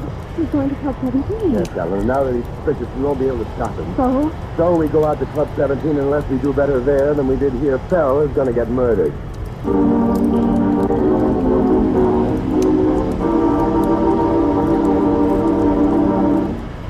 You are listening to The Whisperer, the story of Philip Galt, the man who walks the thin edge of death, living a double identity.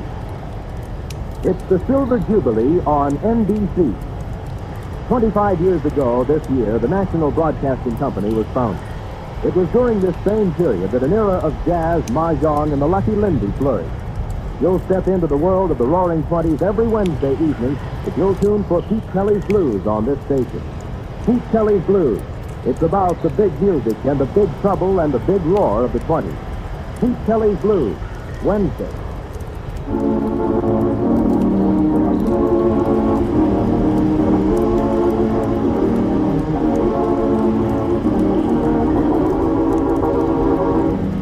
Philip Galt, known to the underworld as the Whisperer, has set in motion the syndicate's plan to kill Thomas Farrell, newspaper reporter who's been uncovering some of the syndicate's activities.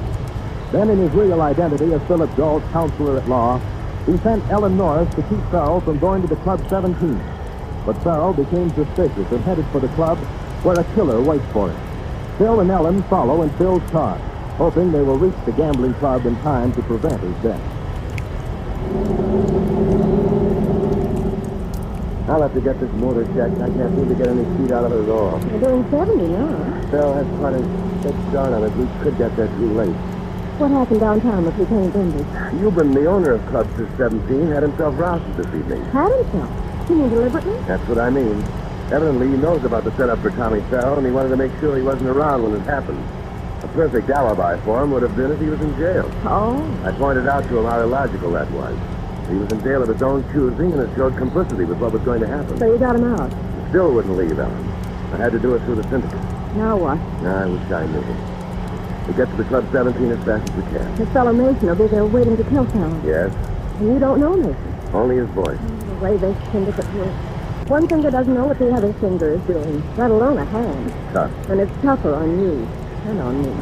Well, you'll get caught, Phil. You can take chances only so many times, and then the law of averages runs out. Ellen.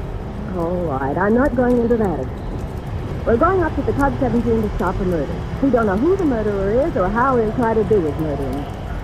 Should be simple. A couple of things I don't understand about this. If somebody wants to kill somebody else, the chances are 10,000 and 10,000 and 1 is going to do it. You can't stop him. We can try. I'll be quiet a moment and listen. Ellen, why'd Lieutenant Denver want me to get Euban out of jail? Maybe he likes to keep his jails clean. And what takes Farrell up to Club 17 this evening? Could be he's after stories. He is a reporter, you know. Sure. But what story? Good. Maybe it's connected with Lieutenant Denver. Maybe. I got it. Well?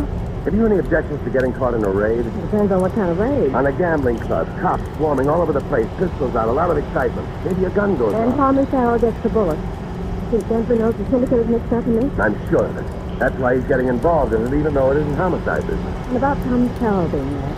He must have been tipped off to the array. By some member of the syndicate. To get him there and have him killed in the commotion. The poor guy doesn't have any idea what he's walking into. Whisper has his function. Euban has another function. The police are taxi transfer. And Mason, the killer, only knows one thing. Tommy Farrow's to be killed. Meat. Tied up in bows. Mason takes his shot, gets out of the excitement, leaves town, and who could ever pin Farrow's murder on any part of the syndicate? Oh, why do we mess with it? Why do we... To save a nice guy's life, Ellen. That a good enough reason? Yes, that's a good enough reason.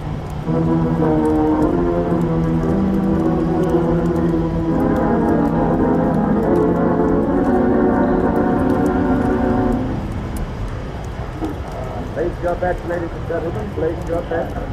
Place your bets, ladies and gentlemen. I don't see Farrell anywhere, sir. Place your bets. There's certainly room in the theater. Here he comes. Hello, Counselor. Hello, Euban. Ellen, this is Mr. Euban, Miss Norris. The way the Counselor talks, I thought he was all business. It's a pleasure. Your place here is very quiet. Oh, just a little bit. Will you excuse me? I think I should friend with her. Of course. Give him my regards, Ellen. I will. Maybe that boss could advise you to apply to his name. Glad to see you took it. Maybe I can be useful in return. That's a report to your girl, Gordon. Farrell? Take her away from him, Gordon. I think he's trying to take her away from me. I ain't kidding. You're a smart shyster. If you like the girl, keep her away. Any special reason? I hear things. About Farrell? Yes, about Farrell. The kind of things he's writing in the paper. Certain people don't like him, and it ain't healthy to be near him. Certain people? The syndicate? I didn't say nothing about no syndicate. That's what he's writing about. Yes. Well, I ain't well read. All the reading I do is the names of horses and what the round robin figures out. Thanks for the tip about Farrell. I'll see what I can do about it. I'd like to see him. I found a plant. Oh. You again. Relax. I'm relaxed. Hey, what's your line? Maybe I've got a tip for you, Farrell. I don't know where you fit in, and I just as soon never find out. Take your charming skipples along with you. Investigating the syndicate, aren't you? So? Euban's part of it. Is he? This is his place. Euban knows there's going to be a raid here tonight. How do you know? All I had to know was that he had himself rousted. He didn't want to be here when the raid was on. Smart guy, Euban. Not so smart. He isn't worried about the raid. He's worried about what's going to happen during the raid. Yeah, and just what's going to happen during the raid. Who tipped you about it, Sal? What are you getting at? The setup. What setup? Use your head, Sal. This is all for you. Everything. The raid, Euban not wanting to be here, you're being tipped so you will be here. You trying to tell me? You're their target for tonight, Sal. That's why I tried to keep you from coming here. How do you know so much about it? I'm a lawyer. I ran across it. Hey, here it comes. Careful. All right, everybody. This is the prince. Let's take a nice and easy and keep it orderly. Hey! What happened to the lights, Phil? Duck, get down, Farrell. You all right, Ellen? Yes. Tommy? Okay. Both of you, stay where you are and stay on the floor. Where are you going? I'm going to Euban's office. The man who shot that gun ducked in there.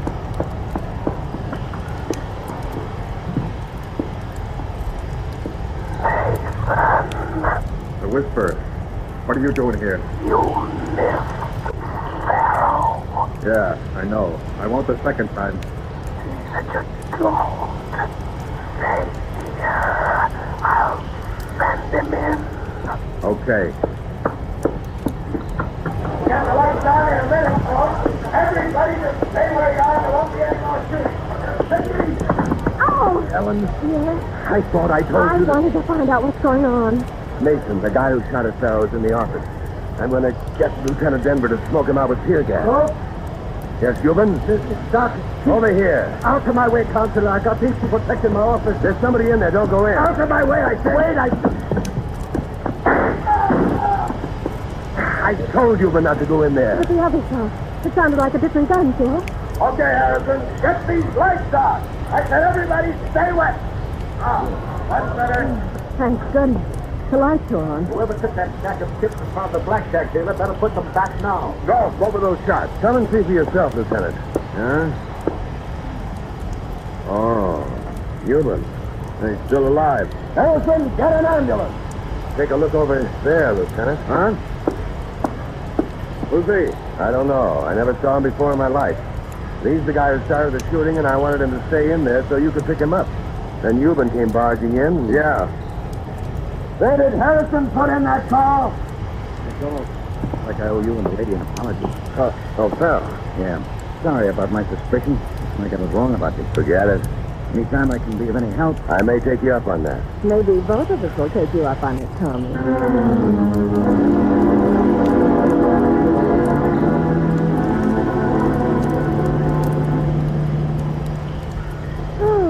Every time we get through one of these, it's as though I've just had a terrible weight lifted off my shoulders. That's nice and neat when they kill each other off.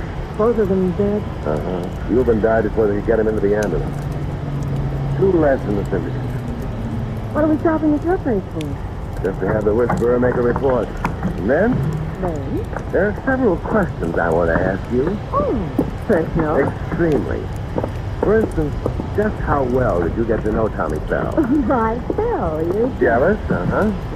I noticed one startling thing. When that shot rang out in the dark, you called him Tommy. Not Mr. Bell, not even just Bell, but Tommy. Yeah? Yes. Well, I'll confess. He finally broke down and made something very clear to me. And I couldn't help but be overwhelmed by it. What? He told me what Skittles are. Oh. Well, what are they? 9 pins, darling. Beer and Skittles means beer and a game of 9 pins. But nowadays we just shortened the meaning to enjoyment. Have some beer and Skittles with it? It'll be my pleasure. Just as soon as I call the syndicate.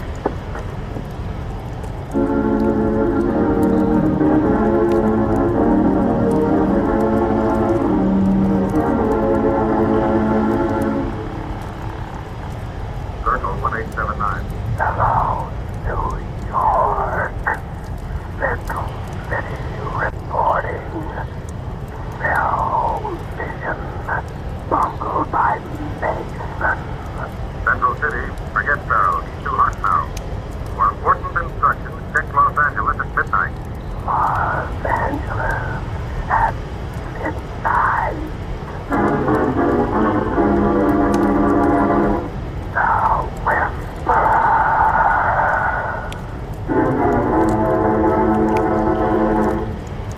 The Whisperer is based upon stories and characters created by Stetson Humphrey. Any similarity to persons living or dead is purely coincidental. Carlton Young is starred as the Whisperer.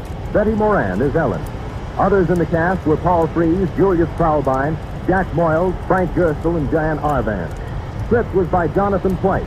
Original music by Johnny Duffy, and the entire production was directed by Bill Carn. Next week, listen to another exciting adventure with...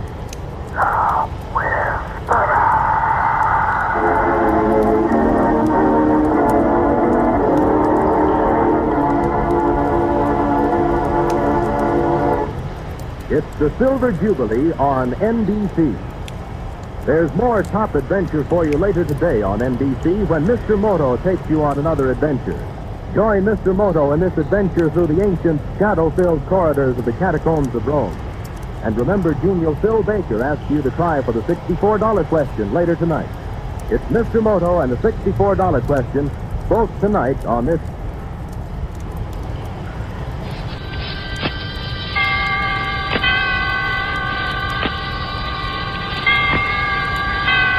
Roma Wines presents Suspense.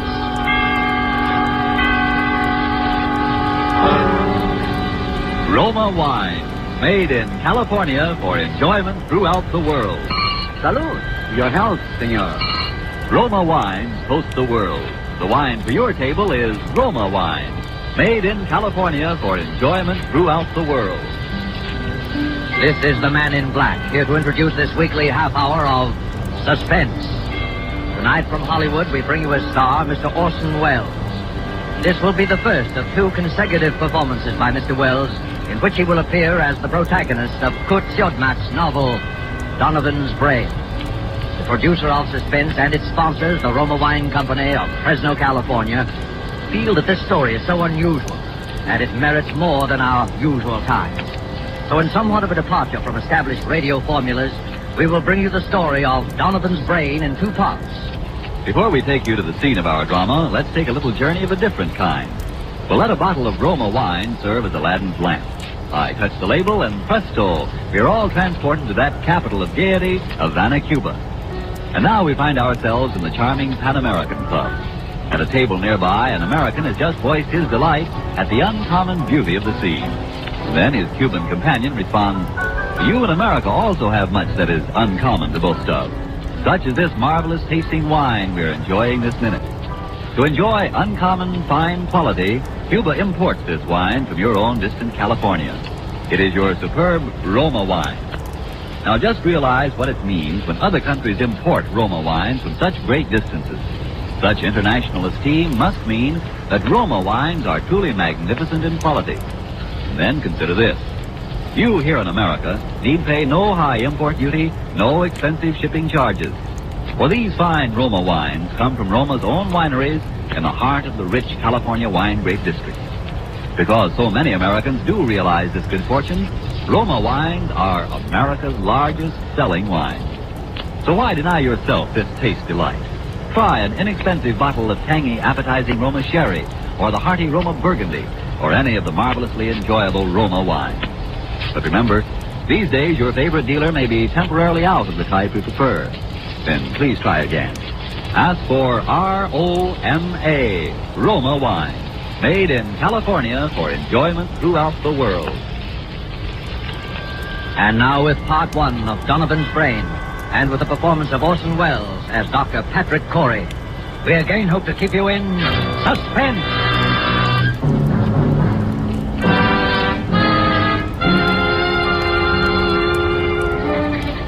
As I sit now outside my laboratory door writing under the heading Experiment 87, this final entry in my casebook, I know that these are the last words I shall ever write upon this earth. I neither ask nor expect forgiveness now or hereafter.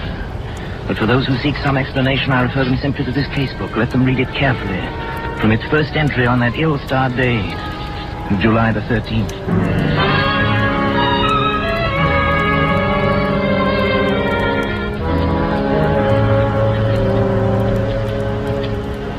July 13th. Today I bought a small Capuchin monkey from an organ grinder. The animal trembled with fear when I took it into my laboratory, and when I tried to pet it, it bit me. I had to make it trust me completely. Fear causes an excess secretion of adrenaline, resulting in an abnormal condition of the bloodstream which would throw off my observations, so I fed it, and finally the creature voluntarily crept up into my arms, uttering little whimpers of contempt. When it laid its head against my shoulder, I stabbed it with a surgical lancet. It died instantly.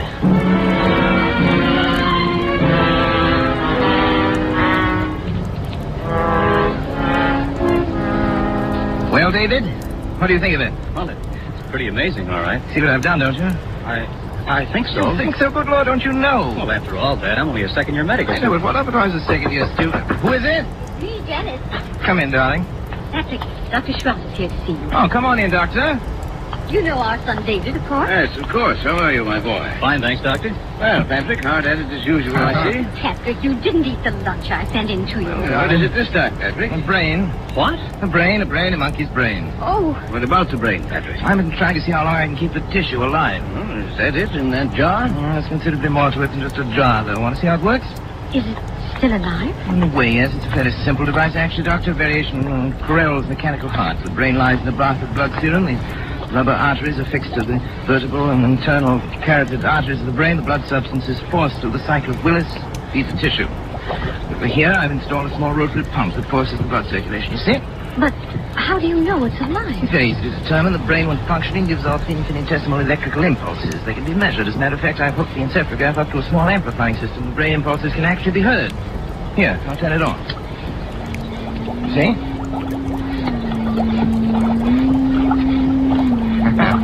Quite effective, isn't it? Yes, it's effective. And it's wrong, Patrick. Terribly wrong. I tried to tell him, Dr. Schwartz. In heaven's name, what's wrong with it? Oh, Patrick, you and your mechanistic philosophy, trying to reduce life to a mere matter of chemicals and test tubes. The origin of life is from a higher domain than that, Patrick.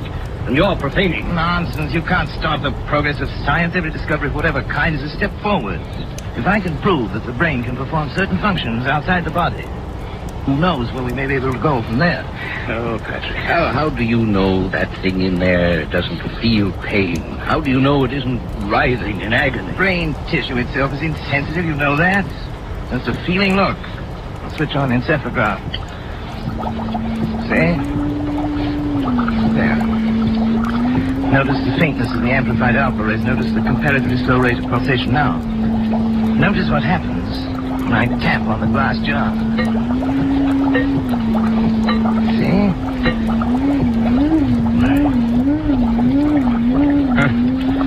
It feels. It thinks. I wouldn't go so far as to say that, but it certainly shows marked reaction to an external stimulus. Wouldn't have believed it possible. The trouble with you, Trot, is that you don't really believe in science. Have it your own way, Patrick. That's when you can manufacture love and sympathy and kindness in a test tube. I'll be back. You leaving, old boy? Yes. Patrick. Do me a favor, Patrick. Shut off the pump and let that poor thing in there die. Let it die? Huh. If it were within my power to grant that, little brain would live forever.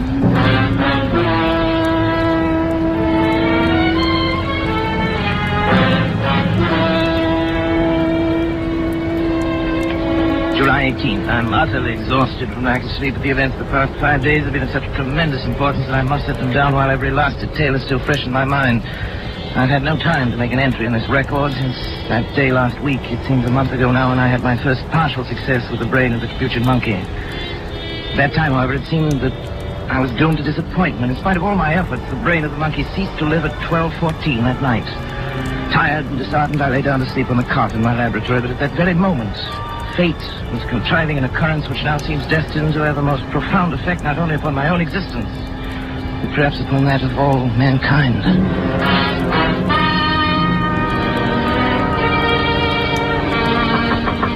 Hello? Oh, what is it? Dad. Oh, David. Come in. What's the matter? It's Dr. Schwartz. There's been an accident or something. He's pretty upset. All right, I'll come.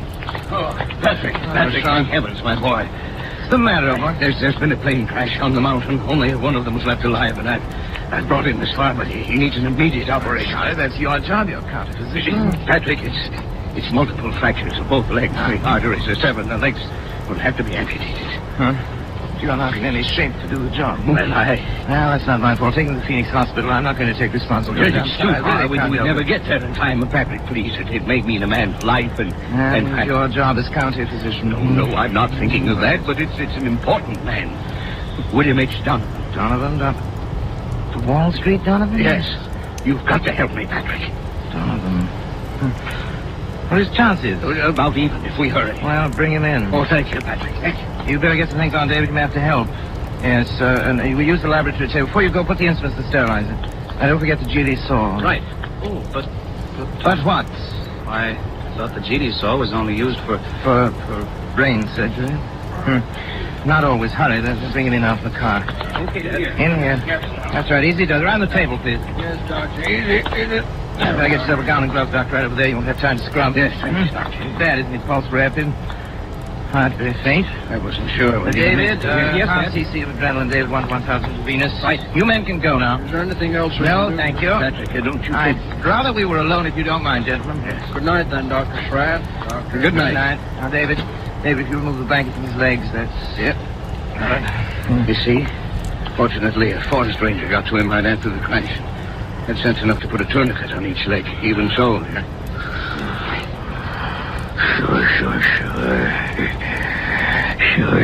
Sure. We'll get it. Sure. What's he saying? Something like, sure. He said it over and over. I hadn't realized he was deformed. It doesn't show as much in his pictures. Patrick, don't you think we ought to begin? There's no use amputating those legs. No use? He'll be dead anyway by morning. Oh, won't he? Suppose you're right, Patrick. You know I'm right. But still, we ought to try. We can't refuse to operate. We are going to operate. Syringe, please, David, the large one. Here you are, Dad. Spinal anesthetic. You give it, Dr. Schwartz. Right. Scalpel. Please, David. Scalpel and the GD saw. GD saw? Patrick. Well... No, Patrick, I won't let you. After your performance tonight? Well, But, Patrick, he's still alive. Precisely. My mistake with the monkey was that he was dead. I don't intend to make that mistake again. Come on, David, the scalpel. Are you out of your mind? You're taking a man's life. I'm giving him life. Donovan would die anyway. But for a while at least, Donovan's brain will live.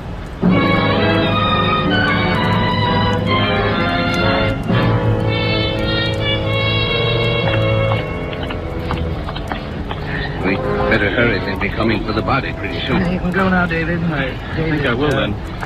You understand, of course? Yes, I understand. Not a word to your mother or to anyone. I understand.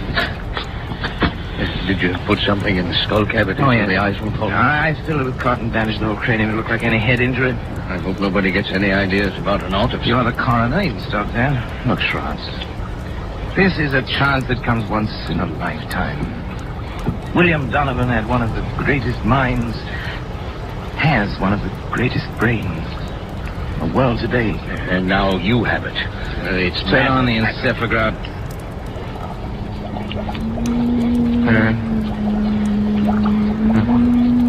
Simple out of weight, of course. No different from the monkeys. You can't take a human brain out of its body and expect it to function. I suppose not, but... Schwartz, did it ever occur to you that the brain might simply be asleep? Sleep? Certainly. An operation like that is a severe shock. Tap on the glass.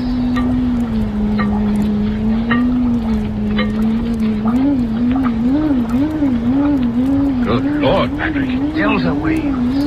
It was asleep. You woke it up. It's actually conscious. You see, the three of us conducting this experiment now. You, and me, and William Horace Donovan.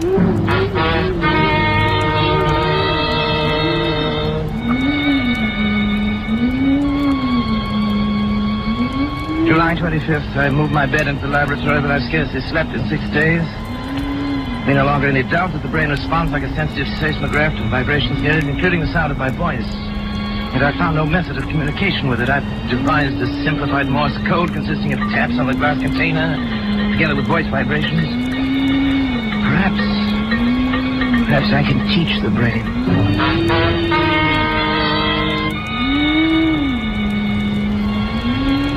July 30th, Schwartz has come to stay with me, half out of a feeling that he shares with me a common guilt, half out of scientific curiosity.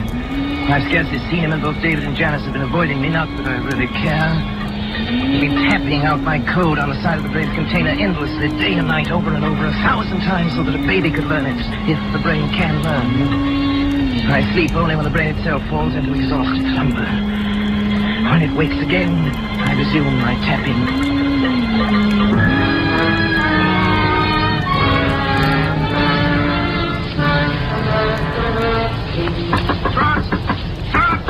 Wake up! Come on, get up, hurry! Come on, I want to show you the matter. Yes, old boy, I want to show you something. Patrick, you look like a ghost. Where are we going? Back to the laboratory. I can't believe it myself. I may be dreaming delirious. What's happened? Come on. You hear that? Delta wave.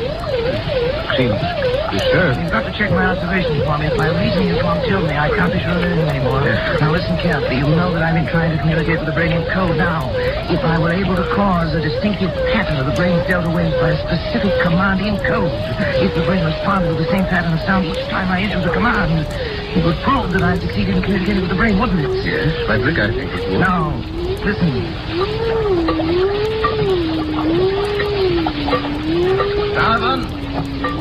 Donovan, if you understand, think 3 times of the word talk.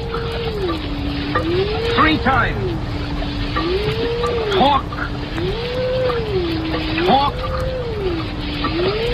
Talk.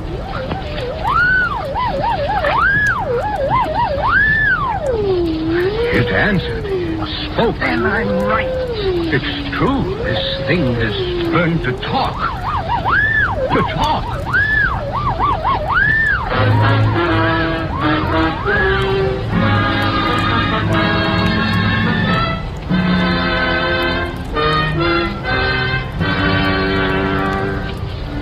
July 31st, Charlotte's romanticizing, of course. The Delta pattern is so infinitely complex that it is utterly impossible ever to break it down into specific words, yet that it understands me, that it's trying to communicate with me is certain.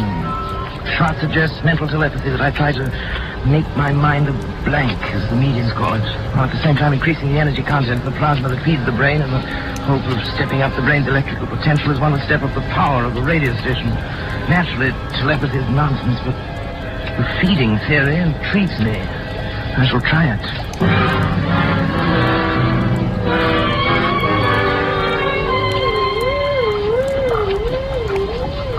August 12th. Noticed today for the first time 2 distinct nodules of new brain cells on the frontal lobex. The electrical potential has increased to 510 microvolts. I've begun smoking cigars. Although I've always hated cigars before. As I expect.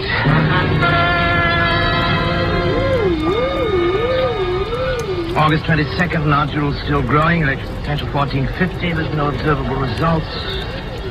Lately felt a compelling urge to know more of Donovan's life and have collected every available scrap of information about him. A strange man he was. Strange, ruthless, actually evil in many ways, but nonetheless an extraordinarily brilliant mind.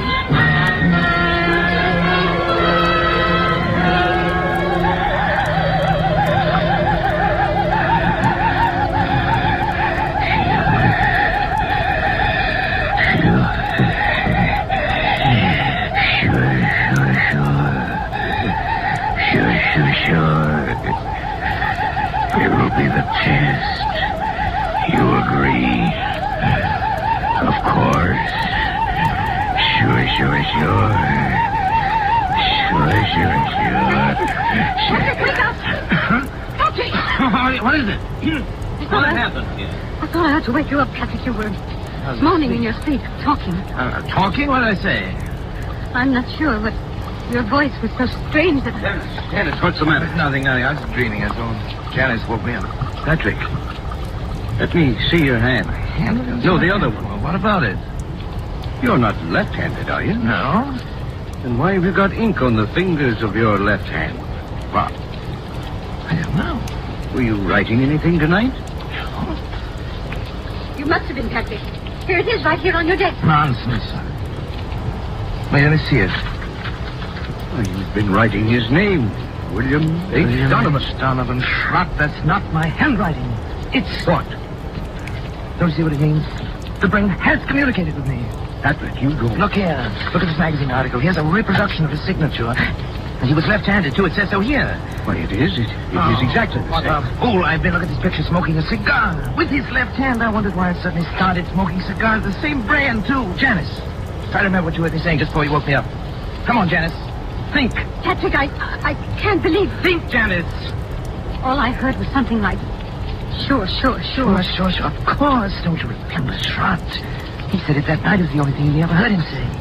It was an expression of his. It tells about that in one of the articles, too. Yes, there it is. It wasn't your voice. My voice, you see, the brain has grown. And it's strong enough to influence not only the higher functions of the frontal lobe, but the speech centers, the motor centers of another brain. Patrick, if this is true, then your experiment has been successful. It's ended. Oh, it's only begun. Patrick. Don't you see what this means? Patrick, listen to me. Oh, what, Janice? What? You've got to stop. Stop? I can't stand it any longer. Can't you see where it's led you? When you cut yourself off from your family, when you neglected your health, began having fits of temper, and were like someone I hardly recognize as the man I married. All that I tried to understand. But don't you see what you've done? You are a murderer, Patrick, a murderer. Janice, darling. He told me the whole thing. That poor boy's half insane himself from worry. Insane? What do you mean by that? What I say. You killed Donovan. Maybe he wouldn't have lived anyway. But you killed him. And now this thing has gained such power over your mind that it can make you do things you don't even know about. For all you know, it could make you do anything. Anything. You've got to choose, Patrick. Oh, Janice, please. I suppose you're right, but I'm utterly exhausted. I can't even think anymore. You've got to think. Give me until tomorrow. Let me sleep, and then tomorrow I'll do something. I promise you. All right, Patrick. Tomorrow. But if you don't do something, if you don't destroy that thing, I will. The brain! It's almost as though it heard you and were raging at you.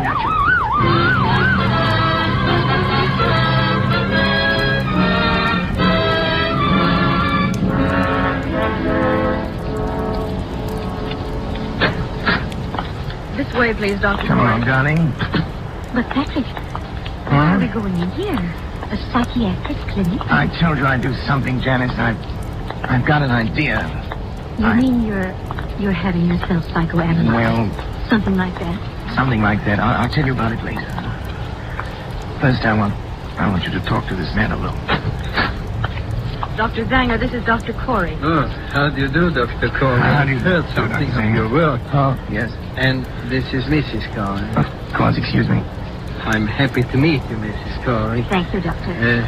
Won't you come into my office? I will certainly. Janice, would you mind waiting in the reception room? I'll be out just a moment. Thank you. Why, certainly, dear. In here, please, Doctor. Very well. Well, Doctor, she seems quite normal. I'd expected from what you told me on the telephone. I know.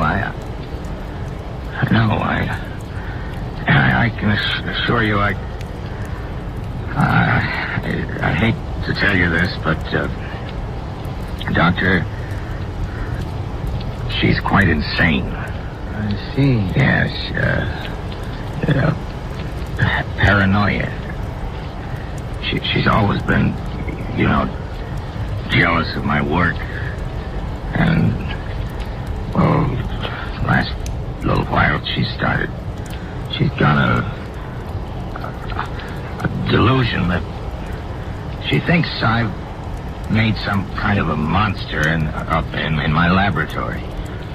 It controls my mind and then controls my actions. So I'm putting her completely in your hands. Oh, well, it's of course a little unusual, but since you are yourself a medical man... That's right. You definitely wish to commit her, then, huh? Yes. You have the papers. Oh, yes, here you are.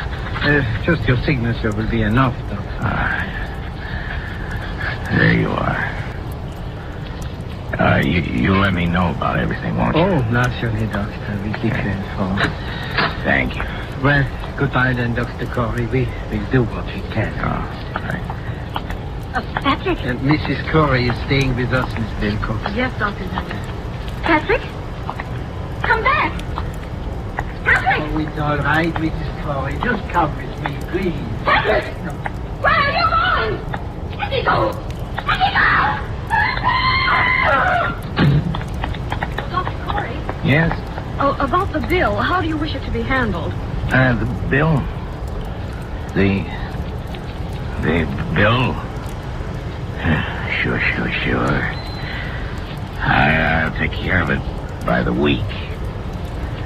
The checks will be signed William H. Donovan. Sure.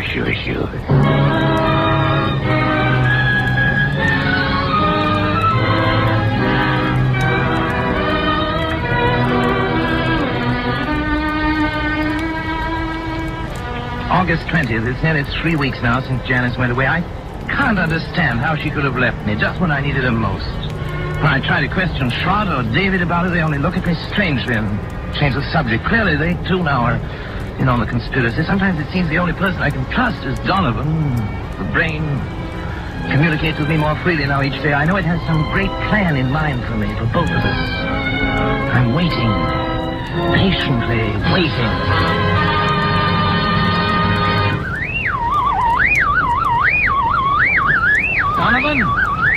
Donovan, I'm listening, Donovan.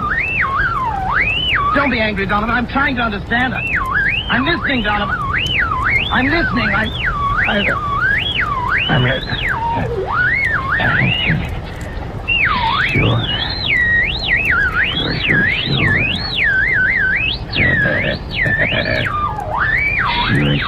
Sure.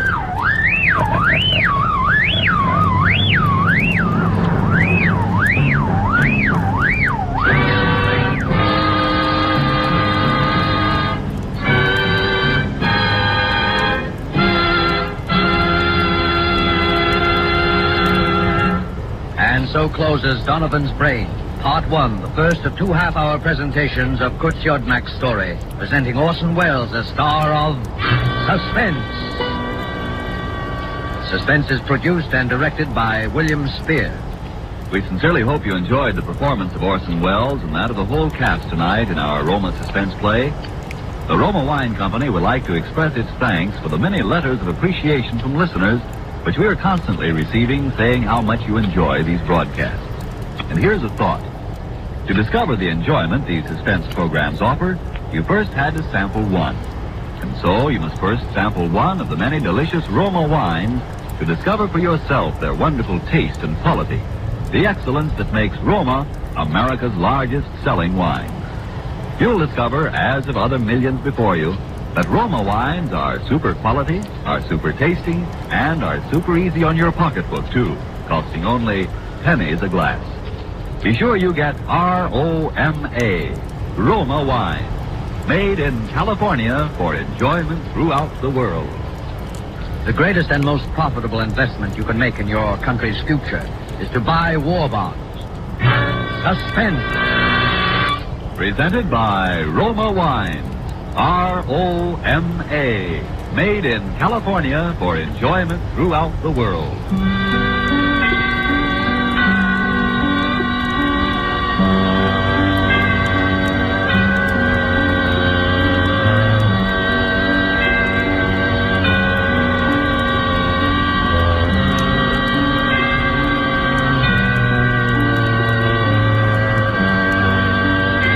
This is CBS, the Columbia Broadcasting System.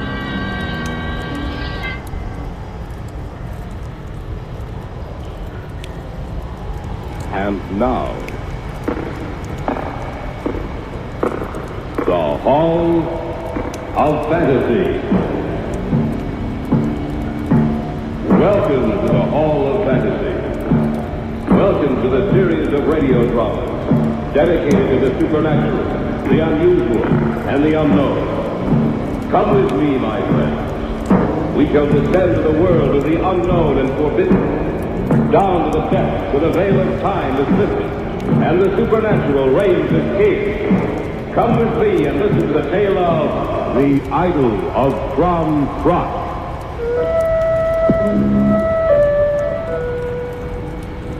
Crom Croc, a huge golden idol surrounded by the Council of 12. Crom Croc, to whom human sacrifice was made. Crom Croc, a name stretching back into the misty and half-forgotten years of the past, back to the time of the Druids, Caesar, and the Roman invasion of England, back in time where history becomes vague and guesses. Yet through those years, from the mists of ancient remembrance to the modern world of today, there echoes the name of Crom Croc.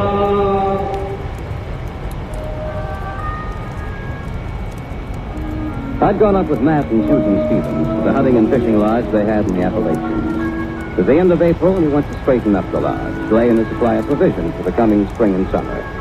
The second night we were there, one of those sudden spring storms. I'm glad we're inside. You'll be caught out there in that storm. More coffee, Matt? Oh, I've had 4 cups already. When you get married, you'll be a lucky man, Jack. Isn't every woman that can brew coffee the way my sister can. I realize that. What about you, Jack? Any more coffee? No. But I heard something. Like what? I don't know. I didn't hear anything. Oh, it must have been the wind. It won't be long before the fishing season opens. Yeah, I can hardly wait to get up there with my rod and reel. We laid in a fairly large supply of food. The only things we'll need to pick up are eggs and bread and... Listen. Yeah, I heard it too. Someone's calling for help. Come on. We'll slip our slickers on. Yeah. You better keep the coffee hot, Sue. We may be bringing someone back with us. All right. All right, let's go. Right. Oh, it's a rotten night. I wonder who that is out there. Possibly someone who got lost. We'd better call to him. Maybe he can hear us. Hello? Can you hear me? Hello out there. Where are you? Let's try it together. All right. Hello? Can you hear us? Listen. Can't tell a thing with this storm. Where are you?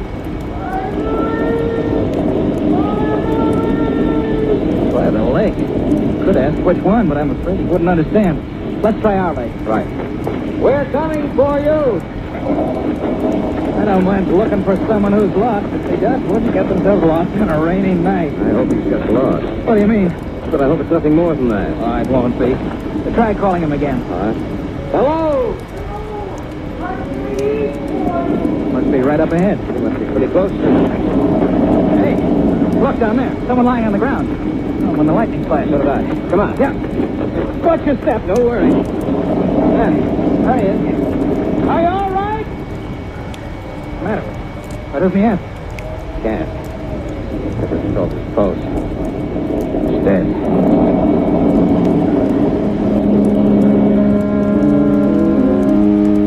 We decided to carry him back to his cabin.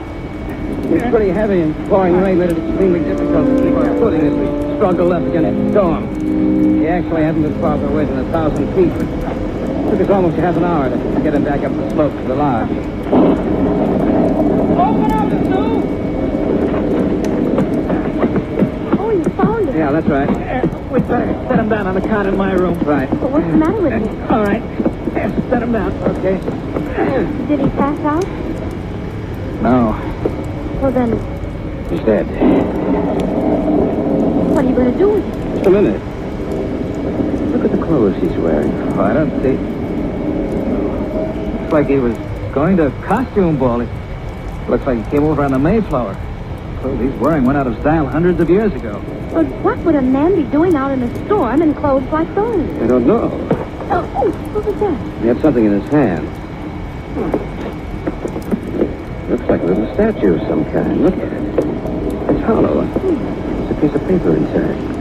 Wait a minute, let's see what it says. What does it say, Jack? It's a map of some kind. There's a line drawn on it. Ends right here. Look, that little irregular circle down there, that looks like Mirror Lake, where we found it. It's not called Mirror Lake on this map. It says Old Beltane. It's written in Old English. Old English? That's right. Ever read the Canterbury Tales? Notice the spelling on this map. It's the same. Oh, you're right. Trail on the map and must have been following it. If that's Mirror Lake, then he came over the mountains right here. Yeah, but there's no path through the mountains at that point. This map says there is. He was following it. You know, we better follow the trail on the map and reach his people. Let them know what happened. They can come back and get him. It doesn't seem to be too far. I don't think it is. What about it? I guess we might as well. Soon? I guess so. We'll leave him here, and we can bring them back, and they can take him back with them. What was that? I don't know. Hey, something's opened the door. What's the matter? Oh, look! Out there by the trees. An old woman. Clothed all in black.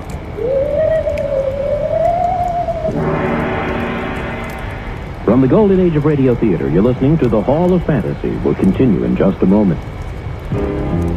The Arriva Rainbow Showroom presents the hilarious comedy of Pat Cooper on Friday, September 13th. Truly one of the finest comedians of our time. You're guaranteed to laugh from the beginning of this show to the end. Pasquale Caputo, known as Pat Cooper, was a favorite opening act for Frank Sinatra in Las Vegas and concert halls all across the country.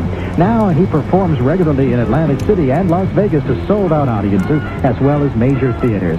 In the past year, Pat has appeared on top television shows including Seinfeld, Letterman, Regis and Kathy Lee, Howard Stern, and many more.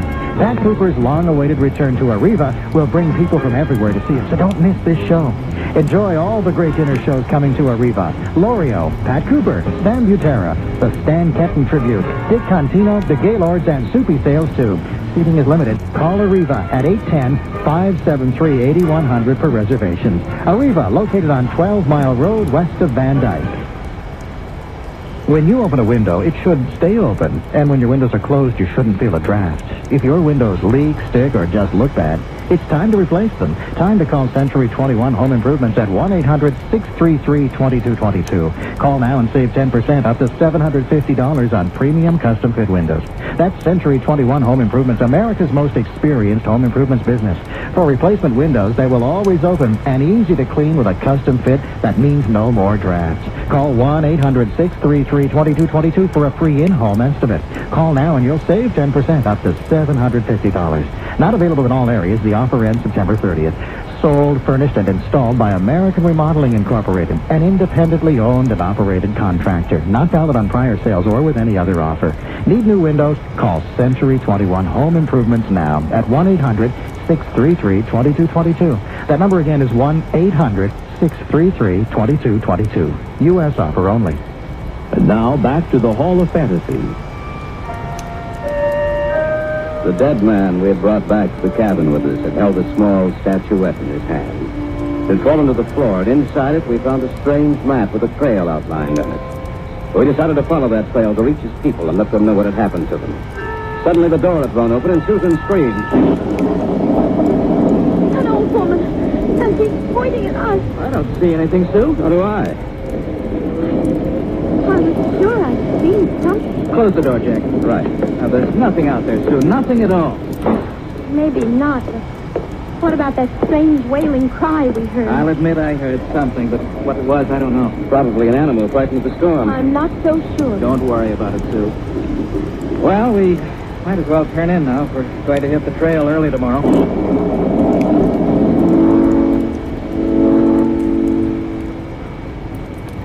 We turned in for the night.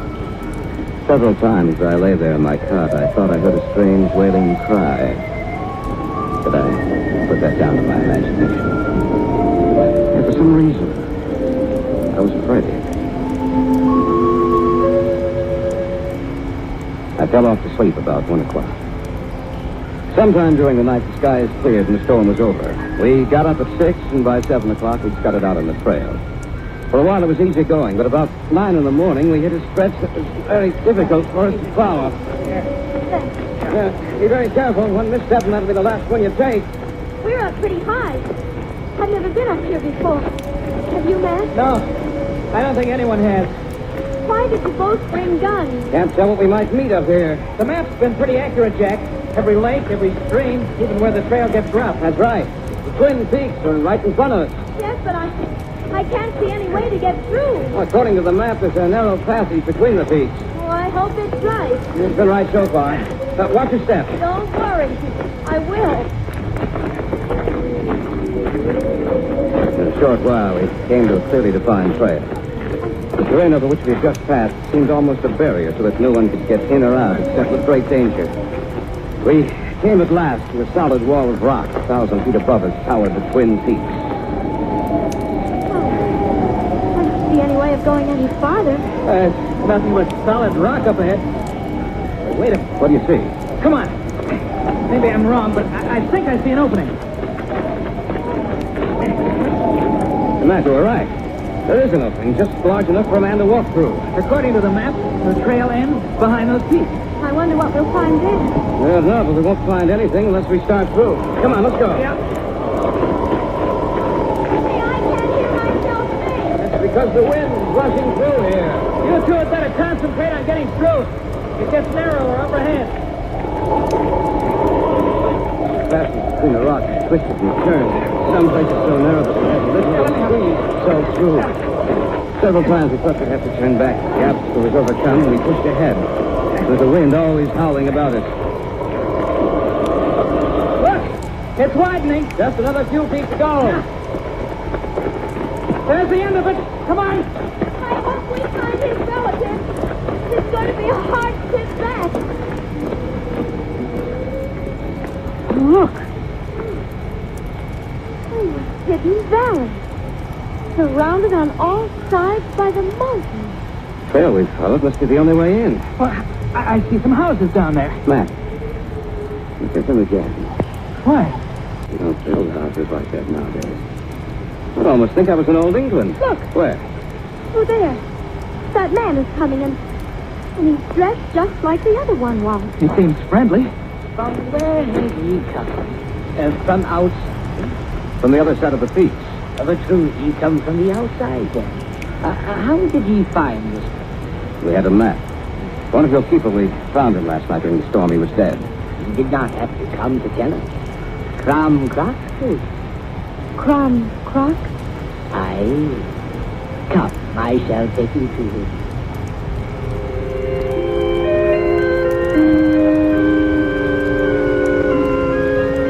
The man led us down the slope onto the valley floor.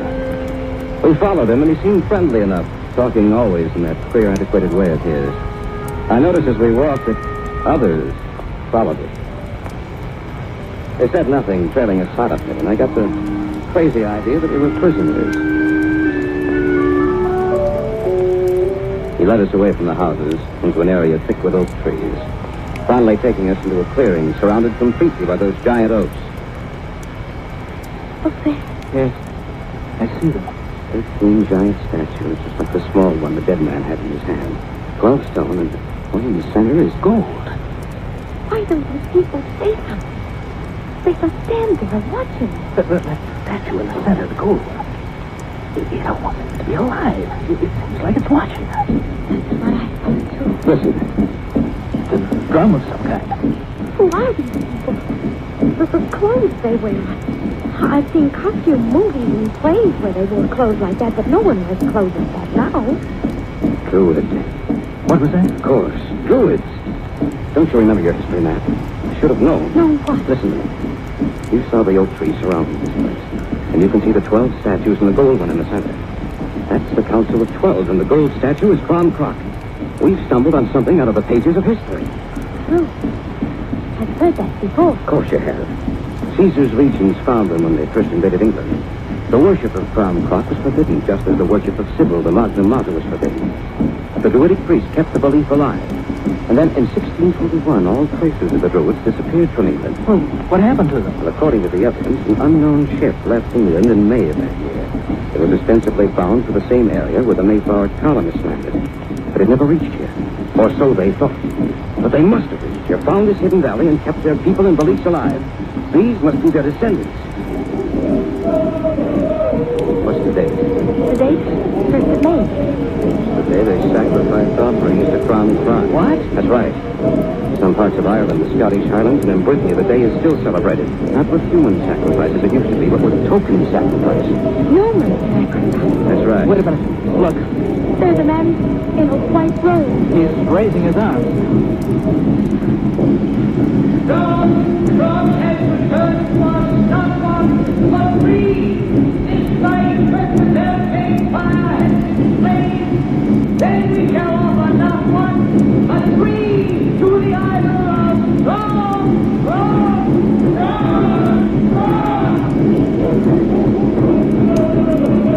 What does he mean? Offer 3? Tonight they intend to sacrifice us. To offer us a sacrifice to Crom Croc. From the Golden Age of Radio Theater, you're listening to the Hall of Fantasy. We'll continue in just a moment. If Washington's got you blue, you need Tide with Bleach. Barbecue is what I like. Barbecues are out of sight. 1 rib, 2 ribs, 3 ribs, 5. Baked beans, fruit punch, blueberry pie. 1 stain, 2 stains, 3 no less. My favorite church, a big old mess. Princess don't get free without it. Don't know how to get the rain down. My church a mess, don't know what to do. War days got me feeling blue. Tide with Bleach Ultra 2 has a unique activated bleaching system that removes many tough stains better than other leading regular detergents. Plus, Tide with Bleach Ultra 2 helps keep colors bright. Don't let the water stay blue, make you running high. It's got to be clean, it's got to be tight. Use Tide with Bleach and wash away the wash day blues. And now back to the Hall of Fantasy. We'd followed the trail on the map and had come through a narrow path between the mountains to discover a valley hidden from the world for over 350 years. A valley where modern civilization had not made any inroads. A people who held to the customs and strange beliefs of their forebears. Now we stood before the shrine of the Druids, before the stone council of 12, and the grinning golden idol of Crom Croc. What does he mean? Offer 3? Tonight they intend to sacrifice us. To offer us a sacrifice to the idol of Crom Croc. Are you serious? Of course I am. What are we going to do? We have our guns. We wouldn't stand a chance with them right now. There's too many people here. We'll have to wait till later when so many of them aren't around. Then we can make our move. But what are they going to do with us now? Well, let's wait and see. Through, Jack. Yes, and their leader is coming toward us. we hear strangers? We found one of your people outside beyond the mountains. We wanted to tell you that he was dead. The hag of Beltane followed him. A spectral woman clothed in the garb of black. She rode upon his shoulders and struck him down. The old woman I saw last night, remember? Your eyes perceived the hag of Beltane. I saw someone last night, an old woman. And did he hear a wailing sound? Yes, we did. Then he has served Cromcroc well, for she destroyed a traitor who was afraid to feed the hunger of Cromcroc. And she sent back 3 to take his place. Aye, Cromcroc will be joyful tonight. What do you mean by that? Surely you must know that he has been chosen to be sacrificed to Cromcroc. And before the Council of 12, he should be happy, strangers. Tonight, when the moon is full and high in the sky of Beltane, then shall we meet Cromcroc and satisfy his hunger with your blood.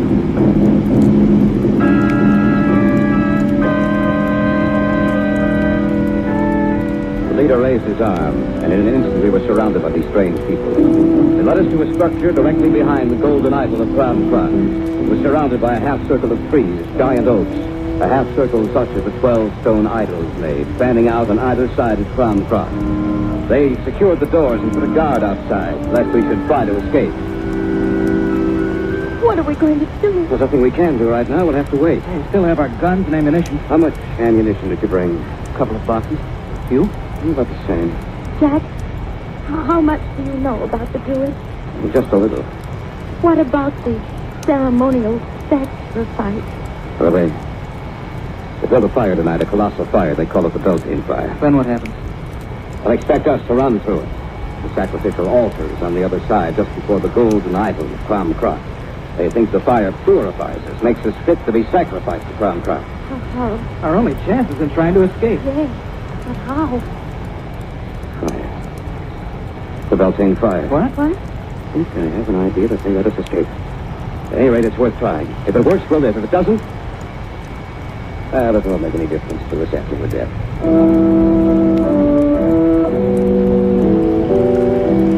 I outlined my plan to Matt and Susan. They wouldn't make any move to escape until we stood before the Beltane fire. Then we'd make the move and hope that we succeeded.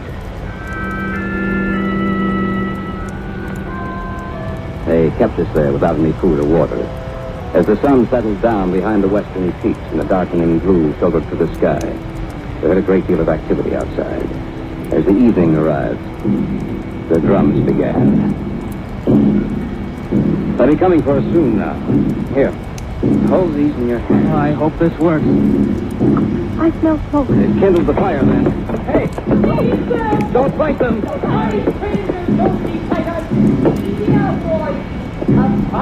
We're ready.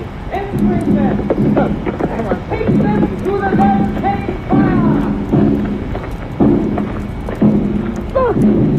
A gigantic bonfire. Why, the flames must be 100 feet high. Don't forget what you have to do. Right. The faces on those idols almost seem to be alive. Especially the gold one. That's so strange. Mine, for that matter.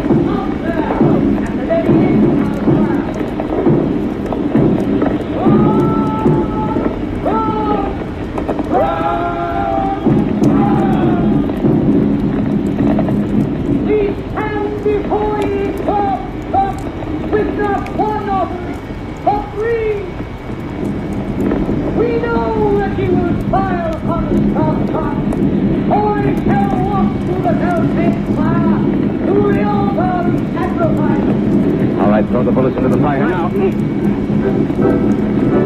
Why don't they go off? It's time for them to heat up.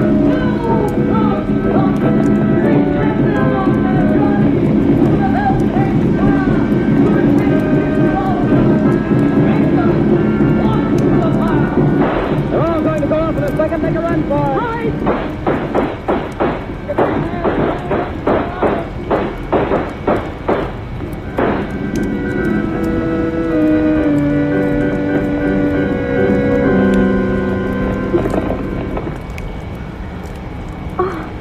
I didn't think we'd ever make it.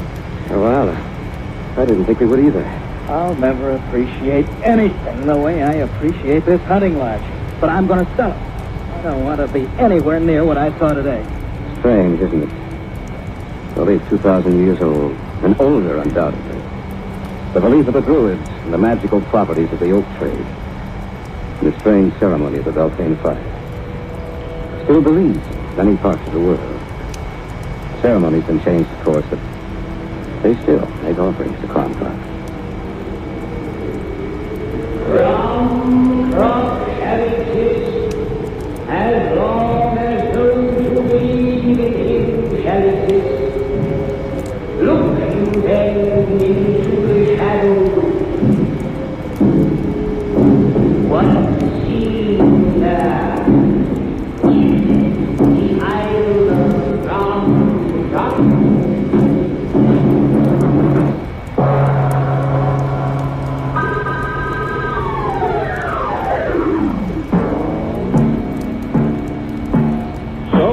Tonight's tale of the unusual, the terrifying, the unknown. Join us again when next we journey down the corridors of the Hall of Fantasy to hear another strange tale of the supernatural. All characters and events portrayed in these programs are fictional, and any similarity to actual events or persons, living or dead, is purely coincidental.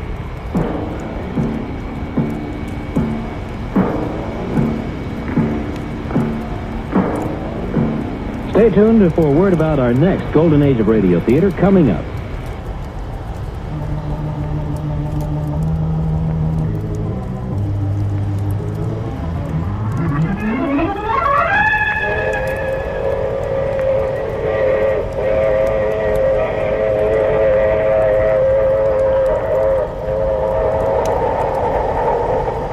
The Mutual Broadcasting System presents The Mysterious Traveler. Written, produced, and directed by Robert A. Arthur and David Cogan. And starring tonight two of radio's outstanding personalities, Frank Reddick and Jan Miner, in an original play titled Death Has a Cold Breath. This is the Mysterious Traveler, inviting you to join me on another journey into the realm of the strange and the terrifying. I hope you will enjoy the trip, and it will thrill you a little and chill you a little as we discover that death has a cold breath.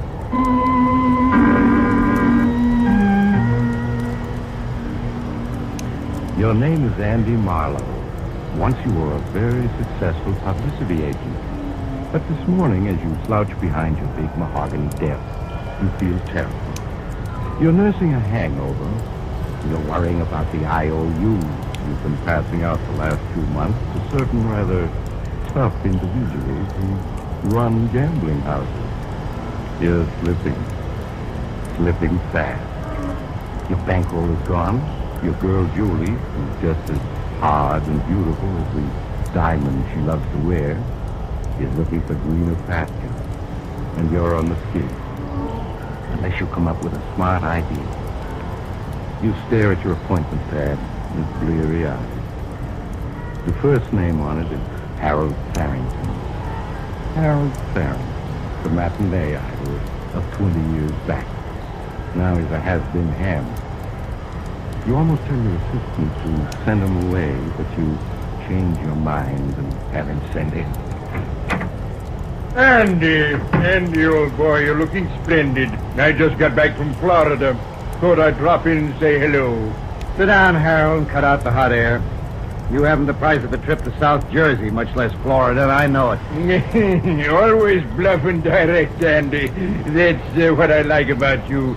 Yes, it's embarrassing to admit it, but I am financially substandard at the moment. If it's a touch, Harold, the answer is no. I wouldn't dream of asking you for a loan, Andy. I want to retain you, to enlist your services, to put me once again on the front pages.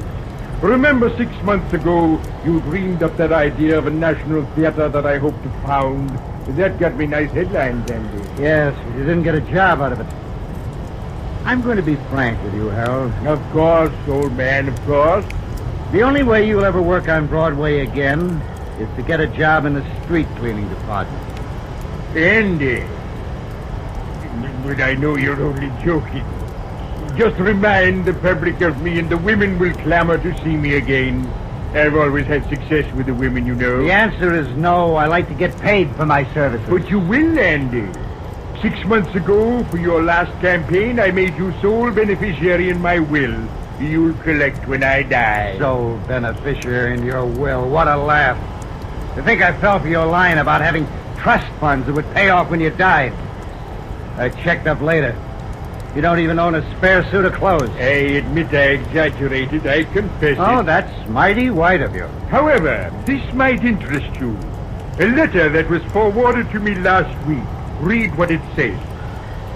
6 pages in a woman's handwriting, reeking with gardenia perfume. Phooey. It's from a wealthy widow in Boston. 25 years ago, she was an admirer of mine. Her name is Abby Wilson. Mrs. Abby Wilson, and she's worth $500,000. Harold, you bore me. So does Mrs. Abby Wilson. Now get to the point, will you? I am, Andy. She's ill, slowly dying. And having read about my plan to start a theater which I would run in the interest of a free, untrammeled stage, she decided to make the dream possible by leaving me all her money when she died. Now, don't you see, Andy, that will of mine is now worth something. When Mrs. Abby Wilson dies, I'm a rich man. Pipe dreams, Harold. He's probably a crackpot in an old lady's home. And to show you what I think of your will, in which I'm sole beneficiary, let's see, it ought to be in this drawer here. Yeah, here it is. Now, watch, Harold. There's your precious will where it belongs, in the wastebasket. Now get out of here, you old has-been. I'm busy. Your exasperation finally has gotten the better of you, Andy. You kick Harold Sarrington out. Then, feeling worse than ever, you slump in your chair again. You're still slouched there half an hour later when the telephone rings. Hello. Hello, darling. Oh, hello, Julie. My. Wonder Boy sounds as if he had a hangover this morning. No, I'm all right. Just catching a little cold, that's all. Oh, then you'll probably be glad to have me break our date for the night. Break our date? Yes. I won't be able to make it tonight, Andy. So sorry. Why won't you be able to make it? I've had those tickets for weeks. I'm flying out to the coast at midnight, sweetheart. Bill Wentworth is throwing a really big house party, and then a cruise on his yacht afterwards. What? He phoned last night to invite me, and I accepted. Julie, you can't walk out on me like this. Just because Wentworth has money. And you have charm, Andy. But the charm's been wearing a little thin lately. And so has your bankroll. So goodbye, darling. See you around. Julie, wait. Oh, poor little gold diggers. I'll get another bankroll somehow. And she'll come running back. I know Julie. For a moment, Andy, you daydream about being rich again. But you're rudely interrupted by the sound of an argument outside and your office door opens. Hello, Marlowe. Your office boy didn't want to let me in, but I've been sweating to my business with you. Oh, hello, Rocky. I'm glad you dropped in. Yeah. I've been planning to get in touch with you. I've got a big deal in the fire. Yeah, gonna get a big fee out of it. Well, I hope you do, Andy, for your sake. So, Rocky, I just wanted to ask you if you could just wait a few days on those IOUs. I'll really be flush. Well, nobody ever said Rocky Smith wasn't a reasonable man. What's your idea of a few days? Well, naturally, I don't get my fee until my client begins to see himself in the headlines, so... Well, how about 60 days, Rocky? Of course, I never got past the 8th grade, Marlowe. But 60 seems to me considerably more than a few. I'll let you have 3 days. And that's all. When he's gone, you hastily pour yourself a drink, Andy. Just then your telephone rings. You let it ring. What can it be but more bad news? Finally, that ringing gets on your nerves. You answer. Hello? Hello, is this Mr. Andrew Marlowe? Yes, this is Marlowe speaking. Well, my name is Phelps, Mr. Marlowe. I'm calling from Boston. Yes, Phelps. Well, Mr. Marlowe, I'm very anxious to contact Mr. Harold Farrington. I believe he's a client of yours. Well, you could call it that. Yeah, he was here. Left about half an hour ago. Oh, well, can you possibly locate him for me, Mr. Marlowe? It's rather important. You see, I represent the estate of the late Mrs. Abby Wilson. I'm anxious... Wait a minute. Did you say the estate of the late Mrs. Abby Wilson? Well, yes, Mr. Marlowe. Mrs. Wilson died day before yesterday. And it appears that her new will leaves everything she owns to Mr. Farrington. I believe she was once an admirer of his. Oh, yes, I know all about that, Mr. Phelps. I tell you, I'll locate Harold for you. You just leave it to me. Well, I'd certainly appreciate it, Mr. Marlowe. I'd like him here for the probating of the will. Of course, as soon as the news gets out... He goes on talking, but you're not listening, Andy. Your mind is working like lightning now. So that crazy story of Harold's about a rich widow leaving and everything was true. Like a fool, you tore up Harold's will, making you his heir. There must be some way to save the situation. Then it comes to you. The whole plan is one brilliant inspiration. So, Mr. Marlowe... Oh, Mr. Phelps, excuse me, please. Well, yes, Mr. Marlowe? If you let me handle all the publicity, I can keep it dignified and still make it a valuable asset to Mr. Farrington's plan. Well, yes, I can understand that. Now, if you see to it that nobody else hears about this until you and me and Mr. Farrington can get together... Why, I think that can be managed, Mr. Marlowe. Good. Then I'm going to hang up now and find Farrington. And when I do, I'll phone you. So, goodbye for now, Mr. Phelps. You hang up and snatch that torn-up will from the wastebasket. Carefully paste the torn will together with Scotch tape. Then you set out to find Harold Farrington. You try his rooming house first. No, Mr. Farrington ain't in. I don't know where he is, and I don't care. Unless he comes back with the $35,000 rent he owes me. You might try Tim O'Sullivan's saloon round the corner. That's where he usually hangs out. You hurry to the corner saloon, but the actor's not there. Desperately perspiring in your anxiety, you try all the other local saloons. At last you find in the corner table in the cheapest bar of them all. You can see he's almost fired. Well, this is my good old friend Andy. Have a drink. It's not good liquor, but it's cheap. That's his great recommendation. It's cheap. Yes, I'm sorry, Harold. I can't drink now. I've hunted you up to apologize. I was only joking this morning. I am going to put on a campaign for you. I'm going to get your name in all the papers. Well, that's mighty fine, Andy. Calls for a celebration. Waiter, 2 more. You sit down, Andy, controlling your impatience. You bring out the damaged will and get Harold's release from each torn section. Then you tell him about your publicity scheme for him. He's to disappear, you explain, after threatening to kill himself. Threatened to kill myself, man. To die, to sleep, perchance to dream. Aye, there's the rub. For in that sleep of death, what dreams may come when we have shuffled off this mortal coil must give us pause. Shakespeare, Andy. All right, sounds like a good scheme. I'll cooperate. Your plan is working, Andy. Working beautifully. You get Harold Farrington into the phone booth. You phone Ross of the Daily Ledger. And Farrington talks to him. Hello, Ross. This is Harold Farrington. Just wanted to tell you I'm going to play a big role soon in The Tragedy of Man. I'm going to play the corpse. What am I talking about? I'm just trying to tell you, old boy, the time has come to ring down the curtain. Going to end the little drama of Harold Farrington. Hello. Andy, how do you like that? He said I was drunk, and he hung up. Yes, your scheme is working beautifully. You have Harold Farrington phone all the critics and tell them he's going to kill himself. But then Farrington collapses. Desperately, you realize you have to have help. You telephone Julie, You persuade her to bring her car and meet you. You show her the will. Tell her about Mrs. Abby Wilson. Surely, Julie, you understand. If this will is legal, I'll come to $500,000 soon. I understand that, darling.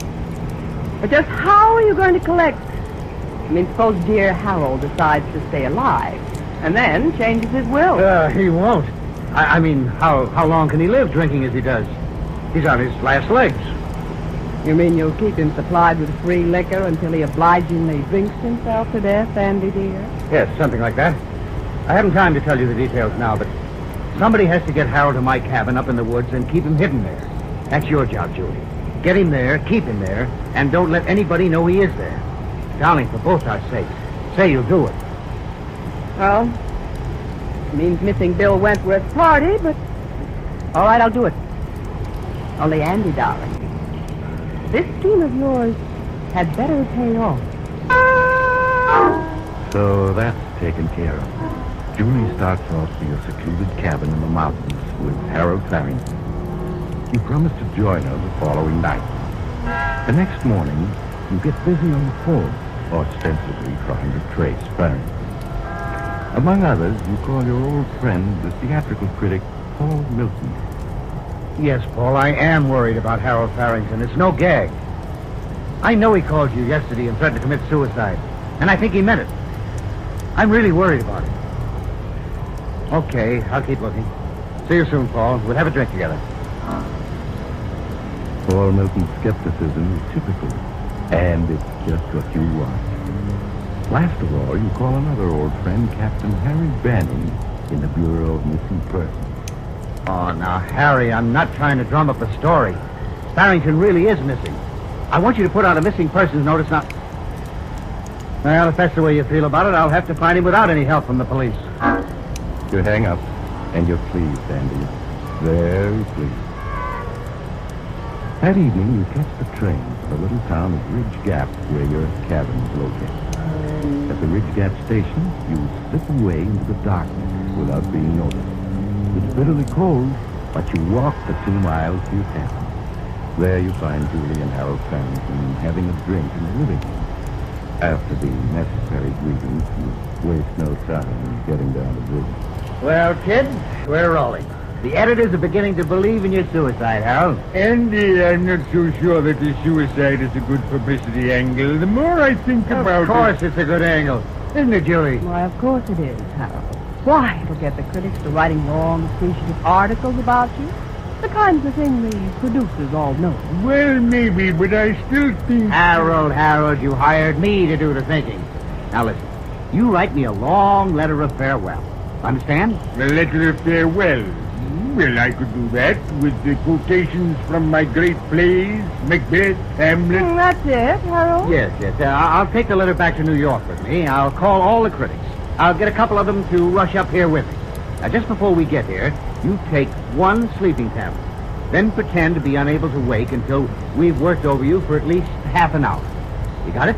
Yes, of course, I could do that. Yeah, look absolutely on the level. Tomorrow evening, your name will be headlines from coast to coast. Well, if you're sure, Andy. I'm positive. Now, sit down at my desk and start writing that suicide note. And be sure to apologize to me for using my cabin. You understand, Harold? You leave Harold Farrington busy writing the suicide letter. You take Julie into the next room and tell her the rest of your plan. And as soon as he finishes that letter, Harold's going to die. You understand that, don't you, Julie? Die? Andy, you didn't say anything about that when you sent me up here with him. I'm not going to have anything to do with murder. Harold will drink himself to death in another 6 months. What difference does it make if he goes now? He's $500,000 to us, me and you. It's perfectly safe. By now, half New York knows Harold was threatening to kill himself. You go on talking, persuading her. Rich. And when you want to be, you can be very, very persuasive. Maybe a few hours. At last, Julie gives in to your scheme. All right, Andy, I'll do it. But let's get it over with quickly. You go back into the living room. Harold has finished writing his farewell to you and the world, and he's reading it aloud with great self-appreciation. Out, brief candle, life's but a walking shadow, A poor player that struts and frets his hour upon the stage and then is heard no more. Oh, there you are, Andy. Listen, I think this is rather good. He begins at the beginning and reads the whole letter to you. It's what you want, exactly. As he reads, you busy yourself fixing him a drink. And into the drink, you pour the contents of a small bottle. Harold Farrington finishes his letter and waits for your applause. That's splendid, Harold. Simply terrific. It nearly made me cry, just listening to it. I think without undue modesty, one could say it's good theater. Oh, is that a drink for me, Andy? Well, it isn't for anybody else, Harold. Thank you. I've earned this drink. Well, bottoms up. He drinks, and in 5 minutes, it's all over. For one last instant, he stares at you accusingly, then his eyes close, and he falls forward on the desk. He's dead. Perfect, Julie. Couldn't have worked out better. Now what, Andy? Back to New York and come find him tomorrow or the next day? No. It's all going to be settled tonight. Tonight? Yes. There's a very special reason why. I owe some money. But tomorrow I've got to be able to prove I can pay it from the inheritance. Now we're going to drive to Ridge Gap, have dinner, and pretend we're on our way up here from New York. Then we arrive here, find Harold dead, and phone the sheriff. That's all there is to it. Andy, now wait a minute. What is it? What time is Harold supposed to have died? Well, sometime last night when I was in New York. That's impossible. Here's his body. It'll still be warm when the sheriff gets here. The sheriff will know that Harold must have died this evening. Yeah, that's right. Got that. I can't wait till tomorrow. Just can't. I got it. What? It's cold out. Only about 15 above zero. We put Harold out on the terrace, chair and all, for half an hour. And then he'd be cold, plenty cold. It seems that he died hours ago. Swiftly, you and Julie lift the chair in which Harold Farrington sits. You carry it out on the terrace in the bitterly cold wind. There you leave Harold to cool a bit. Back in the house, you set everything straight. Remove all evidence of Julie's having been there. You wait half an hour, 45 minutes. Then you carry Harold back in, chair and all, and pose him properly in front of the desk where he is touching suicide note wait. The picture is perfect. Cold enough now. Feel his forehead. It's like ice. Yeah. That's because he died last night, my dear. Now let's go. Have dinner at the village. Make sure we're seen. Then come up here and discover Harold. Your program goes off without a hitch, Andy. In the village of Ridge Gap, you make sure witnesses see you eating. You tell the waitress you're just on your way to the cabin. Then you drive up and find poor Harold's body. In half an hour, the sheriff is there with the coroner. The sheriff looks around, listens to the story, reads the letter Harold so obligingly wrote, and nods. Yep. Certainly is plain enough story, Mr. Marlowe. Poor fella, down on his luck, decided to end it all. You say you gave him a key to this cabin 6 months ago? Yes, that's right, Sheriff. 6 months ago, I did a publicity campaign for him, and he used to come up here to work out our plans. I gave him the key then, and he kept it. And poor Harold crept here to die in hiding. That's how it goes. Well, I guess there's no use our hanging around any longer. Poor fella's stone cold. Means he died last night or this morning, I guess. Well, Doc, let's phone Williams, the undertaker, and get this over with. I guess we better wait a mite before we call the undertaker, Sheriff. Wait? What for? There's something a bit peculiar here. Peculiar? Well, what do you mean, Doc? Feel this fellow's forehead. Mighty cold, isn't it? That's right. Cold as ice. Shows he's been dead quite some time. Yes, everybody knows that. It's in every detective story. His forehead was as cold as ice. Wish I had $1 for each time I've read that. Yes, but I'm afraid you don't get my point. See, a dead body can only cool off to the temperature of the room it's in. Oh, well, what are you getting at? Just this. I took the temperature of this suicide. His body temperature's only 45 degrees. 45 degrees? Right. Well, how could that be, Doc? This room is 70 degrees. Ain't possible. Andy. Be quiet, Julie. You're right, Sheriff. It isn't possible. Unless this suicide walked outdoors and practically froze himself. He came back in, sat down, and waited for us. And I don't think he did. What you're saying, Doc, is, it's not suicide, it's murder. And I reckon we got the murderers right here in this room with us. Well, folks, how about it?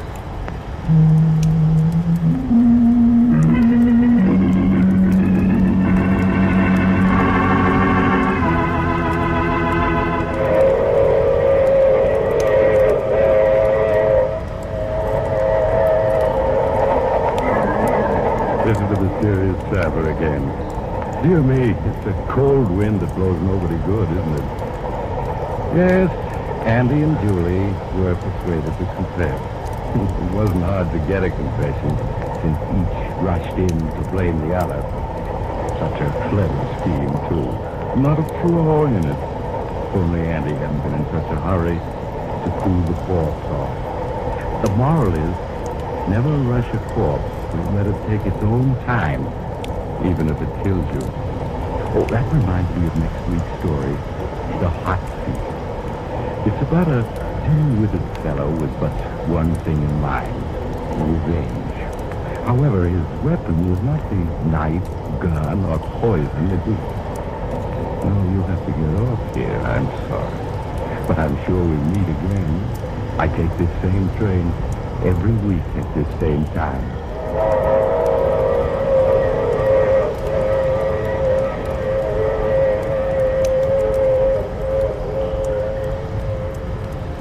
You have just heard The Mysterious Traveler, a series of dramas of the strange and terrifying.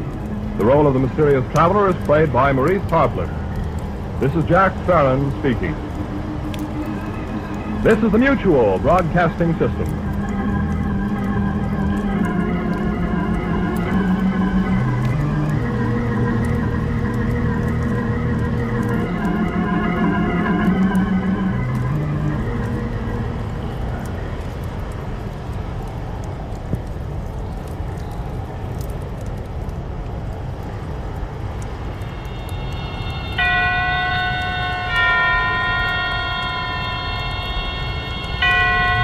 Roma Wines present Suspense.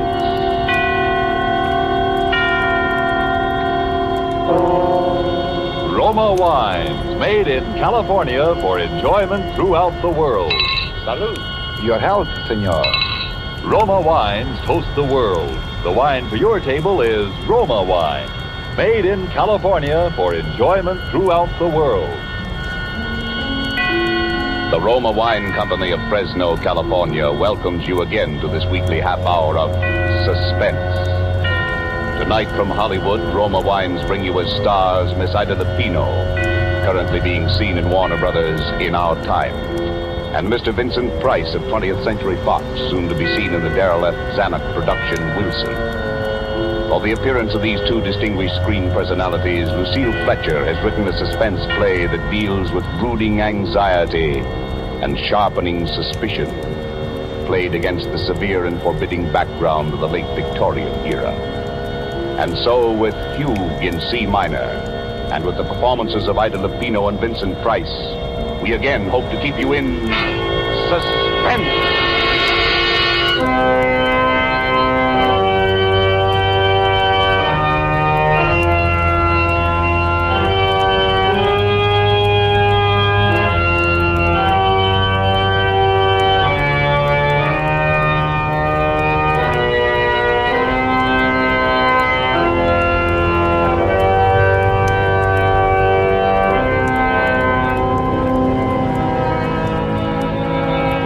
April 1st, 1900. Dear Bessie, this is just to let you know that I arrived in Pilotsville. Lizzie met me at the station. She's heartbroken about Papa's bankruptcy and for some reason feels that it's up to me to remedy the family situation. I told her I'd been offered a job, but she swept away that idea in horror. A girl with your looks, Amanda Peabody, doesn't have to get a job. There are too many rich husbands floating around for that. Furthermore, she says she has a rich husband already picked out for me right here in Pilotsville. Don't you remember? I told you about him at Christmas time. He's a Mr. Evans, rich as Croesus, charming, cultured, a lonely widower with 2 dear little children. And besides that, he's just your type, a real intellectual. You should hear him play the pipe organ.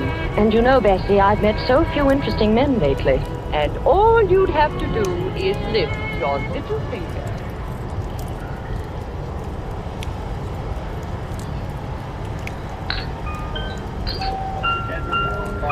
Mr. Evans. Oh, good evening, Mrs. Chumley. How delightful to see you here. I'd like you to meet my sister. Mr. Evans, my sister, Amanda Peabody. Delighted, I'm sure. It's a lovely party, Mr. Evans. Thank you, Miss Peabody. Have you just come to Pilotsville? Yes. She's down from New York visiting me after the whirl of the hectic social season. Oh, indeed. Well, I'm afraid our Pilotsville society must seem a bit dull to you, Miss Peabody. Oh, no, not at all. It's charming. I've enjoyed everything so much tonight.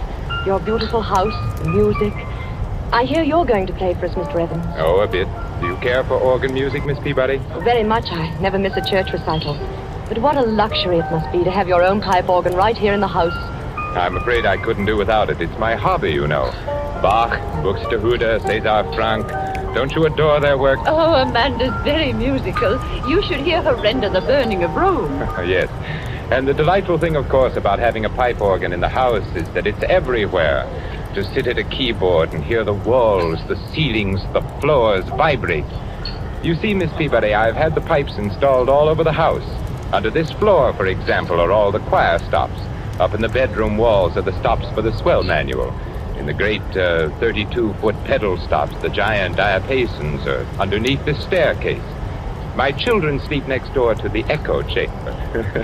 So you see, we live like angels here in a paradise of music. How thrilling. Now, ladies, come upstairs to the second floor landing, won't you? And I'll show you the console. It was made for me in Vienna.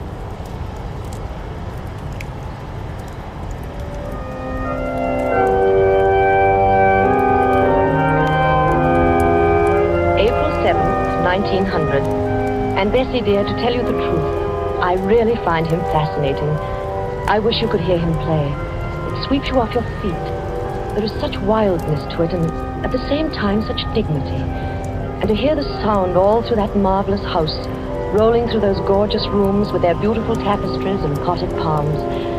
I could sit and listen to him all night. You have the most amazing eyes, Miss Peabody. What are you thinking about? The music. Oh, please don't stop. It's so beautiful. Well, you seem to be as mad about music as I am. Your sister says you play too. Oh, no, only a little. My appreciation of it is all inside, I'm afraid. That's plenty. If one can't play, it's better just to enjoy the music of others. I can't bear this sentimental drumming, can you? I shouldn't think you would enjoy it. The idiotic tunes people play nowadays. Give me the old stern classics. They have strength and power. Give me something with life to it, something that will flood the whole house with sound.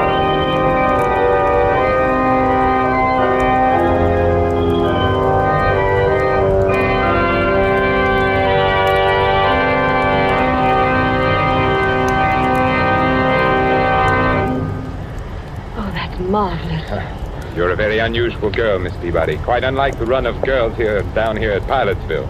Yes, in what way? Oh, it's rather hard to explain. Some more tea, Amanda? No, thank you. A muffin? No, thank you. You have an excellent cook, Mr. Evans. Please call me Theodore. You know you promised. Theodore? Amanda. And your house is beautifully run, too. You must have an excellent housekeeper. Everything always looks so charming and quiet. I haven't even heard a peep out of your children. My children? Oh, yes, the children have been away at school. You have two, haven't you? Yes, Daphne and David. What sweet names. Ordinarily, I don't approve of schools for young children, but you see, they were rather overwrought. After Mrs. Evans passed on... I can well understand. They were almost morbidly devoted to their mother. Then, of course, the unfortunate circumstances of her death. But I suppose your sister, Mrs. Chumley, has told you all about that. No, not very much, except your wife was killed in a street accident, wasn't she? Yes, in Philadelphia. A brewery wagon and 4 horses ran her down. Oh, how terrible. It's something I don't like to think about. very often. Poor, beautiful Margaret. Well, it's like a nightmare, Amanda, and I still can't feel reconciled. But, well, what I was driving at was the children. They were in school when she died, and by some malicious stroke of fate, there was an epidemic of scarlet fever raging up there. The authorities wouldn't lift the quarantine and let them out for her funeral. Oh, poor little things. Yes, it upset them dreadfully. In fact, I sometimes fear it's left a mark on them which may endure all their lives. Why, what do you mean? They suffer from delusions about her. They think that in some way she is linked. Her soul is imprisoned in the organ pipes. How horrible. I wish I could do something about it. It's a frightful notion, but they won't. They don't let me play when they're at home. That echo chamber in particular, next door to their bedroom. Yes? You know, it's nothing but an empty sealed room with a few wires. Of course, it's all because they never saw her dead. But they have a notion that she's, well, somehow hidden there. How ghastly. They really think that, do they? Children can think up such very strange things in their little minds. Can't they?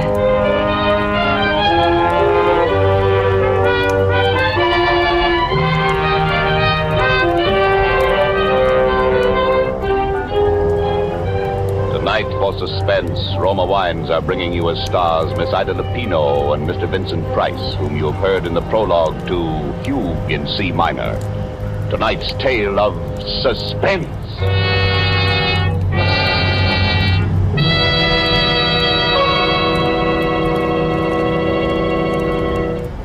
Let us look in on another scene for a moment. A smart dinner party at the internationally famous Hotel de Nacional de Cuba in Havana.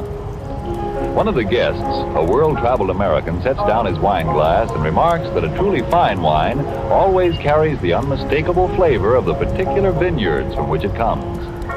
And laughs his Cuban host, you must be homesick for California right now. For the wine you are enjoying so much is from America, from California. It is Roma wine. Yes, it's true. Our own wonderful vineyard country in California produces in Roma wines that discriminating people in other lands esteem as an imported delicacy. Yet you here at home can enjoy these distinguished Roma wines for mere pennies a glassful. You pay none of the expensive overseas shipping charges and duties.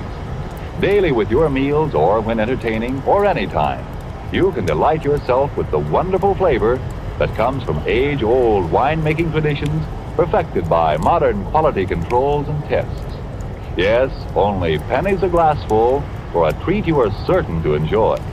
For remember, Roma wines are America's largest selling wines. Roma, made in California for enjoyment throughout the world. And now it is with pleasure that we bring back to our soundstage Ida Lupino as Amanda Peabody and Vincent Price as Theodore Evans in Fugue in C minor. A tale well calculated to keep you in suspense.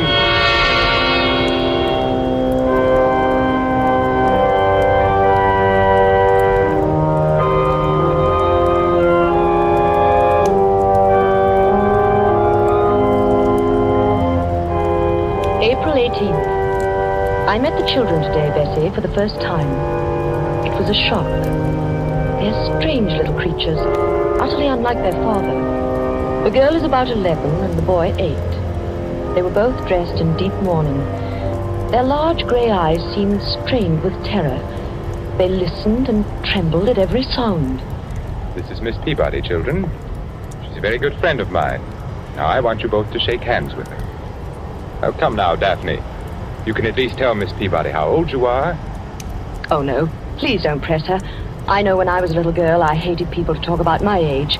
I'd much rather hear about school. We're not going back there, no matter what anybody says. David. That's all right. Then you didn't like school? No. And Mommy didn't like it either. She cried when we went away. Oh. But your Mama wanted you to be educated, didn't she? She wanted you to grow up and be intelligent people, didn't she? Didn't she, Daphne? Who are you? You may call me Aunt Amanda. I'm a friend of your Papa's. Do you know where my Mama is? Your Mama? Well, your Mama's in heaven, dear. No, she's not. Then where is she, dear? Please don't start them off, Amanda. It's too upsetting. Come along, children. Now we're going to have a little music, like old times. Remember when your mother was alive? We all used to play together. David, you with your cornet, and Daphne at the violin, Mama at the piano. Well, Miss Peabody plays the piano, too. She's promised to play Narcissus, Mama's favorite piece.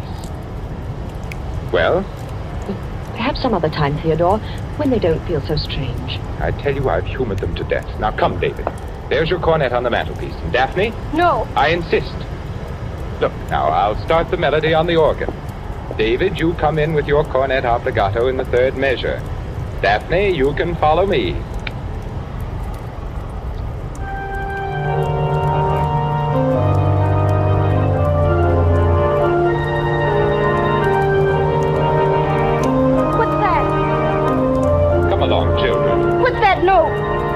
Making that funny noise.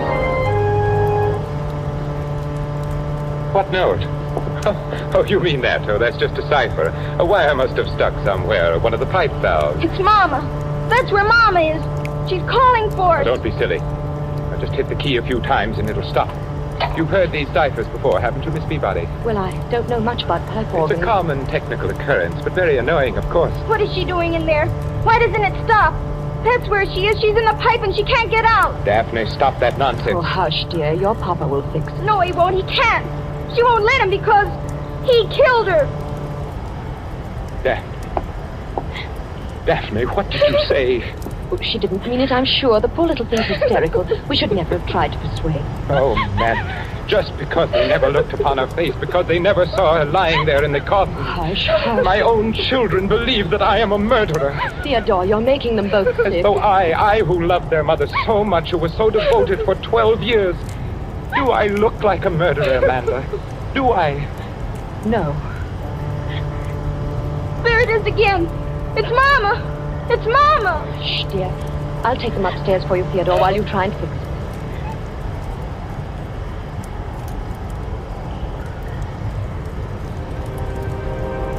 April 24th. Oh, Bessie. Those poor little children. We took them out to the cemetery today to show them her grave. A marble angel guarded it. It was planted with pure white tulips. How final it was and peaceful. And yet they began to tremble again the moment we set foot inside the house. Poor Theodore. The man is nearly out of his mind. What can he do? I keep asking myself that question. She died in Philadelphia, you say? Yes, on May 15th, just a little less than a year ago. You weren't with her? No, she went there to take a piano lesson. There was a new teacher she'd heard about. She was always so self-conscious about her technique. But she never reached his studio. They notified me at midnight from the city morgue. And no one in Philadelphia saw her? No one except the attendants at the morgue, of course, and the people who picked her up after the collision. It was such a brutal accident. There be no one from among them who could speak to the children, explain to them? Oh, no. Oh, it's so horrible, so sordid. Oh, I know, my dear. I hate to make you suffer. But if we could find some way, if they could just believe. When you brought her back here to Pilotsville, there was a funeral. Yes. And was there anybody then who saw her? Oh, no, I couldn't bear it, Amanda. I didn't think at the time. She'd been so beautiful, her lovely, sweet, gentle face and her eyes. The horses had completely trembled. Oh. Even if the children had been able to come home, I wouldn't have let them look. The coffin was sealed when I left Philadelphia. I didn't want to see her again myself. There was a funeral. People came. There were flowers, an undertaker. Yes. Well, if they could believe that, if there was one witness.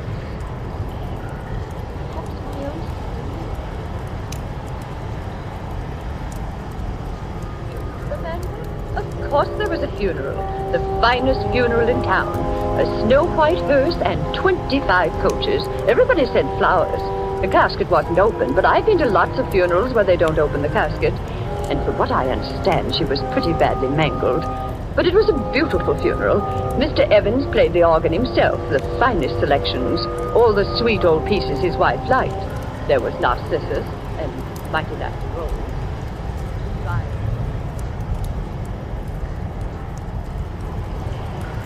So you see, David, my sister, Mrs. Chumley, was there.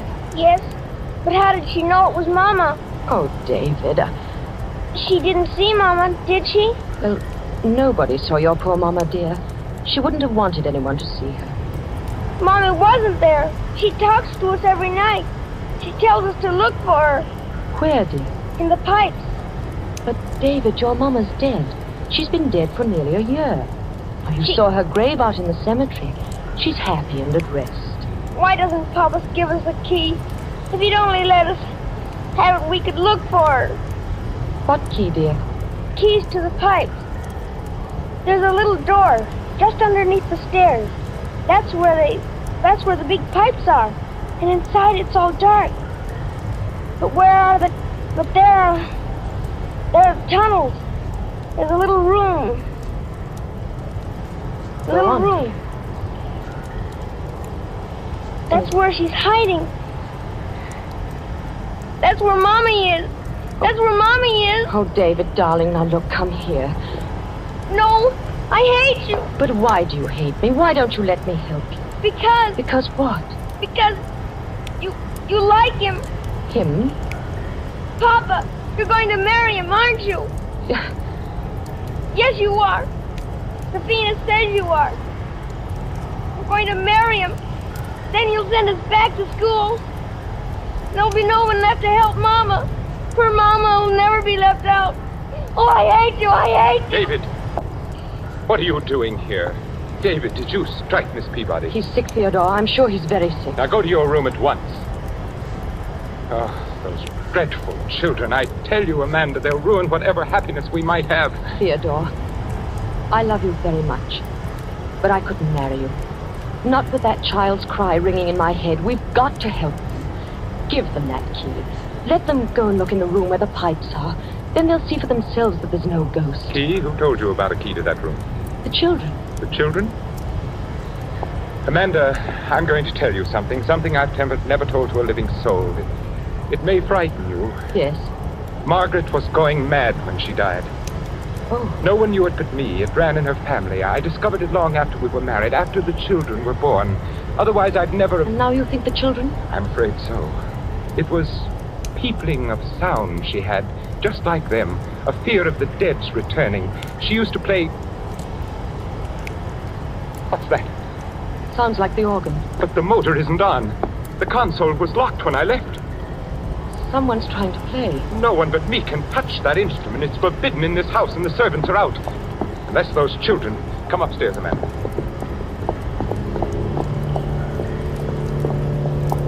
Theodore. Why, there's no one here. No one at the keyboard. The organ's playing itself. That's impossible. The motor's not going. The motor? Yes, it sets the bellows going. There's no air in the pipes unless it's on. No air to make the pipes speak. It's impossible, I tell you. Perhaps the children found the key and got in. Key? No. The key's here in my pocket. There's no other way in. No. Theodore, open that door. Go in there and see what's happening, please. No. Theodore. I won't give in. I won't be a prey to it. Do you hear? I won't. I won't. It stopped now. Yes. It was probably nothing but the wind. Theodore, give me the key. I'm not afraid. Are you saying that I am? I don't know. But I'll be fair with you, Theodore. I couldn't marry you and live here with that any more than your children can. What do you mean? Rip out those pipes. Rip out the whole pipe organ.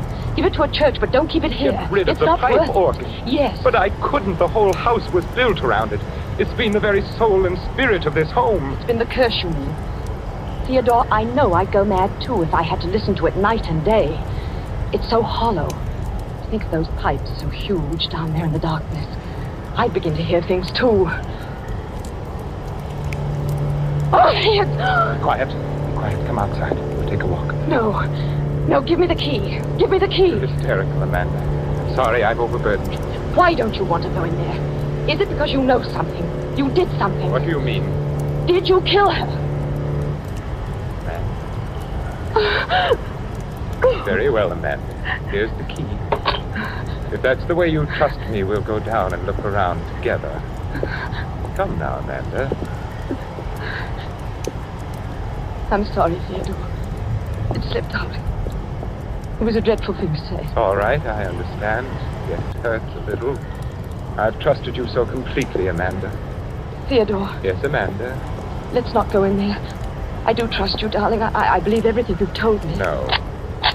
With this little key, To think it should mean so much.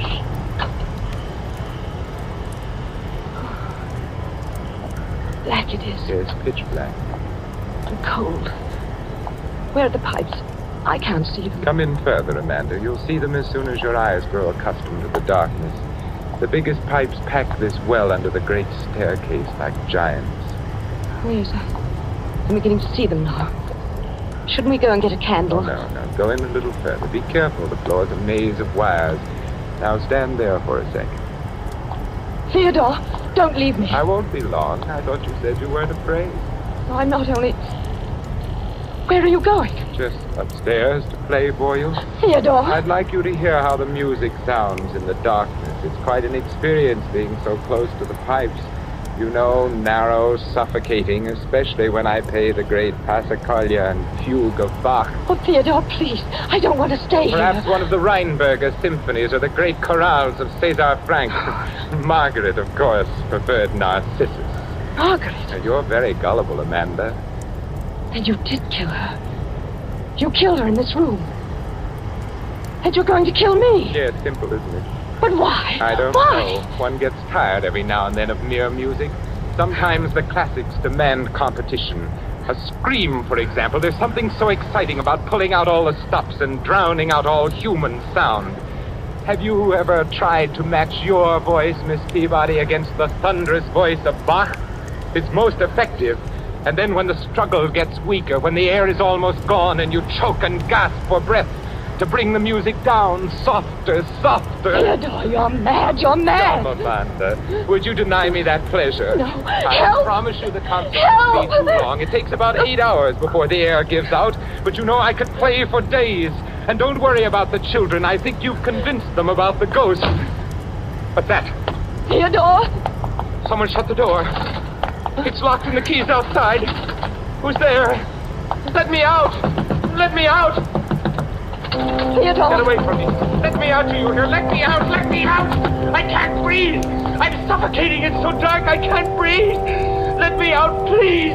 Please! I can't breathe. I can't... No! I can't. Let me out. I can't breathe.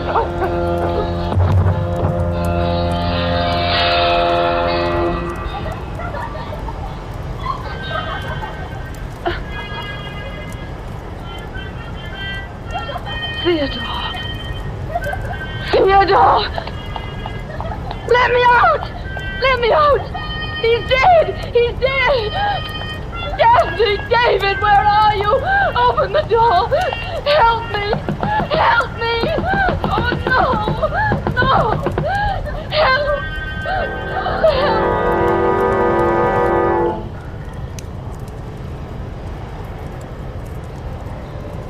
May 1st, 1900.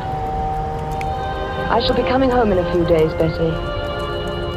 I still can't sleep at night. I still hear that laughter. Still hear that cornet playing its unearthly music. And Theodore Evans once more lies dead at my feet. It was his heart, Bessie. He died of fright. In those few moments, he anticipated the hideous fate he had meted out to so many. And I might have died there if he had not gone so quickly. But the children hated me. They wanted to kill us both. Those terrible, pathetic children. What horrors they must have sensed in that charnel house. There were other women beside his wife. Police found them all buried and stuffed away into unused parts of the pipe organ. Bessie, I was in that pipe room alone with him for 4 hours before that door creaked open. There they stood, and I shall never forget their faces or the things they said. Why, Buddy? You can come off now if you're really sorry. I'm sorry. Are you sure he's quite dead? Yes, he's dead. You were right all the time. Weren't we, Miss Peabody? Yes, you were right. Now, will you come and help us find Mama?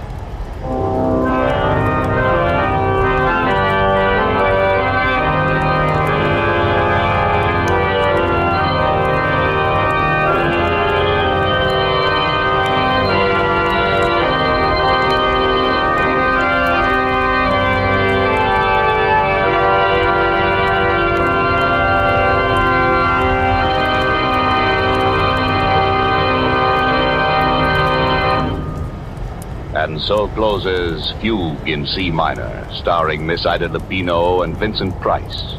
Tonight's tale of suspense. Suspense is produced and directed by William Spear.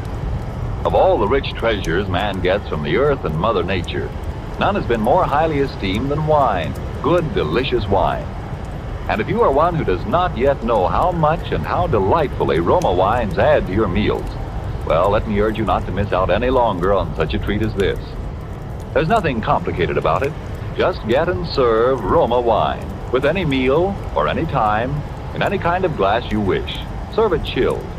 Try the many different kinds of Roma wine until you find those you like best of all.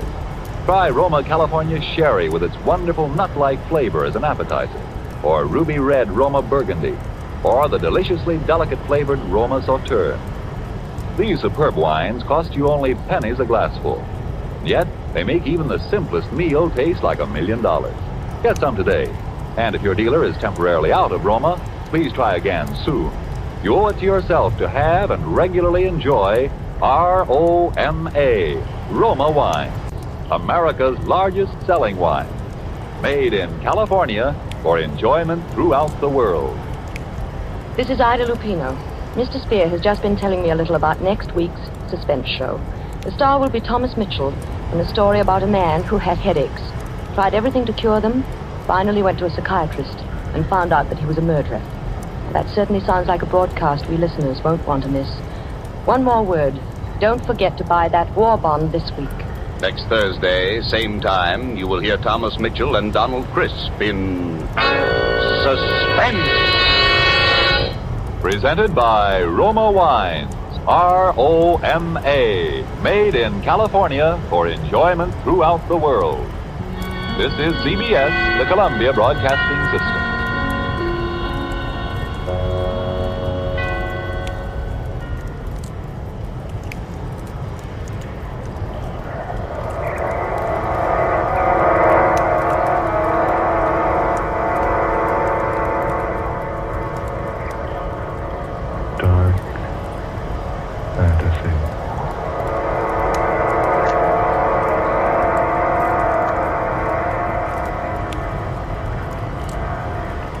Resolution 1841.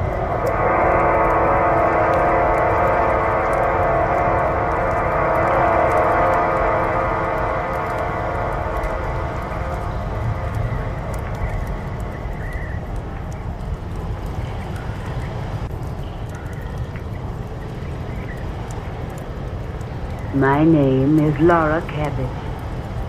It is January 2nd, 1942, the second day of a new year. As I speak these words, even I myself can't believe that what has happened is true. It began only a few short hours ago, less than 48 to be exact. And yet, it has changed everything for me, even life itself. I must tell someone. And so, I'm telling you. It all began night before last, New Year's Eve.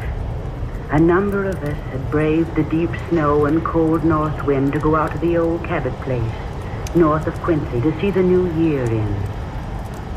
There were 4 of us, Ed and Helen Richards, who had just been married a year, and a business friend of Ed's named Duke Toback.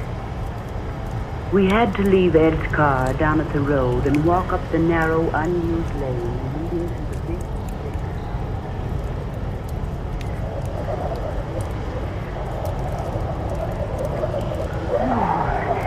Talk about 1941 leaving with a vengeance. Ooh, it's cold, isn't it? The snow's drifting deeper. Oh, Helen, to the right, dear. The house is over there. All right, Laura. I didn't know we'd have to walk. Yeah, it'll be good for us. I wonder what your friend must think of us out like this on New Year's Eve. Duke? Oh, Duke's a good sport. Besides, dear, We made a practice of spending New Year's Eve in the old Cabot place for the last 3 years. Yes, Ed, we have. Besides, Duke wouldn't want to spoil the fun.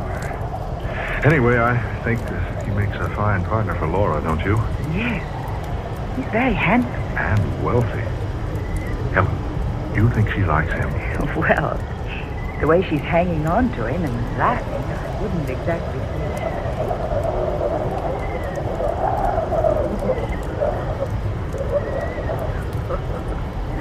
Oh, Mr. Toback, you certainly must think that we're idiots. I wish you'd call me Duke. I've been calling you Laura all evening. Well, I guess it's because I'm so fascinated by your last name that I use it. But tell me, how do you spell it? Just like it sounds. T-O-B-A-C. Duke. Yes, Laura? Spell your last name backwards. Toback. Spelled backwards is Cabot. My name. I say, you're right.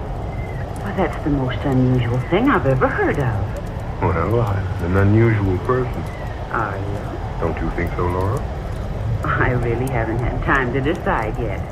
But I'm awfully glad you came along with Helen and Ed tonight. We do this every year, you know. Yes, so Richard's told me. Oh, this old house has been in my family for more than a century. It was just 3 years ago that I discovered it belonged to me. That's so? Oh, there were back taxes galore on the place, but I paid them up. And every New Year since then, the Richards and I have spent New Year's Eve A here. charming custom. You know, I rather think I'm going to enjoy being let in on it. I hope so, Duke. Really, I do. I want this to be the best New Year's Eve we've ever enjoyed. Helen, you and Ed wait up, or you'll have to stand at the door till we catch up with you. All right.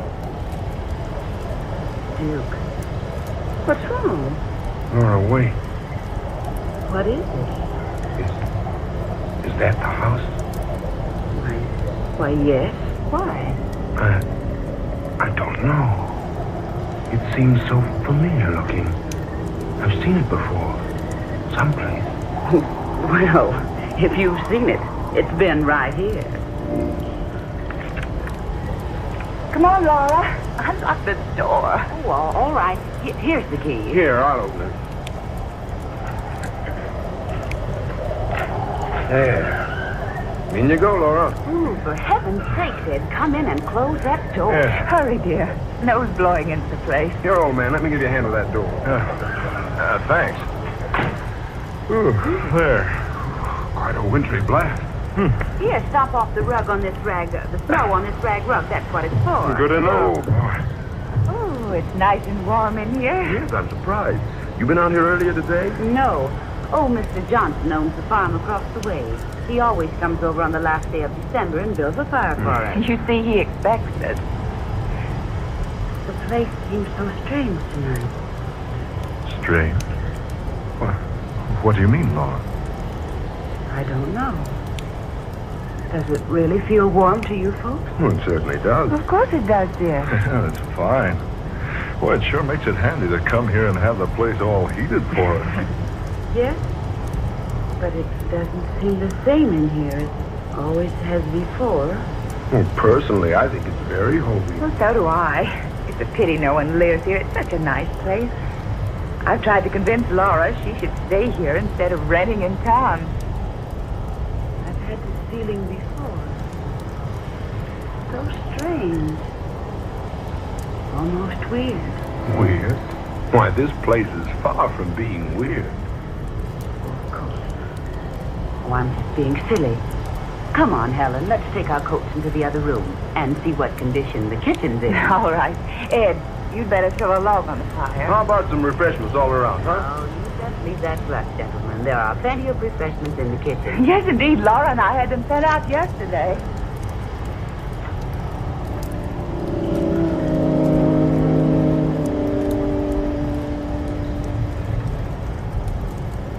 Smoke, Duke? Well, thanks.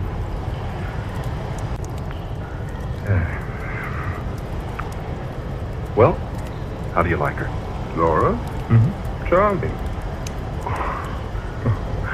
Oh, now, Duke, is that all you've got to say for her? Well, I haven't known her but a few hours. And yet, Yes, Stu? Yeah. It seems that I have known her before. Somewhere. Sometime. What makes you think that? I can't say. Something about her. The way she acts. The way she talks, possibly. I don't know. Well, have you asked Laura if she'd met you before? Oh, I thought that rather a silly thing to say. Besides, that's what men always say to women when they're trying to make conversation. And, well, Laura's very easy to talk to. She talks so comfortably with me. And, well, it's as though she'd known me someplace before, too. Yeah, I know how you feel, Duke. I felt the same way about folks I'd just been introduced to. Sensations like that are hard to explain. Yeah, they're generally not explained. Look here, Duke.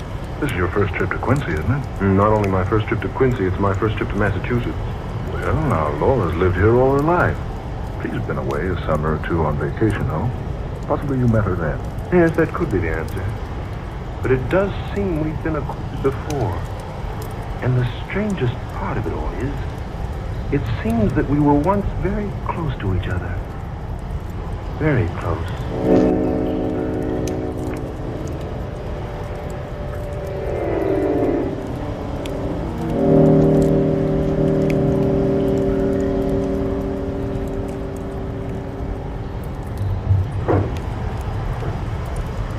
Oh, Helen, will you juice these oranges for me, please? How many? Oh, half a dozen to begin with, I guess. Oh, come on over here on the small table. Oh, all right. Laura? Yes? What do you think of Duke? Oh, I don't know. Give me a little more time. Seems to be attracted to you. Does he? Does he indeed? I caught him 3 times staring at you like, well, with a sort of fascination. Like he couldn't get used to you. Well, perhaps you're right. Maybe he can get used to me. No, I didn't mean that way. I mean, well, he stared at you like he was trying to remember something. Yes, I noticed that. And I caught you staring the same way at him. What is it, Laura? I don't know. You like him all right, don't you? That's just it. I feel that suddenly I like him too much. Oh, now, you needn't fall in love with him right off the handle. Oh, no, it isn't that. It's a different kind of a feeling. An affection. But not the kind a woman has for a man. It's different from that. I don't understand what you mean, Laura. I wonder if I understand what I mean myself. It's something that seems to draw me very close to him. Oh, love at first sight. I've always believed in it. No, not that. Something else. Something different. Something greater. He hasn't made love to you already, has he? Helen, will you please stop talking about love? Love has nothing to do with it. Laura, you need a lift. Come on, let me fix you one. You know, Helen, I'm positive I've never met Duke Toback before. And yet it seems that I did know him once a long, long time ago. Well, it couldn't be very long ago. You're only 23. No, I mean farther back than that, even. Hey, wait a minute. His name. It's so strange. Toback. It's so very strange.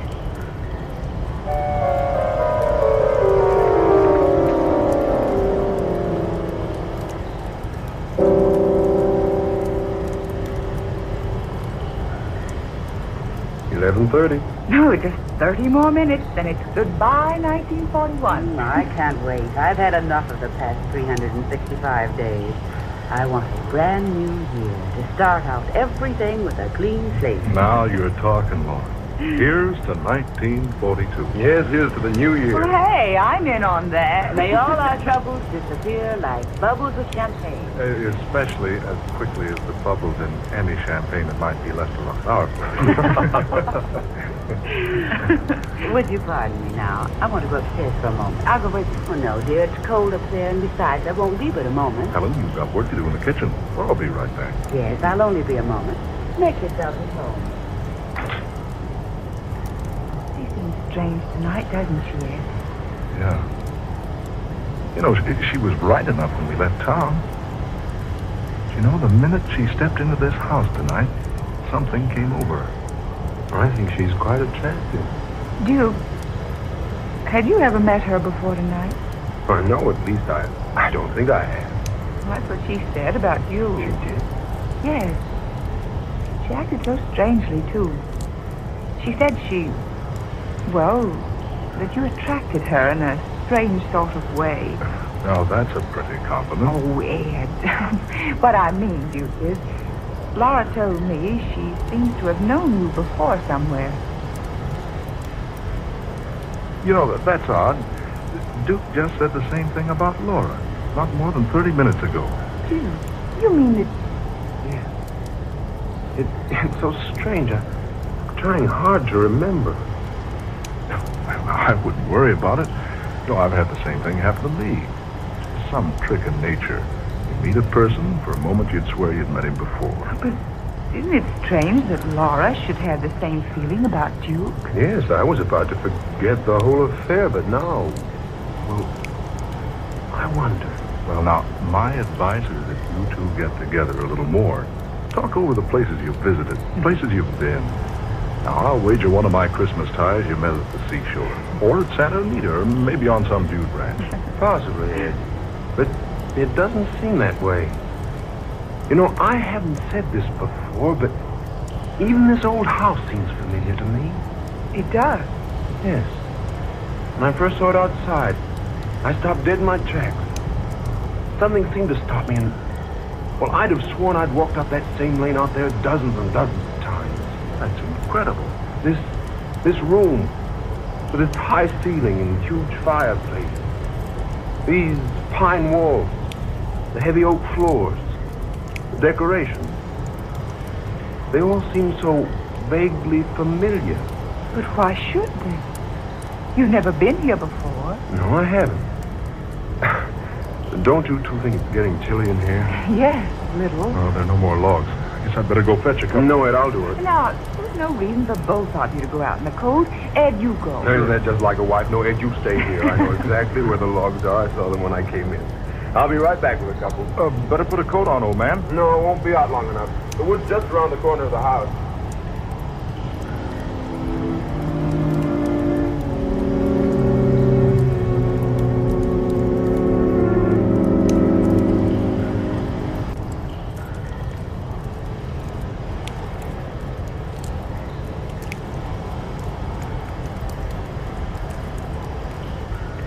Oh, Laura, I didn't see you come back. Oh, he's gone to get some logs for the fire.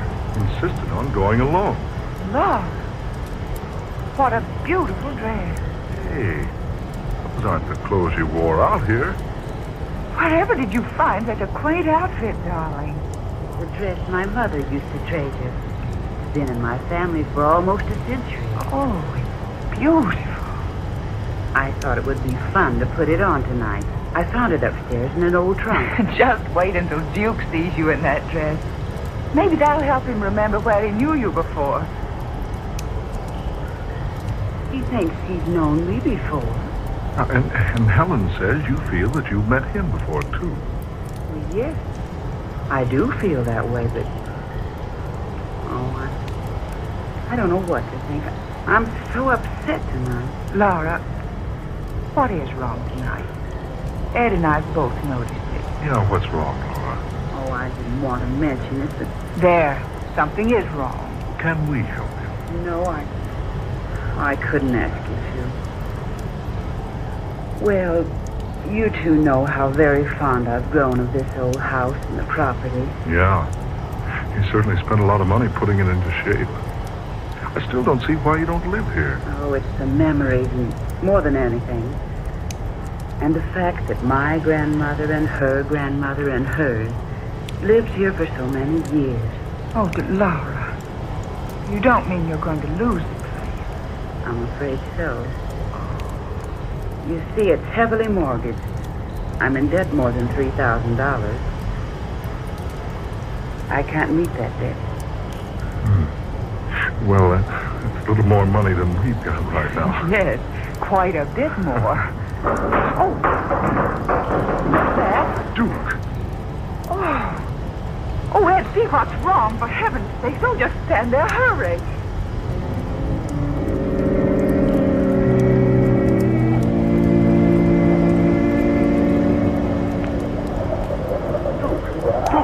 Lord, man, your head.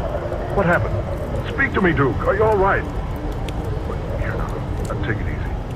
I'll carry you to the house. Come on now. Arm around my neck. That's it.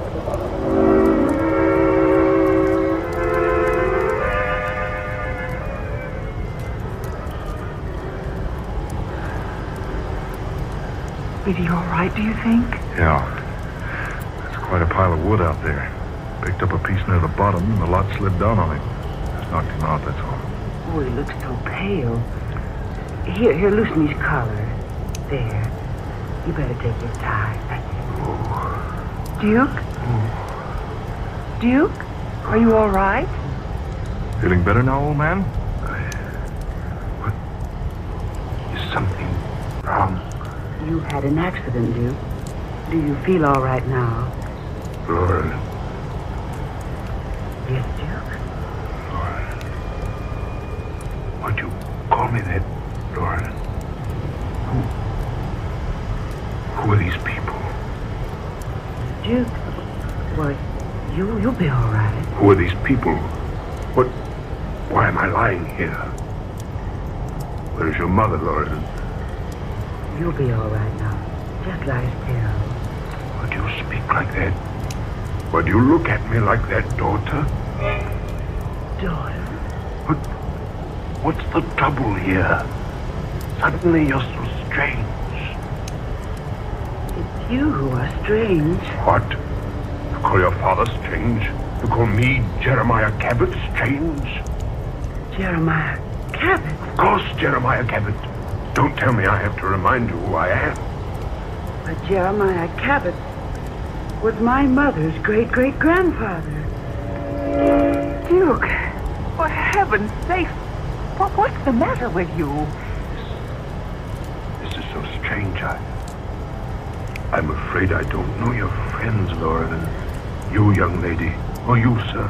Oh, now, Duke, cut the kidding. Just a moment, dear. I think I'm beginning to understand. For a moment, child, I thought you were my daughter.